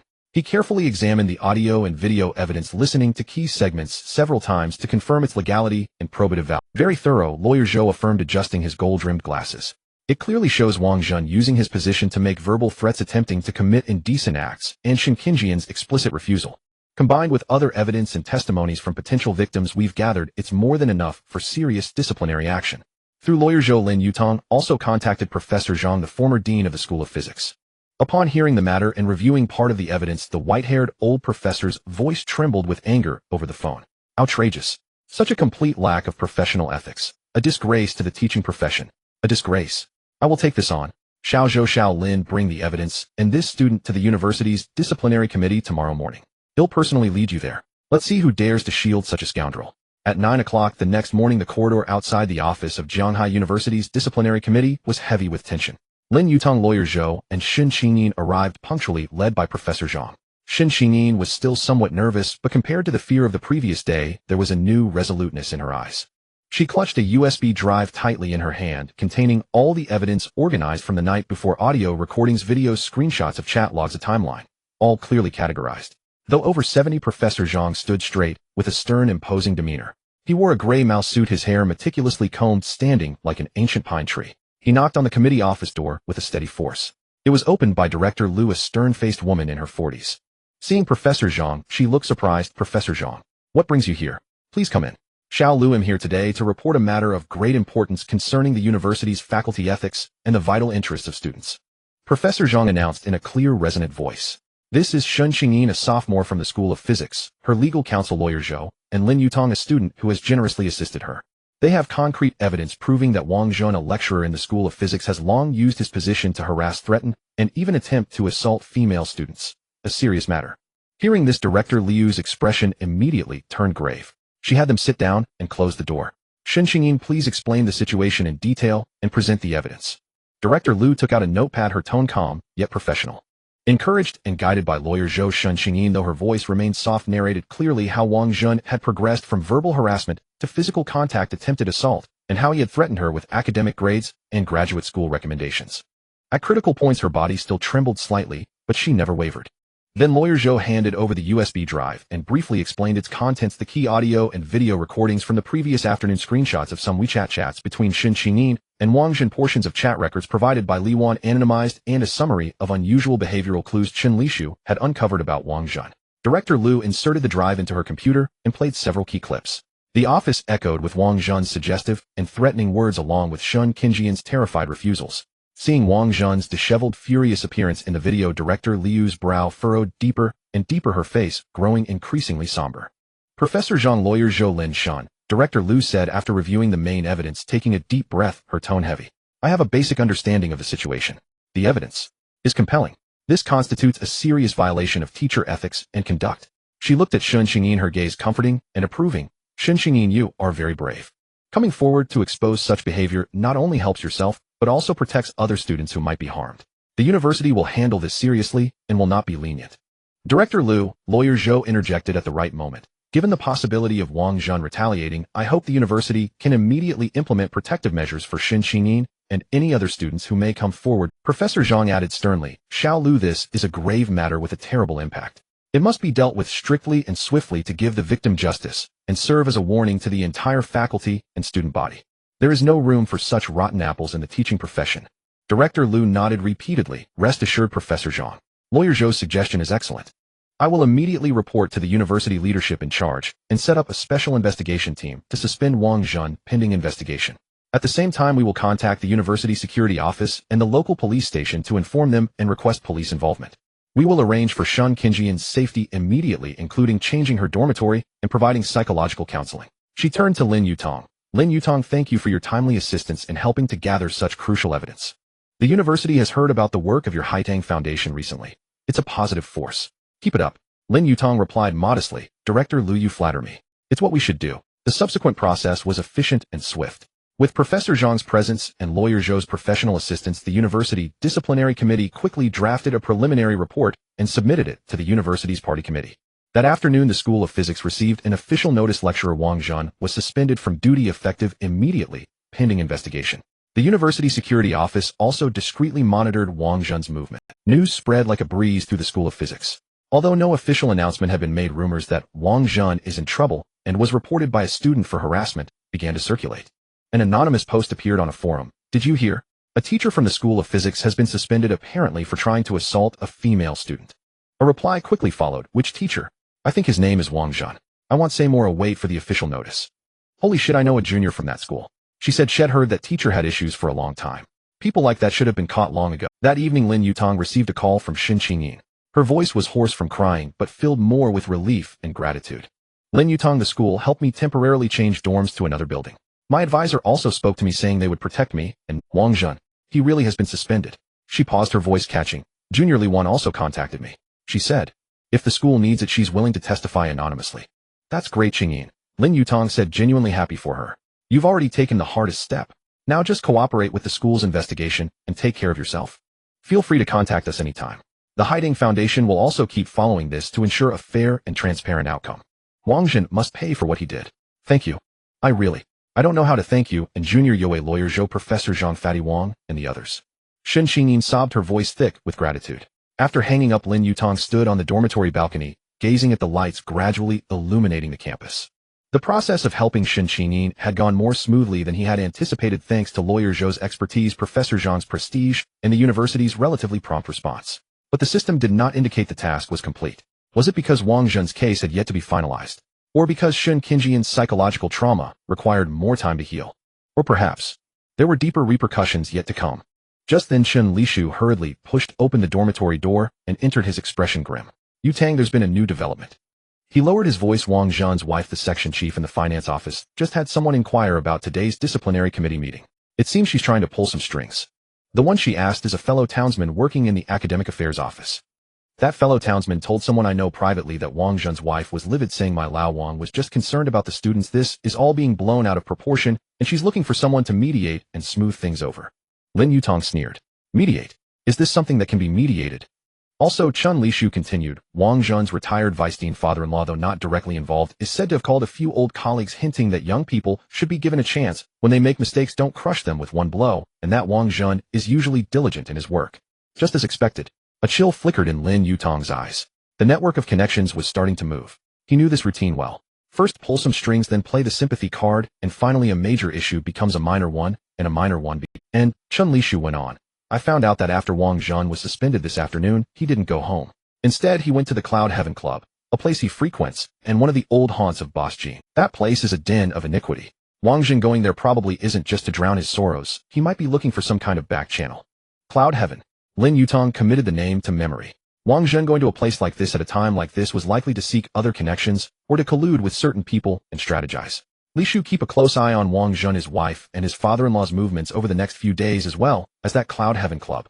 See who comes and goes. Stay safe. Don't get too close. Understood. Chen Lishu nodded. The counterattack from Wang Zhan and his network might come faster and more covertly than anticipated. They might not dare to openly threaten Su Qingqian since the school had already intervened, but they could apply pressure from other angles, like influencing the investigation process, weakening the outcome, or even creating subtle academic obstacles for Su Qingqian. Preventive measures were essential. Lin Yutang thought for a moment, then sent messages to Lawyer Zhou and Professor Zhang informing them of Wang Zhan's family's potential maneuvers and his visit to the Cloud Heaven Club, urging them to watch for possible resistance to the investigation. Lawyer Zhou replied, acknowledged. I will closely monitor the legality of the investigation process and prepare materials to report to higher education authorities and disciplinary inspection agencies if the handling is unjust. I will also formally raise the issue of safeguarding Su Qingqian's academic standing with the school. Professor Zhang's reply was succinct and forceful. Evil will never prevail over good. This old bones of mine can still hold the line. With these two on his side, Lin Yutang felt somewhat reassured. But he knew he couldn't pin all his hopes on others. The next few days were calm on the surface, but turbulent underneath. The school's investigation into Wang Jun was progressing, but slower than expected. Within the School of Physics, discussions about the matter quietly splintered. There were those who supported Su Qingqian, but also faint voices suggesting it might be a misunderstanding or why ruin a man's career, some of which were influenced by Wang Jun's network. Some whispered privately, "Teacher Wang is usually quite diligent at work. How could he do such a thing?" Others muttered, "Students these days are so quick to report. How are teachers supposed to manage?" These words stung like needles. Wang Jun's wife went to work as usual, but with a perpetually dark expression. While talking to other teachers in the finance office, she occasionally vented about how difficult students are nowadays and how the cost of reporting is too low, insinuating that Su Qingqian was a problem student. Su Qingqian settled into her new dormitory, and the school arranged for a psychological counselor to support her. She tried to resume her normal study and life, but occasionally, while walking across campus, she would instinctively avoid the direction of the physics laboratory building. Encouraged by lawyer Zhou Liwan, eventually provided a written testimony to the investigation team. She detailed Wang Jun's harassment, the ambiguous WeChat messages, the touches under the guise of guidance, the terrifying moments of being alone with him. This undoubtedly strengthened the chain of evidence. Chen Lishu reported that Wang Jun had visited Cloud Heaven twice more. Once he entered a private room with several men who looked like underworld figures and stayed for a long time. He managed to take blurry photos of those men. Upon identification, one of them was the manager of a local small loan company with a notorious reputation. A small loan company. Alarm bells rang in Lin Yutang's mind. What was Wang Jun doing with these people? Raising money to pull strings? Or hatching something far more dangerous? He immediately relayed this information to lawyer Zhou and the school's security department.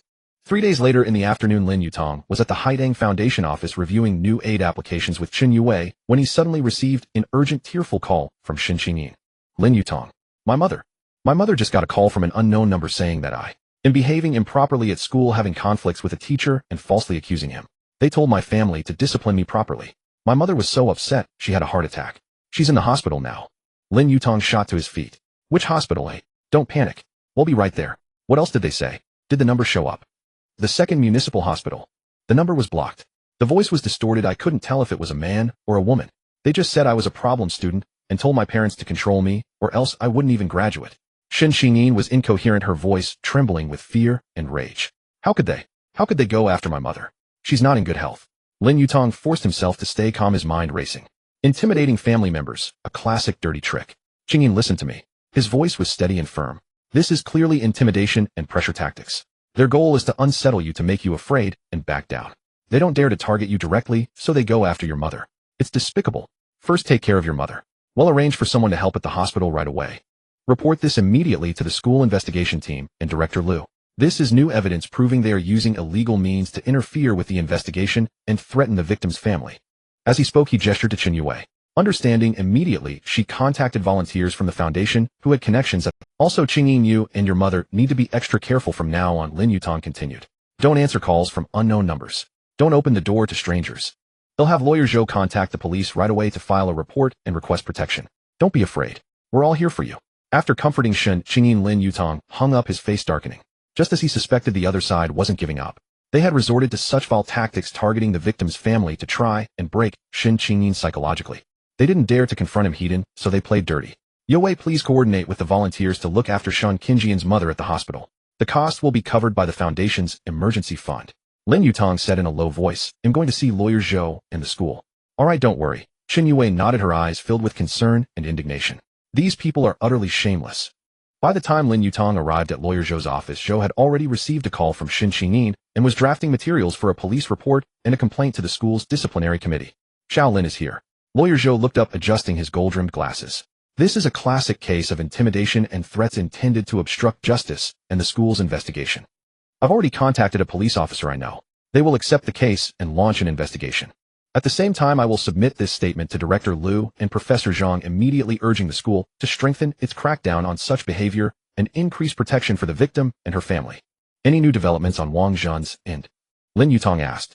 The investigation team might speed things up because of this, lawyer Zhou said, but Wang Jun himself still denies most of the allegations, only admitting to possibly being inappropriate in his concern for students and his words and actions causing misunderstandings, dismissing all harassment as communication issues. Communication issues. Lin Yutang sneered, calling harassment communication and threats concern. This scumbag really knew how to spin a story. His father-in-law did call a few of the school's senior leaders, Lawyer Zhou continued, but Professor Zhang had already given them a heads-up, so it had little effect. Now by resorting to such dirty tricks, they might have shot themselves in the foot, angering the investigation team and the school administration. It might have only been a suspension before, but now they can add obstruction of investigation to the charges. What about the Cloud Heaven Club and the small loan company? Lin Yutang recalled Chun Lish's intelligence. The police are already on it. They're investigating. A sharp glint flashed in Lawyer Zhou's eyes. If Wang Zhen really has improper dealings with these underworld figures, especially involving bribery or more serious issues, his troubles will be far from over. Things seemed to be moving in a positive direction, but the unease in Lin Yutang's heart hadn't completely dissipated. A cornered beast might do anything. Lin Yutang stepped out of Lawyer Zhou's office, and the sky had already darkened with the city's neon lights gradually illuminating the streets. His phone vibrated. It was a message from Chun Yowei. Qingqian's mother has stabilized and has been moved to a regular ward. Qingqian's mood has improved a bit, and classmates from the foundation are taking turns to keep her company. Don't worry. He replied with a simple okay. Just as he was about to rush to the hospital, Chun Lish's call came in, his voice low and the background noise chaotic. Yutang im at the cafe across from Yun's Hongshan. Wang Zhen just went in along with the manager from that small loan company, and he paused, his tone serious. I think I saw Qin Feng. Qin Feng. Lin Yutang's steps halted as a chill ran up his spine. How could Qin Feng be mixed up with Wang Zhen? Hadn't he already left Jianghai City for somewhere else? How could he have come back? Are you sure it was Qin Feng? From a distance it looked like him, from the side profile and physique, wearing a hat and mask, but the way he walked and that ghastly appearance. I'm about 80 to 90% sure. Chun Lishu's voice was urgent. They went into the Tinjiuxuan private room on the second floor, and there are people guarding the entrance. Lishu, you need to leave there immediately. Don't let them find out. Lin Yutang said in a deep voice. Qin Feng knows you, and he has nothing left now. Oh, he could do anything. Understood. I'm leaving now. After hanging up, Lin Yutang's mind raced. The meeting between Qin Feng and Wang Zhen could not possibly be coincidental. Qin Feng hated him to the bone, and Wang Zhen, who now despised Su Qingqian, would surely hold a grudge against him for helping her. The enemy of my enemy is my temporary friend. Are they plotting revenge together? Who is their target? It must be Lin Yutang. Lin Yutang immediately contacted Lawyer Zhou to inform him of this urgent situation and asked him to remind the police and the school to pay attention to Su Qingqian and her family's safety, as well as his own. Lawyer Zhou's voice also turned serious. Qin Feng. He actually came back and is colluding with Wang Zhen. Xiaolin, you must be especially careful these days. Try not to act alone and be mindful of your residence and frequent places. They'll contact Captain Li right away and have him keep an eye on Wang Zhen and Qin Feng. Additionally, Lawyer Zhou added, the police have already filed a case regarding the threats against Su Qingqian's mother and are investigating the source of that hidden number. The school's disciplinary committee has accelerated the investigation process due to this incident and Professor Zhang's insistence. A preliminary handling opinion is expected to be released by the day after tomorrow at the latest. Okay, thank you, Lawyer Zhou. After ending the call, Lin Yutang stood on the bustling street, taking a deep breath of the slightly cool air. He knew that this storm had reached the most dangerous moment. Instead of returning to school, he called for a car to his mother and Uncle Lin's residence. On the way, he sent a message to his mother simply saying he missed them and would be home for dinner. His mother quickly replied, her tone cheerful, saying Uncle Lin had just bought fresh ingredients and was waiting for his return. Upon arriving at his mother's house, the delicious aroma of food wafted through the air. Lin Yuan was busy in the kitchen with an apron on while his mother Li Xiaolan was setting the table. When she saw Lin Yutang, her face lit up with a tang tang is back. Wash your hands quickly, dinner is about to be served. Dad, Mom. Lin Yutang greeted with a smile, his gaze sweeping over the cozy living room, feeling slightly reassured. At the dinner table, Lin Yutang tried to act normally, asking about his mother's health and listening to Uncle Lin share some amusing business anecdotes. However, the slight heaviness in his eyes did not escape the keen observation of Lin Yuan. After dinner, Li Xiaolan went to the kitchen to cut fruit, while Lin Yuan poured Lin Yutang a cup of tea and gestured for him to follow him to the balcony. Yutang, have you encountered some trouble? Lin Yuan got straight to the point, his gaze gentle yet perceptive. You seem burdened today. Talk to Dad, or perhaps I can help. Facing this steady and wise stepfather who genuinely cared for his mother, Lin Yutang did not hold back any longer. He succinctly shared the situation regarding Su Qingqian, Wang Zhen's harassment, Qin Feng's possible involvement, and the potential threats he was currently facing. Lin Yuan listened quietly, his brows slightly furrowed, but there was not much surprise on his face. Having navigated the ups and downs of the business world for decades, he had seen much worse. A morally corrupt teacher colluding with social elements, intimidating and threatening. This Wang Zhen truly disgraces the profession of teaching. Lin Wenyuan's voice carried a chill, and that Qin Feng, a stray dog without a home, still dares to come back to wreak havoc. He looked at Lin Yutang, his eyes filled with approval. You're doing the right thing, Yutang. Helping those in need and standing up against injustice and evil is the responsibility of a man. Dad supports you. However, he changed his tone to a more serious one. Safety comes first. A direct attack is easy to dodge, but a hidden arrow is hard to defend against. Wang Jun and Qin Feng could do anything right now. So starting tomorrow, I'll arrange for a few bodyguards to secretly protect you and that Shin classmate's safety. Don't worry, they're professionals and won't interfere with your normal life and studies. Lin Yutang intended to refuse, but thinking of the recent threats against Su Qingqian's mother and Qin Feng's resentful face, he nodded. Thank you, Dad. As for Su Qingqian, they'll have someone keep an eye on her, especially at the hospital where her mother is admitted. Lin Yuan patted his shoulder. You focus on handling things at school, leave the safety issues to Dad. With Lin Yuan's support and arrangements, the pressure in Lin Yutang's heart lightened considerably. This is the strength of family, providing you with a sturdy umbrella in the face of storms. When leaving his mother's house, Lin Yuan personally escorted him downstairs. An Audi A8L was already waiting at the door. The driver was an ordinary-looking middle-aged man with sharp eyes. Lin Yutang recognized him as Old Zhao. Old Zhao, take Yutang back to school, Lin Yuan instructed. He then looked at Yutang and whispered, the other two bodyguards will protect you from the shadows. Just go about your normal activities and don't worry about them. Sitting in the smoothly moving car, Lin Yutang watched the night scenery rapidly retreating outside the window. He clearly felt that he was no longer fighting alone. He had a group of friends who had his back, and now he also had a family member who could provide strong support. Upon returning to school, he did not immediately go back to his dormitory, but headed to the Haitang Foundation office. Chen Yue was still there organizing materials. Upon seeing him return, she approached with concern. Yutang, are you alright?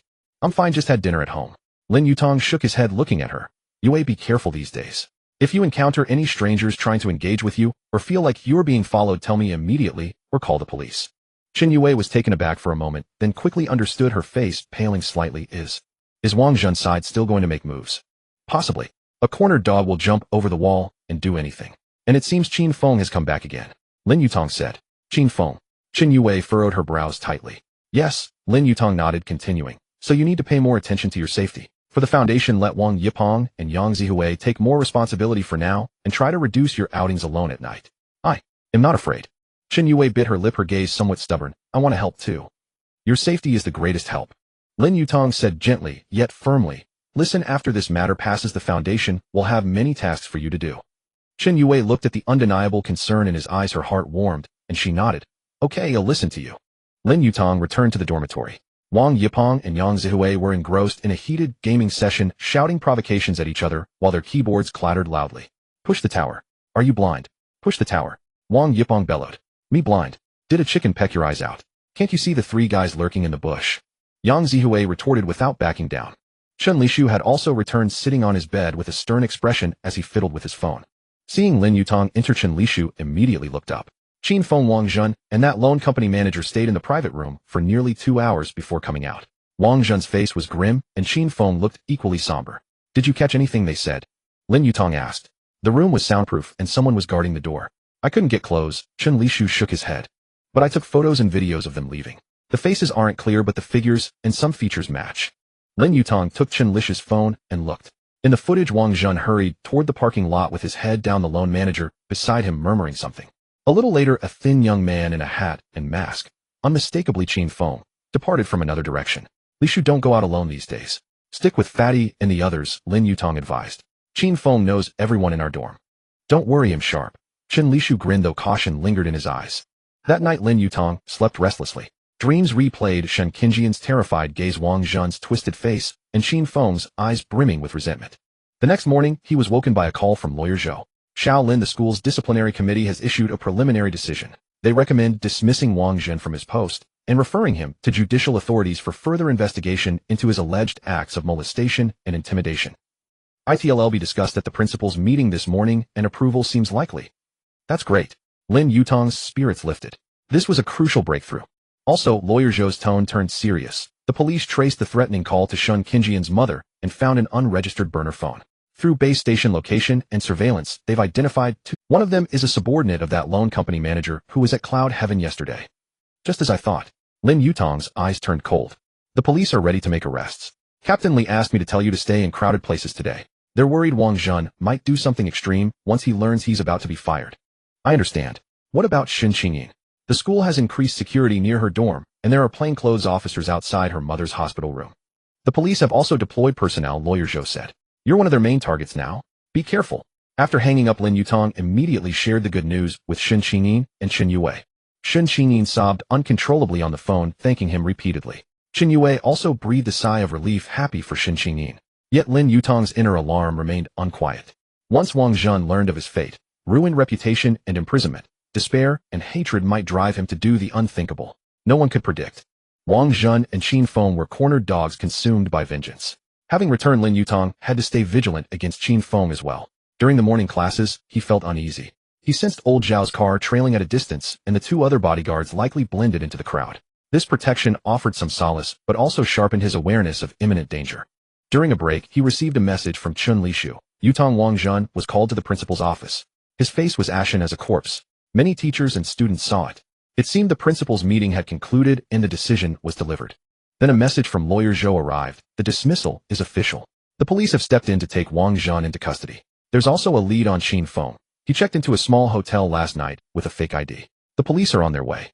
The storm was finally about to break. Lin Yutang took a deep breath and texted his dorm mates telling them to head straight back after class and not wander off. He also reminded Chen Yue and Su Qingqian to stay in safe places. After the last class of the afternoon, Lin Yutang walked out of the teaching building with the crowd. The sunset bathed the campus in gold, deceptively peaceful. Old Zhao's car was parked in its usual spot. Lin Yutang approached his peripheral vision, alertly scanning the surroundings. People came and went seemingly normal. Just as he pulled the car door open to get in, Lin Yutang, watch out! A sharp cry came from behind Chen Yue's voice. A chill shot down Lin Yutang's spine. Relying on the instinct honed by his combat mastery, he lunged into the car. Bang! A dull thud echoed as a heavy baseball bat grazed his back and slammed into the car door, leaving a dent in the sturdy metal. A man in a cap and mask, eyes bloodshot, Qin Feng, appeared beside the car. Frenzied, he missed his first strike and roared as he raised the bat again, aiming at Lin Yutang inside the vehicle. Qin Feng, are you insane? Lin Yutang, both shocked and furious, dodged frantically within the cramped space. Old Zhao reacted swiftly, pushing open the door and charging out. He blocked Qin Feng's descending bat with one arm while grabbing for his wrist with the other. But Qin Feng, as if prepared or utterly reckless, shook off old Zhao and pulled out a gleaming dagger from his coat. Lin Yutang, you ruined everything. Made my life a living hell. He'll kill you. Qin Feng howled, thrusting the dagger at Lin Yutang, who was trying to exit the other door. It all happened in a flash. Surrounding students were stunned by the sudden violent screams erupting everywhere. Lin Yutang's eyes turned icy. As the dagger lunged, he twisted his body at an impossible angle, evading the blade, and kicked Qin Feng hard in the stomach. Qin Feng grunted and staggered back, but his madness only intensified. He charged again recklessly. At that moment, the two other hidden bodyguards rushed over, and together with old Zhao, they quickly surrounded Qin Feng. Yet Qin Feng, seemingly heedless of his own safety, swung the dagger wildly like a cornered beast, momentarily baffling the three trained guards. Their priority was protecting Lin Yutang, not subduing the assailant, and a crazed knife man was the greatest threat. Yutang, get out of here! Chen Yue shouted anxiously from a distance, wanting to rush over, but held back by Wang Yipeng and Yang Zihue. In the brief chaos, no one noticed another figure darting out from the shadows beside the teaching building, also clutching a knife, charging straight at Lin Yutang. It was Wang Zhun. His eyes were bloodshot, his face contorted with hatred. You little bastard. You destroyed my future. They'll take you down with me. Wang Zhun's knife was fiercer and more precise, aimed at Lin Yutang's back. Caught in a pincer attack in the blink of an eye. Lin Yutang's hair stood on end, the shadow of death instantly enveloping him. Crisis warning maximized. Combat proficiency skill overload activated. The system's prompt seemed to explode within his mind. In that instant, he felt as if everything around him had slowed down. Lin Yutang could clearly see Qin Feng's ferocious face, the cold gleam of the knife Wang Zhun thrust at him, Chen Yue's terrified and despairing eyes, Wang Yipeng and the others struggling to rush over, and the anxious, changing expressions of the bodyguards. I cannot die here. There are still too many things I haven't done. The system tasks aren't finished.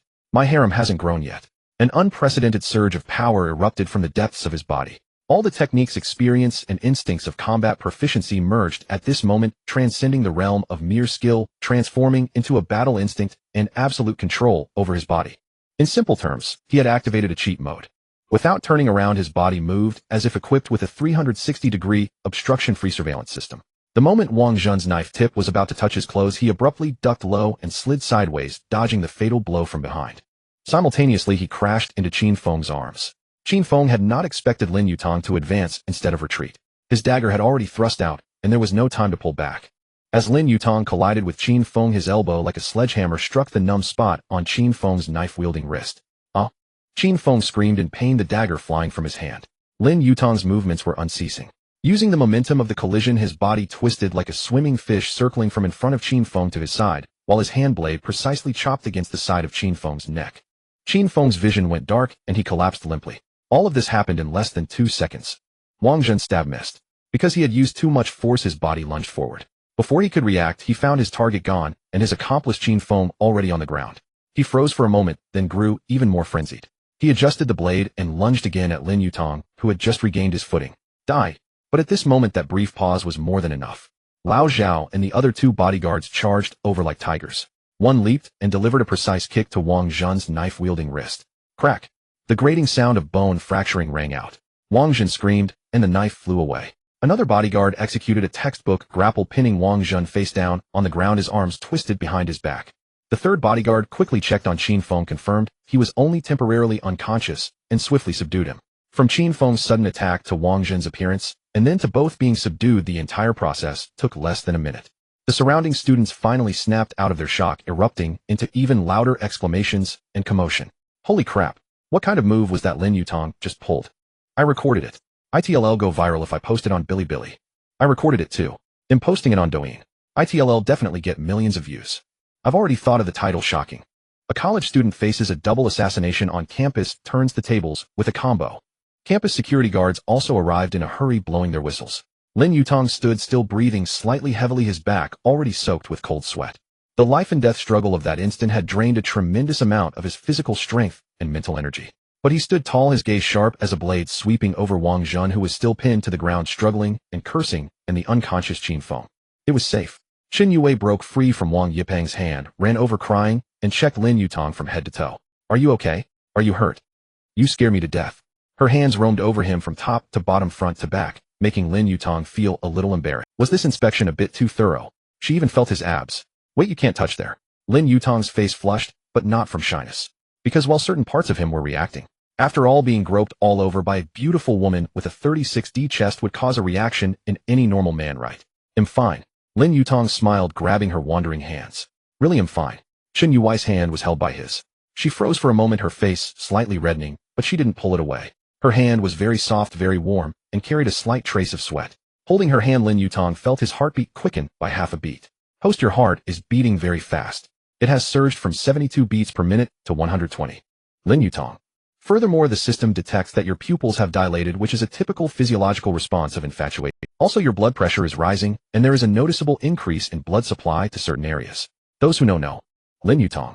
Moreover, the host was just touched on his abs, chest, and almost touched. Ahem, the system will stop here, or this chapter will become rated. Lin Yutang took a deep breath, trying to force his heartbeat back to normal. But Chen Yui's fingers were still gently stroking his palm, and the sensation made it impossible for him to calm down. Seeing that everyone else was rushing over, he reluctantly let go of Chen Yui's hand. The moment he released it, he felt her finger lightly hook his palm like a kitten scratch. He didn't know if it was intentional, but he hoped it was. Wang Yipeng, Yang Zihui, and Chen Lishu also gathered around, their faces pale and still shaken. Damn it, those two lunatics. Attacking someone in broad daylight. Wang Yipeng cursed. Good thing you're okay. Those two really wanted you dead. Chen Lishu said, his voice trembling. It's a good thing Yutang is so skilled otherwise. Yang Zihui adjusted his glasses, his hands still shaking. Lin Yutang didn't speak. Instead, he looked at Wang Zhen and Qin Feng, who were now in the hands of the security guards and the police who had arrived. Wang Zhen was still screaming about unfairness and framing. After being revived, Qin Feng stared at Lin Yutang with a dead, venomous gaze without uttering a single word. Under Captain Li's leadership, the police quickly secured the scene, dispersed the onlooking students, and handcuffed Wang Zhen and Qin Feng into the police car. Captain Li walked up to Lin Yutang, looked him over carefully, and breathed a sigh of relief. Glad you're okay. Shaolin, you really had us worried this time. We've been keeping an eye on these two for a while, but we didn't expect them to be so crazy as to act directly on campus. They are already desperate. Lin Yutang said calmly. Don't worry, armed assault and attempted murder with solid evidence. This time they'll be staying inside for a long time. Captain Li patted his shoulder. Go back and get some rest. Give your statement. Leave the rest to us. The police car sped away, taking the madness and crime with it. The afterglow of the setting sun spilled across the campus as if the bloody, thrilling events of moments ago were just an illusion. But the dents on the car doors, the baseball bat and daggers scattered on the ground, and the lingering tension in the air that hadn't yet dissipated reminded everyone of what had just happened. Accompanied by Chen Yue and his roommates, Lin Yutang went to the police station to give a detailed statement. Lawyer Zhou also arrived and stayed with him throughout the process. When they came out of the police station, it was already dark. The car sent by Lin Yuan was waiting outside. This time, besides Lao Zhao, there were 2 other cars, and the security level had clearly been raised. Yutang, come home and stay for a few days. They'll ask for leave from school for you. Lin Yuan called, his voice full of concern. Lin Yutang looked at the still frightened Chen Yue and his roommates beside him and nodded. Okay. He then said to Chen Yue and his roommates, everyone should be careful these days too. Try not to leave campus if you don't have to. Although Wang Zhen and Qin Feng have been caught, there's no guarantee there aren't other dangers. We know. You go back and get some good rest. Chen Yue said, her eyes red.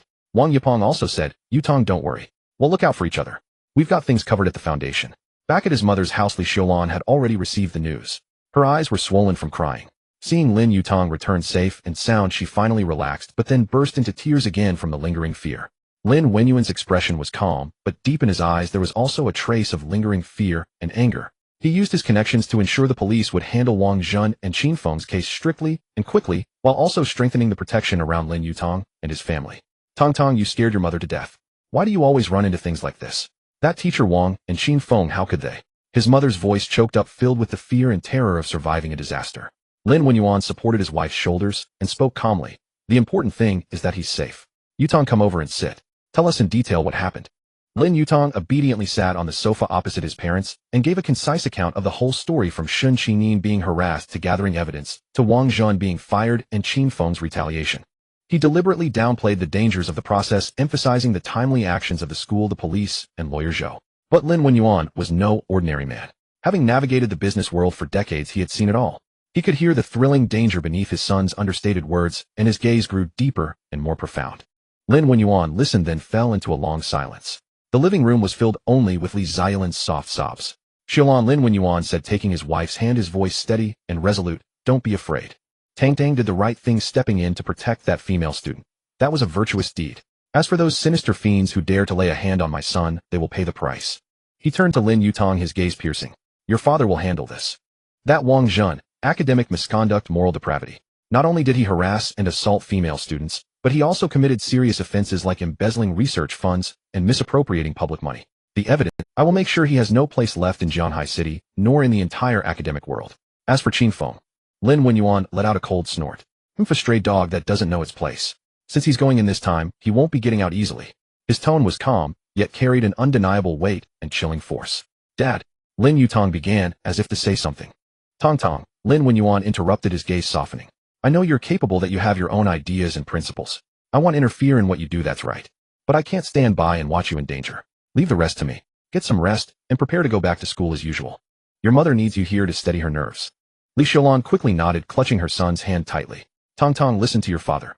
Seeing his mother's tear-streaked face, Lin Yutang's heart softened, and he nodded. All right, I'll listen to you both. He knew that with Lin Wenyuan stepping in, Wang Zhen and Qin Feng's fates were sealed.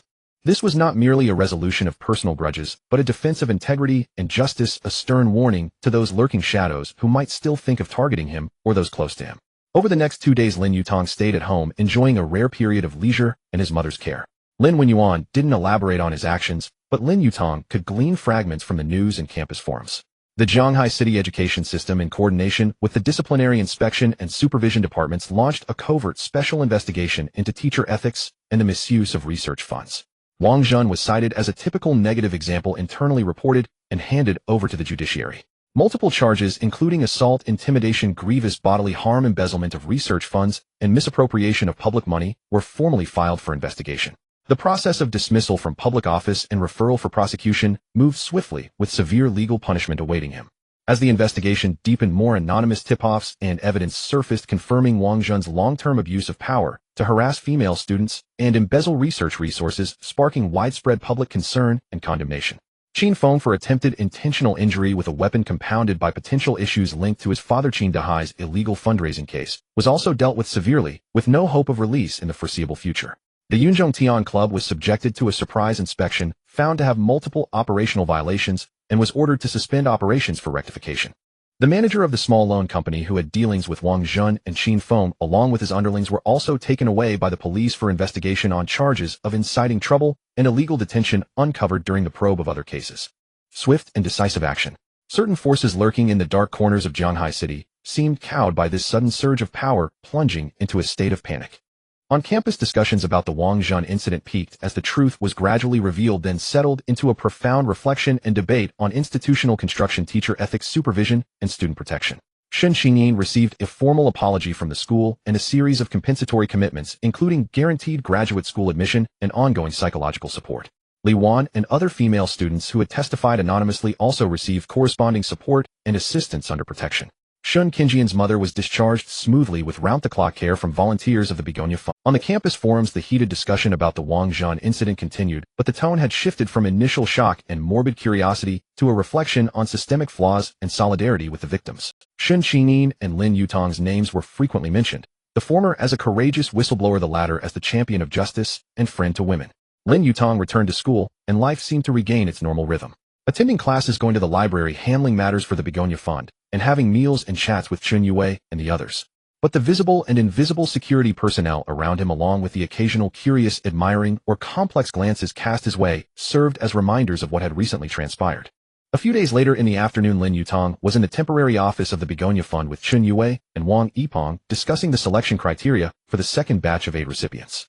His phone buzzed, a message from Su Qingqian asking to meet in the small garden behind the library, saying she had something to tell him in person. Lin Yutang excused himself and headed over. On an autumn afternoon with warm sunlight and the fragrance of osmanthus drifting through the small garden, Su Qingqian was already waiting. Today she had swapped her heavy black-rimmed glasses for a lighter pair, and her bangs were trimmed, revealing her delicate feet. Lin Yutang. Seeing him approach, she stood up from the bench, a little nervous, but no longer as timid as before. Qingqian, you're looking much better, Lin Yutang said with a smile, sitting down beside her on the bench. How is your aunt's recovery? Much better. She's been discharged and is home now.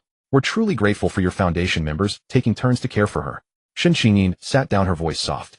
My mother insisted I thank you in person, as well as Junior Yue and Wang Yipeng. Don't mention it, Lin Yutang waved dismissively. What did you want to see me about? Su Qingqian took a thick envelope from her canvas bag and handed it to him with both hands. Lin Yutang took it curiously. The envelope was light. He opened it to find a stack of handwritten letter paper, the handwriting neat and tidy, densely packed with words.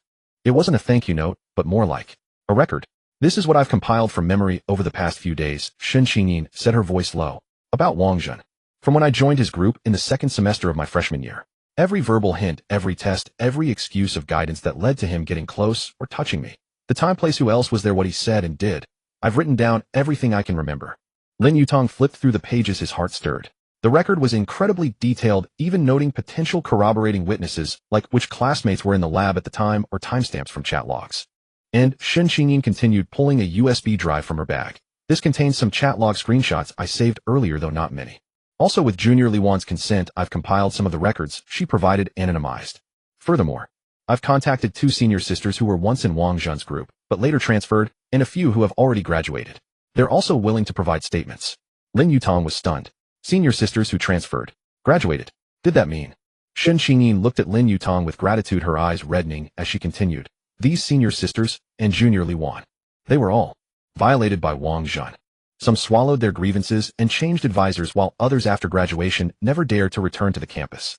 I am the luckiest one meeting you, this champion of justice who stepped in to help. Otherwise I might have ended up like them, never able to escape the shadow of trauma. Lin Yutang's heart sank. He took the USB drive and looked at Su Qingqian. This girl, once crushed by fear, now seemed to have broken free from invisible shackles.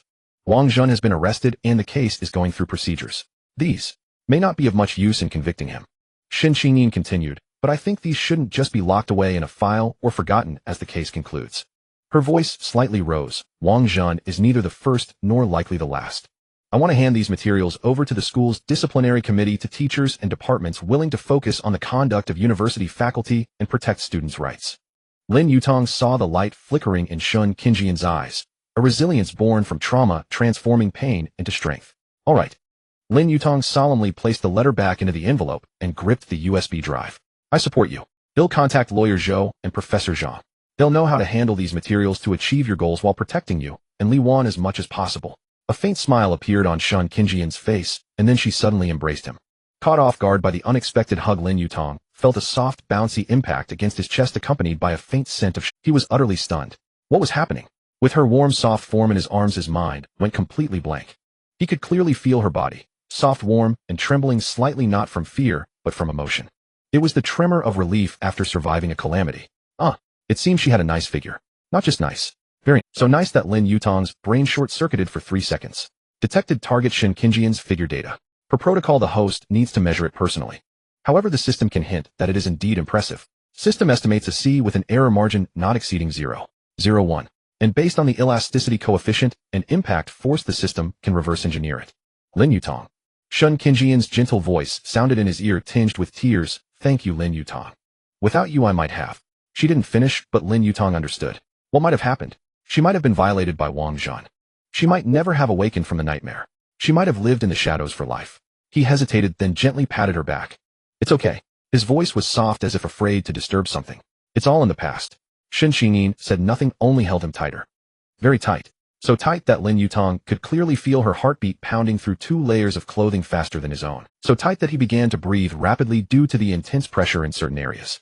Post your blood pressure is rising, your heart rate is accelerating, and blood supply to certain areas is increasing. But that's normal since you're a healthy male. Lin Yutang. After a long moment she released him, eyes red, but smiling. Detected that target Su Qingqian's core distress has been completely resolved, psychological trauma is positively transforming. Mission completion assessment exceeded expectations. Mission reward dispersed 1 million yuan credited, psychology insight skill intermediate downloading. The system's prompt rang out with a hint of approval. Psychology insight. Lin Yutang's heart stirred. Psychology insight intermediate enables the host to identify others' true emotions and underlying motives, especially useful for discerning a girl's genuine feelings. Lin Yutang. By the way, Su Qingqian recalled, the counselor at the school's psychological counseling center has spoken with me several times, it's been very helpful. She also asked if I'd be willing when fully ready to volunteer in mental health awareness activities for new students, using my experience to teach them how to recognize and respond to inappropriate behavior and protect themselves. A hint of hesitation flickered in her eyes, but more so eagerness. I'm considering it. Though I'm still a bit afraid of speaking in front of many people, I think. If my experience can help others, even just one junior, it would. That's a wonderful idea, Lin Yutang encouraged sincerely. The Hiding Foundation may also get involved in psychological support projects in the future, and we might need your experience then. They chatted for a while longer, then Su Qingqian left first to look up materials at the library. Lin Yutang sat on the bench, feeling the new skill flow into his mind like a gentle stream. Knowledge about micro-expressions, emotion recognition, communication techniques, and psychological defense mechanisms began to crystallize. He suddenly gained a deeper understanding of sharing burdens for women. Sharing burdens wasn't just about solving external problems, it was about igniting inner strength, enabling them to stand on their own, go further, and even become a light for others. Just then his phone rang again. It was Chun Lishu, his tone urgent. Yutang, where are you? I just heard that Boss Jean might make a move. Lin Yutang's eyes narrowed. What's going on? Wasn't he just detained for bribery and witness tampering? Yes, but it seems more complicated. Chun Lishu lowered his voice. Rumors from the wealthy women's circle say Boss Jean's business dealings have been shady for years with plenty of dirty hands. This time Wang Zhan and Qin Feng's cases have implicated him. The police are digging deeper and have unearthed other things, possibly involving older cases. Even suspected homicides. The underworld is tense now. Some say Boss Jean knows he's done for and might drag a few others down with him. You've thoroughly offended him before and am worried. Lin Yutang's heart sank. Boss Jean, a man who had operated in the gray zone for years with a tangled network of connections and a ruthless streak, might indeed do anything if cornered. I understand. We should be careful these days too. Stop probing into Boss Jean's affairs and stay away from his circle. After hanging up, he recalled the system's newly awarded Psychology Insight Intermediate. Perhaps it could be used to assess risks. He tried to focus on Boss Jean's possible actions, leveraging the newly acquired psychological knowledge combined with Boss Jean's known traits, arrogant, yet calculating, with a complex network, and a vengeful nature, his current predicament, police investigation, possible serious crimes, no way out, and his personal grudge against Lin Yutang, foiling his extortion of Zhang Yuding's brother, indirectly leading to his exposure. Several possible action patterns emerged in his mind: direct retaliation, highest risk, but consistent with his arrogant personality and desperate mindset. He might hire thugs using ruthless means without regard for consequences. But with the police watching closely, success would be unlikely and exposure easy. Harassment and threats, continuing phone calls, anonymous letters, and other methods to intimidate him or those close to him, such as his mother Chen Yue or Su Qingqian, creating psychological pressure. Low cost, more covert, but limited effect, and prone to leaving clues. Economic or reputational attack, using any remaining connections to tamper with the Hiding Foundation's funding sources or operational legality, or spreading rumors against him. More insidious and long-term, but requiring time to execute, and not necessarily fatal. Finding a scapegoat or making a deal, attempting to trade information or evidence about certain bigger figures with the police or prosecutors in exchange for a lighter sentence or escape. If that were the case, he would likely have no energy to retaliate against him for now. Analysis concluded that while direct retaliation was possible, it was relatively low. Harassment and economic reputational attacks warranted caution. Lin Yutang sent his analysis to Lin Wenyuan and lawyer Zhou via WeChat, and also alerted Chen Yue and a few roommates to stay vigilant. Having done all this, he finally breathed a slight sigh of relief. The skills bestowed by the system were aiding him in navigating complex situations in various ways, including, but not limited to, fighting, earning money, saving lives, and the potential future need to handle simultaneous messages from multiple girlfriends. Returning to the office of Begonia Fund, the meeting was already drawing to a close. Chen Yue saw him return and handed him a freshly compiled list. Yutang, these are the second batch of 8 candidates who passed the initial screening. There are 5 in total, all have been verified and 2 are quite urgent. Lin Yutang took the list and scanned it. One was a young mother with 2 toddlers whose husband was bedridden due to a work-related injury. The other was a high school girl suffering from a rare disease whose family could not afford the exorbitant cost of medication. Prioritize these 2. Lin Yutang pointed. Yue, you follow up on the mother's situation. Contact the community to see if there are any supporting policies we can align with. The fund will first provide living subsidies and educational support for the children. Fatty Glasses, look into that girl's rare disease. See if there are any charitable drug donation programs or medical aid projects. Also prepare to launch a special fundraising campaign. Understood, they replied in unison. Watching his companions busy and earnest, a warm current surged in Lin Yutang. Begonia Fund was like a seedling that had just broken through the soil, needing careful nurturing. Yet it carried hope and gathered the goodwill and strength of more and more people. Perhaps this was the best way to counter the darkness and evil. Not by wallowing in fear and revenge, but by steadfastly building, helping, and creating more light and warmth. In the evening, as arranged by Lin Yutang took Lao Zhao's car home. The car drove out of the campus and merged into the evening rush hour traffic. The city lights were just coming on, the city still bustling. Passing the busiest commercial district downtown, while waiting at a red light, Lin Yutang glanced out the window. Across the street, behind the floor-to-ceiling windows of an upscale restaurant, a familiar figure came into view. Su Qingqian. She was wearing a tasteful cream-white professional skirt suit, her hair tied up in a neat bun. She was slightly bowing with a standard, yet slightly weary smile, introducing the menu to a table of guests. It seemed she was working as a waitress in this restaurant. The light turned green, and the car slowly started moving. Lin Yutang withdrew his gaze, his heart undisturbed. Su Qingqian's father's treatment was progressing smoothly through the special channel of Begonia Fund, and with lawyer Zhou's coordination. It was said the new targeted drug was quite effective.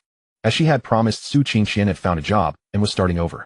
He heard she was working 2 jobs simultaneously. Besides being a hospital nursing assistant, she also worked part-time at the restaurant in the evenings. She looked thinner, but her eyes no longer wandered or flickered as before. Instead, they held a kind of resigned steadfastness, or rather the grit of persevering with clenched teeth after facing reality. Lin Yutang didn't know if she had truly changed completely, but at least she was trying to fulfill her promise and shoulder her family's responsibility. That was enough. Everyone has their own path to walk and their own karma to bear. All he could do was offer a lifeline when someone truly needed it and was willing to change. As for whether they could climb ashore and how far they would go, that was ultimately up to them. The car drove into a quiet, scenic villa district, shutting out the city's bustle and noise. At home, his mother had already prepared dinner. Lin Yuan had also just arrived home and was watching the news. Seeing Lin Yutang return, Li Ziyulin's face immediately lit up with a smile. Lin Yuan also put down his tablet and called him to eat. The atmosphere at the dinner table was warm. Lin Yuan asked about the progress of Begonia Fund. Lin Yutang briefly mentioned it, including Su Qingqian's transformation and the new aid plan. Lin Yuan nodded. Well done. In philanthropy, persistence and tangible results are key. If you need any support, just tell your father. For now, the funding and basic operations are sustainable. Thanks, Dad. Lin Yutang said. Oh, by the way, Lin Yuan recalled your mother's birthday is next month. I was thinking of having a simple family dinner, just inviting a few close friends. You should also invite your good school friends. Liven it up a bit. Lin Yutang was momentarily stunned, then realized that Lin Yuan inviting friends from his circle was also a way to introduce him to potential future support networks. This kind of family dinner, seemingly warm, also had the implication of formally introducing him into a certain circle. Okay, Lin Yutang agreed with a smile. He'll ask Yue, Fatty, and the others if they're free. Li Ziyulin's eyes lit up. Yue, is that the capable and pretty girl? Mom, can you not get excited every time you hear a girl's? I'm just concerned about you, Li Xiaolan said righteously. Look at you, you're 19. The son of our neighbor Lao Wang next door was already a father at 19. That was an accident for him. You can have an accident too, you know. Lin Yutang. Mom, is this encouragement or entrapment? Lin Yuan lightly coughed beside them and continued eating, but the corners of his mouth were clearly fighting a smile. Li Xiaolan pressed on, so what do you think of Yue? She's great, strong, work ethic, reliable. He paused. Are you thinking of her as a daughter-in-law? I didn't say that. You said it. Li Xiaolan looked innocent. Lin Yutang. All right, you win. After dinner, Lin Yutang returned to his room. Standing by the window, he looked at the meticulously cared for flowers and plants in the courtyard and the city lights in the distance. Now his life's trajectory had undergone earth-shattering changes. From the depths of despair to possessing the system money skills, and even beginning to touch circles once beyond his reach. Yet none of this had made him lose his way. He knew the source of his power, knew what he wanted to do, and also knew the path ahead was still fraught with thorns. As he was pondering, his phone screen lit up. It was a message from Chun Yue containing a photo. She was standing in the Begonia Fund office with a desk piled high with materials behind her. She was making a fighting gesture at the camera, her smile warm and radiant. Today I helped another single mother apply for emergency assistance. "I'm very tired but so happy. Yutang, thank you for leading me." Looking at the pure joy and light in the girl's eyes in the photo, the corners of Lin Yutang's mouth involuntarily lifted. This was the meaning of it all. Lin Yutang's phone vibrated again. This time, it was Zhang Yuding. "Lin Yutang, I got the trainee qualification for the city dance troupe. It wasn't through connections. My dance studio teacher recommended me. After reviewing my resubmitted practice video and explanation, the troupe agreed to give me a probationary period. It's just a traineeship, but finally I can pursue my dreams with dignity. You're the first person I wanted to tell." Her exuberant voice was almost palpable in the words. Lin Yutang felt a genuine joy for her. Then a message from Li Yusin popped up. A scanned copy of a thank you letter from her mother's hospital room. "Classmate Lin, the doctor says I can be discharged to recover at home. Our family will always remember this life-saving grace. Yusin says she'll work hard at her part-time job to repay the debt as soon as possible. We know this amount might not mean much to you, but it represents our gratitude and commitment. Thank you again, and may a good person live in peace." Zhou Wenjing sent a message in a work report style. Wang Ziyumi's divorce case won in the second instance. Zhang Jian's appeal was rejected. Sister Wang has already started training in the skill class arranged by the Women's Federation. She's emotionally stable and has confidence in the future. Recently, I also noticed 2 similar domestic violence cases and intervened. Evidence collection is going smoothly. Each message like a warm pebble dropped into Lin Yutang's heart, stirring ripples of comfort. The girls he had helped were all striving in their own ways toward a brighter future. Perhaps this was the fundamental meaning of the Ease Her Burdens system. It wasn't about charity, but empowerment, igniting the spark within them so they could illuminate their own paths. He replied to each one, earnestly offering encouragement, congratulations, and reminders to take care. After handling all that, the night had deepened. Lin Yutang lay in bed, but sleep eluded him. The potential danger from Boss Jean hung like a dark cloud, temporarily held at bay by Lin Wenyuan and lawyer Zhou's assurances, yet still looming overhead. He closed his eyes, attempting to actively employ the psychological insight skill combined with the crisis warning function to deduce Boss Jean's possible next move. In his mind emerged Boss Jean's greasy yet shrewd face. Data indicated he was ruthless and suspicious, adept at networking, but with an underlying gangster's sense of face and a gambler's mentality. Current situation: police investigation deepening, possibly involving serious crimes, network crumbling, unable to save himself. Facing a student kid who had made him stumble badly and indirectly driven him into a dead end. What would Boss Jean be thinking? Resentment. Utter resentment. Being toppled by a mere brat was a colossal disgrace for someone who styled himself as a boss. Fear. Fear of the impending legal punishment might be stronger than the urge for revenge. Calculation. In a desperate situation, would he gamble everything on a vengeful outburst or focus on finding leverage to escape or reduce his sentence? The psychological insight skill allowed him to simulate the other's thought process more clearly. Boss Jean's core need now was self-preservation. Direct retaliation against Lin Yutang carried extremely high risk and low reward, immediately inviting Lin Wenyuan's thunderous counterattack and the police's focused attention, completely destroying any room for deals or maneuvering. Thus a more likely choice was harassment and intimidation. Through hard-to-trace methods, he could continually apply psychological pressure on Lin Yutang, disrupting his life and the operation of the Begonia Foundation, ensuring he never found peace. Perhaps Boss Jean might even try to strike at those close to Lin Yutang to find weaknesses. For instance, Chen Yue, who had been frequently appearing by Lin Yutang's side and seemed close to him. At this thought, Lin Yutang's heart tightened. He immediately pulled out his phone and sent a message to Chen Yue. "Yue asleep. The weather's turning cold and the foundation's been busy. Take care of yourself and don't return to the dorm too late at night. Also, if you encounter any strange people trying to chat or get any unknown calls these days, ignore them and tell." She replied almost instantly. "Not yet, sorting through family files to visit tomorrow. Got it, you two don't stay up all the time. Don't worry, you'll be careful." A cute emoji followed. Lin Yutang also messaged Wang Yipeng and Yang Zihue, asking them to keep an eye on Chun Yui's surroundings and try to accompany her to and from classes. He also sent a message to Chun Lishu telling him to temporarily cease all investigations related to Boss Jean to avoid being drawn into danger. After doing all this, Lin Yutang lay back down. The cold moonlight streamed in through the window. He stared at the ceiling, feeling for the first time how, as he ventured further and did more, the bonds and vulnerabilities seemed to multiply. But he must never retreat. Retreating would not only undo all his progress, but also expose those around him to danger. He had to become stronger, not just in personal ability, but in the resources and power he could mobilize. The next few days were calm. Lin Yutang attended classes as usual, handled affairs of the Begonia Foundation, and spent time with his mother and Uncle Lin. The unseen bodyguards were ever present, but he had gradually grown accustomed to it. There were no anomalies with Chen Yue. Shen Xingyin began volunteer training at the psychological center. Zhang Yuding entered an intense dance troupe probation period. Li Yusin's mother stabilized after discharge, and Zhou Wenjing took on new legal aid cases. Everything seemed to be improving step by step. Yet the string in Lin Yutang's heart remained taut. Using the psychological insight skill, he began to consciously observe and analyze during daily interactions, trying to catch any trace of the unusual. That afternoon, Lin Yutang was at the library researching financial data for the long-term capital planning of the Begonia Foundation.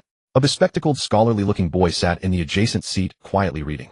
But Lin Yutang noticed that the boy seemed uninterested in the finance section. The book in his hand was on literary theory, yet his gaze frequently drifted toward Lin Yutang. That gaze carried a hint of scrutiny and assessment, though well-concealed it left traces under Lin Yutang's deliberate up. Was he a spy sent by Boss Jean? Or someone else? In any case, it was no coincidence. Lin Yutang remained expressionless, continuing to read, but his focus had sharpened to a razor's edge. He committed the male student's features to memory, and via his phone relayed the information to old Zhao. A few minutes later, old Zhao replied, "Received. Someone is already verifying. Master, please maintain your usual composure. We will handle it." Lin Yutang did not turn around, instead flipping through the pages of charitable trusts and foundation management. Approximately 20 minutes later, out of the corner of his eye, he caught the bespectacled boy closing his book as if taking a call, then hastily departing the library with a slightly unnatural expression. After another moment, old Zhao's message came again. The individual has left the campus. He is an employee of a small off-campus commercial investigation firm. Recently, the firm accepted an anonymous commission to investigate the daily movements and social connections of Lin Yutang, the principal of the Haiding Foundation. The client's identity is unknown and the payment method was concealed. A commercial investigation firm, an anonymous commission. A cold glint flashed in Lin Yutang's eyes. This was unlike the crude gangster style of a man like Uncle Jean. It was more insidious, more focused on information gathering. Could it be remnants of Wang Zhen's network? Or the lingering influence of the Qin Feng family? Or perhaps another force hostile to the Haitang Foundation, or himself seeking leverage? The rapid growth of the Haitang Foundation was bound to encroach upon some interests or attract covetous glances sooner or later. Lin Yutang had mentally prepared for this, though he hadn't anticipated it arriving so swiftly. A tall tree catches the wind. The host's current situation is essentially that of a target. Everyone wants to take a shot. Lin Yutang, he replied to old Zhao, investigate the background and main clients of that commercial investigation firm. Pay special attention to any recent financial transactions that might be linked to Wang Zhen, Qin Feng, or Uncle Jean's circle. Also re-examine the foundation's internal documents and accounts to ensure complete legal compliance. Understood. That evening, back in his dormitory, Lin Yutang briefed Wang Yipeng and the others about the incident, urging them to protect their personal information and be cautious with their posts on social media. Wang Yipeng scratched his head. "I told you, a tall tree catches the wind.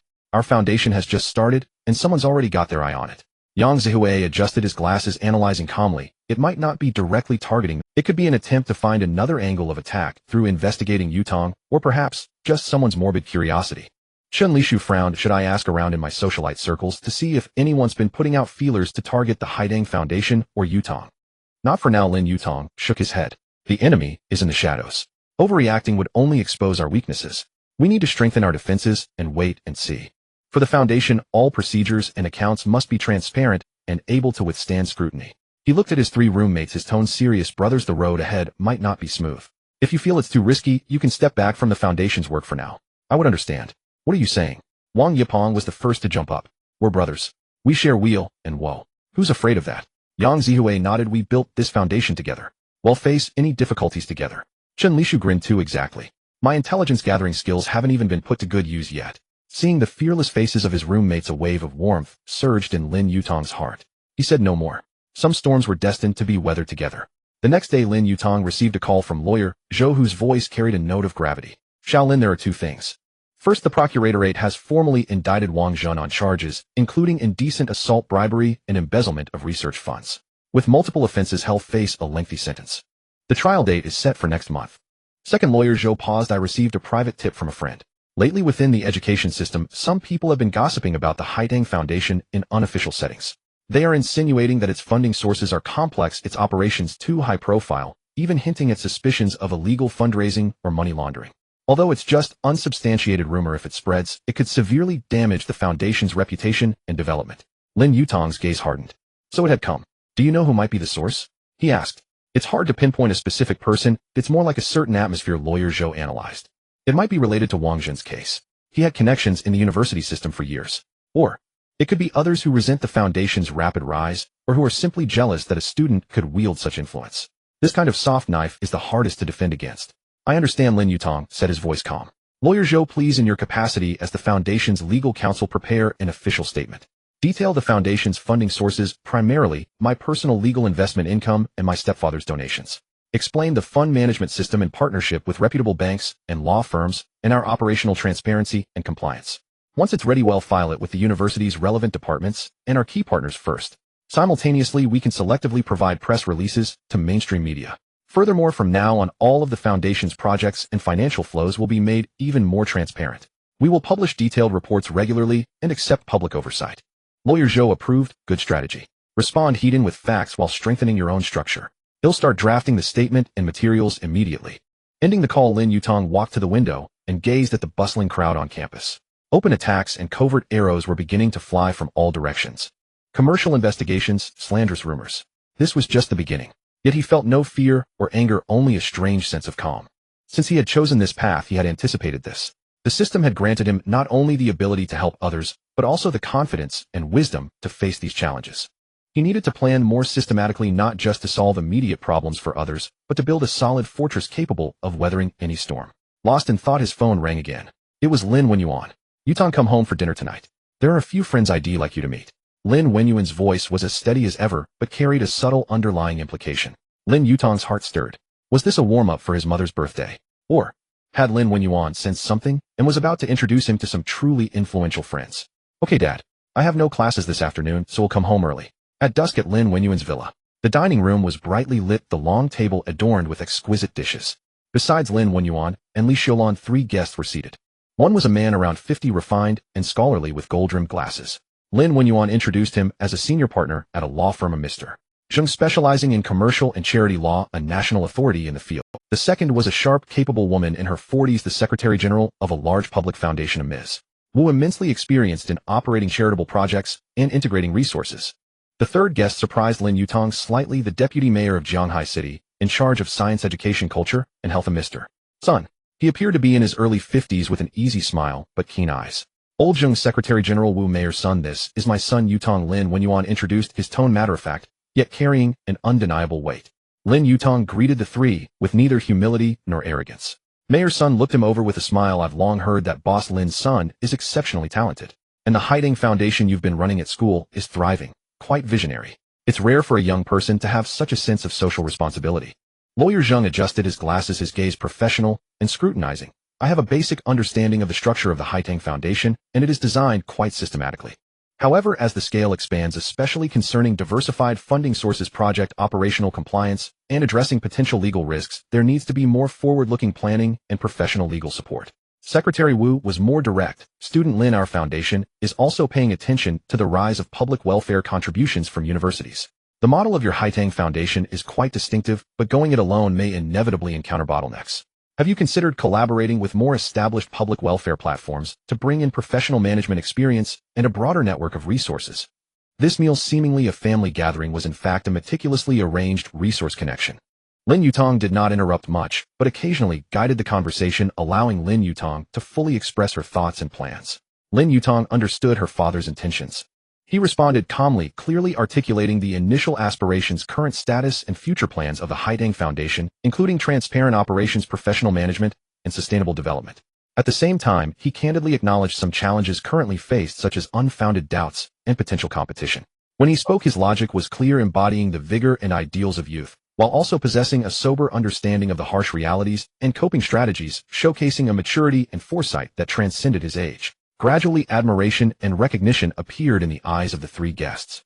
Lawyer Zheng proactively offered that his firm could provide in-depth legal consulting services for the Haiding Foundation free of charge for 1 year, helping to improve governance structures and avoid legal risks.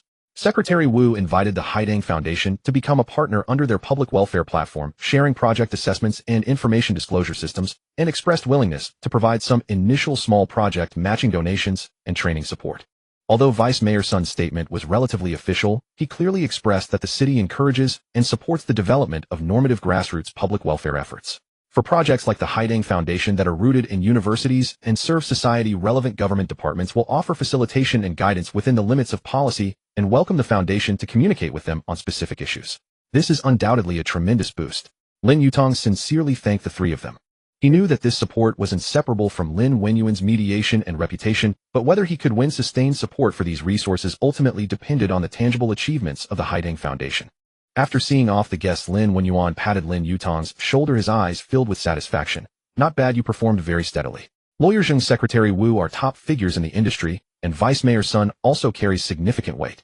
They are willing to lend a hand firstly because of my reputation, and secondly, because they see potential in you and the Haidang Foundation. Dad, thank you. Lin Yutang said sincerely. We are family, no need for these formalities. Lin Yuan waved his hand. Remember, the resources others provide are assistance, not dependence. To forge iron, one must be strong oneself. Whether the Haidang Foundation can go far ultimately relies on what you do, whether it truly helps people, and whether it can withstand the tests of time and conscience. I understand. With this new support and endorsement, Lin Yutang felt a little lighter on his shoulders, but his goals became clearer and more ambitious. Upon returning to school, he immediately gathered the core members of the Haidang Foundation, Chen Yue Wang, Yipeng Yang Zihui Chen Lishu, and two newly joined professional volunteers responsible for finance and legal affairs, interns recommended by Lawyer Zheng, to hold an urgent meeting. During the meeting, Lin Yutang reported on the recent unfounded investigations and the undercurrents of public opinion, as well as the formidable new support gained the intentions of Lawyer Zheng's secretary Wu and Vice Mayor Sun. Crisis and opportunity coexist. Standing in front of the whiteboard, Lin Yutang's gaze swept over each member. Now there are those who want to see us fall, and there are those willing to lend us a hand. What we can do is seize the opportunity, strengthen ourselves, and repay our supporters with flawless actions and results shattering. He announced several decisions. First, to fully accept the professional legal guidance from Lawyer Zheng's firm, immediately start upgrading and improving the foundation's governance structure and various systems, ensuring that every aspect is legal compliant and transparent. Second, to establish a formal partnership with the public welfare platform where Secretary Wu is located, integrating its mature project management and information disclosure systems to enhance the foundation's professionalism and credibility. Third, to accelerate the exploration of the foundation's own self-sustaining capability. In addition to Lin Yutang's continuous personal investment, a small-scale stable charitable trust or social enterprise investment pilot must be initiated quickly, using investment returns to cover part of the operating costs and achieve sustainable development. Fourth, to launch the first brand public welfare project of the Haidang Foundation, the Starlight Project, focusing on supporting academically outstanding female university students who have encountered difficulties due to family changes or illness, providing comprehensive assistance from tuition fees and living expenses to psychological support and employment guidance. The first batch plans to support 20 individuals with open recruitment, strict review, and full transparency. Fifth, to strengthen communication with public opinion. Establish a spokesperson for the foundation temporarily filled by Yang Zihui to regularly release work progress and financial reports through the official website and partner media. For malicious slander, the right to pursue legal action is reserved. Tasks are clear and responsibilities are well defined. In the meeting room, everyone's eyes lit up, filled with fighting spirit. That's great. With the support of Lawyer Zheng and Secretary Wu, we are feeling more confident. Wang Yipeng exclaimed. Professionalism and transparency are the cornerstones of the foundation's long-term development.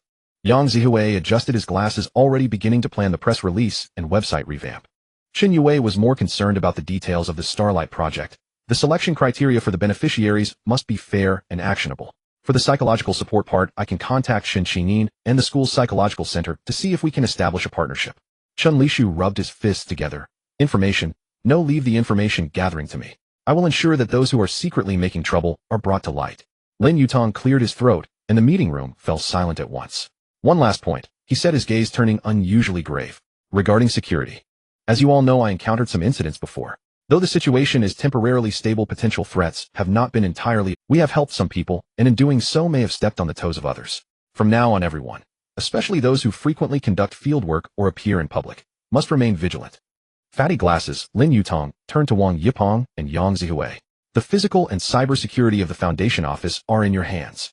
Inspect all access controls and surveillance, upgrade the firewall, encrypt, and back up important files. Leave it to me. Wang Yipeng thumped his chest. Yang Zihui adjusted his glasses. I will draft detailed security protocols and contingency plans. Lishu. Lin Yutang looked at Chen Lishu. Suspend your active information gathering for now. If the other party is truly a wily old fox, rushing in recklessly would only lead us into a trap. Your task is to monitor for any leaks of our own information and whether any team members have been approached abnormally. Chen Lishu nodded. Understood. Focus on defense. With everything arranged, the meeting adjourned. As everyone went about their tasks, Lin Yutang remained alone in the conference room, gazing at the densely written whiteboard and letting out a long, slow breath. System, he murmured in his mind. System for easing a daughter's worries version 2.0 online. Host status, energetic, clear-minded, focused on objectives, detected, host facing multi-threaded complex tasks. Activate resource matching, auxiliary planning. Activate. In an instant, a three-dimensional mind map seemed to unfold within his consciousness. Foundation system building the Starlight Plan's advancement legal risk mitigation security deployment public opinion strategies. Every task was automatically decomposed, prioritized, and matched with optimal execution paths and required resources by the system. Even the optimal times and key points for liaising with lawyer Zheng and Secretary Wu were suggested. Lin Yutang's eyes lit. This function was incredibly practical. It would greatly enhance efficiency and prevent oversights. Over the next 2 weeks, Lin Yutang and the Haidang Foundation team entered a high-speed operational phase. With full support from Zheng law firm documents, such as the Foundation's charter board meeting rules, project management methods, and financial management systems, were rapidly perfected. The relevant registrations with the Civil Affairs Department were upgraded, making the governance structure more standardized. The integration with the public welfare platform managed by Secretary Wu went smoothly. The Haidang Foundation was connected to its robust project management system, making everything from project application review and execution to evaluation and feedback entirely online and transparent. Secretary Wu even personally led a team to provide a 2-day intensive training session on public welfare project management for the core members of the Haidang Foundation. The recruitment announcement for the Starlight Plan was released through multiple channels, including the university website, partner welfare platforms, and local media, sparking an enthusiastic response. Within just a week, over 300 applications were received. Qin Yue led the review team, screening, verifying, and conducting phone interviews day and night according to the established criteria, ultimately determining the first batch of 20 beneficiaries. After the list was made public, no valid objections were raised. Lin Yutang then focused on exploring the Foundation's self-sustaining capabilities. With the aid of his financial investment expertise skill, he screened several social enterprises with standardized operations and clear social benefits. After thorough due diligence, he decided to invest a portion of the Foundation's idle funds into an organization specializing in vocational training for the disabled in the form of venture philanthropy. This investment did not seek high financial returns, but required the organization to regularly disclose its social impact results and pledge to reinvest a portion of its profits back into the Foundation. It was an innovative experiment. Meanwhile, the compliance statement and operational transparency report prepared by lawyer Zhou were delivered as official correspondence to the relevant university departments, key partners, and the Office of Deputy Mayor's son. The report detailed the source of every significant fund, including screenshots of Lin Yutang's stock earnings, notarized documents of Lin Wenyuan's donation certificates from the custodian bank, and the legal opinion from Zheng law firm. Yang Zihui's efforts in managing public opinion also began to show results. An in-depth feature titled Examining the Standardized Exploration of New University Welfare Forces through the Haidang Foundation was published on the front page of the education section of a provincial newspaper. The article objectively introduced the Foundation's founding vision, operational model, initial achievements, and challenges, particularly emphasizing its commitment to professionalization and transparency. The author was reporter Wang Ming, who had previously covered the Qingdahai case. Once the report was published, the earlier vague gossip and insinuations dissipated like morning dew under the sun. In their place came recognition and discussion within the education system and welfare circles regarding the Haidang Foundation's standardization and innovation. One afternoon, as Lin Yutang was reviewing the initial disbursement process for the Starlight Plan in the Foundation office, Chen Lishu knocked and entered, a peculiar expression on his face. Yutang, something strange happened. What's wrong? That anonymous employer who commissioned the business investigation firm to look into you seems to have canceled the order recently. Chen Lishu lowered his voice. I asked a friend to inquire discreetly. That company recently underwent an internal shakeup and fired 2 project managers reportedly for illegally accepting commissions and conducting investigations that infringed on privacy. Moreover, they proactively destroyed all investigative materials related to you. Lin Yutang raised an eyebrow. Proactively destroyed? That thoroughly? Yes, very thoroughly. My friend said it felt like they were under some powerful pressure or warning, Chen Lishu analyzed. Could it be from Uncle Lin's side? Lin Yutang pondered.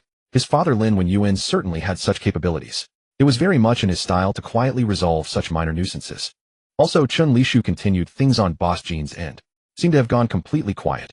According to the latest word on the street, he might be transferred to another jurisdiction for detention. The cases involved are deeper than imagined. Several of his early followers have turned against him, providing key evidence. He's too busy dealing with his own problems to have the mind or means to cause any more trouble. Lin Yutang nodded. Behind this, his father and relevant parties had likely played a part. A thunderous strike uprooting the weeds entirely. This is a good thing, said Lin Yutang. But we cannot let our guard down. Though the open and covert arrows have temporarily diminished, now that the Foundation has grown, more eyes will be fixed upon us. With this potential threat temporarily resolved, the weight on Lin Yutang's shoulders was considerably eased, allowing him to focus more intently on the Foundation's development. On the weekend, Lin Wenyuan's villa was festively adorned with lanterns and decorations brimming with a celebratory atmosphere. For Li Xiaolin's birthday, Lin Wenyuan had specially hired a professional team to arrange everything. The courtyard was dotted with warm string lights and fresh flowers, creating an elegant and cozy ambience indoors. The invited guests arrived one after another. In addition to Lin Wenyuan's friends from the business and academic circles, Lin Yutang had also invited the core partners of Haidang Foundation, Qin Youwei Wang, Yipeng Yang Ziwei and Li Shu, as well as attorney Zhou and Professor Zhang.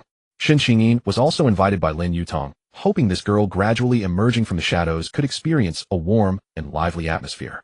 Today she wore a light pink dress, appearing much more cheerful than before. Though still a bit shy, she could at least meet others' eyes, blushing after 3 seconds of eye contact. Qin Yue wore a pale purple dress today, accentuating her snow-white skin. With a touch of light makeup, she was strikingly beautiful. The moment she entered, Lin Yutang felt the living room's brightness increase by at least 10%. She chatted with Li Xiulan, making the birthday woman laugh heartily. Li Xiulan held her hand, growing fonder with each look, her gaze akin to that of a mother-in-law appraising her future daughter-in-law. The host mother's look at Qin Yue the system interprets as a satisfaction rating of 100. The host mother seems to think this girl is beautiful and sensible, especially with such good development, ensuring the grandson will never go hungry. It seems to be praising the host's son. You have great taste, Lin Yutang. As a partial host, Lin Yutang busied himself greeting the guests. He saw Deputy Mayor's son and his wife arrive, naturally accompanied by Attorney Zheng and Secretary General Wu. Lin Wenyuan calmly exchanged pleasantries with them and formally introduced Lin Yutang to several influential figures. Mayor's son, Uncle Zheng, Aunt Wu, thank you all for gracing us with your presence, said Lin Yutang with proper demeanor, his conversation balancing respect for elders with the confidence of youth. Deputy Mayor's son smiled at Lin Wenyuan. President Lin, a tiger father does not beget a dog son. Yutang has been running the Haidang Foundation with remarkable success recently. I've read that compliance report. It's highly impressive. Our city is currently studying policies to encourage social forces to participate in philanthropic innovation. Perhaps in the future we'll invite Yutang to offer us his opinions. Attorney Zheng also nodded. The post-upgrade structure of the foundation is quite robust. As long as its strictly implemented risks are manageable. Yutang's ideas on integrating business and public welfare are very forward-thinking. Secretary General Wu then took Lin Yutang's hand and praised him to Li Xiulan. Sister Xiulan, you are truly blessed. Your son is so outstanding and compassionate. Our platform's cooperation with Haidang Foundation has been very pleasant. Yutang learns exceptionally fast. He grasps things in a flash. Li Xiulan listened to everyone's praise for her son, her face beaming with joy, her eyes filled with pride and happiness. Lin Wenyuan stood beside her, holding her hand, his gaze gentle and gratified.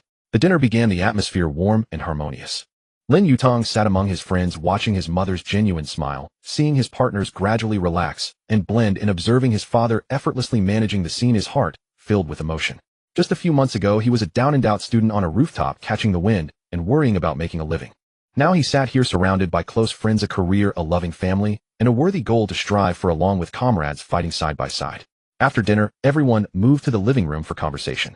Accompanied by Lin Wenyuan, Li Xiulan unwrapped the gifts from friends, each one bringing her delightful surprises.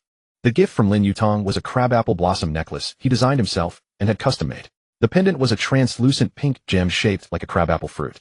Li Xiulan adored it, immediately asking Lin Wenyuan to help her put it on. Taking advantage of the casual chatter, Qin Yue quietly approached Lin Yutang and handed him a small, exquisite gift box, her cheeks slightly flushed. A birthday gift for Auntie, just a small token. Lin Yutang opened it. A silk scarf with an elegant pattern, soft to the touch, smooth as silk. It's beautiful. Mom will love it. Thank you, Yue. Qin Yue shook her head, whispering, I should be the one thanking you. Yutang, thank you for showing me a broader world, for letting me know that life beyond immediate difficulties holds so many possibilities and the chance to help so many people. Her eyes sparkled under the light, brimming with sincere gratitude and some emotions Lin Yutang couldn't fully decipher at the moment. That emotion resembled affection, a hint of dependence, and somewhat like wanting to pounce on the host. Based on data analysis, when Qin Yue looks at the host, her pupils dilate, breathing quickens, and heart rate accelerates. These are typical physiological responses of infatuation. It is recommended that the host be mentally prepared. He may be pounced on at any moment. Lin Yutang, you seize the possibilities yourself. Lin Yutang said gently. The foundation's smooth operation owes much to your efforts. Just then Wang Yipeng and the others gathered around, urging the birthday woman to cut the cake. A massive 3-tiered birthday cake was wheeled out, adorned with exquisite crabapple blossom patterns. As Li Xiulan made a wish and blew out the candles, everyone fell silent, their faces bearing blessings and smiles. The candles were extinguished and applause erupted. Lin Yutang watched his mother's happy profile, silently making a wish. May mother be healthy and joyful. May Haidang Foundation help more people. May all the companions by his side be safe and prosperous. May he forever guard this hard-won warmth and strength.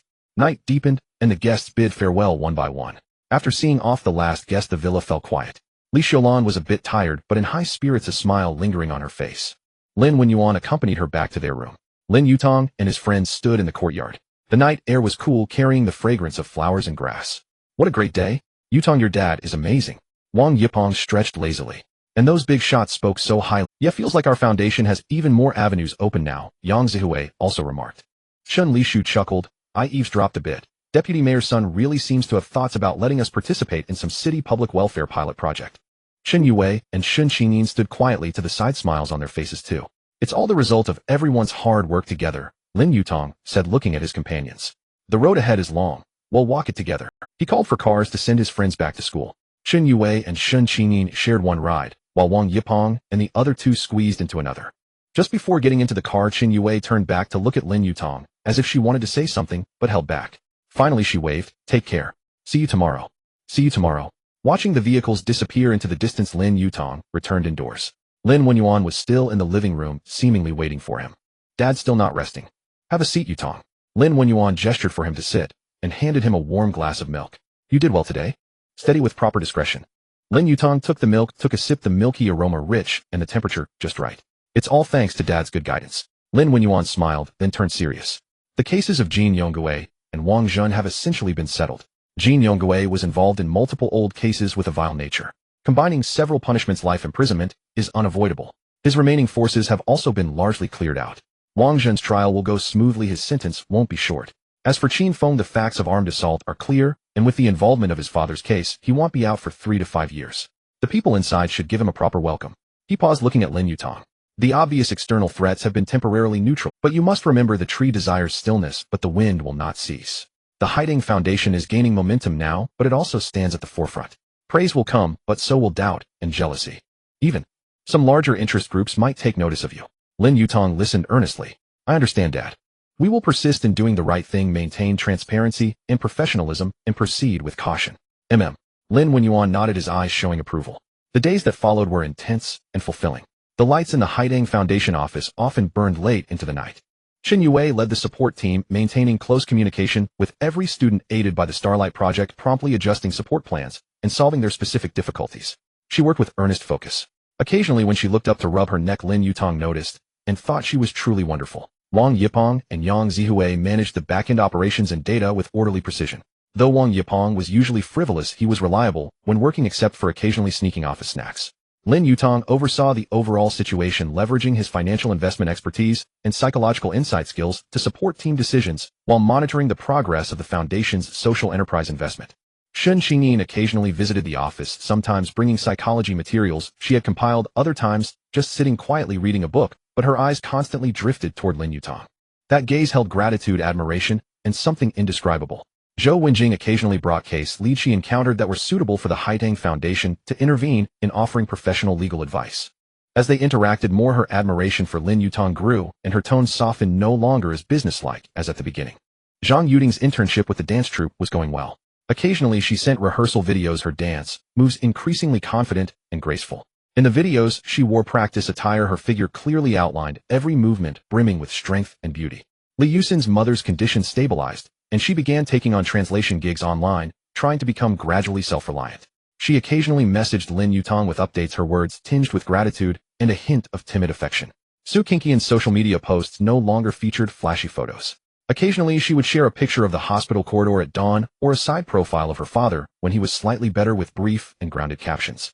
She was truly changing, striving to become a better person. Everything seemed to be heading in a positive direction. Jianghai International Airport. Lin Wenyuan and the well-dressed Li Xiulan waited at the arrival gate. Li Xiulan was a bit nervous, occasionally adjusting her collar. Lin Wenyuan patted her hand, his gaze steady as he looked toward the exit. A tall, striking figure emerged, pushing a luggage cart, instantly drawing many eyes. Lin Qingqi, Lin Wenyuan's only daughter, 20 years old. She wore a well-tailored khaki trench coat over a simple white t-shirt and jeans, her slightly wavy hair loose. Sunglasses covered half her face, revealing a delicate jawline and slightly pursed red lips, exuding an aloof, keep-away aura. Dad. She approached, took off her sunglasses, revealing a pair of cold, beautiful peach blossom eyes. Her gaze lingered on Lin Wenyuan's face for a moment, then shifted to Li Xiulan beside him, nodding slightly. Aunt Li. Polite but distant. Like treating a not-so-close distant relative. Good to have you back. Was the trip tiring? Lin Wenyuan smiled, taking her luggage while Li Xiulan quickly greeted her. In the car on the way home, the atmosphere was somewhat quiet. Lin Yutang spent most of the time looking out the window at the rapidly receding cityscape, occasionally giving brief answers to her father's questions about her studies and itinerary. Her attitude toward Li Xiaolan was polite but reserved. During dinner, Lin Wenyuan announced, Qingqi will transfer to the School of Art at Zhanghai University to continue her studies and also to spend more time with us. Lin Qingqi raised no objection, merely uttering a faint A few days later at Zhanghai University's School of Art, Lin Qingqi's arrival caused a small stir. Her striking appearance, cool temperament, and the faintly discernible background of being the Wenyuan Group heiress quickly made her the center of attention. Suitors emerged swiftly, the most conspicuous being Lu Xiang, a junior in the same school. The Lu family started with building materials and had recently ventured into real estate, considered local nouveau riche. Lu Xiang himself was tall and handsome, driving a bright yellow Lamborghini, and pursued Lin Qingqi with flamboyant gestures. Without fail, expensive flowers were delivered to her classroom daily. He always sat near her in open lectures. He even tried to organize gatherings by getting to know her classmates. Lin Qingqi was thoroughly annoyed. Her cold rejections were interpreted by Lu Xiang as a teasing challenge. What bothered her more was that his pursuit carried a calculating scrutiny, his words frequently probing the Wenyuan Group's movements, especially the recently bid for East City New District Development Project.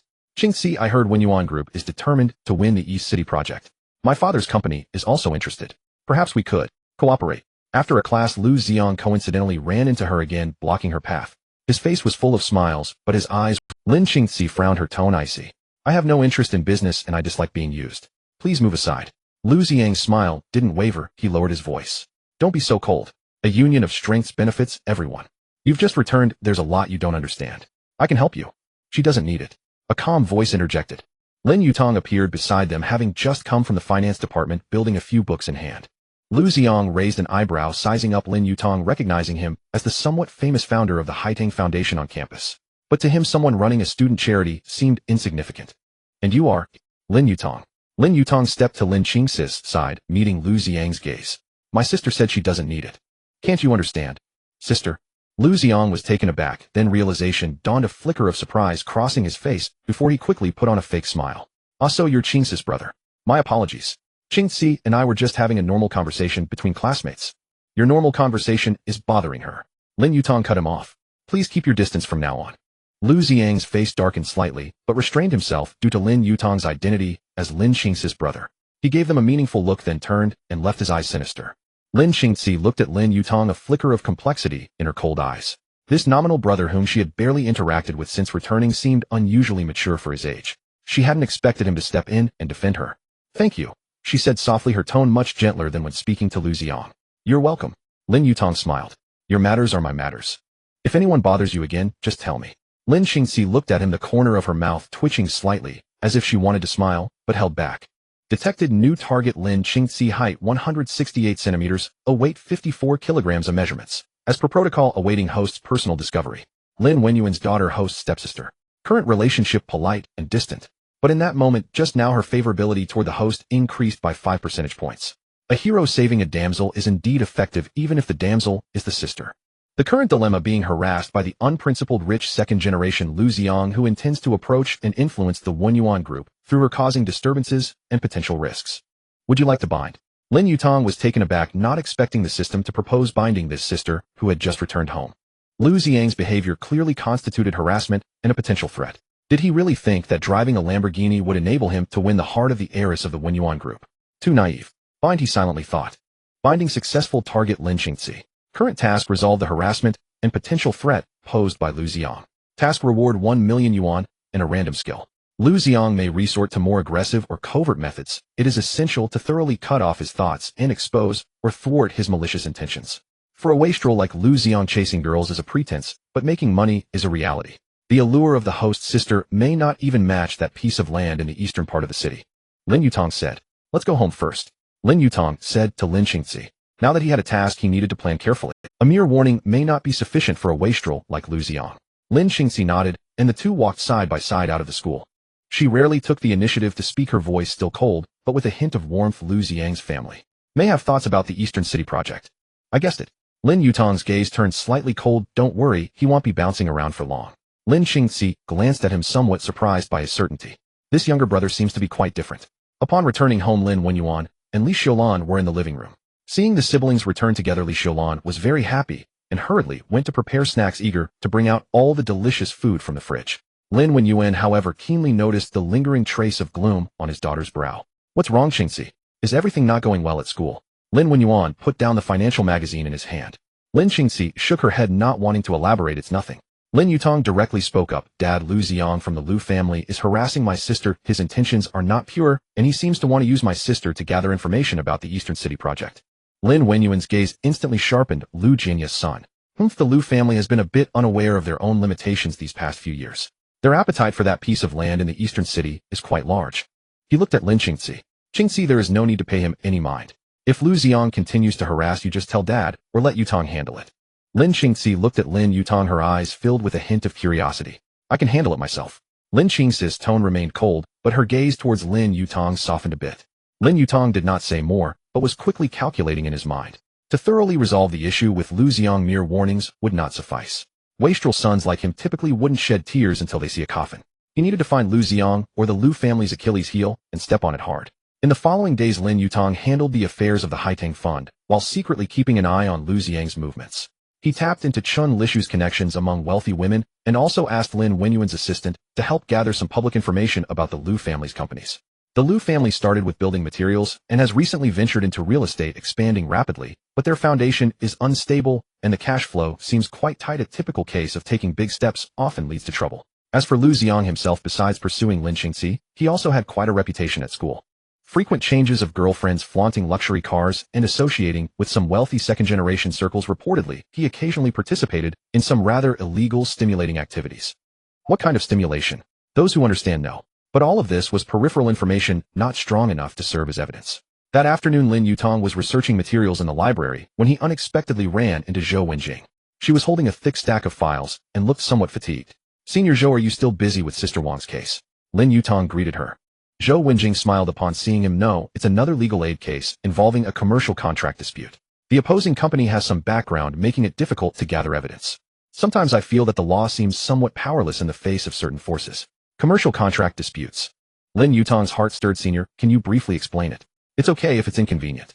My client is a small environmental materials company that previously signed a supply contract with Jianong Building Materials, which is a company controlled by the Lu family. After receiving the goods, Jianong Building Materials refused to pay most of the remaining amount, citing quality issues, and even counterclaimed for damages. I found that their so-called quality issues report is full of red flags and is likely a deliberate ploy to swallow the payment. That small company is on the brink of collapse, and the owner is almost ready to jump off a building. Jianong Building Materials, a company of the Lu family. Lin Yutang's eyes lit up. This could be a breakthrough. Senior, what evidence is most lacking in this case? The most lacking is direct evidence proving that Jianong Building Materials maliciously refused payment and forged the quality inspection report. They are very covert in their operations, making it hard to obtain internal documents. If we could get a hold of their internal communication records, or find the quality inspector who issued the problematic report. Zhou Wenjing shook her head, but that's too difficult. Lin Yutang pondered for a moment. Senior, can I participate in this case? In the name of a legal aid volunteer from the Haitang Fund. Perhaps. I can help think of a solution. Zhou Wenjing was somewhat surprised, but recalling Lin Yutang's previously displayed abilities and connections, she nodded. Of course. Having more power is always good. But you need to be careful. The Lu family is not to be trifled with. I understand. After obtaining the basic details of the case, Lin Yutang began to take action. He first contacted Chen Lishu. Lishu, helped me investigate two people. One is the manager responsible for this procurement at Jianong Building Materials named Wang Jiqiang. The other is the organization that issued that problematic quality inspection report. Let me know which one it is and who is in charge. Be careful and don't alert them. That Jianong Building Materials of the Lu family. No problem, I've got it. Chen Lishu excitedly accepted the task. The wealthy women's circle has been discussing the Lu family's affairs lately. He'll casually gather some information. Next, Lin Yutang sent a message to Lin Wenyuan's assistant asking him to help check the recent financial status of the Lu family company and the main banks they deal with. A few days later, the information began to come back. The procurement manager of Jianong Building Materials, Wang Jiqiang, is a gambler and has recently accrued a significant gambling debt. The quality inspection report was issued by the Kursan Quality Inspection Center, a private organization with the person in charge having the surname Zhao. Its reputation is not very good, and it is suspected that they can issue customized reports for a fee known as Zhao Yipiao, meaning for a fee you get a report. The Lu family's financial chain is indeed tight. They are applying for loans from multiple banks while desperately squeezing the payment from downstream suppliers to maintain cash flow, a typical case of robbing Peter to pay Paul. A clear chain emerges. Lu family is financially strained, instructing its subsidiary company Jianong Building Materials to maliciously withhold payments to suppliers, colluding with a problematic quality inspection agency, to issue false reports attempting to drag down the small company to acquire it at a low price or force it to surrender. If key evidence can be obtained, not only can Zhou Wenjing's small company win the case and recover the payment, but it can also severely damage the Liu family's reputation and even affect their bank loan approvals. In this way, Liu Xiang would likely not have so much time and energy to continue to harass Lin Qingqian. But how to get the evidence? Wang Jiqiang and that Zhao person are both part of the interest chain and would not speak easily. Lin Yutang thought for a moment and decided to approach their weaknesses. Wang Jiqiang is a gambler heavily in debt under pressure. Zhao is greedy and the organization's reputation is poor. He devised a plan that required the cooperation of Zhou Wenjing and Chen Lishu.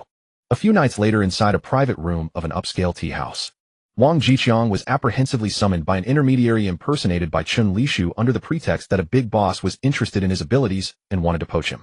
As he entered the private room, he found that the figures seated inside were not the imagined big boss, but a young student Lin Yutang and a seemingly capable female lawyer Zhou Wenjing. "Who are you?" Wang Jiqiang felt a surge of vigilance. "Manager Wang, please take a seat," Lin Yutang said calmly, gesturing for him to sit down. "Let's get straight to the point. We are well aware of what you and Director Zhao from Curson Quality Inspection did in the contract dispute between Jian Materials and Leviuan Environmental Materials Company." Wang Jiqiang's expression changed. "What nonsense are you talking about? I don't know any Director Zhao. That batch of goods had quality issues." Zhou Wenjing pushed a document in front of him. "This is the production batch inspection report of Leviuan Company's raw materials issued by a national-level testing agency, and it is all qualified. This is the inspection slip when your Jian Materials accepted the goods, showing no discrepancies. Moreover, the report from Curson Quality Inspection was issued after the inspection and has obvious methodological flaws.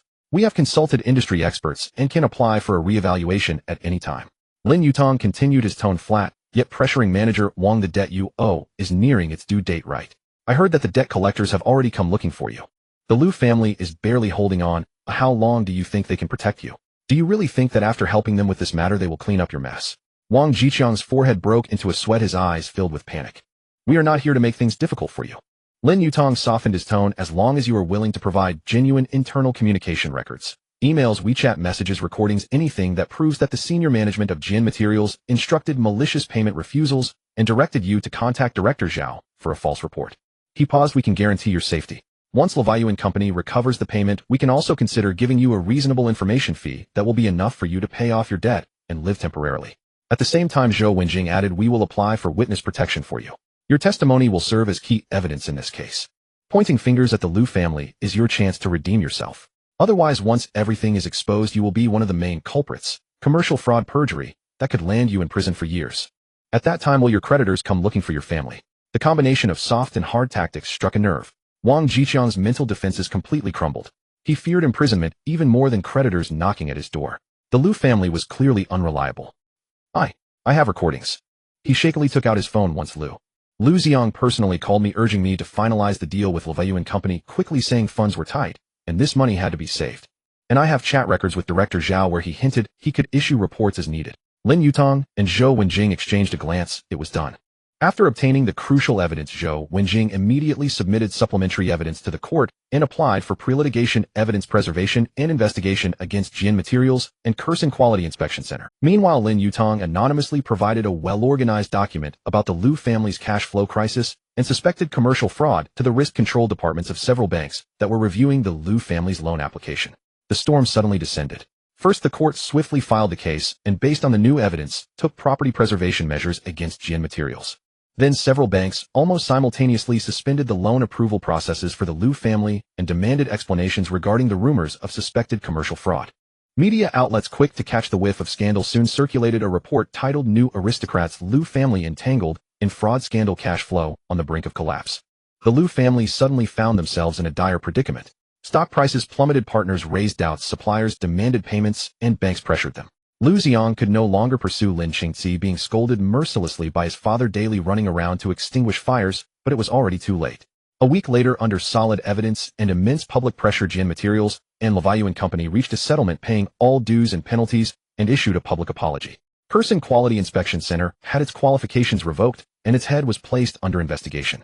Although the Liu family barely preserved the company, its reputation suffered serious damage. Loans became unattainable, and the cash flow was on the verge of collapse, forcing them to scale back operations and sell assets, leading to Liu Xiang, also implicated, was discreetly advised by the school to withdraw, leaving Jing Haishi in disgrace. Detected that the target Lin Qingqian's troubles have been resolved. Task completed. Reward of 1 million yuan has been credited. Downloading art appreciation and investment intermediate skills in an empty art studio at the Academy of Arts. Lin Qingqian remained silent for a long time after listening to Lin Yutang's brief account. The sunset streamed through the tall windows, casting a warm golden hue on her cool profile. You. She began, her voice somewhat hoarse. Why go to such lengths? Lin Yutang looked at her and replied calmly, you are my sister. Someone bullied you and approached the Lin family with malice. Oh, I cannot stand by. Moreover, he smiled. This can also be seen as seeking justice for that little company bullied by the Liu family. Lin Qingqian turned her head and gazed earnestly and for a long time at her stepbrother for the first time.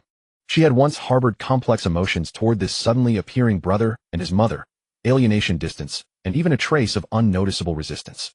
After all, anyone would need time to adapt to suddenly having a brother. But at this moment, looking into Lin Yutang's clear and candid eyes, thinking of how he had quietly uprooted the troubles entangling her, and even punished the injustice, the layer of ice in her heart seemed to crack open a fissure. Thank you. This time her voice held less coldness and more warmth. You're welcome. Lin Yutang stood up. Dad said there will be a family dinner tonight to celebrate. He'll cook tonight. I heard you love sweet and sour fish.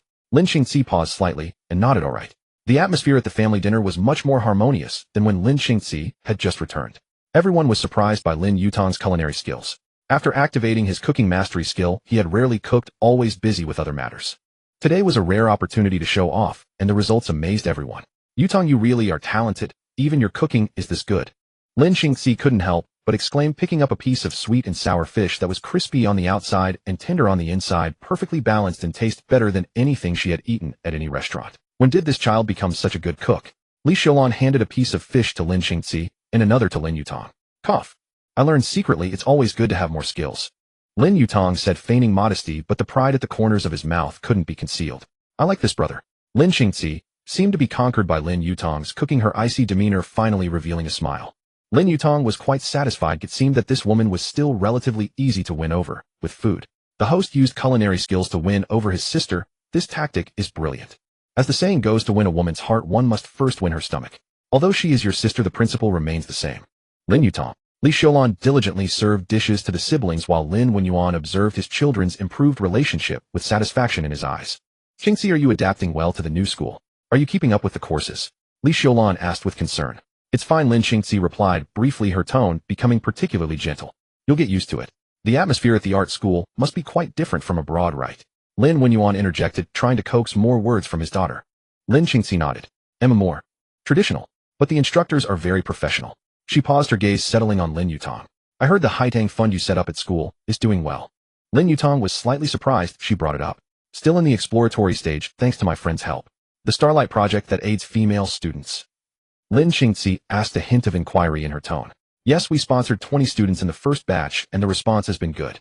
Lin Yutang replied, then thought of something. By the way, sis, since you're in the arts, would you be interested in designing some visual identity for the foundation? Things like the website and brochures feel like they're missing some artistic flair. Lin Qingqian looked up at him, seemingly gauging whether he was speaking casually or seriously. I can take a look at your current materials, she finally said, neither immediately agreeing nor declining. That's great. Li Xiaolan said happily. Qingqian's artistic eye is definitely good. You two should communicate more and help each other. Over dinner, with Lin Qingqian's rare initiative and conversation, the atmosphere gradually warmed. After the meal, Lin Yutang walked Lin Qingqian back to her apartment near the school, which Lin Yuan had specially prepared for her to live independently. At the entrance of the apartment building, Lin Qingqian stopped. Moonlight spilled over her, making her cool, aloof face appear even more ethereal. Is the matter with Lu Xiang really settled? It's settled, Lin Yutang affirmed. The Lu family is now too occupied with their own troubles for him to have the mind or ability to pester you again. If he still won't give up. Lin Yutang didn't finish, but the chill in his eyes made it clear to Lin Qingqian that he had a contingency plan. Thank you. Lin Qingqian thanked him again, this time more sincerely. And, about the foundation's design, send the materials to my email. They'll see what I can do. Alright, Lin Yutang smiled. Get some rest, sis. He watched until Lin Qingqian disappeared into the building before turning to leave. Target Lin Qingqian's trust in host has significantly increased. Bond is stable. New skill, art appreciation and investment intermediate downloaded. Knowledge of painting, sculpture, antiques, contemporary art, and the operational laws, risks, and opportunities of the art market flooded into his mind. Now if presented with a painting, he could instantly tell if it was authentic or a forgery, which school it belonged to, and how much it was worth. This skill seemed unrelated to his current life, but every ability the system granted would surely prove useful at the right time. And besides, as the saying goes, too many skills are no burden. What if one day he needed to impress a girl from the art department?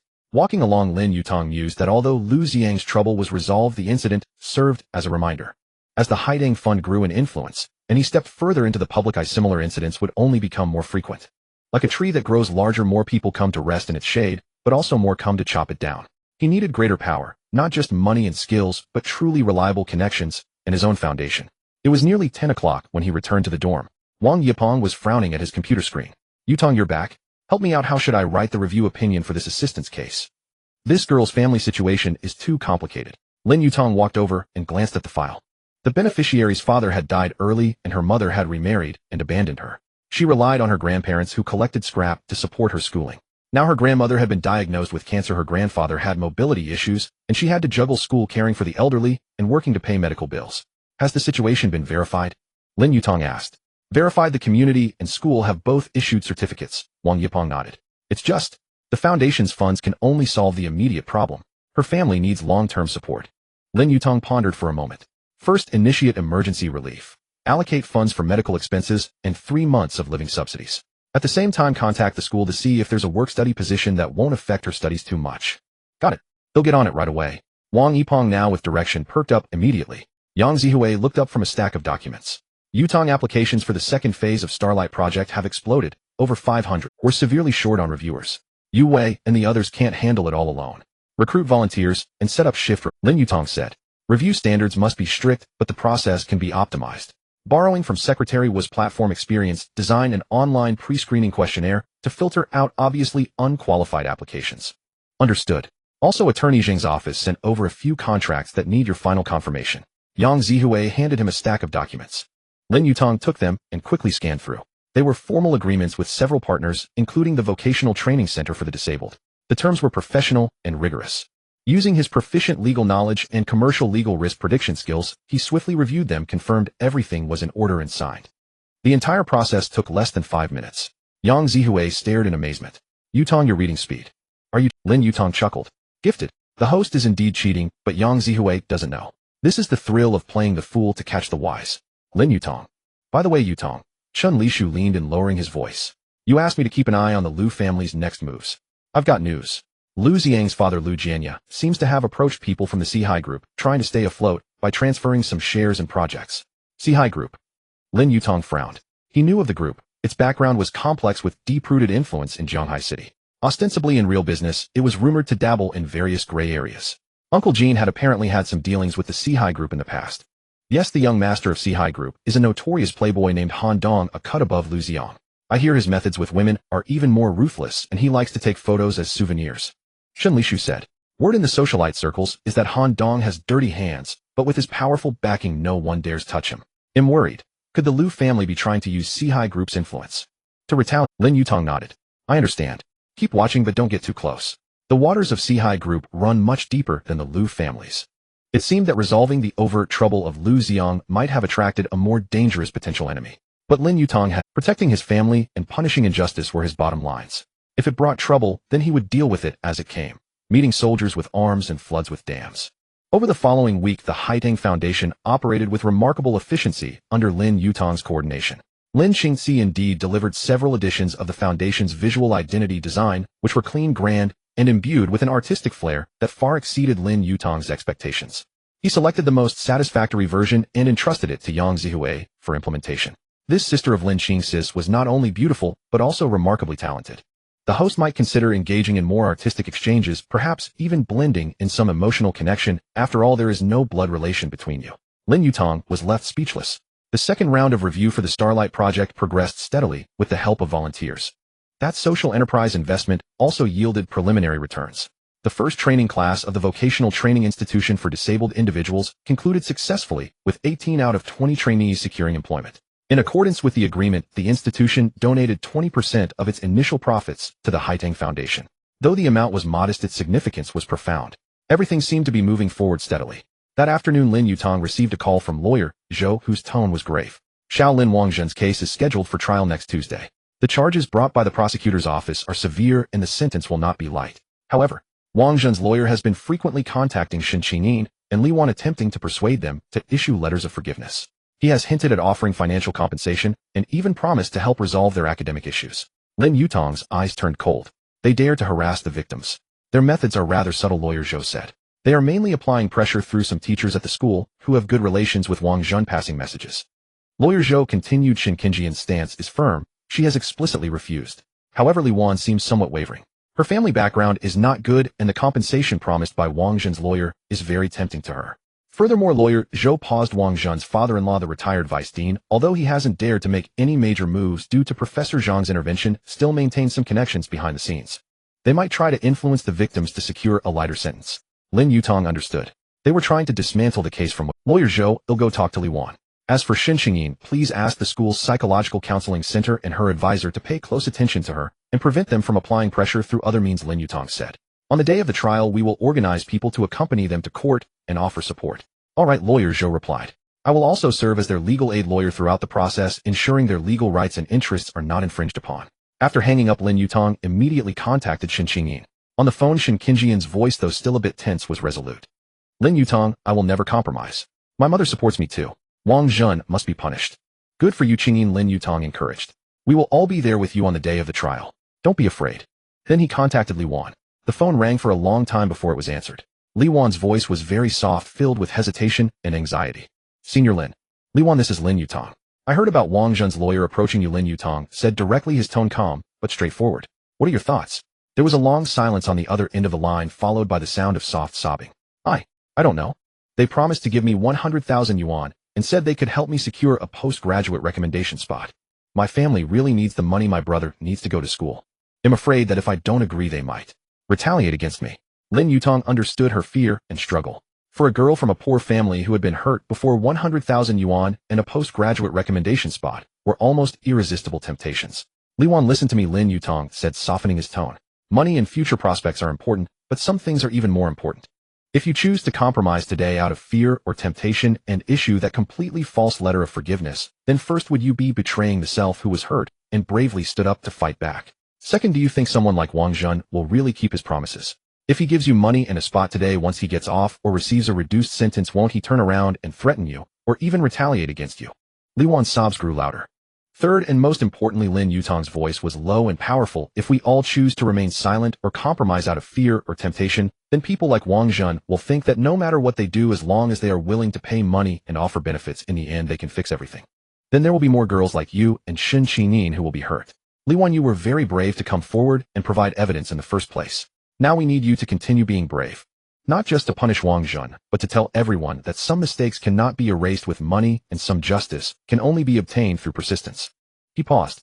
As for your family's difficulties, the Starlight Project of the Haidang Foundation can provide you with a scholarship and live. Regarding the postgraduate recommendation, if your grades meet the requirements, the foundation can ask Professor Zhang, Lawyer Zhou, and others to provide you with recommendations and guidance.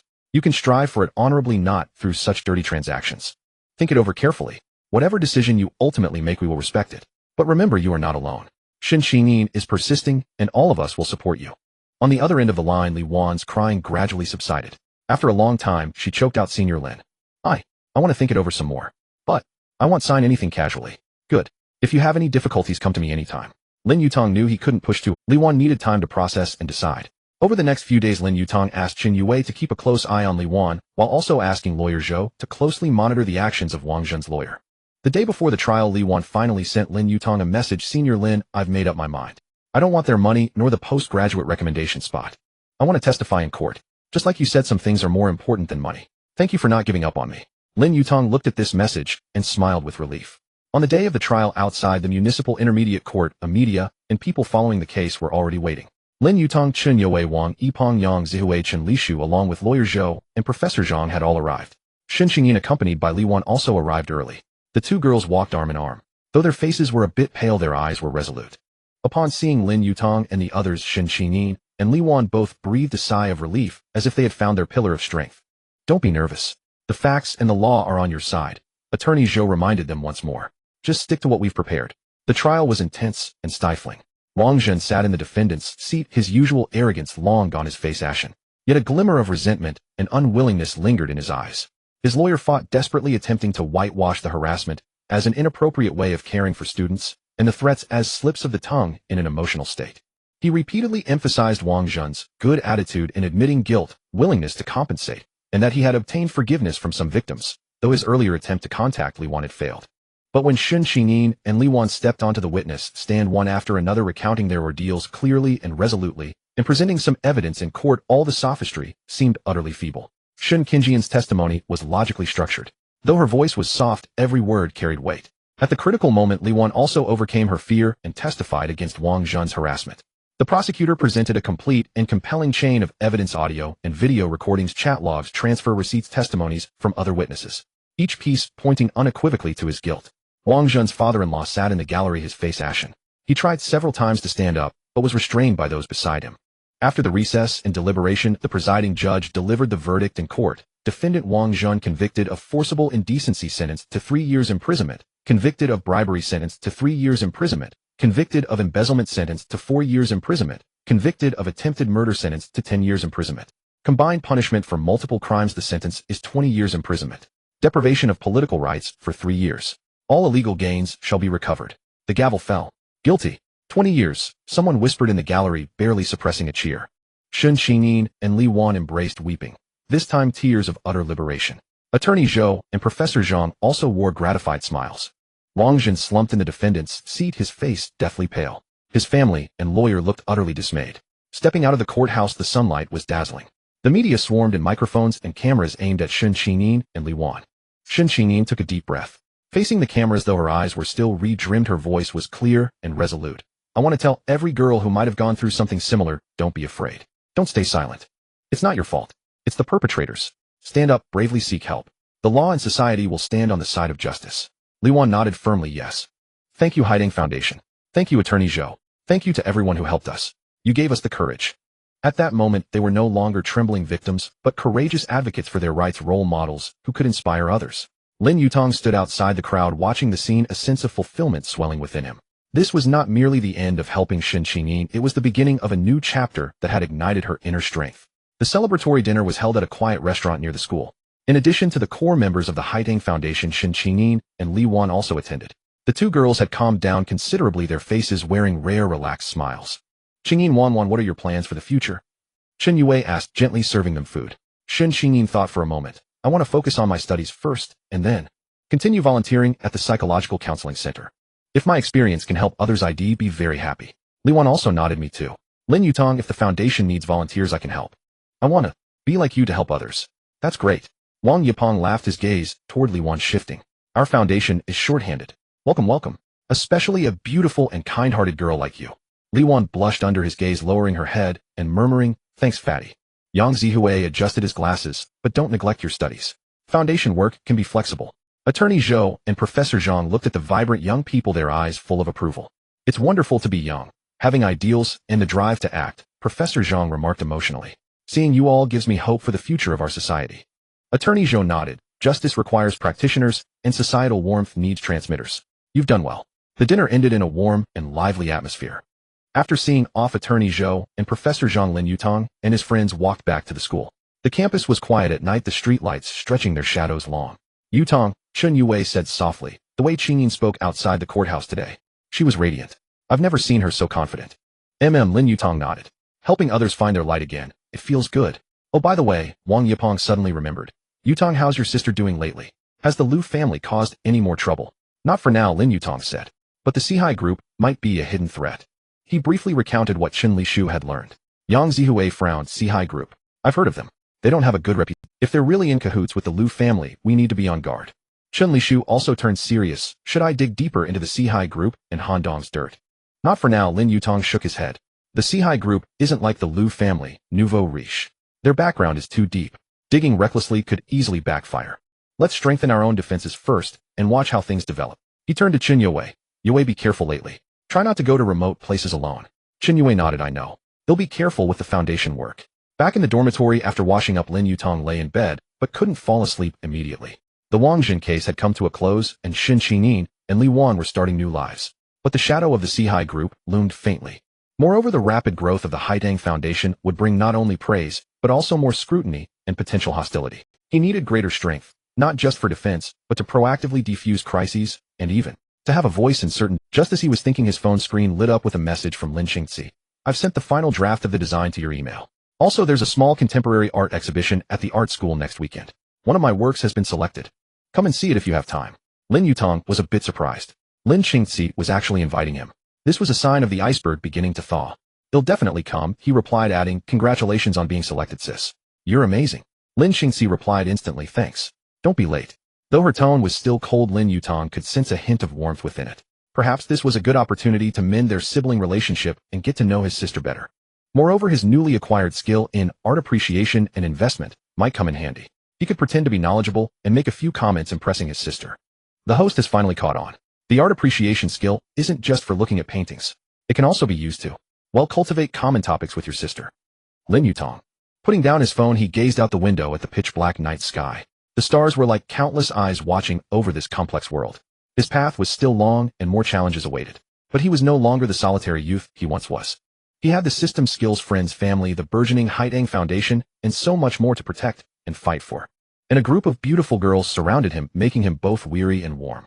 Empowering women was not just about helping individuals one by one. It was about gradually changing the environment and rules that trapped women in difficult situations.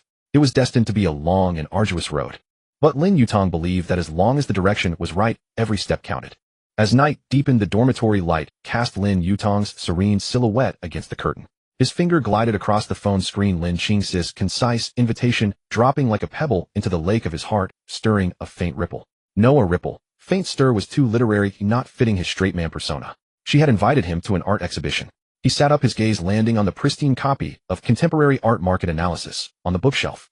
The book had been bought 2 days ago, still unopened. The system's bestowed skill of art appreciation and investment intermediate rendered those once obscure terms and threads clear. Now when he looked at a painting, it was no longer a matter of like or dislike. He could discern the craft, the value, the story behind it. The host is now half an art critic. Next time you chat up an art school girl, you can confidently say the composition has great tension instead of this painting is pretty. Picking up girls, success rate 50. Lin Yutang. On the weekend at the Zhanghai City Contemporary Art Center, the exhibition hall's exterior was reshaped by geometrically cut lights, exuding a cold, futuristic vibe. Lin Yutang paused briefly at the end. He wore a simple dark casual suit today, shedding his usual student air for a more composed demeanor. The crabapple bracelet on his wrist was hidden beneath his sleeve, still warm and smooth. The host's outfit today scores 95 from the system. The 5 points deducted are because the tie is slightly crooked by 0.3 centimeters. But it's crooked with style, interpretable as unruly artistic temperament. Lin Yutang. Inside the hall, the crowd was sparse, the atmosphere quiet, and focused, footsteps deliberately light. The air carried a faint scent of turpentine and fresh board. Lin Qingqian's work was at booth B3. It was a mixed media piece titled Fisher. On the vast canvas, the base was layered with thick, almost viscous, deep grays and indigos like the deep sea, yet an extremely sharp, irregular fissure tore through the center of the canvas, as if ripping the painting open. But what emerged wasn't light. It was something more complex. Fragments of mirrors, tiny metal gears, dried plant veins, and even unidentifiable remnants of electronic components were collaged together, portraying a cold, defiant inner world. It wasn't warm or beautiful, it was even glaring, yet it carried a stubborn vitality, struggling to break out from within. Like someone tearing themselves open to show you their wounds. Lin Yutang stood silently before the painting.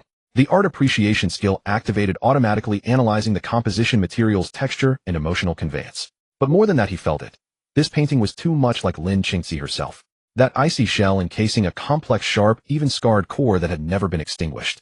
What do you see? A cool voice sounded beside him. Lin Yutang turned to find Lin Qingqian had approached unnoticed. She wore a sharply tailored black dress today, her long hair loosely tied up with a few strands falling by her cheeks, radiating an artist's focused aura.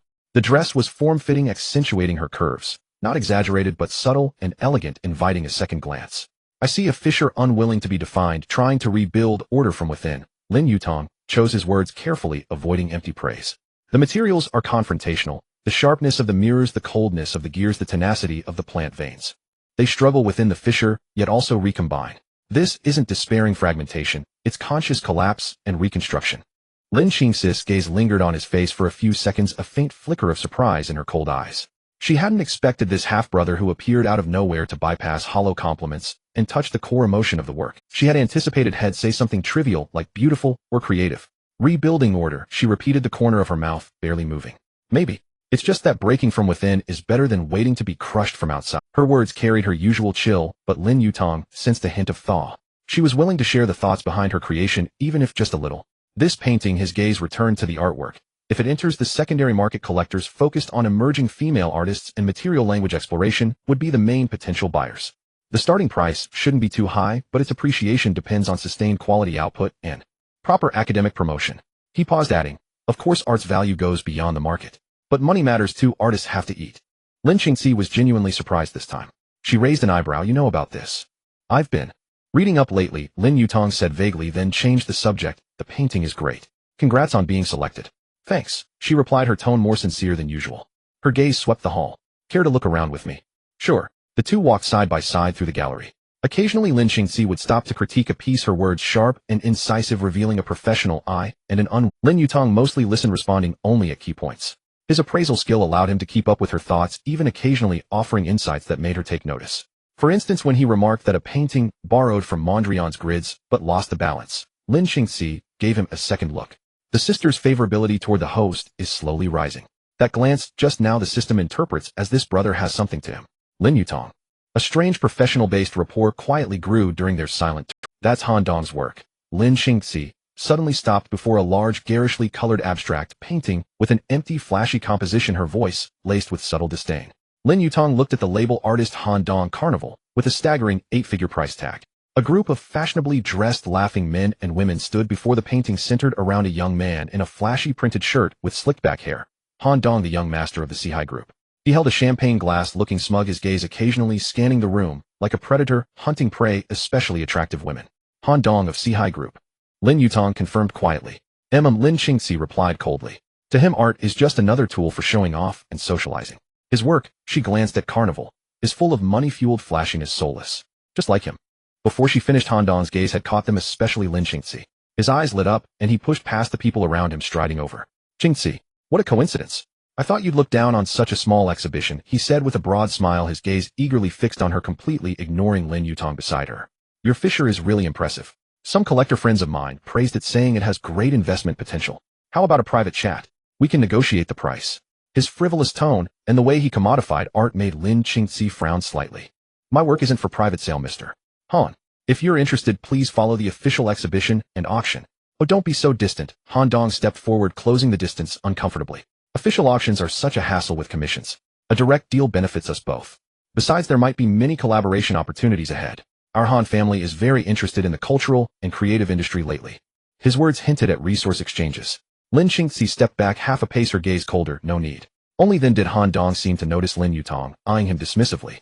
And this is a friend of Qingqi's. Looks unfamiliar. Lin Yutang stepped forward half a pace, positioning himself slightly in front of Lin Qingqi, blocking Han Dong's too close stare. He extended his hand calmly. Lin Yutang. Qingqi is my sister. Sister? Han Dong was taken aback for a moment, then quickly understood, recalling the recent rumors in his circle about the Lin family reclaiming a son. A fake smile immediately spread across his face, but his handshake was perfunctory and lacking sincerity. Oh, so you're Qingqi's younger brother. A pleasure to meet you. I'm Han Dong of Sihai Group. I've long heard that young Master Lin is exceptionally talented, and now I see. Well, you certainly have a strong student vibe. The contempt in Han Dong's words was undisguised. Lin Yutang withdrew his hand calmly. You flatter me, young Master Han. Being a student is merely my current duty. As for you, young Master Han, this painting Carnival. The colors are quite vibrant. His gaze swept over the artwork, his tone flat, revealing neither praise nor criticism. Han Dong, however, seemed pleased to have his vanity stroked, boasting. Just playing around, you know. In art, the most important thing is to express emotions and release oneself. All those rigid rules are utterly boring. Don't you agree, young Master Lin? He then turned to Lin Qingqi, clearly dismissing Lin Yutang. About the cultural complex project in the new Eastern District, I heard Yuan Group is also bidding. Our Sihai Group is determined to win this time. If there's a chance, perhaps we could. I don't understand business matters, nor do I participate in them. Lin Qingqi cut him off directly. Mr. Han, excuse us, we still have artworks to see. With that, she stopped looking at Han Dong, turned, and walked toward the other side of the exhibition hall. Lin Yutang gave Han Dong a slight nod before following her. Han Dong stood in place, watching their retreating figures. The smile on his face gradually faded, his eyes turning dark and sinister. He pulled out his phone and quickly sent a message. Look into Lin Wenyuan's son, Lin Yutang. Also send word to the Lin family. We Sihai are taking the Eastern District project. Tell them to play along. If they don't. He paused, then added another line. Have a few people keep an eye on that kid. See who he hangs out with. Especially women. Get plenty of photos. Once out of Han Dong's line of sight, Lin Qingqi's pace finally slowed slightly. Sorry you had to witness that. Her voice was still cool and distant, but Lin Yutang detected a hint of irritation. People like him aren't worth bothering about, Lin Yutang said. But he mentioned the Eastern District project. Father will handle it. Lin Qingqi interrupted him, clearly unwilling to discuss it further. As for you, stay away from him from now on. Han Dong's methods are dirty. The women he's toyed with outnumber the paintings you've seen. And he discards them without a second thought. Lin Yutang nodded. I know. Don't worry. I'm not interested in men, and even less interested in him. Even if he stood naked before me, I'd only call the police and take a photo for my social media. The corner of Lin Qingxi's mouth twitched slightly, as if she wanted to smile, but held it back. He knew in his heart that Han Dong had already taken notice of him, and because of his connection to Lin Qingxi, had likely marked him as a target. This potential trouble from Sihai Group had arrived faster and more directly than anticipated. After the exhibition, Lin Yutang escorted Lin Qingxi back to her apartment. They spoke little along the way, but the atmosphere wasn't awkward. Instead, it carried a peaceful silence that needed no words. Thank you for today, Lin Qingxi said again at the entrance of her apartment building, this time for his help earlier in diffusing the situation. It was only right. Lin Yutang smiled. Sister, your paintings are truly wonderful. Keep at it. Lin Qingxi looked at him. In the dim light of night, her eyes held a complex emotion, which finally condensed into a barely perceptible nod. Be careful on the way. Lin Yutang turned to leave, but after a few steps he looked back and saw her still standing there watching him. When he turned, she immediately averted her gaze and went upstairs. Back at school, Lin Yutang immediately contacted Chen Lishu. Lishu, focus your investigation on Han Dong. Not just his public business. I want to know his shady dealings, where he frequents, and who he's closely connected with. Be extremely careful. Sihai Group isn't like the Liu family. The waters run far too deep. Understood. Chen Lishu replied excitedly. The wealthy socialite circles have been gossiping about Han Dong lately, saying he's quite the playboy. Several of his ex-girlfriends who were internet influencers have spilled the beans, but their stories got buried by PR. I've also heard he has a private villa specifically for, well, you know, word is it's lavishly decorated with special rooms for pleasure. He'll dig deeper. Lin Yutang was taken aback. A private villa and pleasure rooms. I'm learning.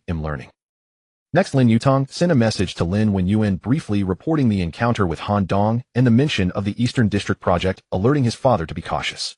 Lin Wenyuan's reply came quickly, just a brief line. Understood. Focus on your studies. Don't worry about these matters.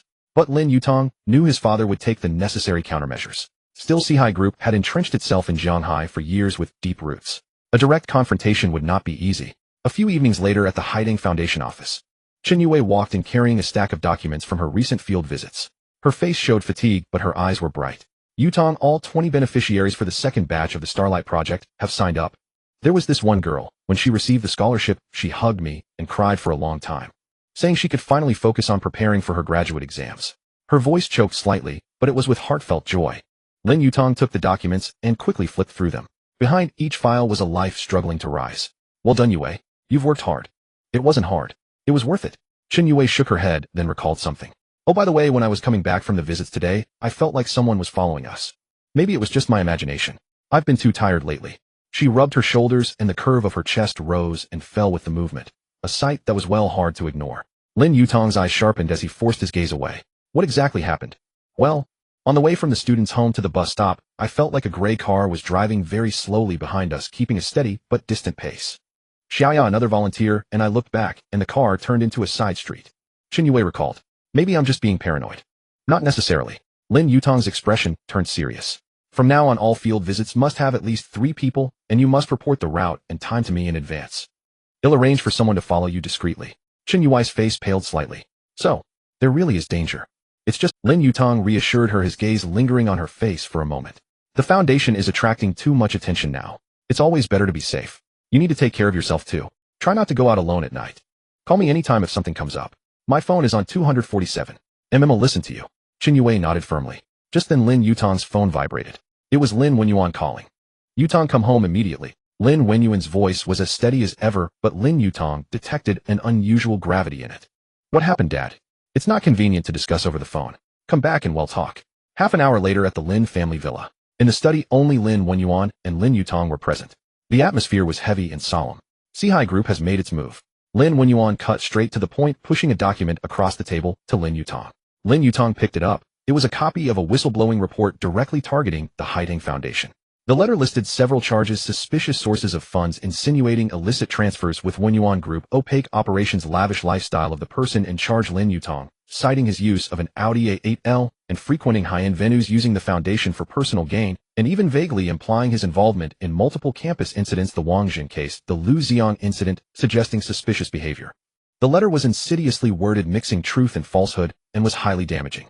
More importantly, the letter had been sent not only to the school's disciplinary committee and the education bureau, but also copied to several influential local media outlets and online influencers. Lin Yutang put down the document, his eyes cold. Is this Han Dong's doing? Almost certainly, Lin Wenyuan nodded. The method is very ruthless. Lin Wenyuan continued, he won't attack Wenyuan Group directly, but will strike at you and your foundation, aiming to ruin your personal reputation and the foundation's credibility. Once public opinion escalates, even if the truth is eventually uncovered and the accusations are proven false, the Haitang Foundation will be severely crippled and your reputation will be destroyed. Moreover, this is likely just the beginning. They want to force us to make concessions on the East City project. Lin Yutang asked. The East City project is just a facade. Lin Wenyuan walked to the window, gazing at the night. Sihai Group has expanded too rapidly in recent years. Their capital chain and many projects are fraught with issues. They urgently need the high-quality East City project to stabilize their situation while simultaneously striking at me, a potential rival. Targeting you is a way to intimidate me indirectly and test my limits. He turned his gaze sharp as he looked at Lin Yutang. Yutang, how do you plan to handle this? Lin Yutang did not answer immediately. He closed his eyes, and within his mind multiple skills, psychological insight, proficient legal knowledge, business legal risk prediction, operated simultaneously, rapidly analyzing the situation. The purpose of the accusation letter to create public pressure, ruin personal and foundation reputation, and force the Lin family to retreat. It was also a test to see if Lin Yutang was an easy target. Our advantage is the foundation operates with standardized procedures, transparent funds supported by lawyer Zheng and bank statements, recent positive media coverage, and a good social image. Personally, I can withstand scrutiny. Their weaknesses: most accusations are fabricated or distorted, unable to withstand thorough investigation. Sihai Group itself is not clean. Risk points: public opinion is easily inflamed, clarification takes time, and irreversible damage may occur during the process. They might have further moves. We must counterattack quickly, forcefully, and publicly, avoiding being mired in passive clarification. We need to seize evidence of their false accusations, and even turn the tables, making them realize what it means to try to steal a chicken only to lose the rice. A few seconds later, Lin Yutang opened his eyes, clear and resolute. Dad, let me handle this. Oh. Lin Wenyuan was somewhat surprised, but more curious. What do you intend to do? First, immediately issue a stern statement in the name of the foundation and myself, refuting each false claim in the accusation letter point by point, and attach all fund flows, audit reports, legal opinions, and other supporting documents for full disclosure. At the same time, announce that we have officially reported this malicious defamation to the police and entrusted Zheng law firm to gather evidence, preparing to sue the accusers. Second, contact all cooperating media, especially reporter Wang Ming, who previously covered the foundation's positive stories, providing complete materials and inviting them to conduct objective investigations and reports. Simultaneously utilize the foundation's official website and social media to proactively and transparently display all operational details, accepting public oversight. Third, Lin Yutang paused, a cold glint in his eyes. We cannot own Sihai Group and Han Dong are not clean. I will find a way to uncover more fatal leverage against them. They like playing dirty with accusation letters, don't they, eh? Then let's see whose hidden cards are more unspeakable. Lin Wenyuan listened quietly, the approval in his eyes growing. His son's response was clear in thought, balancing offense and defense, possessing both youthful sharpness and... What do you need me to do? Lin Wenyuan asked. Dad, you proceed normally with the East City project, unaffected by this. Handle the commercial battles. They'll take care of the public opinion and the troubles in the shadows. Lin Yutang's tone was calm. Additionally, I might need you to use some connections to ensure the police investigation into the defamation case proceeds smoothly, without interference. All right. Lin Wenyuan nodded. Go ahead. Remember, always leave some leeway, but if they push too far, there's no need to be pulled. The Lin family is not to be trifled with. Understood. Leaving the study, Lin Yutang did not return to school, but went directly to Zheng law firm.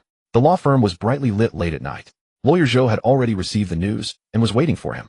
I've reviewed all the materials, it's pure slander. Lawyer Zhou's expression was stern. I've drafted a statement, the wording can be more severe. I'll personally handle the police report and evidence preservation. Additionally, I can contact some familiar political and legal journalists.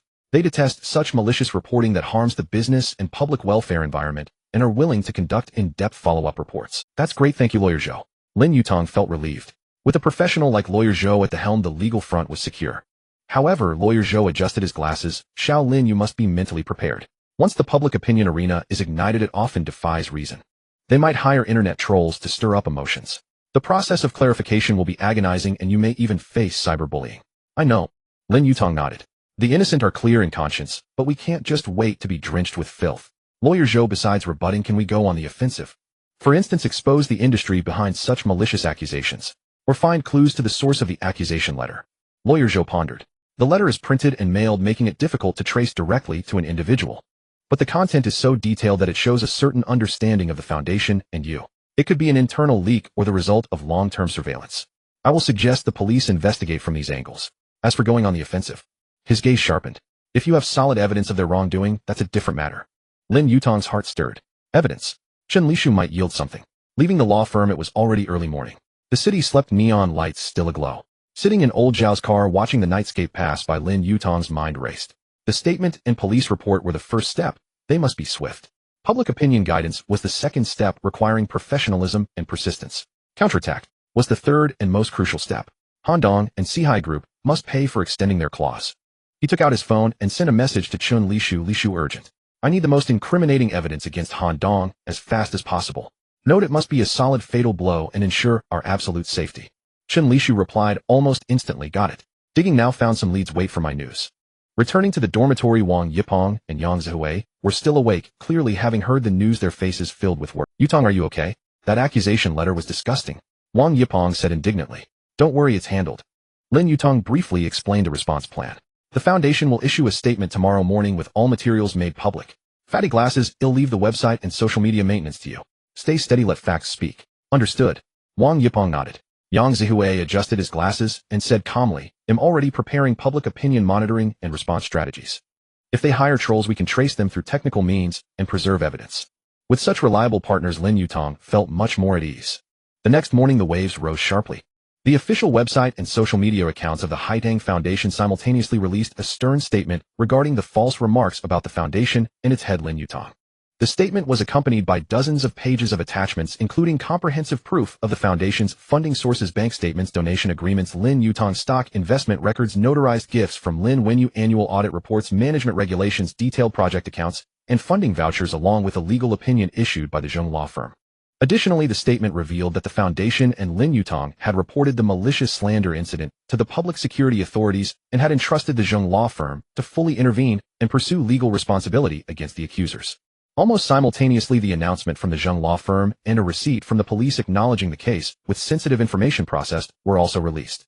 The media platform of the provincial newspaper where reporter Wang Ming worked was the first to publish a report titled Haitang Foundation Faces Malicious Reporting, reveals all accounts to prove its innocence, objectively presenting the claims from both sides, but clearly leaning towards supporting the foundation by detailing the transparent data made public by them. The swift action, comprehensive data, and staunch attitude exceeded many people's expectations. The public opinion was in an uproar. Supporters applauded, believing the foundation was open and straightforward. Onlookers carefully reviewed the public materials, while critics were few. Of course, there were also some voices that were clearly manipulated and malicious comments from internet trolls, but in the face of a vast amount of real data, they seemed pale and powerless. The school also quickly expressed its stance, stating that it had paid attention to the matter and preliminarily reviewed that the Haitang Foundation operated in compliance on campus, supporting its legal defense of its rights. In the first round, they managed to stabilize their position. But Lin Yutang knew that this was far from enough. The other party would not back down. Sure enough, that afternoon, new angles of attack began to appear online. Someone dug out a photo of Lin Yutang riding in an Audi A8L, actually being picked up by Lao Zhao, insinuating that his lifestyle was extravagant and inconsistent with the public welfare image. Others resurrected the previous incidents involving Wang Zhun and Lu Xiang, subtly suggesting Lin Yutang had a complex background and powerful methods. Even more, some began to attack the authenticity of the foundation's beneficiaries, questioning whether it was staged or scripted. The scale of the internet trolls clearly increased, with various out-of-context and divisive statements becoming rampant. The atmosphere in the Haitang Foundation office was tense. Yang Zihui stared intently at the public opinion monitoring data on the screen. The other side has increased their investment, focusing their main attacks on your personal life and the so-called background. As for the foundation's operation, they are avoiding discussion because the data is too solid. Wang Yipeng angrily smashed his keyboard. These bastards. Black and white reversed. Chen Yuai's face turned pale, but she struggled to maintain her composure. Can we organize the students and families we've helped to speak out? To respond with real gratitude. Yes, but we must ensure their privacy is protected on a voluntary basis. Lin Yutang nodded. Yue, you're in charge of contacting them. Be sure to communicate well and not put pressure on them. I understand.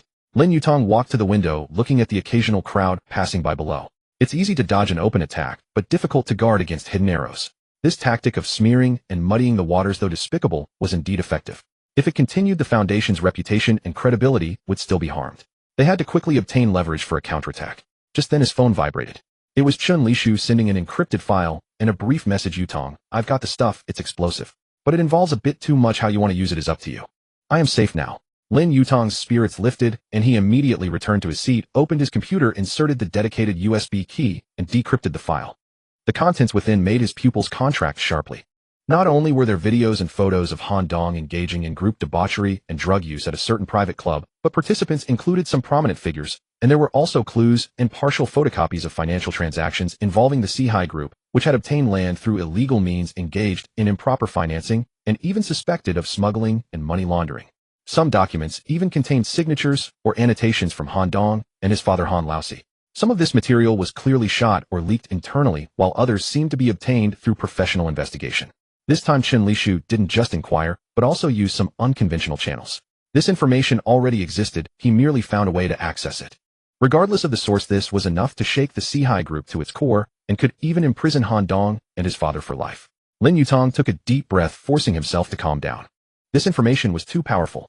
If used well, it could be a fatal blow. If used poorly or at the wrong time, it might backfire or even trigger unforeseen chain reactions. He carefully browsed through the documents, his mind racing. Should he hand it directly to the police? With solid evidence, the Sihai Group would surely collapse. But the Sihai Group had been entrenched for many years, and its network of relationships was intricate. Would this evidence work smoothly?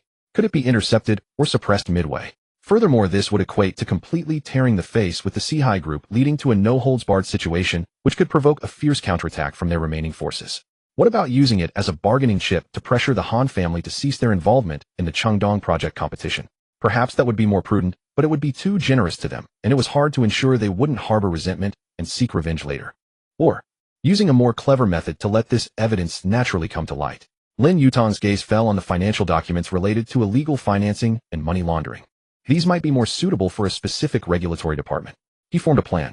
Late that night, in Lin Wenyu's study, Lin Yutang placed the printed key evidence with the most gruesome and violent content omitted in front of his father. Lin Wenyu examined it carefully, remaining silent for a long time. When he looked up again, his eyes were filled with a killing intent. Where did you get this? His voice was deeply serious. I have my channels, Dad. The source is absolutely safe, and the authenticity of the evidence can be verified. Lin Yutang did not elaborate further. Lin Wenyu stared at his son for a few seconds, but ultimately did not press for more details. He pointed to the financial documents. This is enough to make the banking, regulatory, economic investigation, and tax departments jointly invite Han Laosi for a lifetime of tea. Group debauchery and drug use are Han Dong's personal issues, but this, he tapped the paper, is the root rod of the Sihai Group. Dad, I want to anonymously submit this financial evidence to the relevant regulatory departments in the province, as well as to several rival media outlets that have no direct competition with the Wenyu Group. Lin Yutang articulated his plan. Once the Sihai Group collapses, the market they vacate will naturally be taken over. We don't need to get our hands dirty directly. As for Han Dong's personal scandals, Lin Yutang's eyes glinted coldly. They can be accidentally leaked online at the appropriate. Let him also taste the bitterness of being countered by public opinion. But the premise is to ensure we completely distance ourselves from the matter. Lin Wenyu slowly leaned back in his chair, his fingers lightly tapping the table. He was weighing the options. Anonymous reporting is fine, but ensure the channels are clean and leave no traces. Lin Wenyu finally nodded. I'll arrange for reliable people to contact the media. Once this evidence is submitted, the Sihai Group will at least suffer a significant loss, and they will surely have no thoughts or qualifications to compete for the Changdong project. Han Dong cannot escape disgrace. Lin Wenyuan gazed at Lin Yutang, his eyes profound. Yutang, do you know the consequences of this? The Sihai Group may fall, but the situation in Shanghai City could descend into chaos for a while. And there may be someone behind the Han family. I know. Lin Yutang met her father's gaze. But if we don't strike back, it could be the Haitang Fund that falls, and it might even implicate you and the Wenyuan Group. They crossed the line first. As for the chaos, Dad, I believe you can stabilize it. A faint, almost imperceptible smile crossed Lin Wenyuan's face, carrying both approval and a touch of complex emotion. His son had grown, possessing cunning, courage, and restraint. Good. Do as you say. He'll handle the rest. Lin Wenyuan put away the evidence. Focus on the current war of public opinion. Once the Sihai Group's mind explodes, those hired trolls will naturally disappear. Yes. Over the next 2 days, online attacks against Lin Yutang and the Haitang Fund remained fierce, but the Foundation's responses grew increasingly steady and powerful. More and more beneficiaries spoke out voluntarily, using simple words to describe the real help the Foundation had brought. Some rational self-media outlets began to analyze, pointing out logical flaws in the attackers' arguments and traces of bots. It seemed the two sides were at a stalemate. However, on the morning of the third day, a sudden storm broke. The provincial financial channel's morning news interrupted with a bulletin. Our reporters have learned that relevant provincial authorities have recently received a large number of signed and anonymous reports alleging that the Sihai Group of Shanghai City is involved in multiple serious illegal activities, including illegal fundraising, loan fraud, illegal land transactions, and tax evasion. Currently, the provincial banking securities tax bureaus and public security organs have formed a joint investigation team officially launching an investigation into the Sihai Group. Accounts of several companies under the Sihai Group have been frozen and the group's actual controller, a certain Han, has been legally detained. Almost simultaneously, several well-known domestic financial investigative media outlets published in-depth reports detailing how the Sihai Group had profited wildly for years through collusion with officials, document forgery, and shell company transactions accompanied by some solid evidence screenshots processed, but with key information clear. The reports pointed directly at Han Laosi and his son Han Dong. The Sihai Group, a commercial empire entrenched in Shanghai for years, was suddenly and unexpectedly plunged into a crisis of collapse. The news swept through Shanghai city like a hurricane. At the stock market opening, all Sihai-related stocks hit their daily limit down. Partners quickly distanced themselves, banks accelerated loan collection, and employees were in a panic. Meanwhile, another more salacious and sensational piece of news spread wildly across social networks and niche forums. Clear videos and photos of Han Dong, the young master of the Sihai Group, engaging in orgies and drug use at a private club, were leaked by a mysterious netizen. The scenes were indecent, and the identities of the participants were one by one exposed, dragging in several minor celebrities and influencers. If the financial irregularities were the destruction of the Sihai Group's foundation, then Han Dong's scandal was the final trampling of the Han family's last shred of dignity. Public opinion exploded completely. The bots attacking the Haidang Fund vanished instantly, as everyone's attention was captivated by this series of earth-shattering scandals.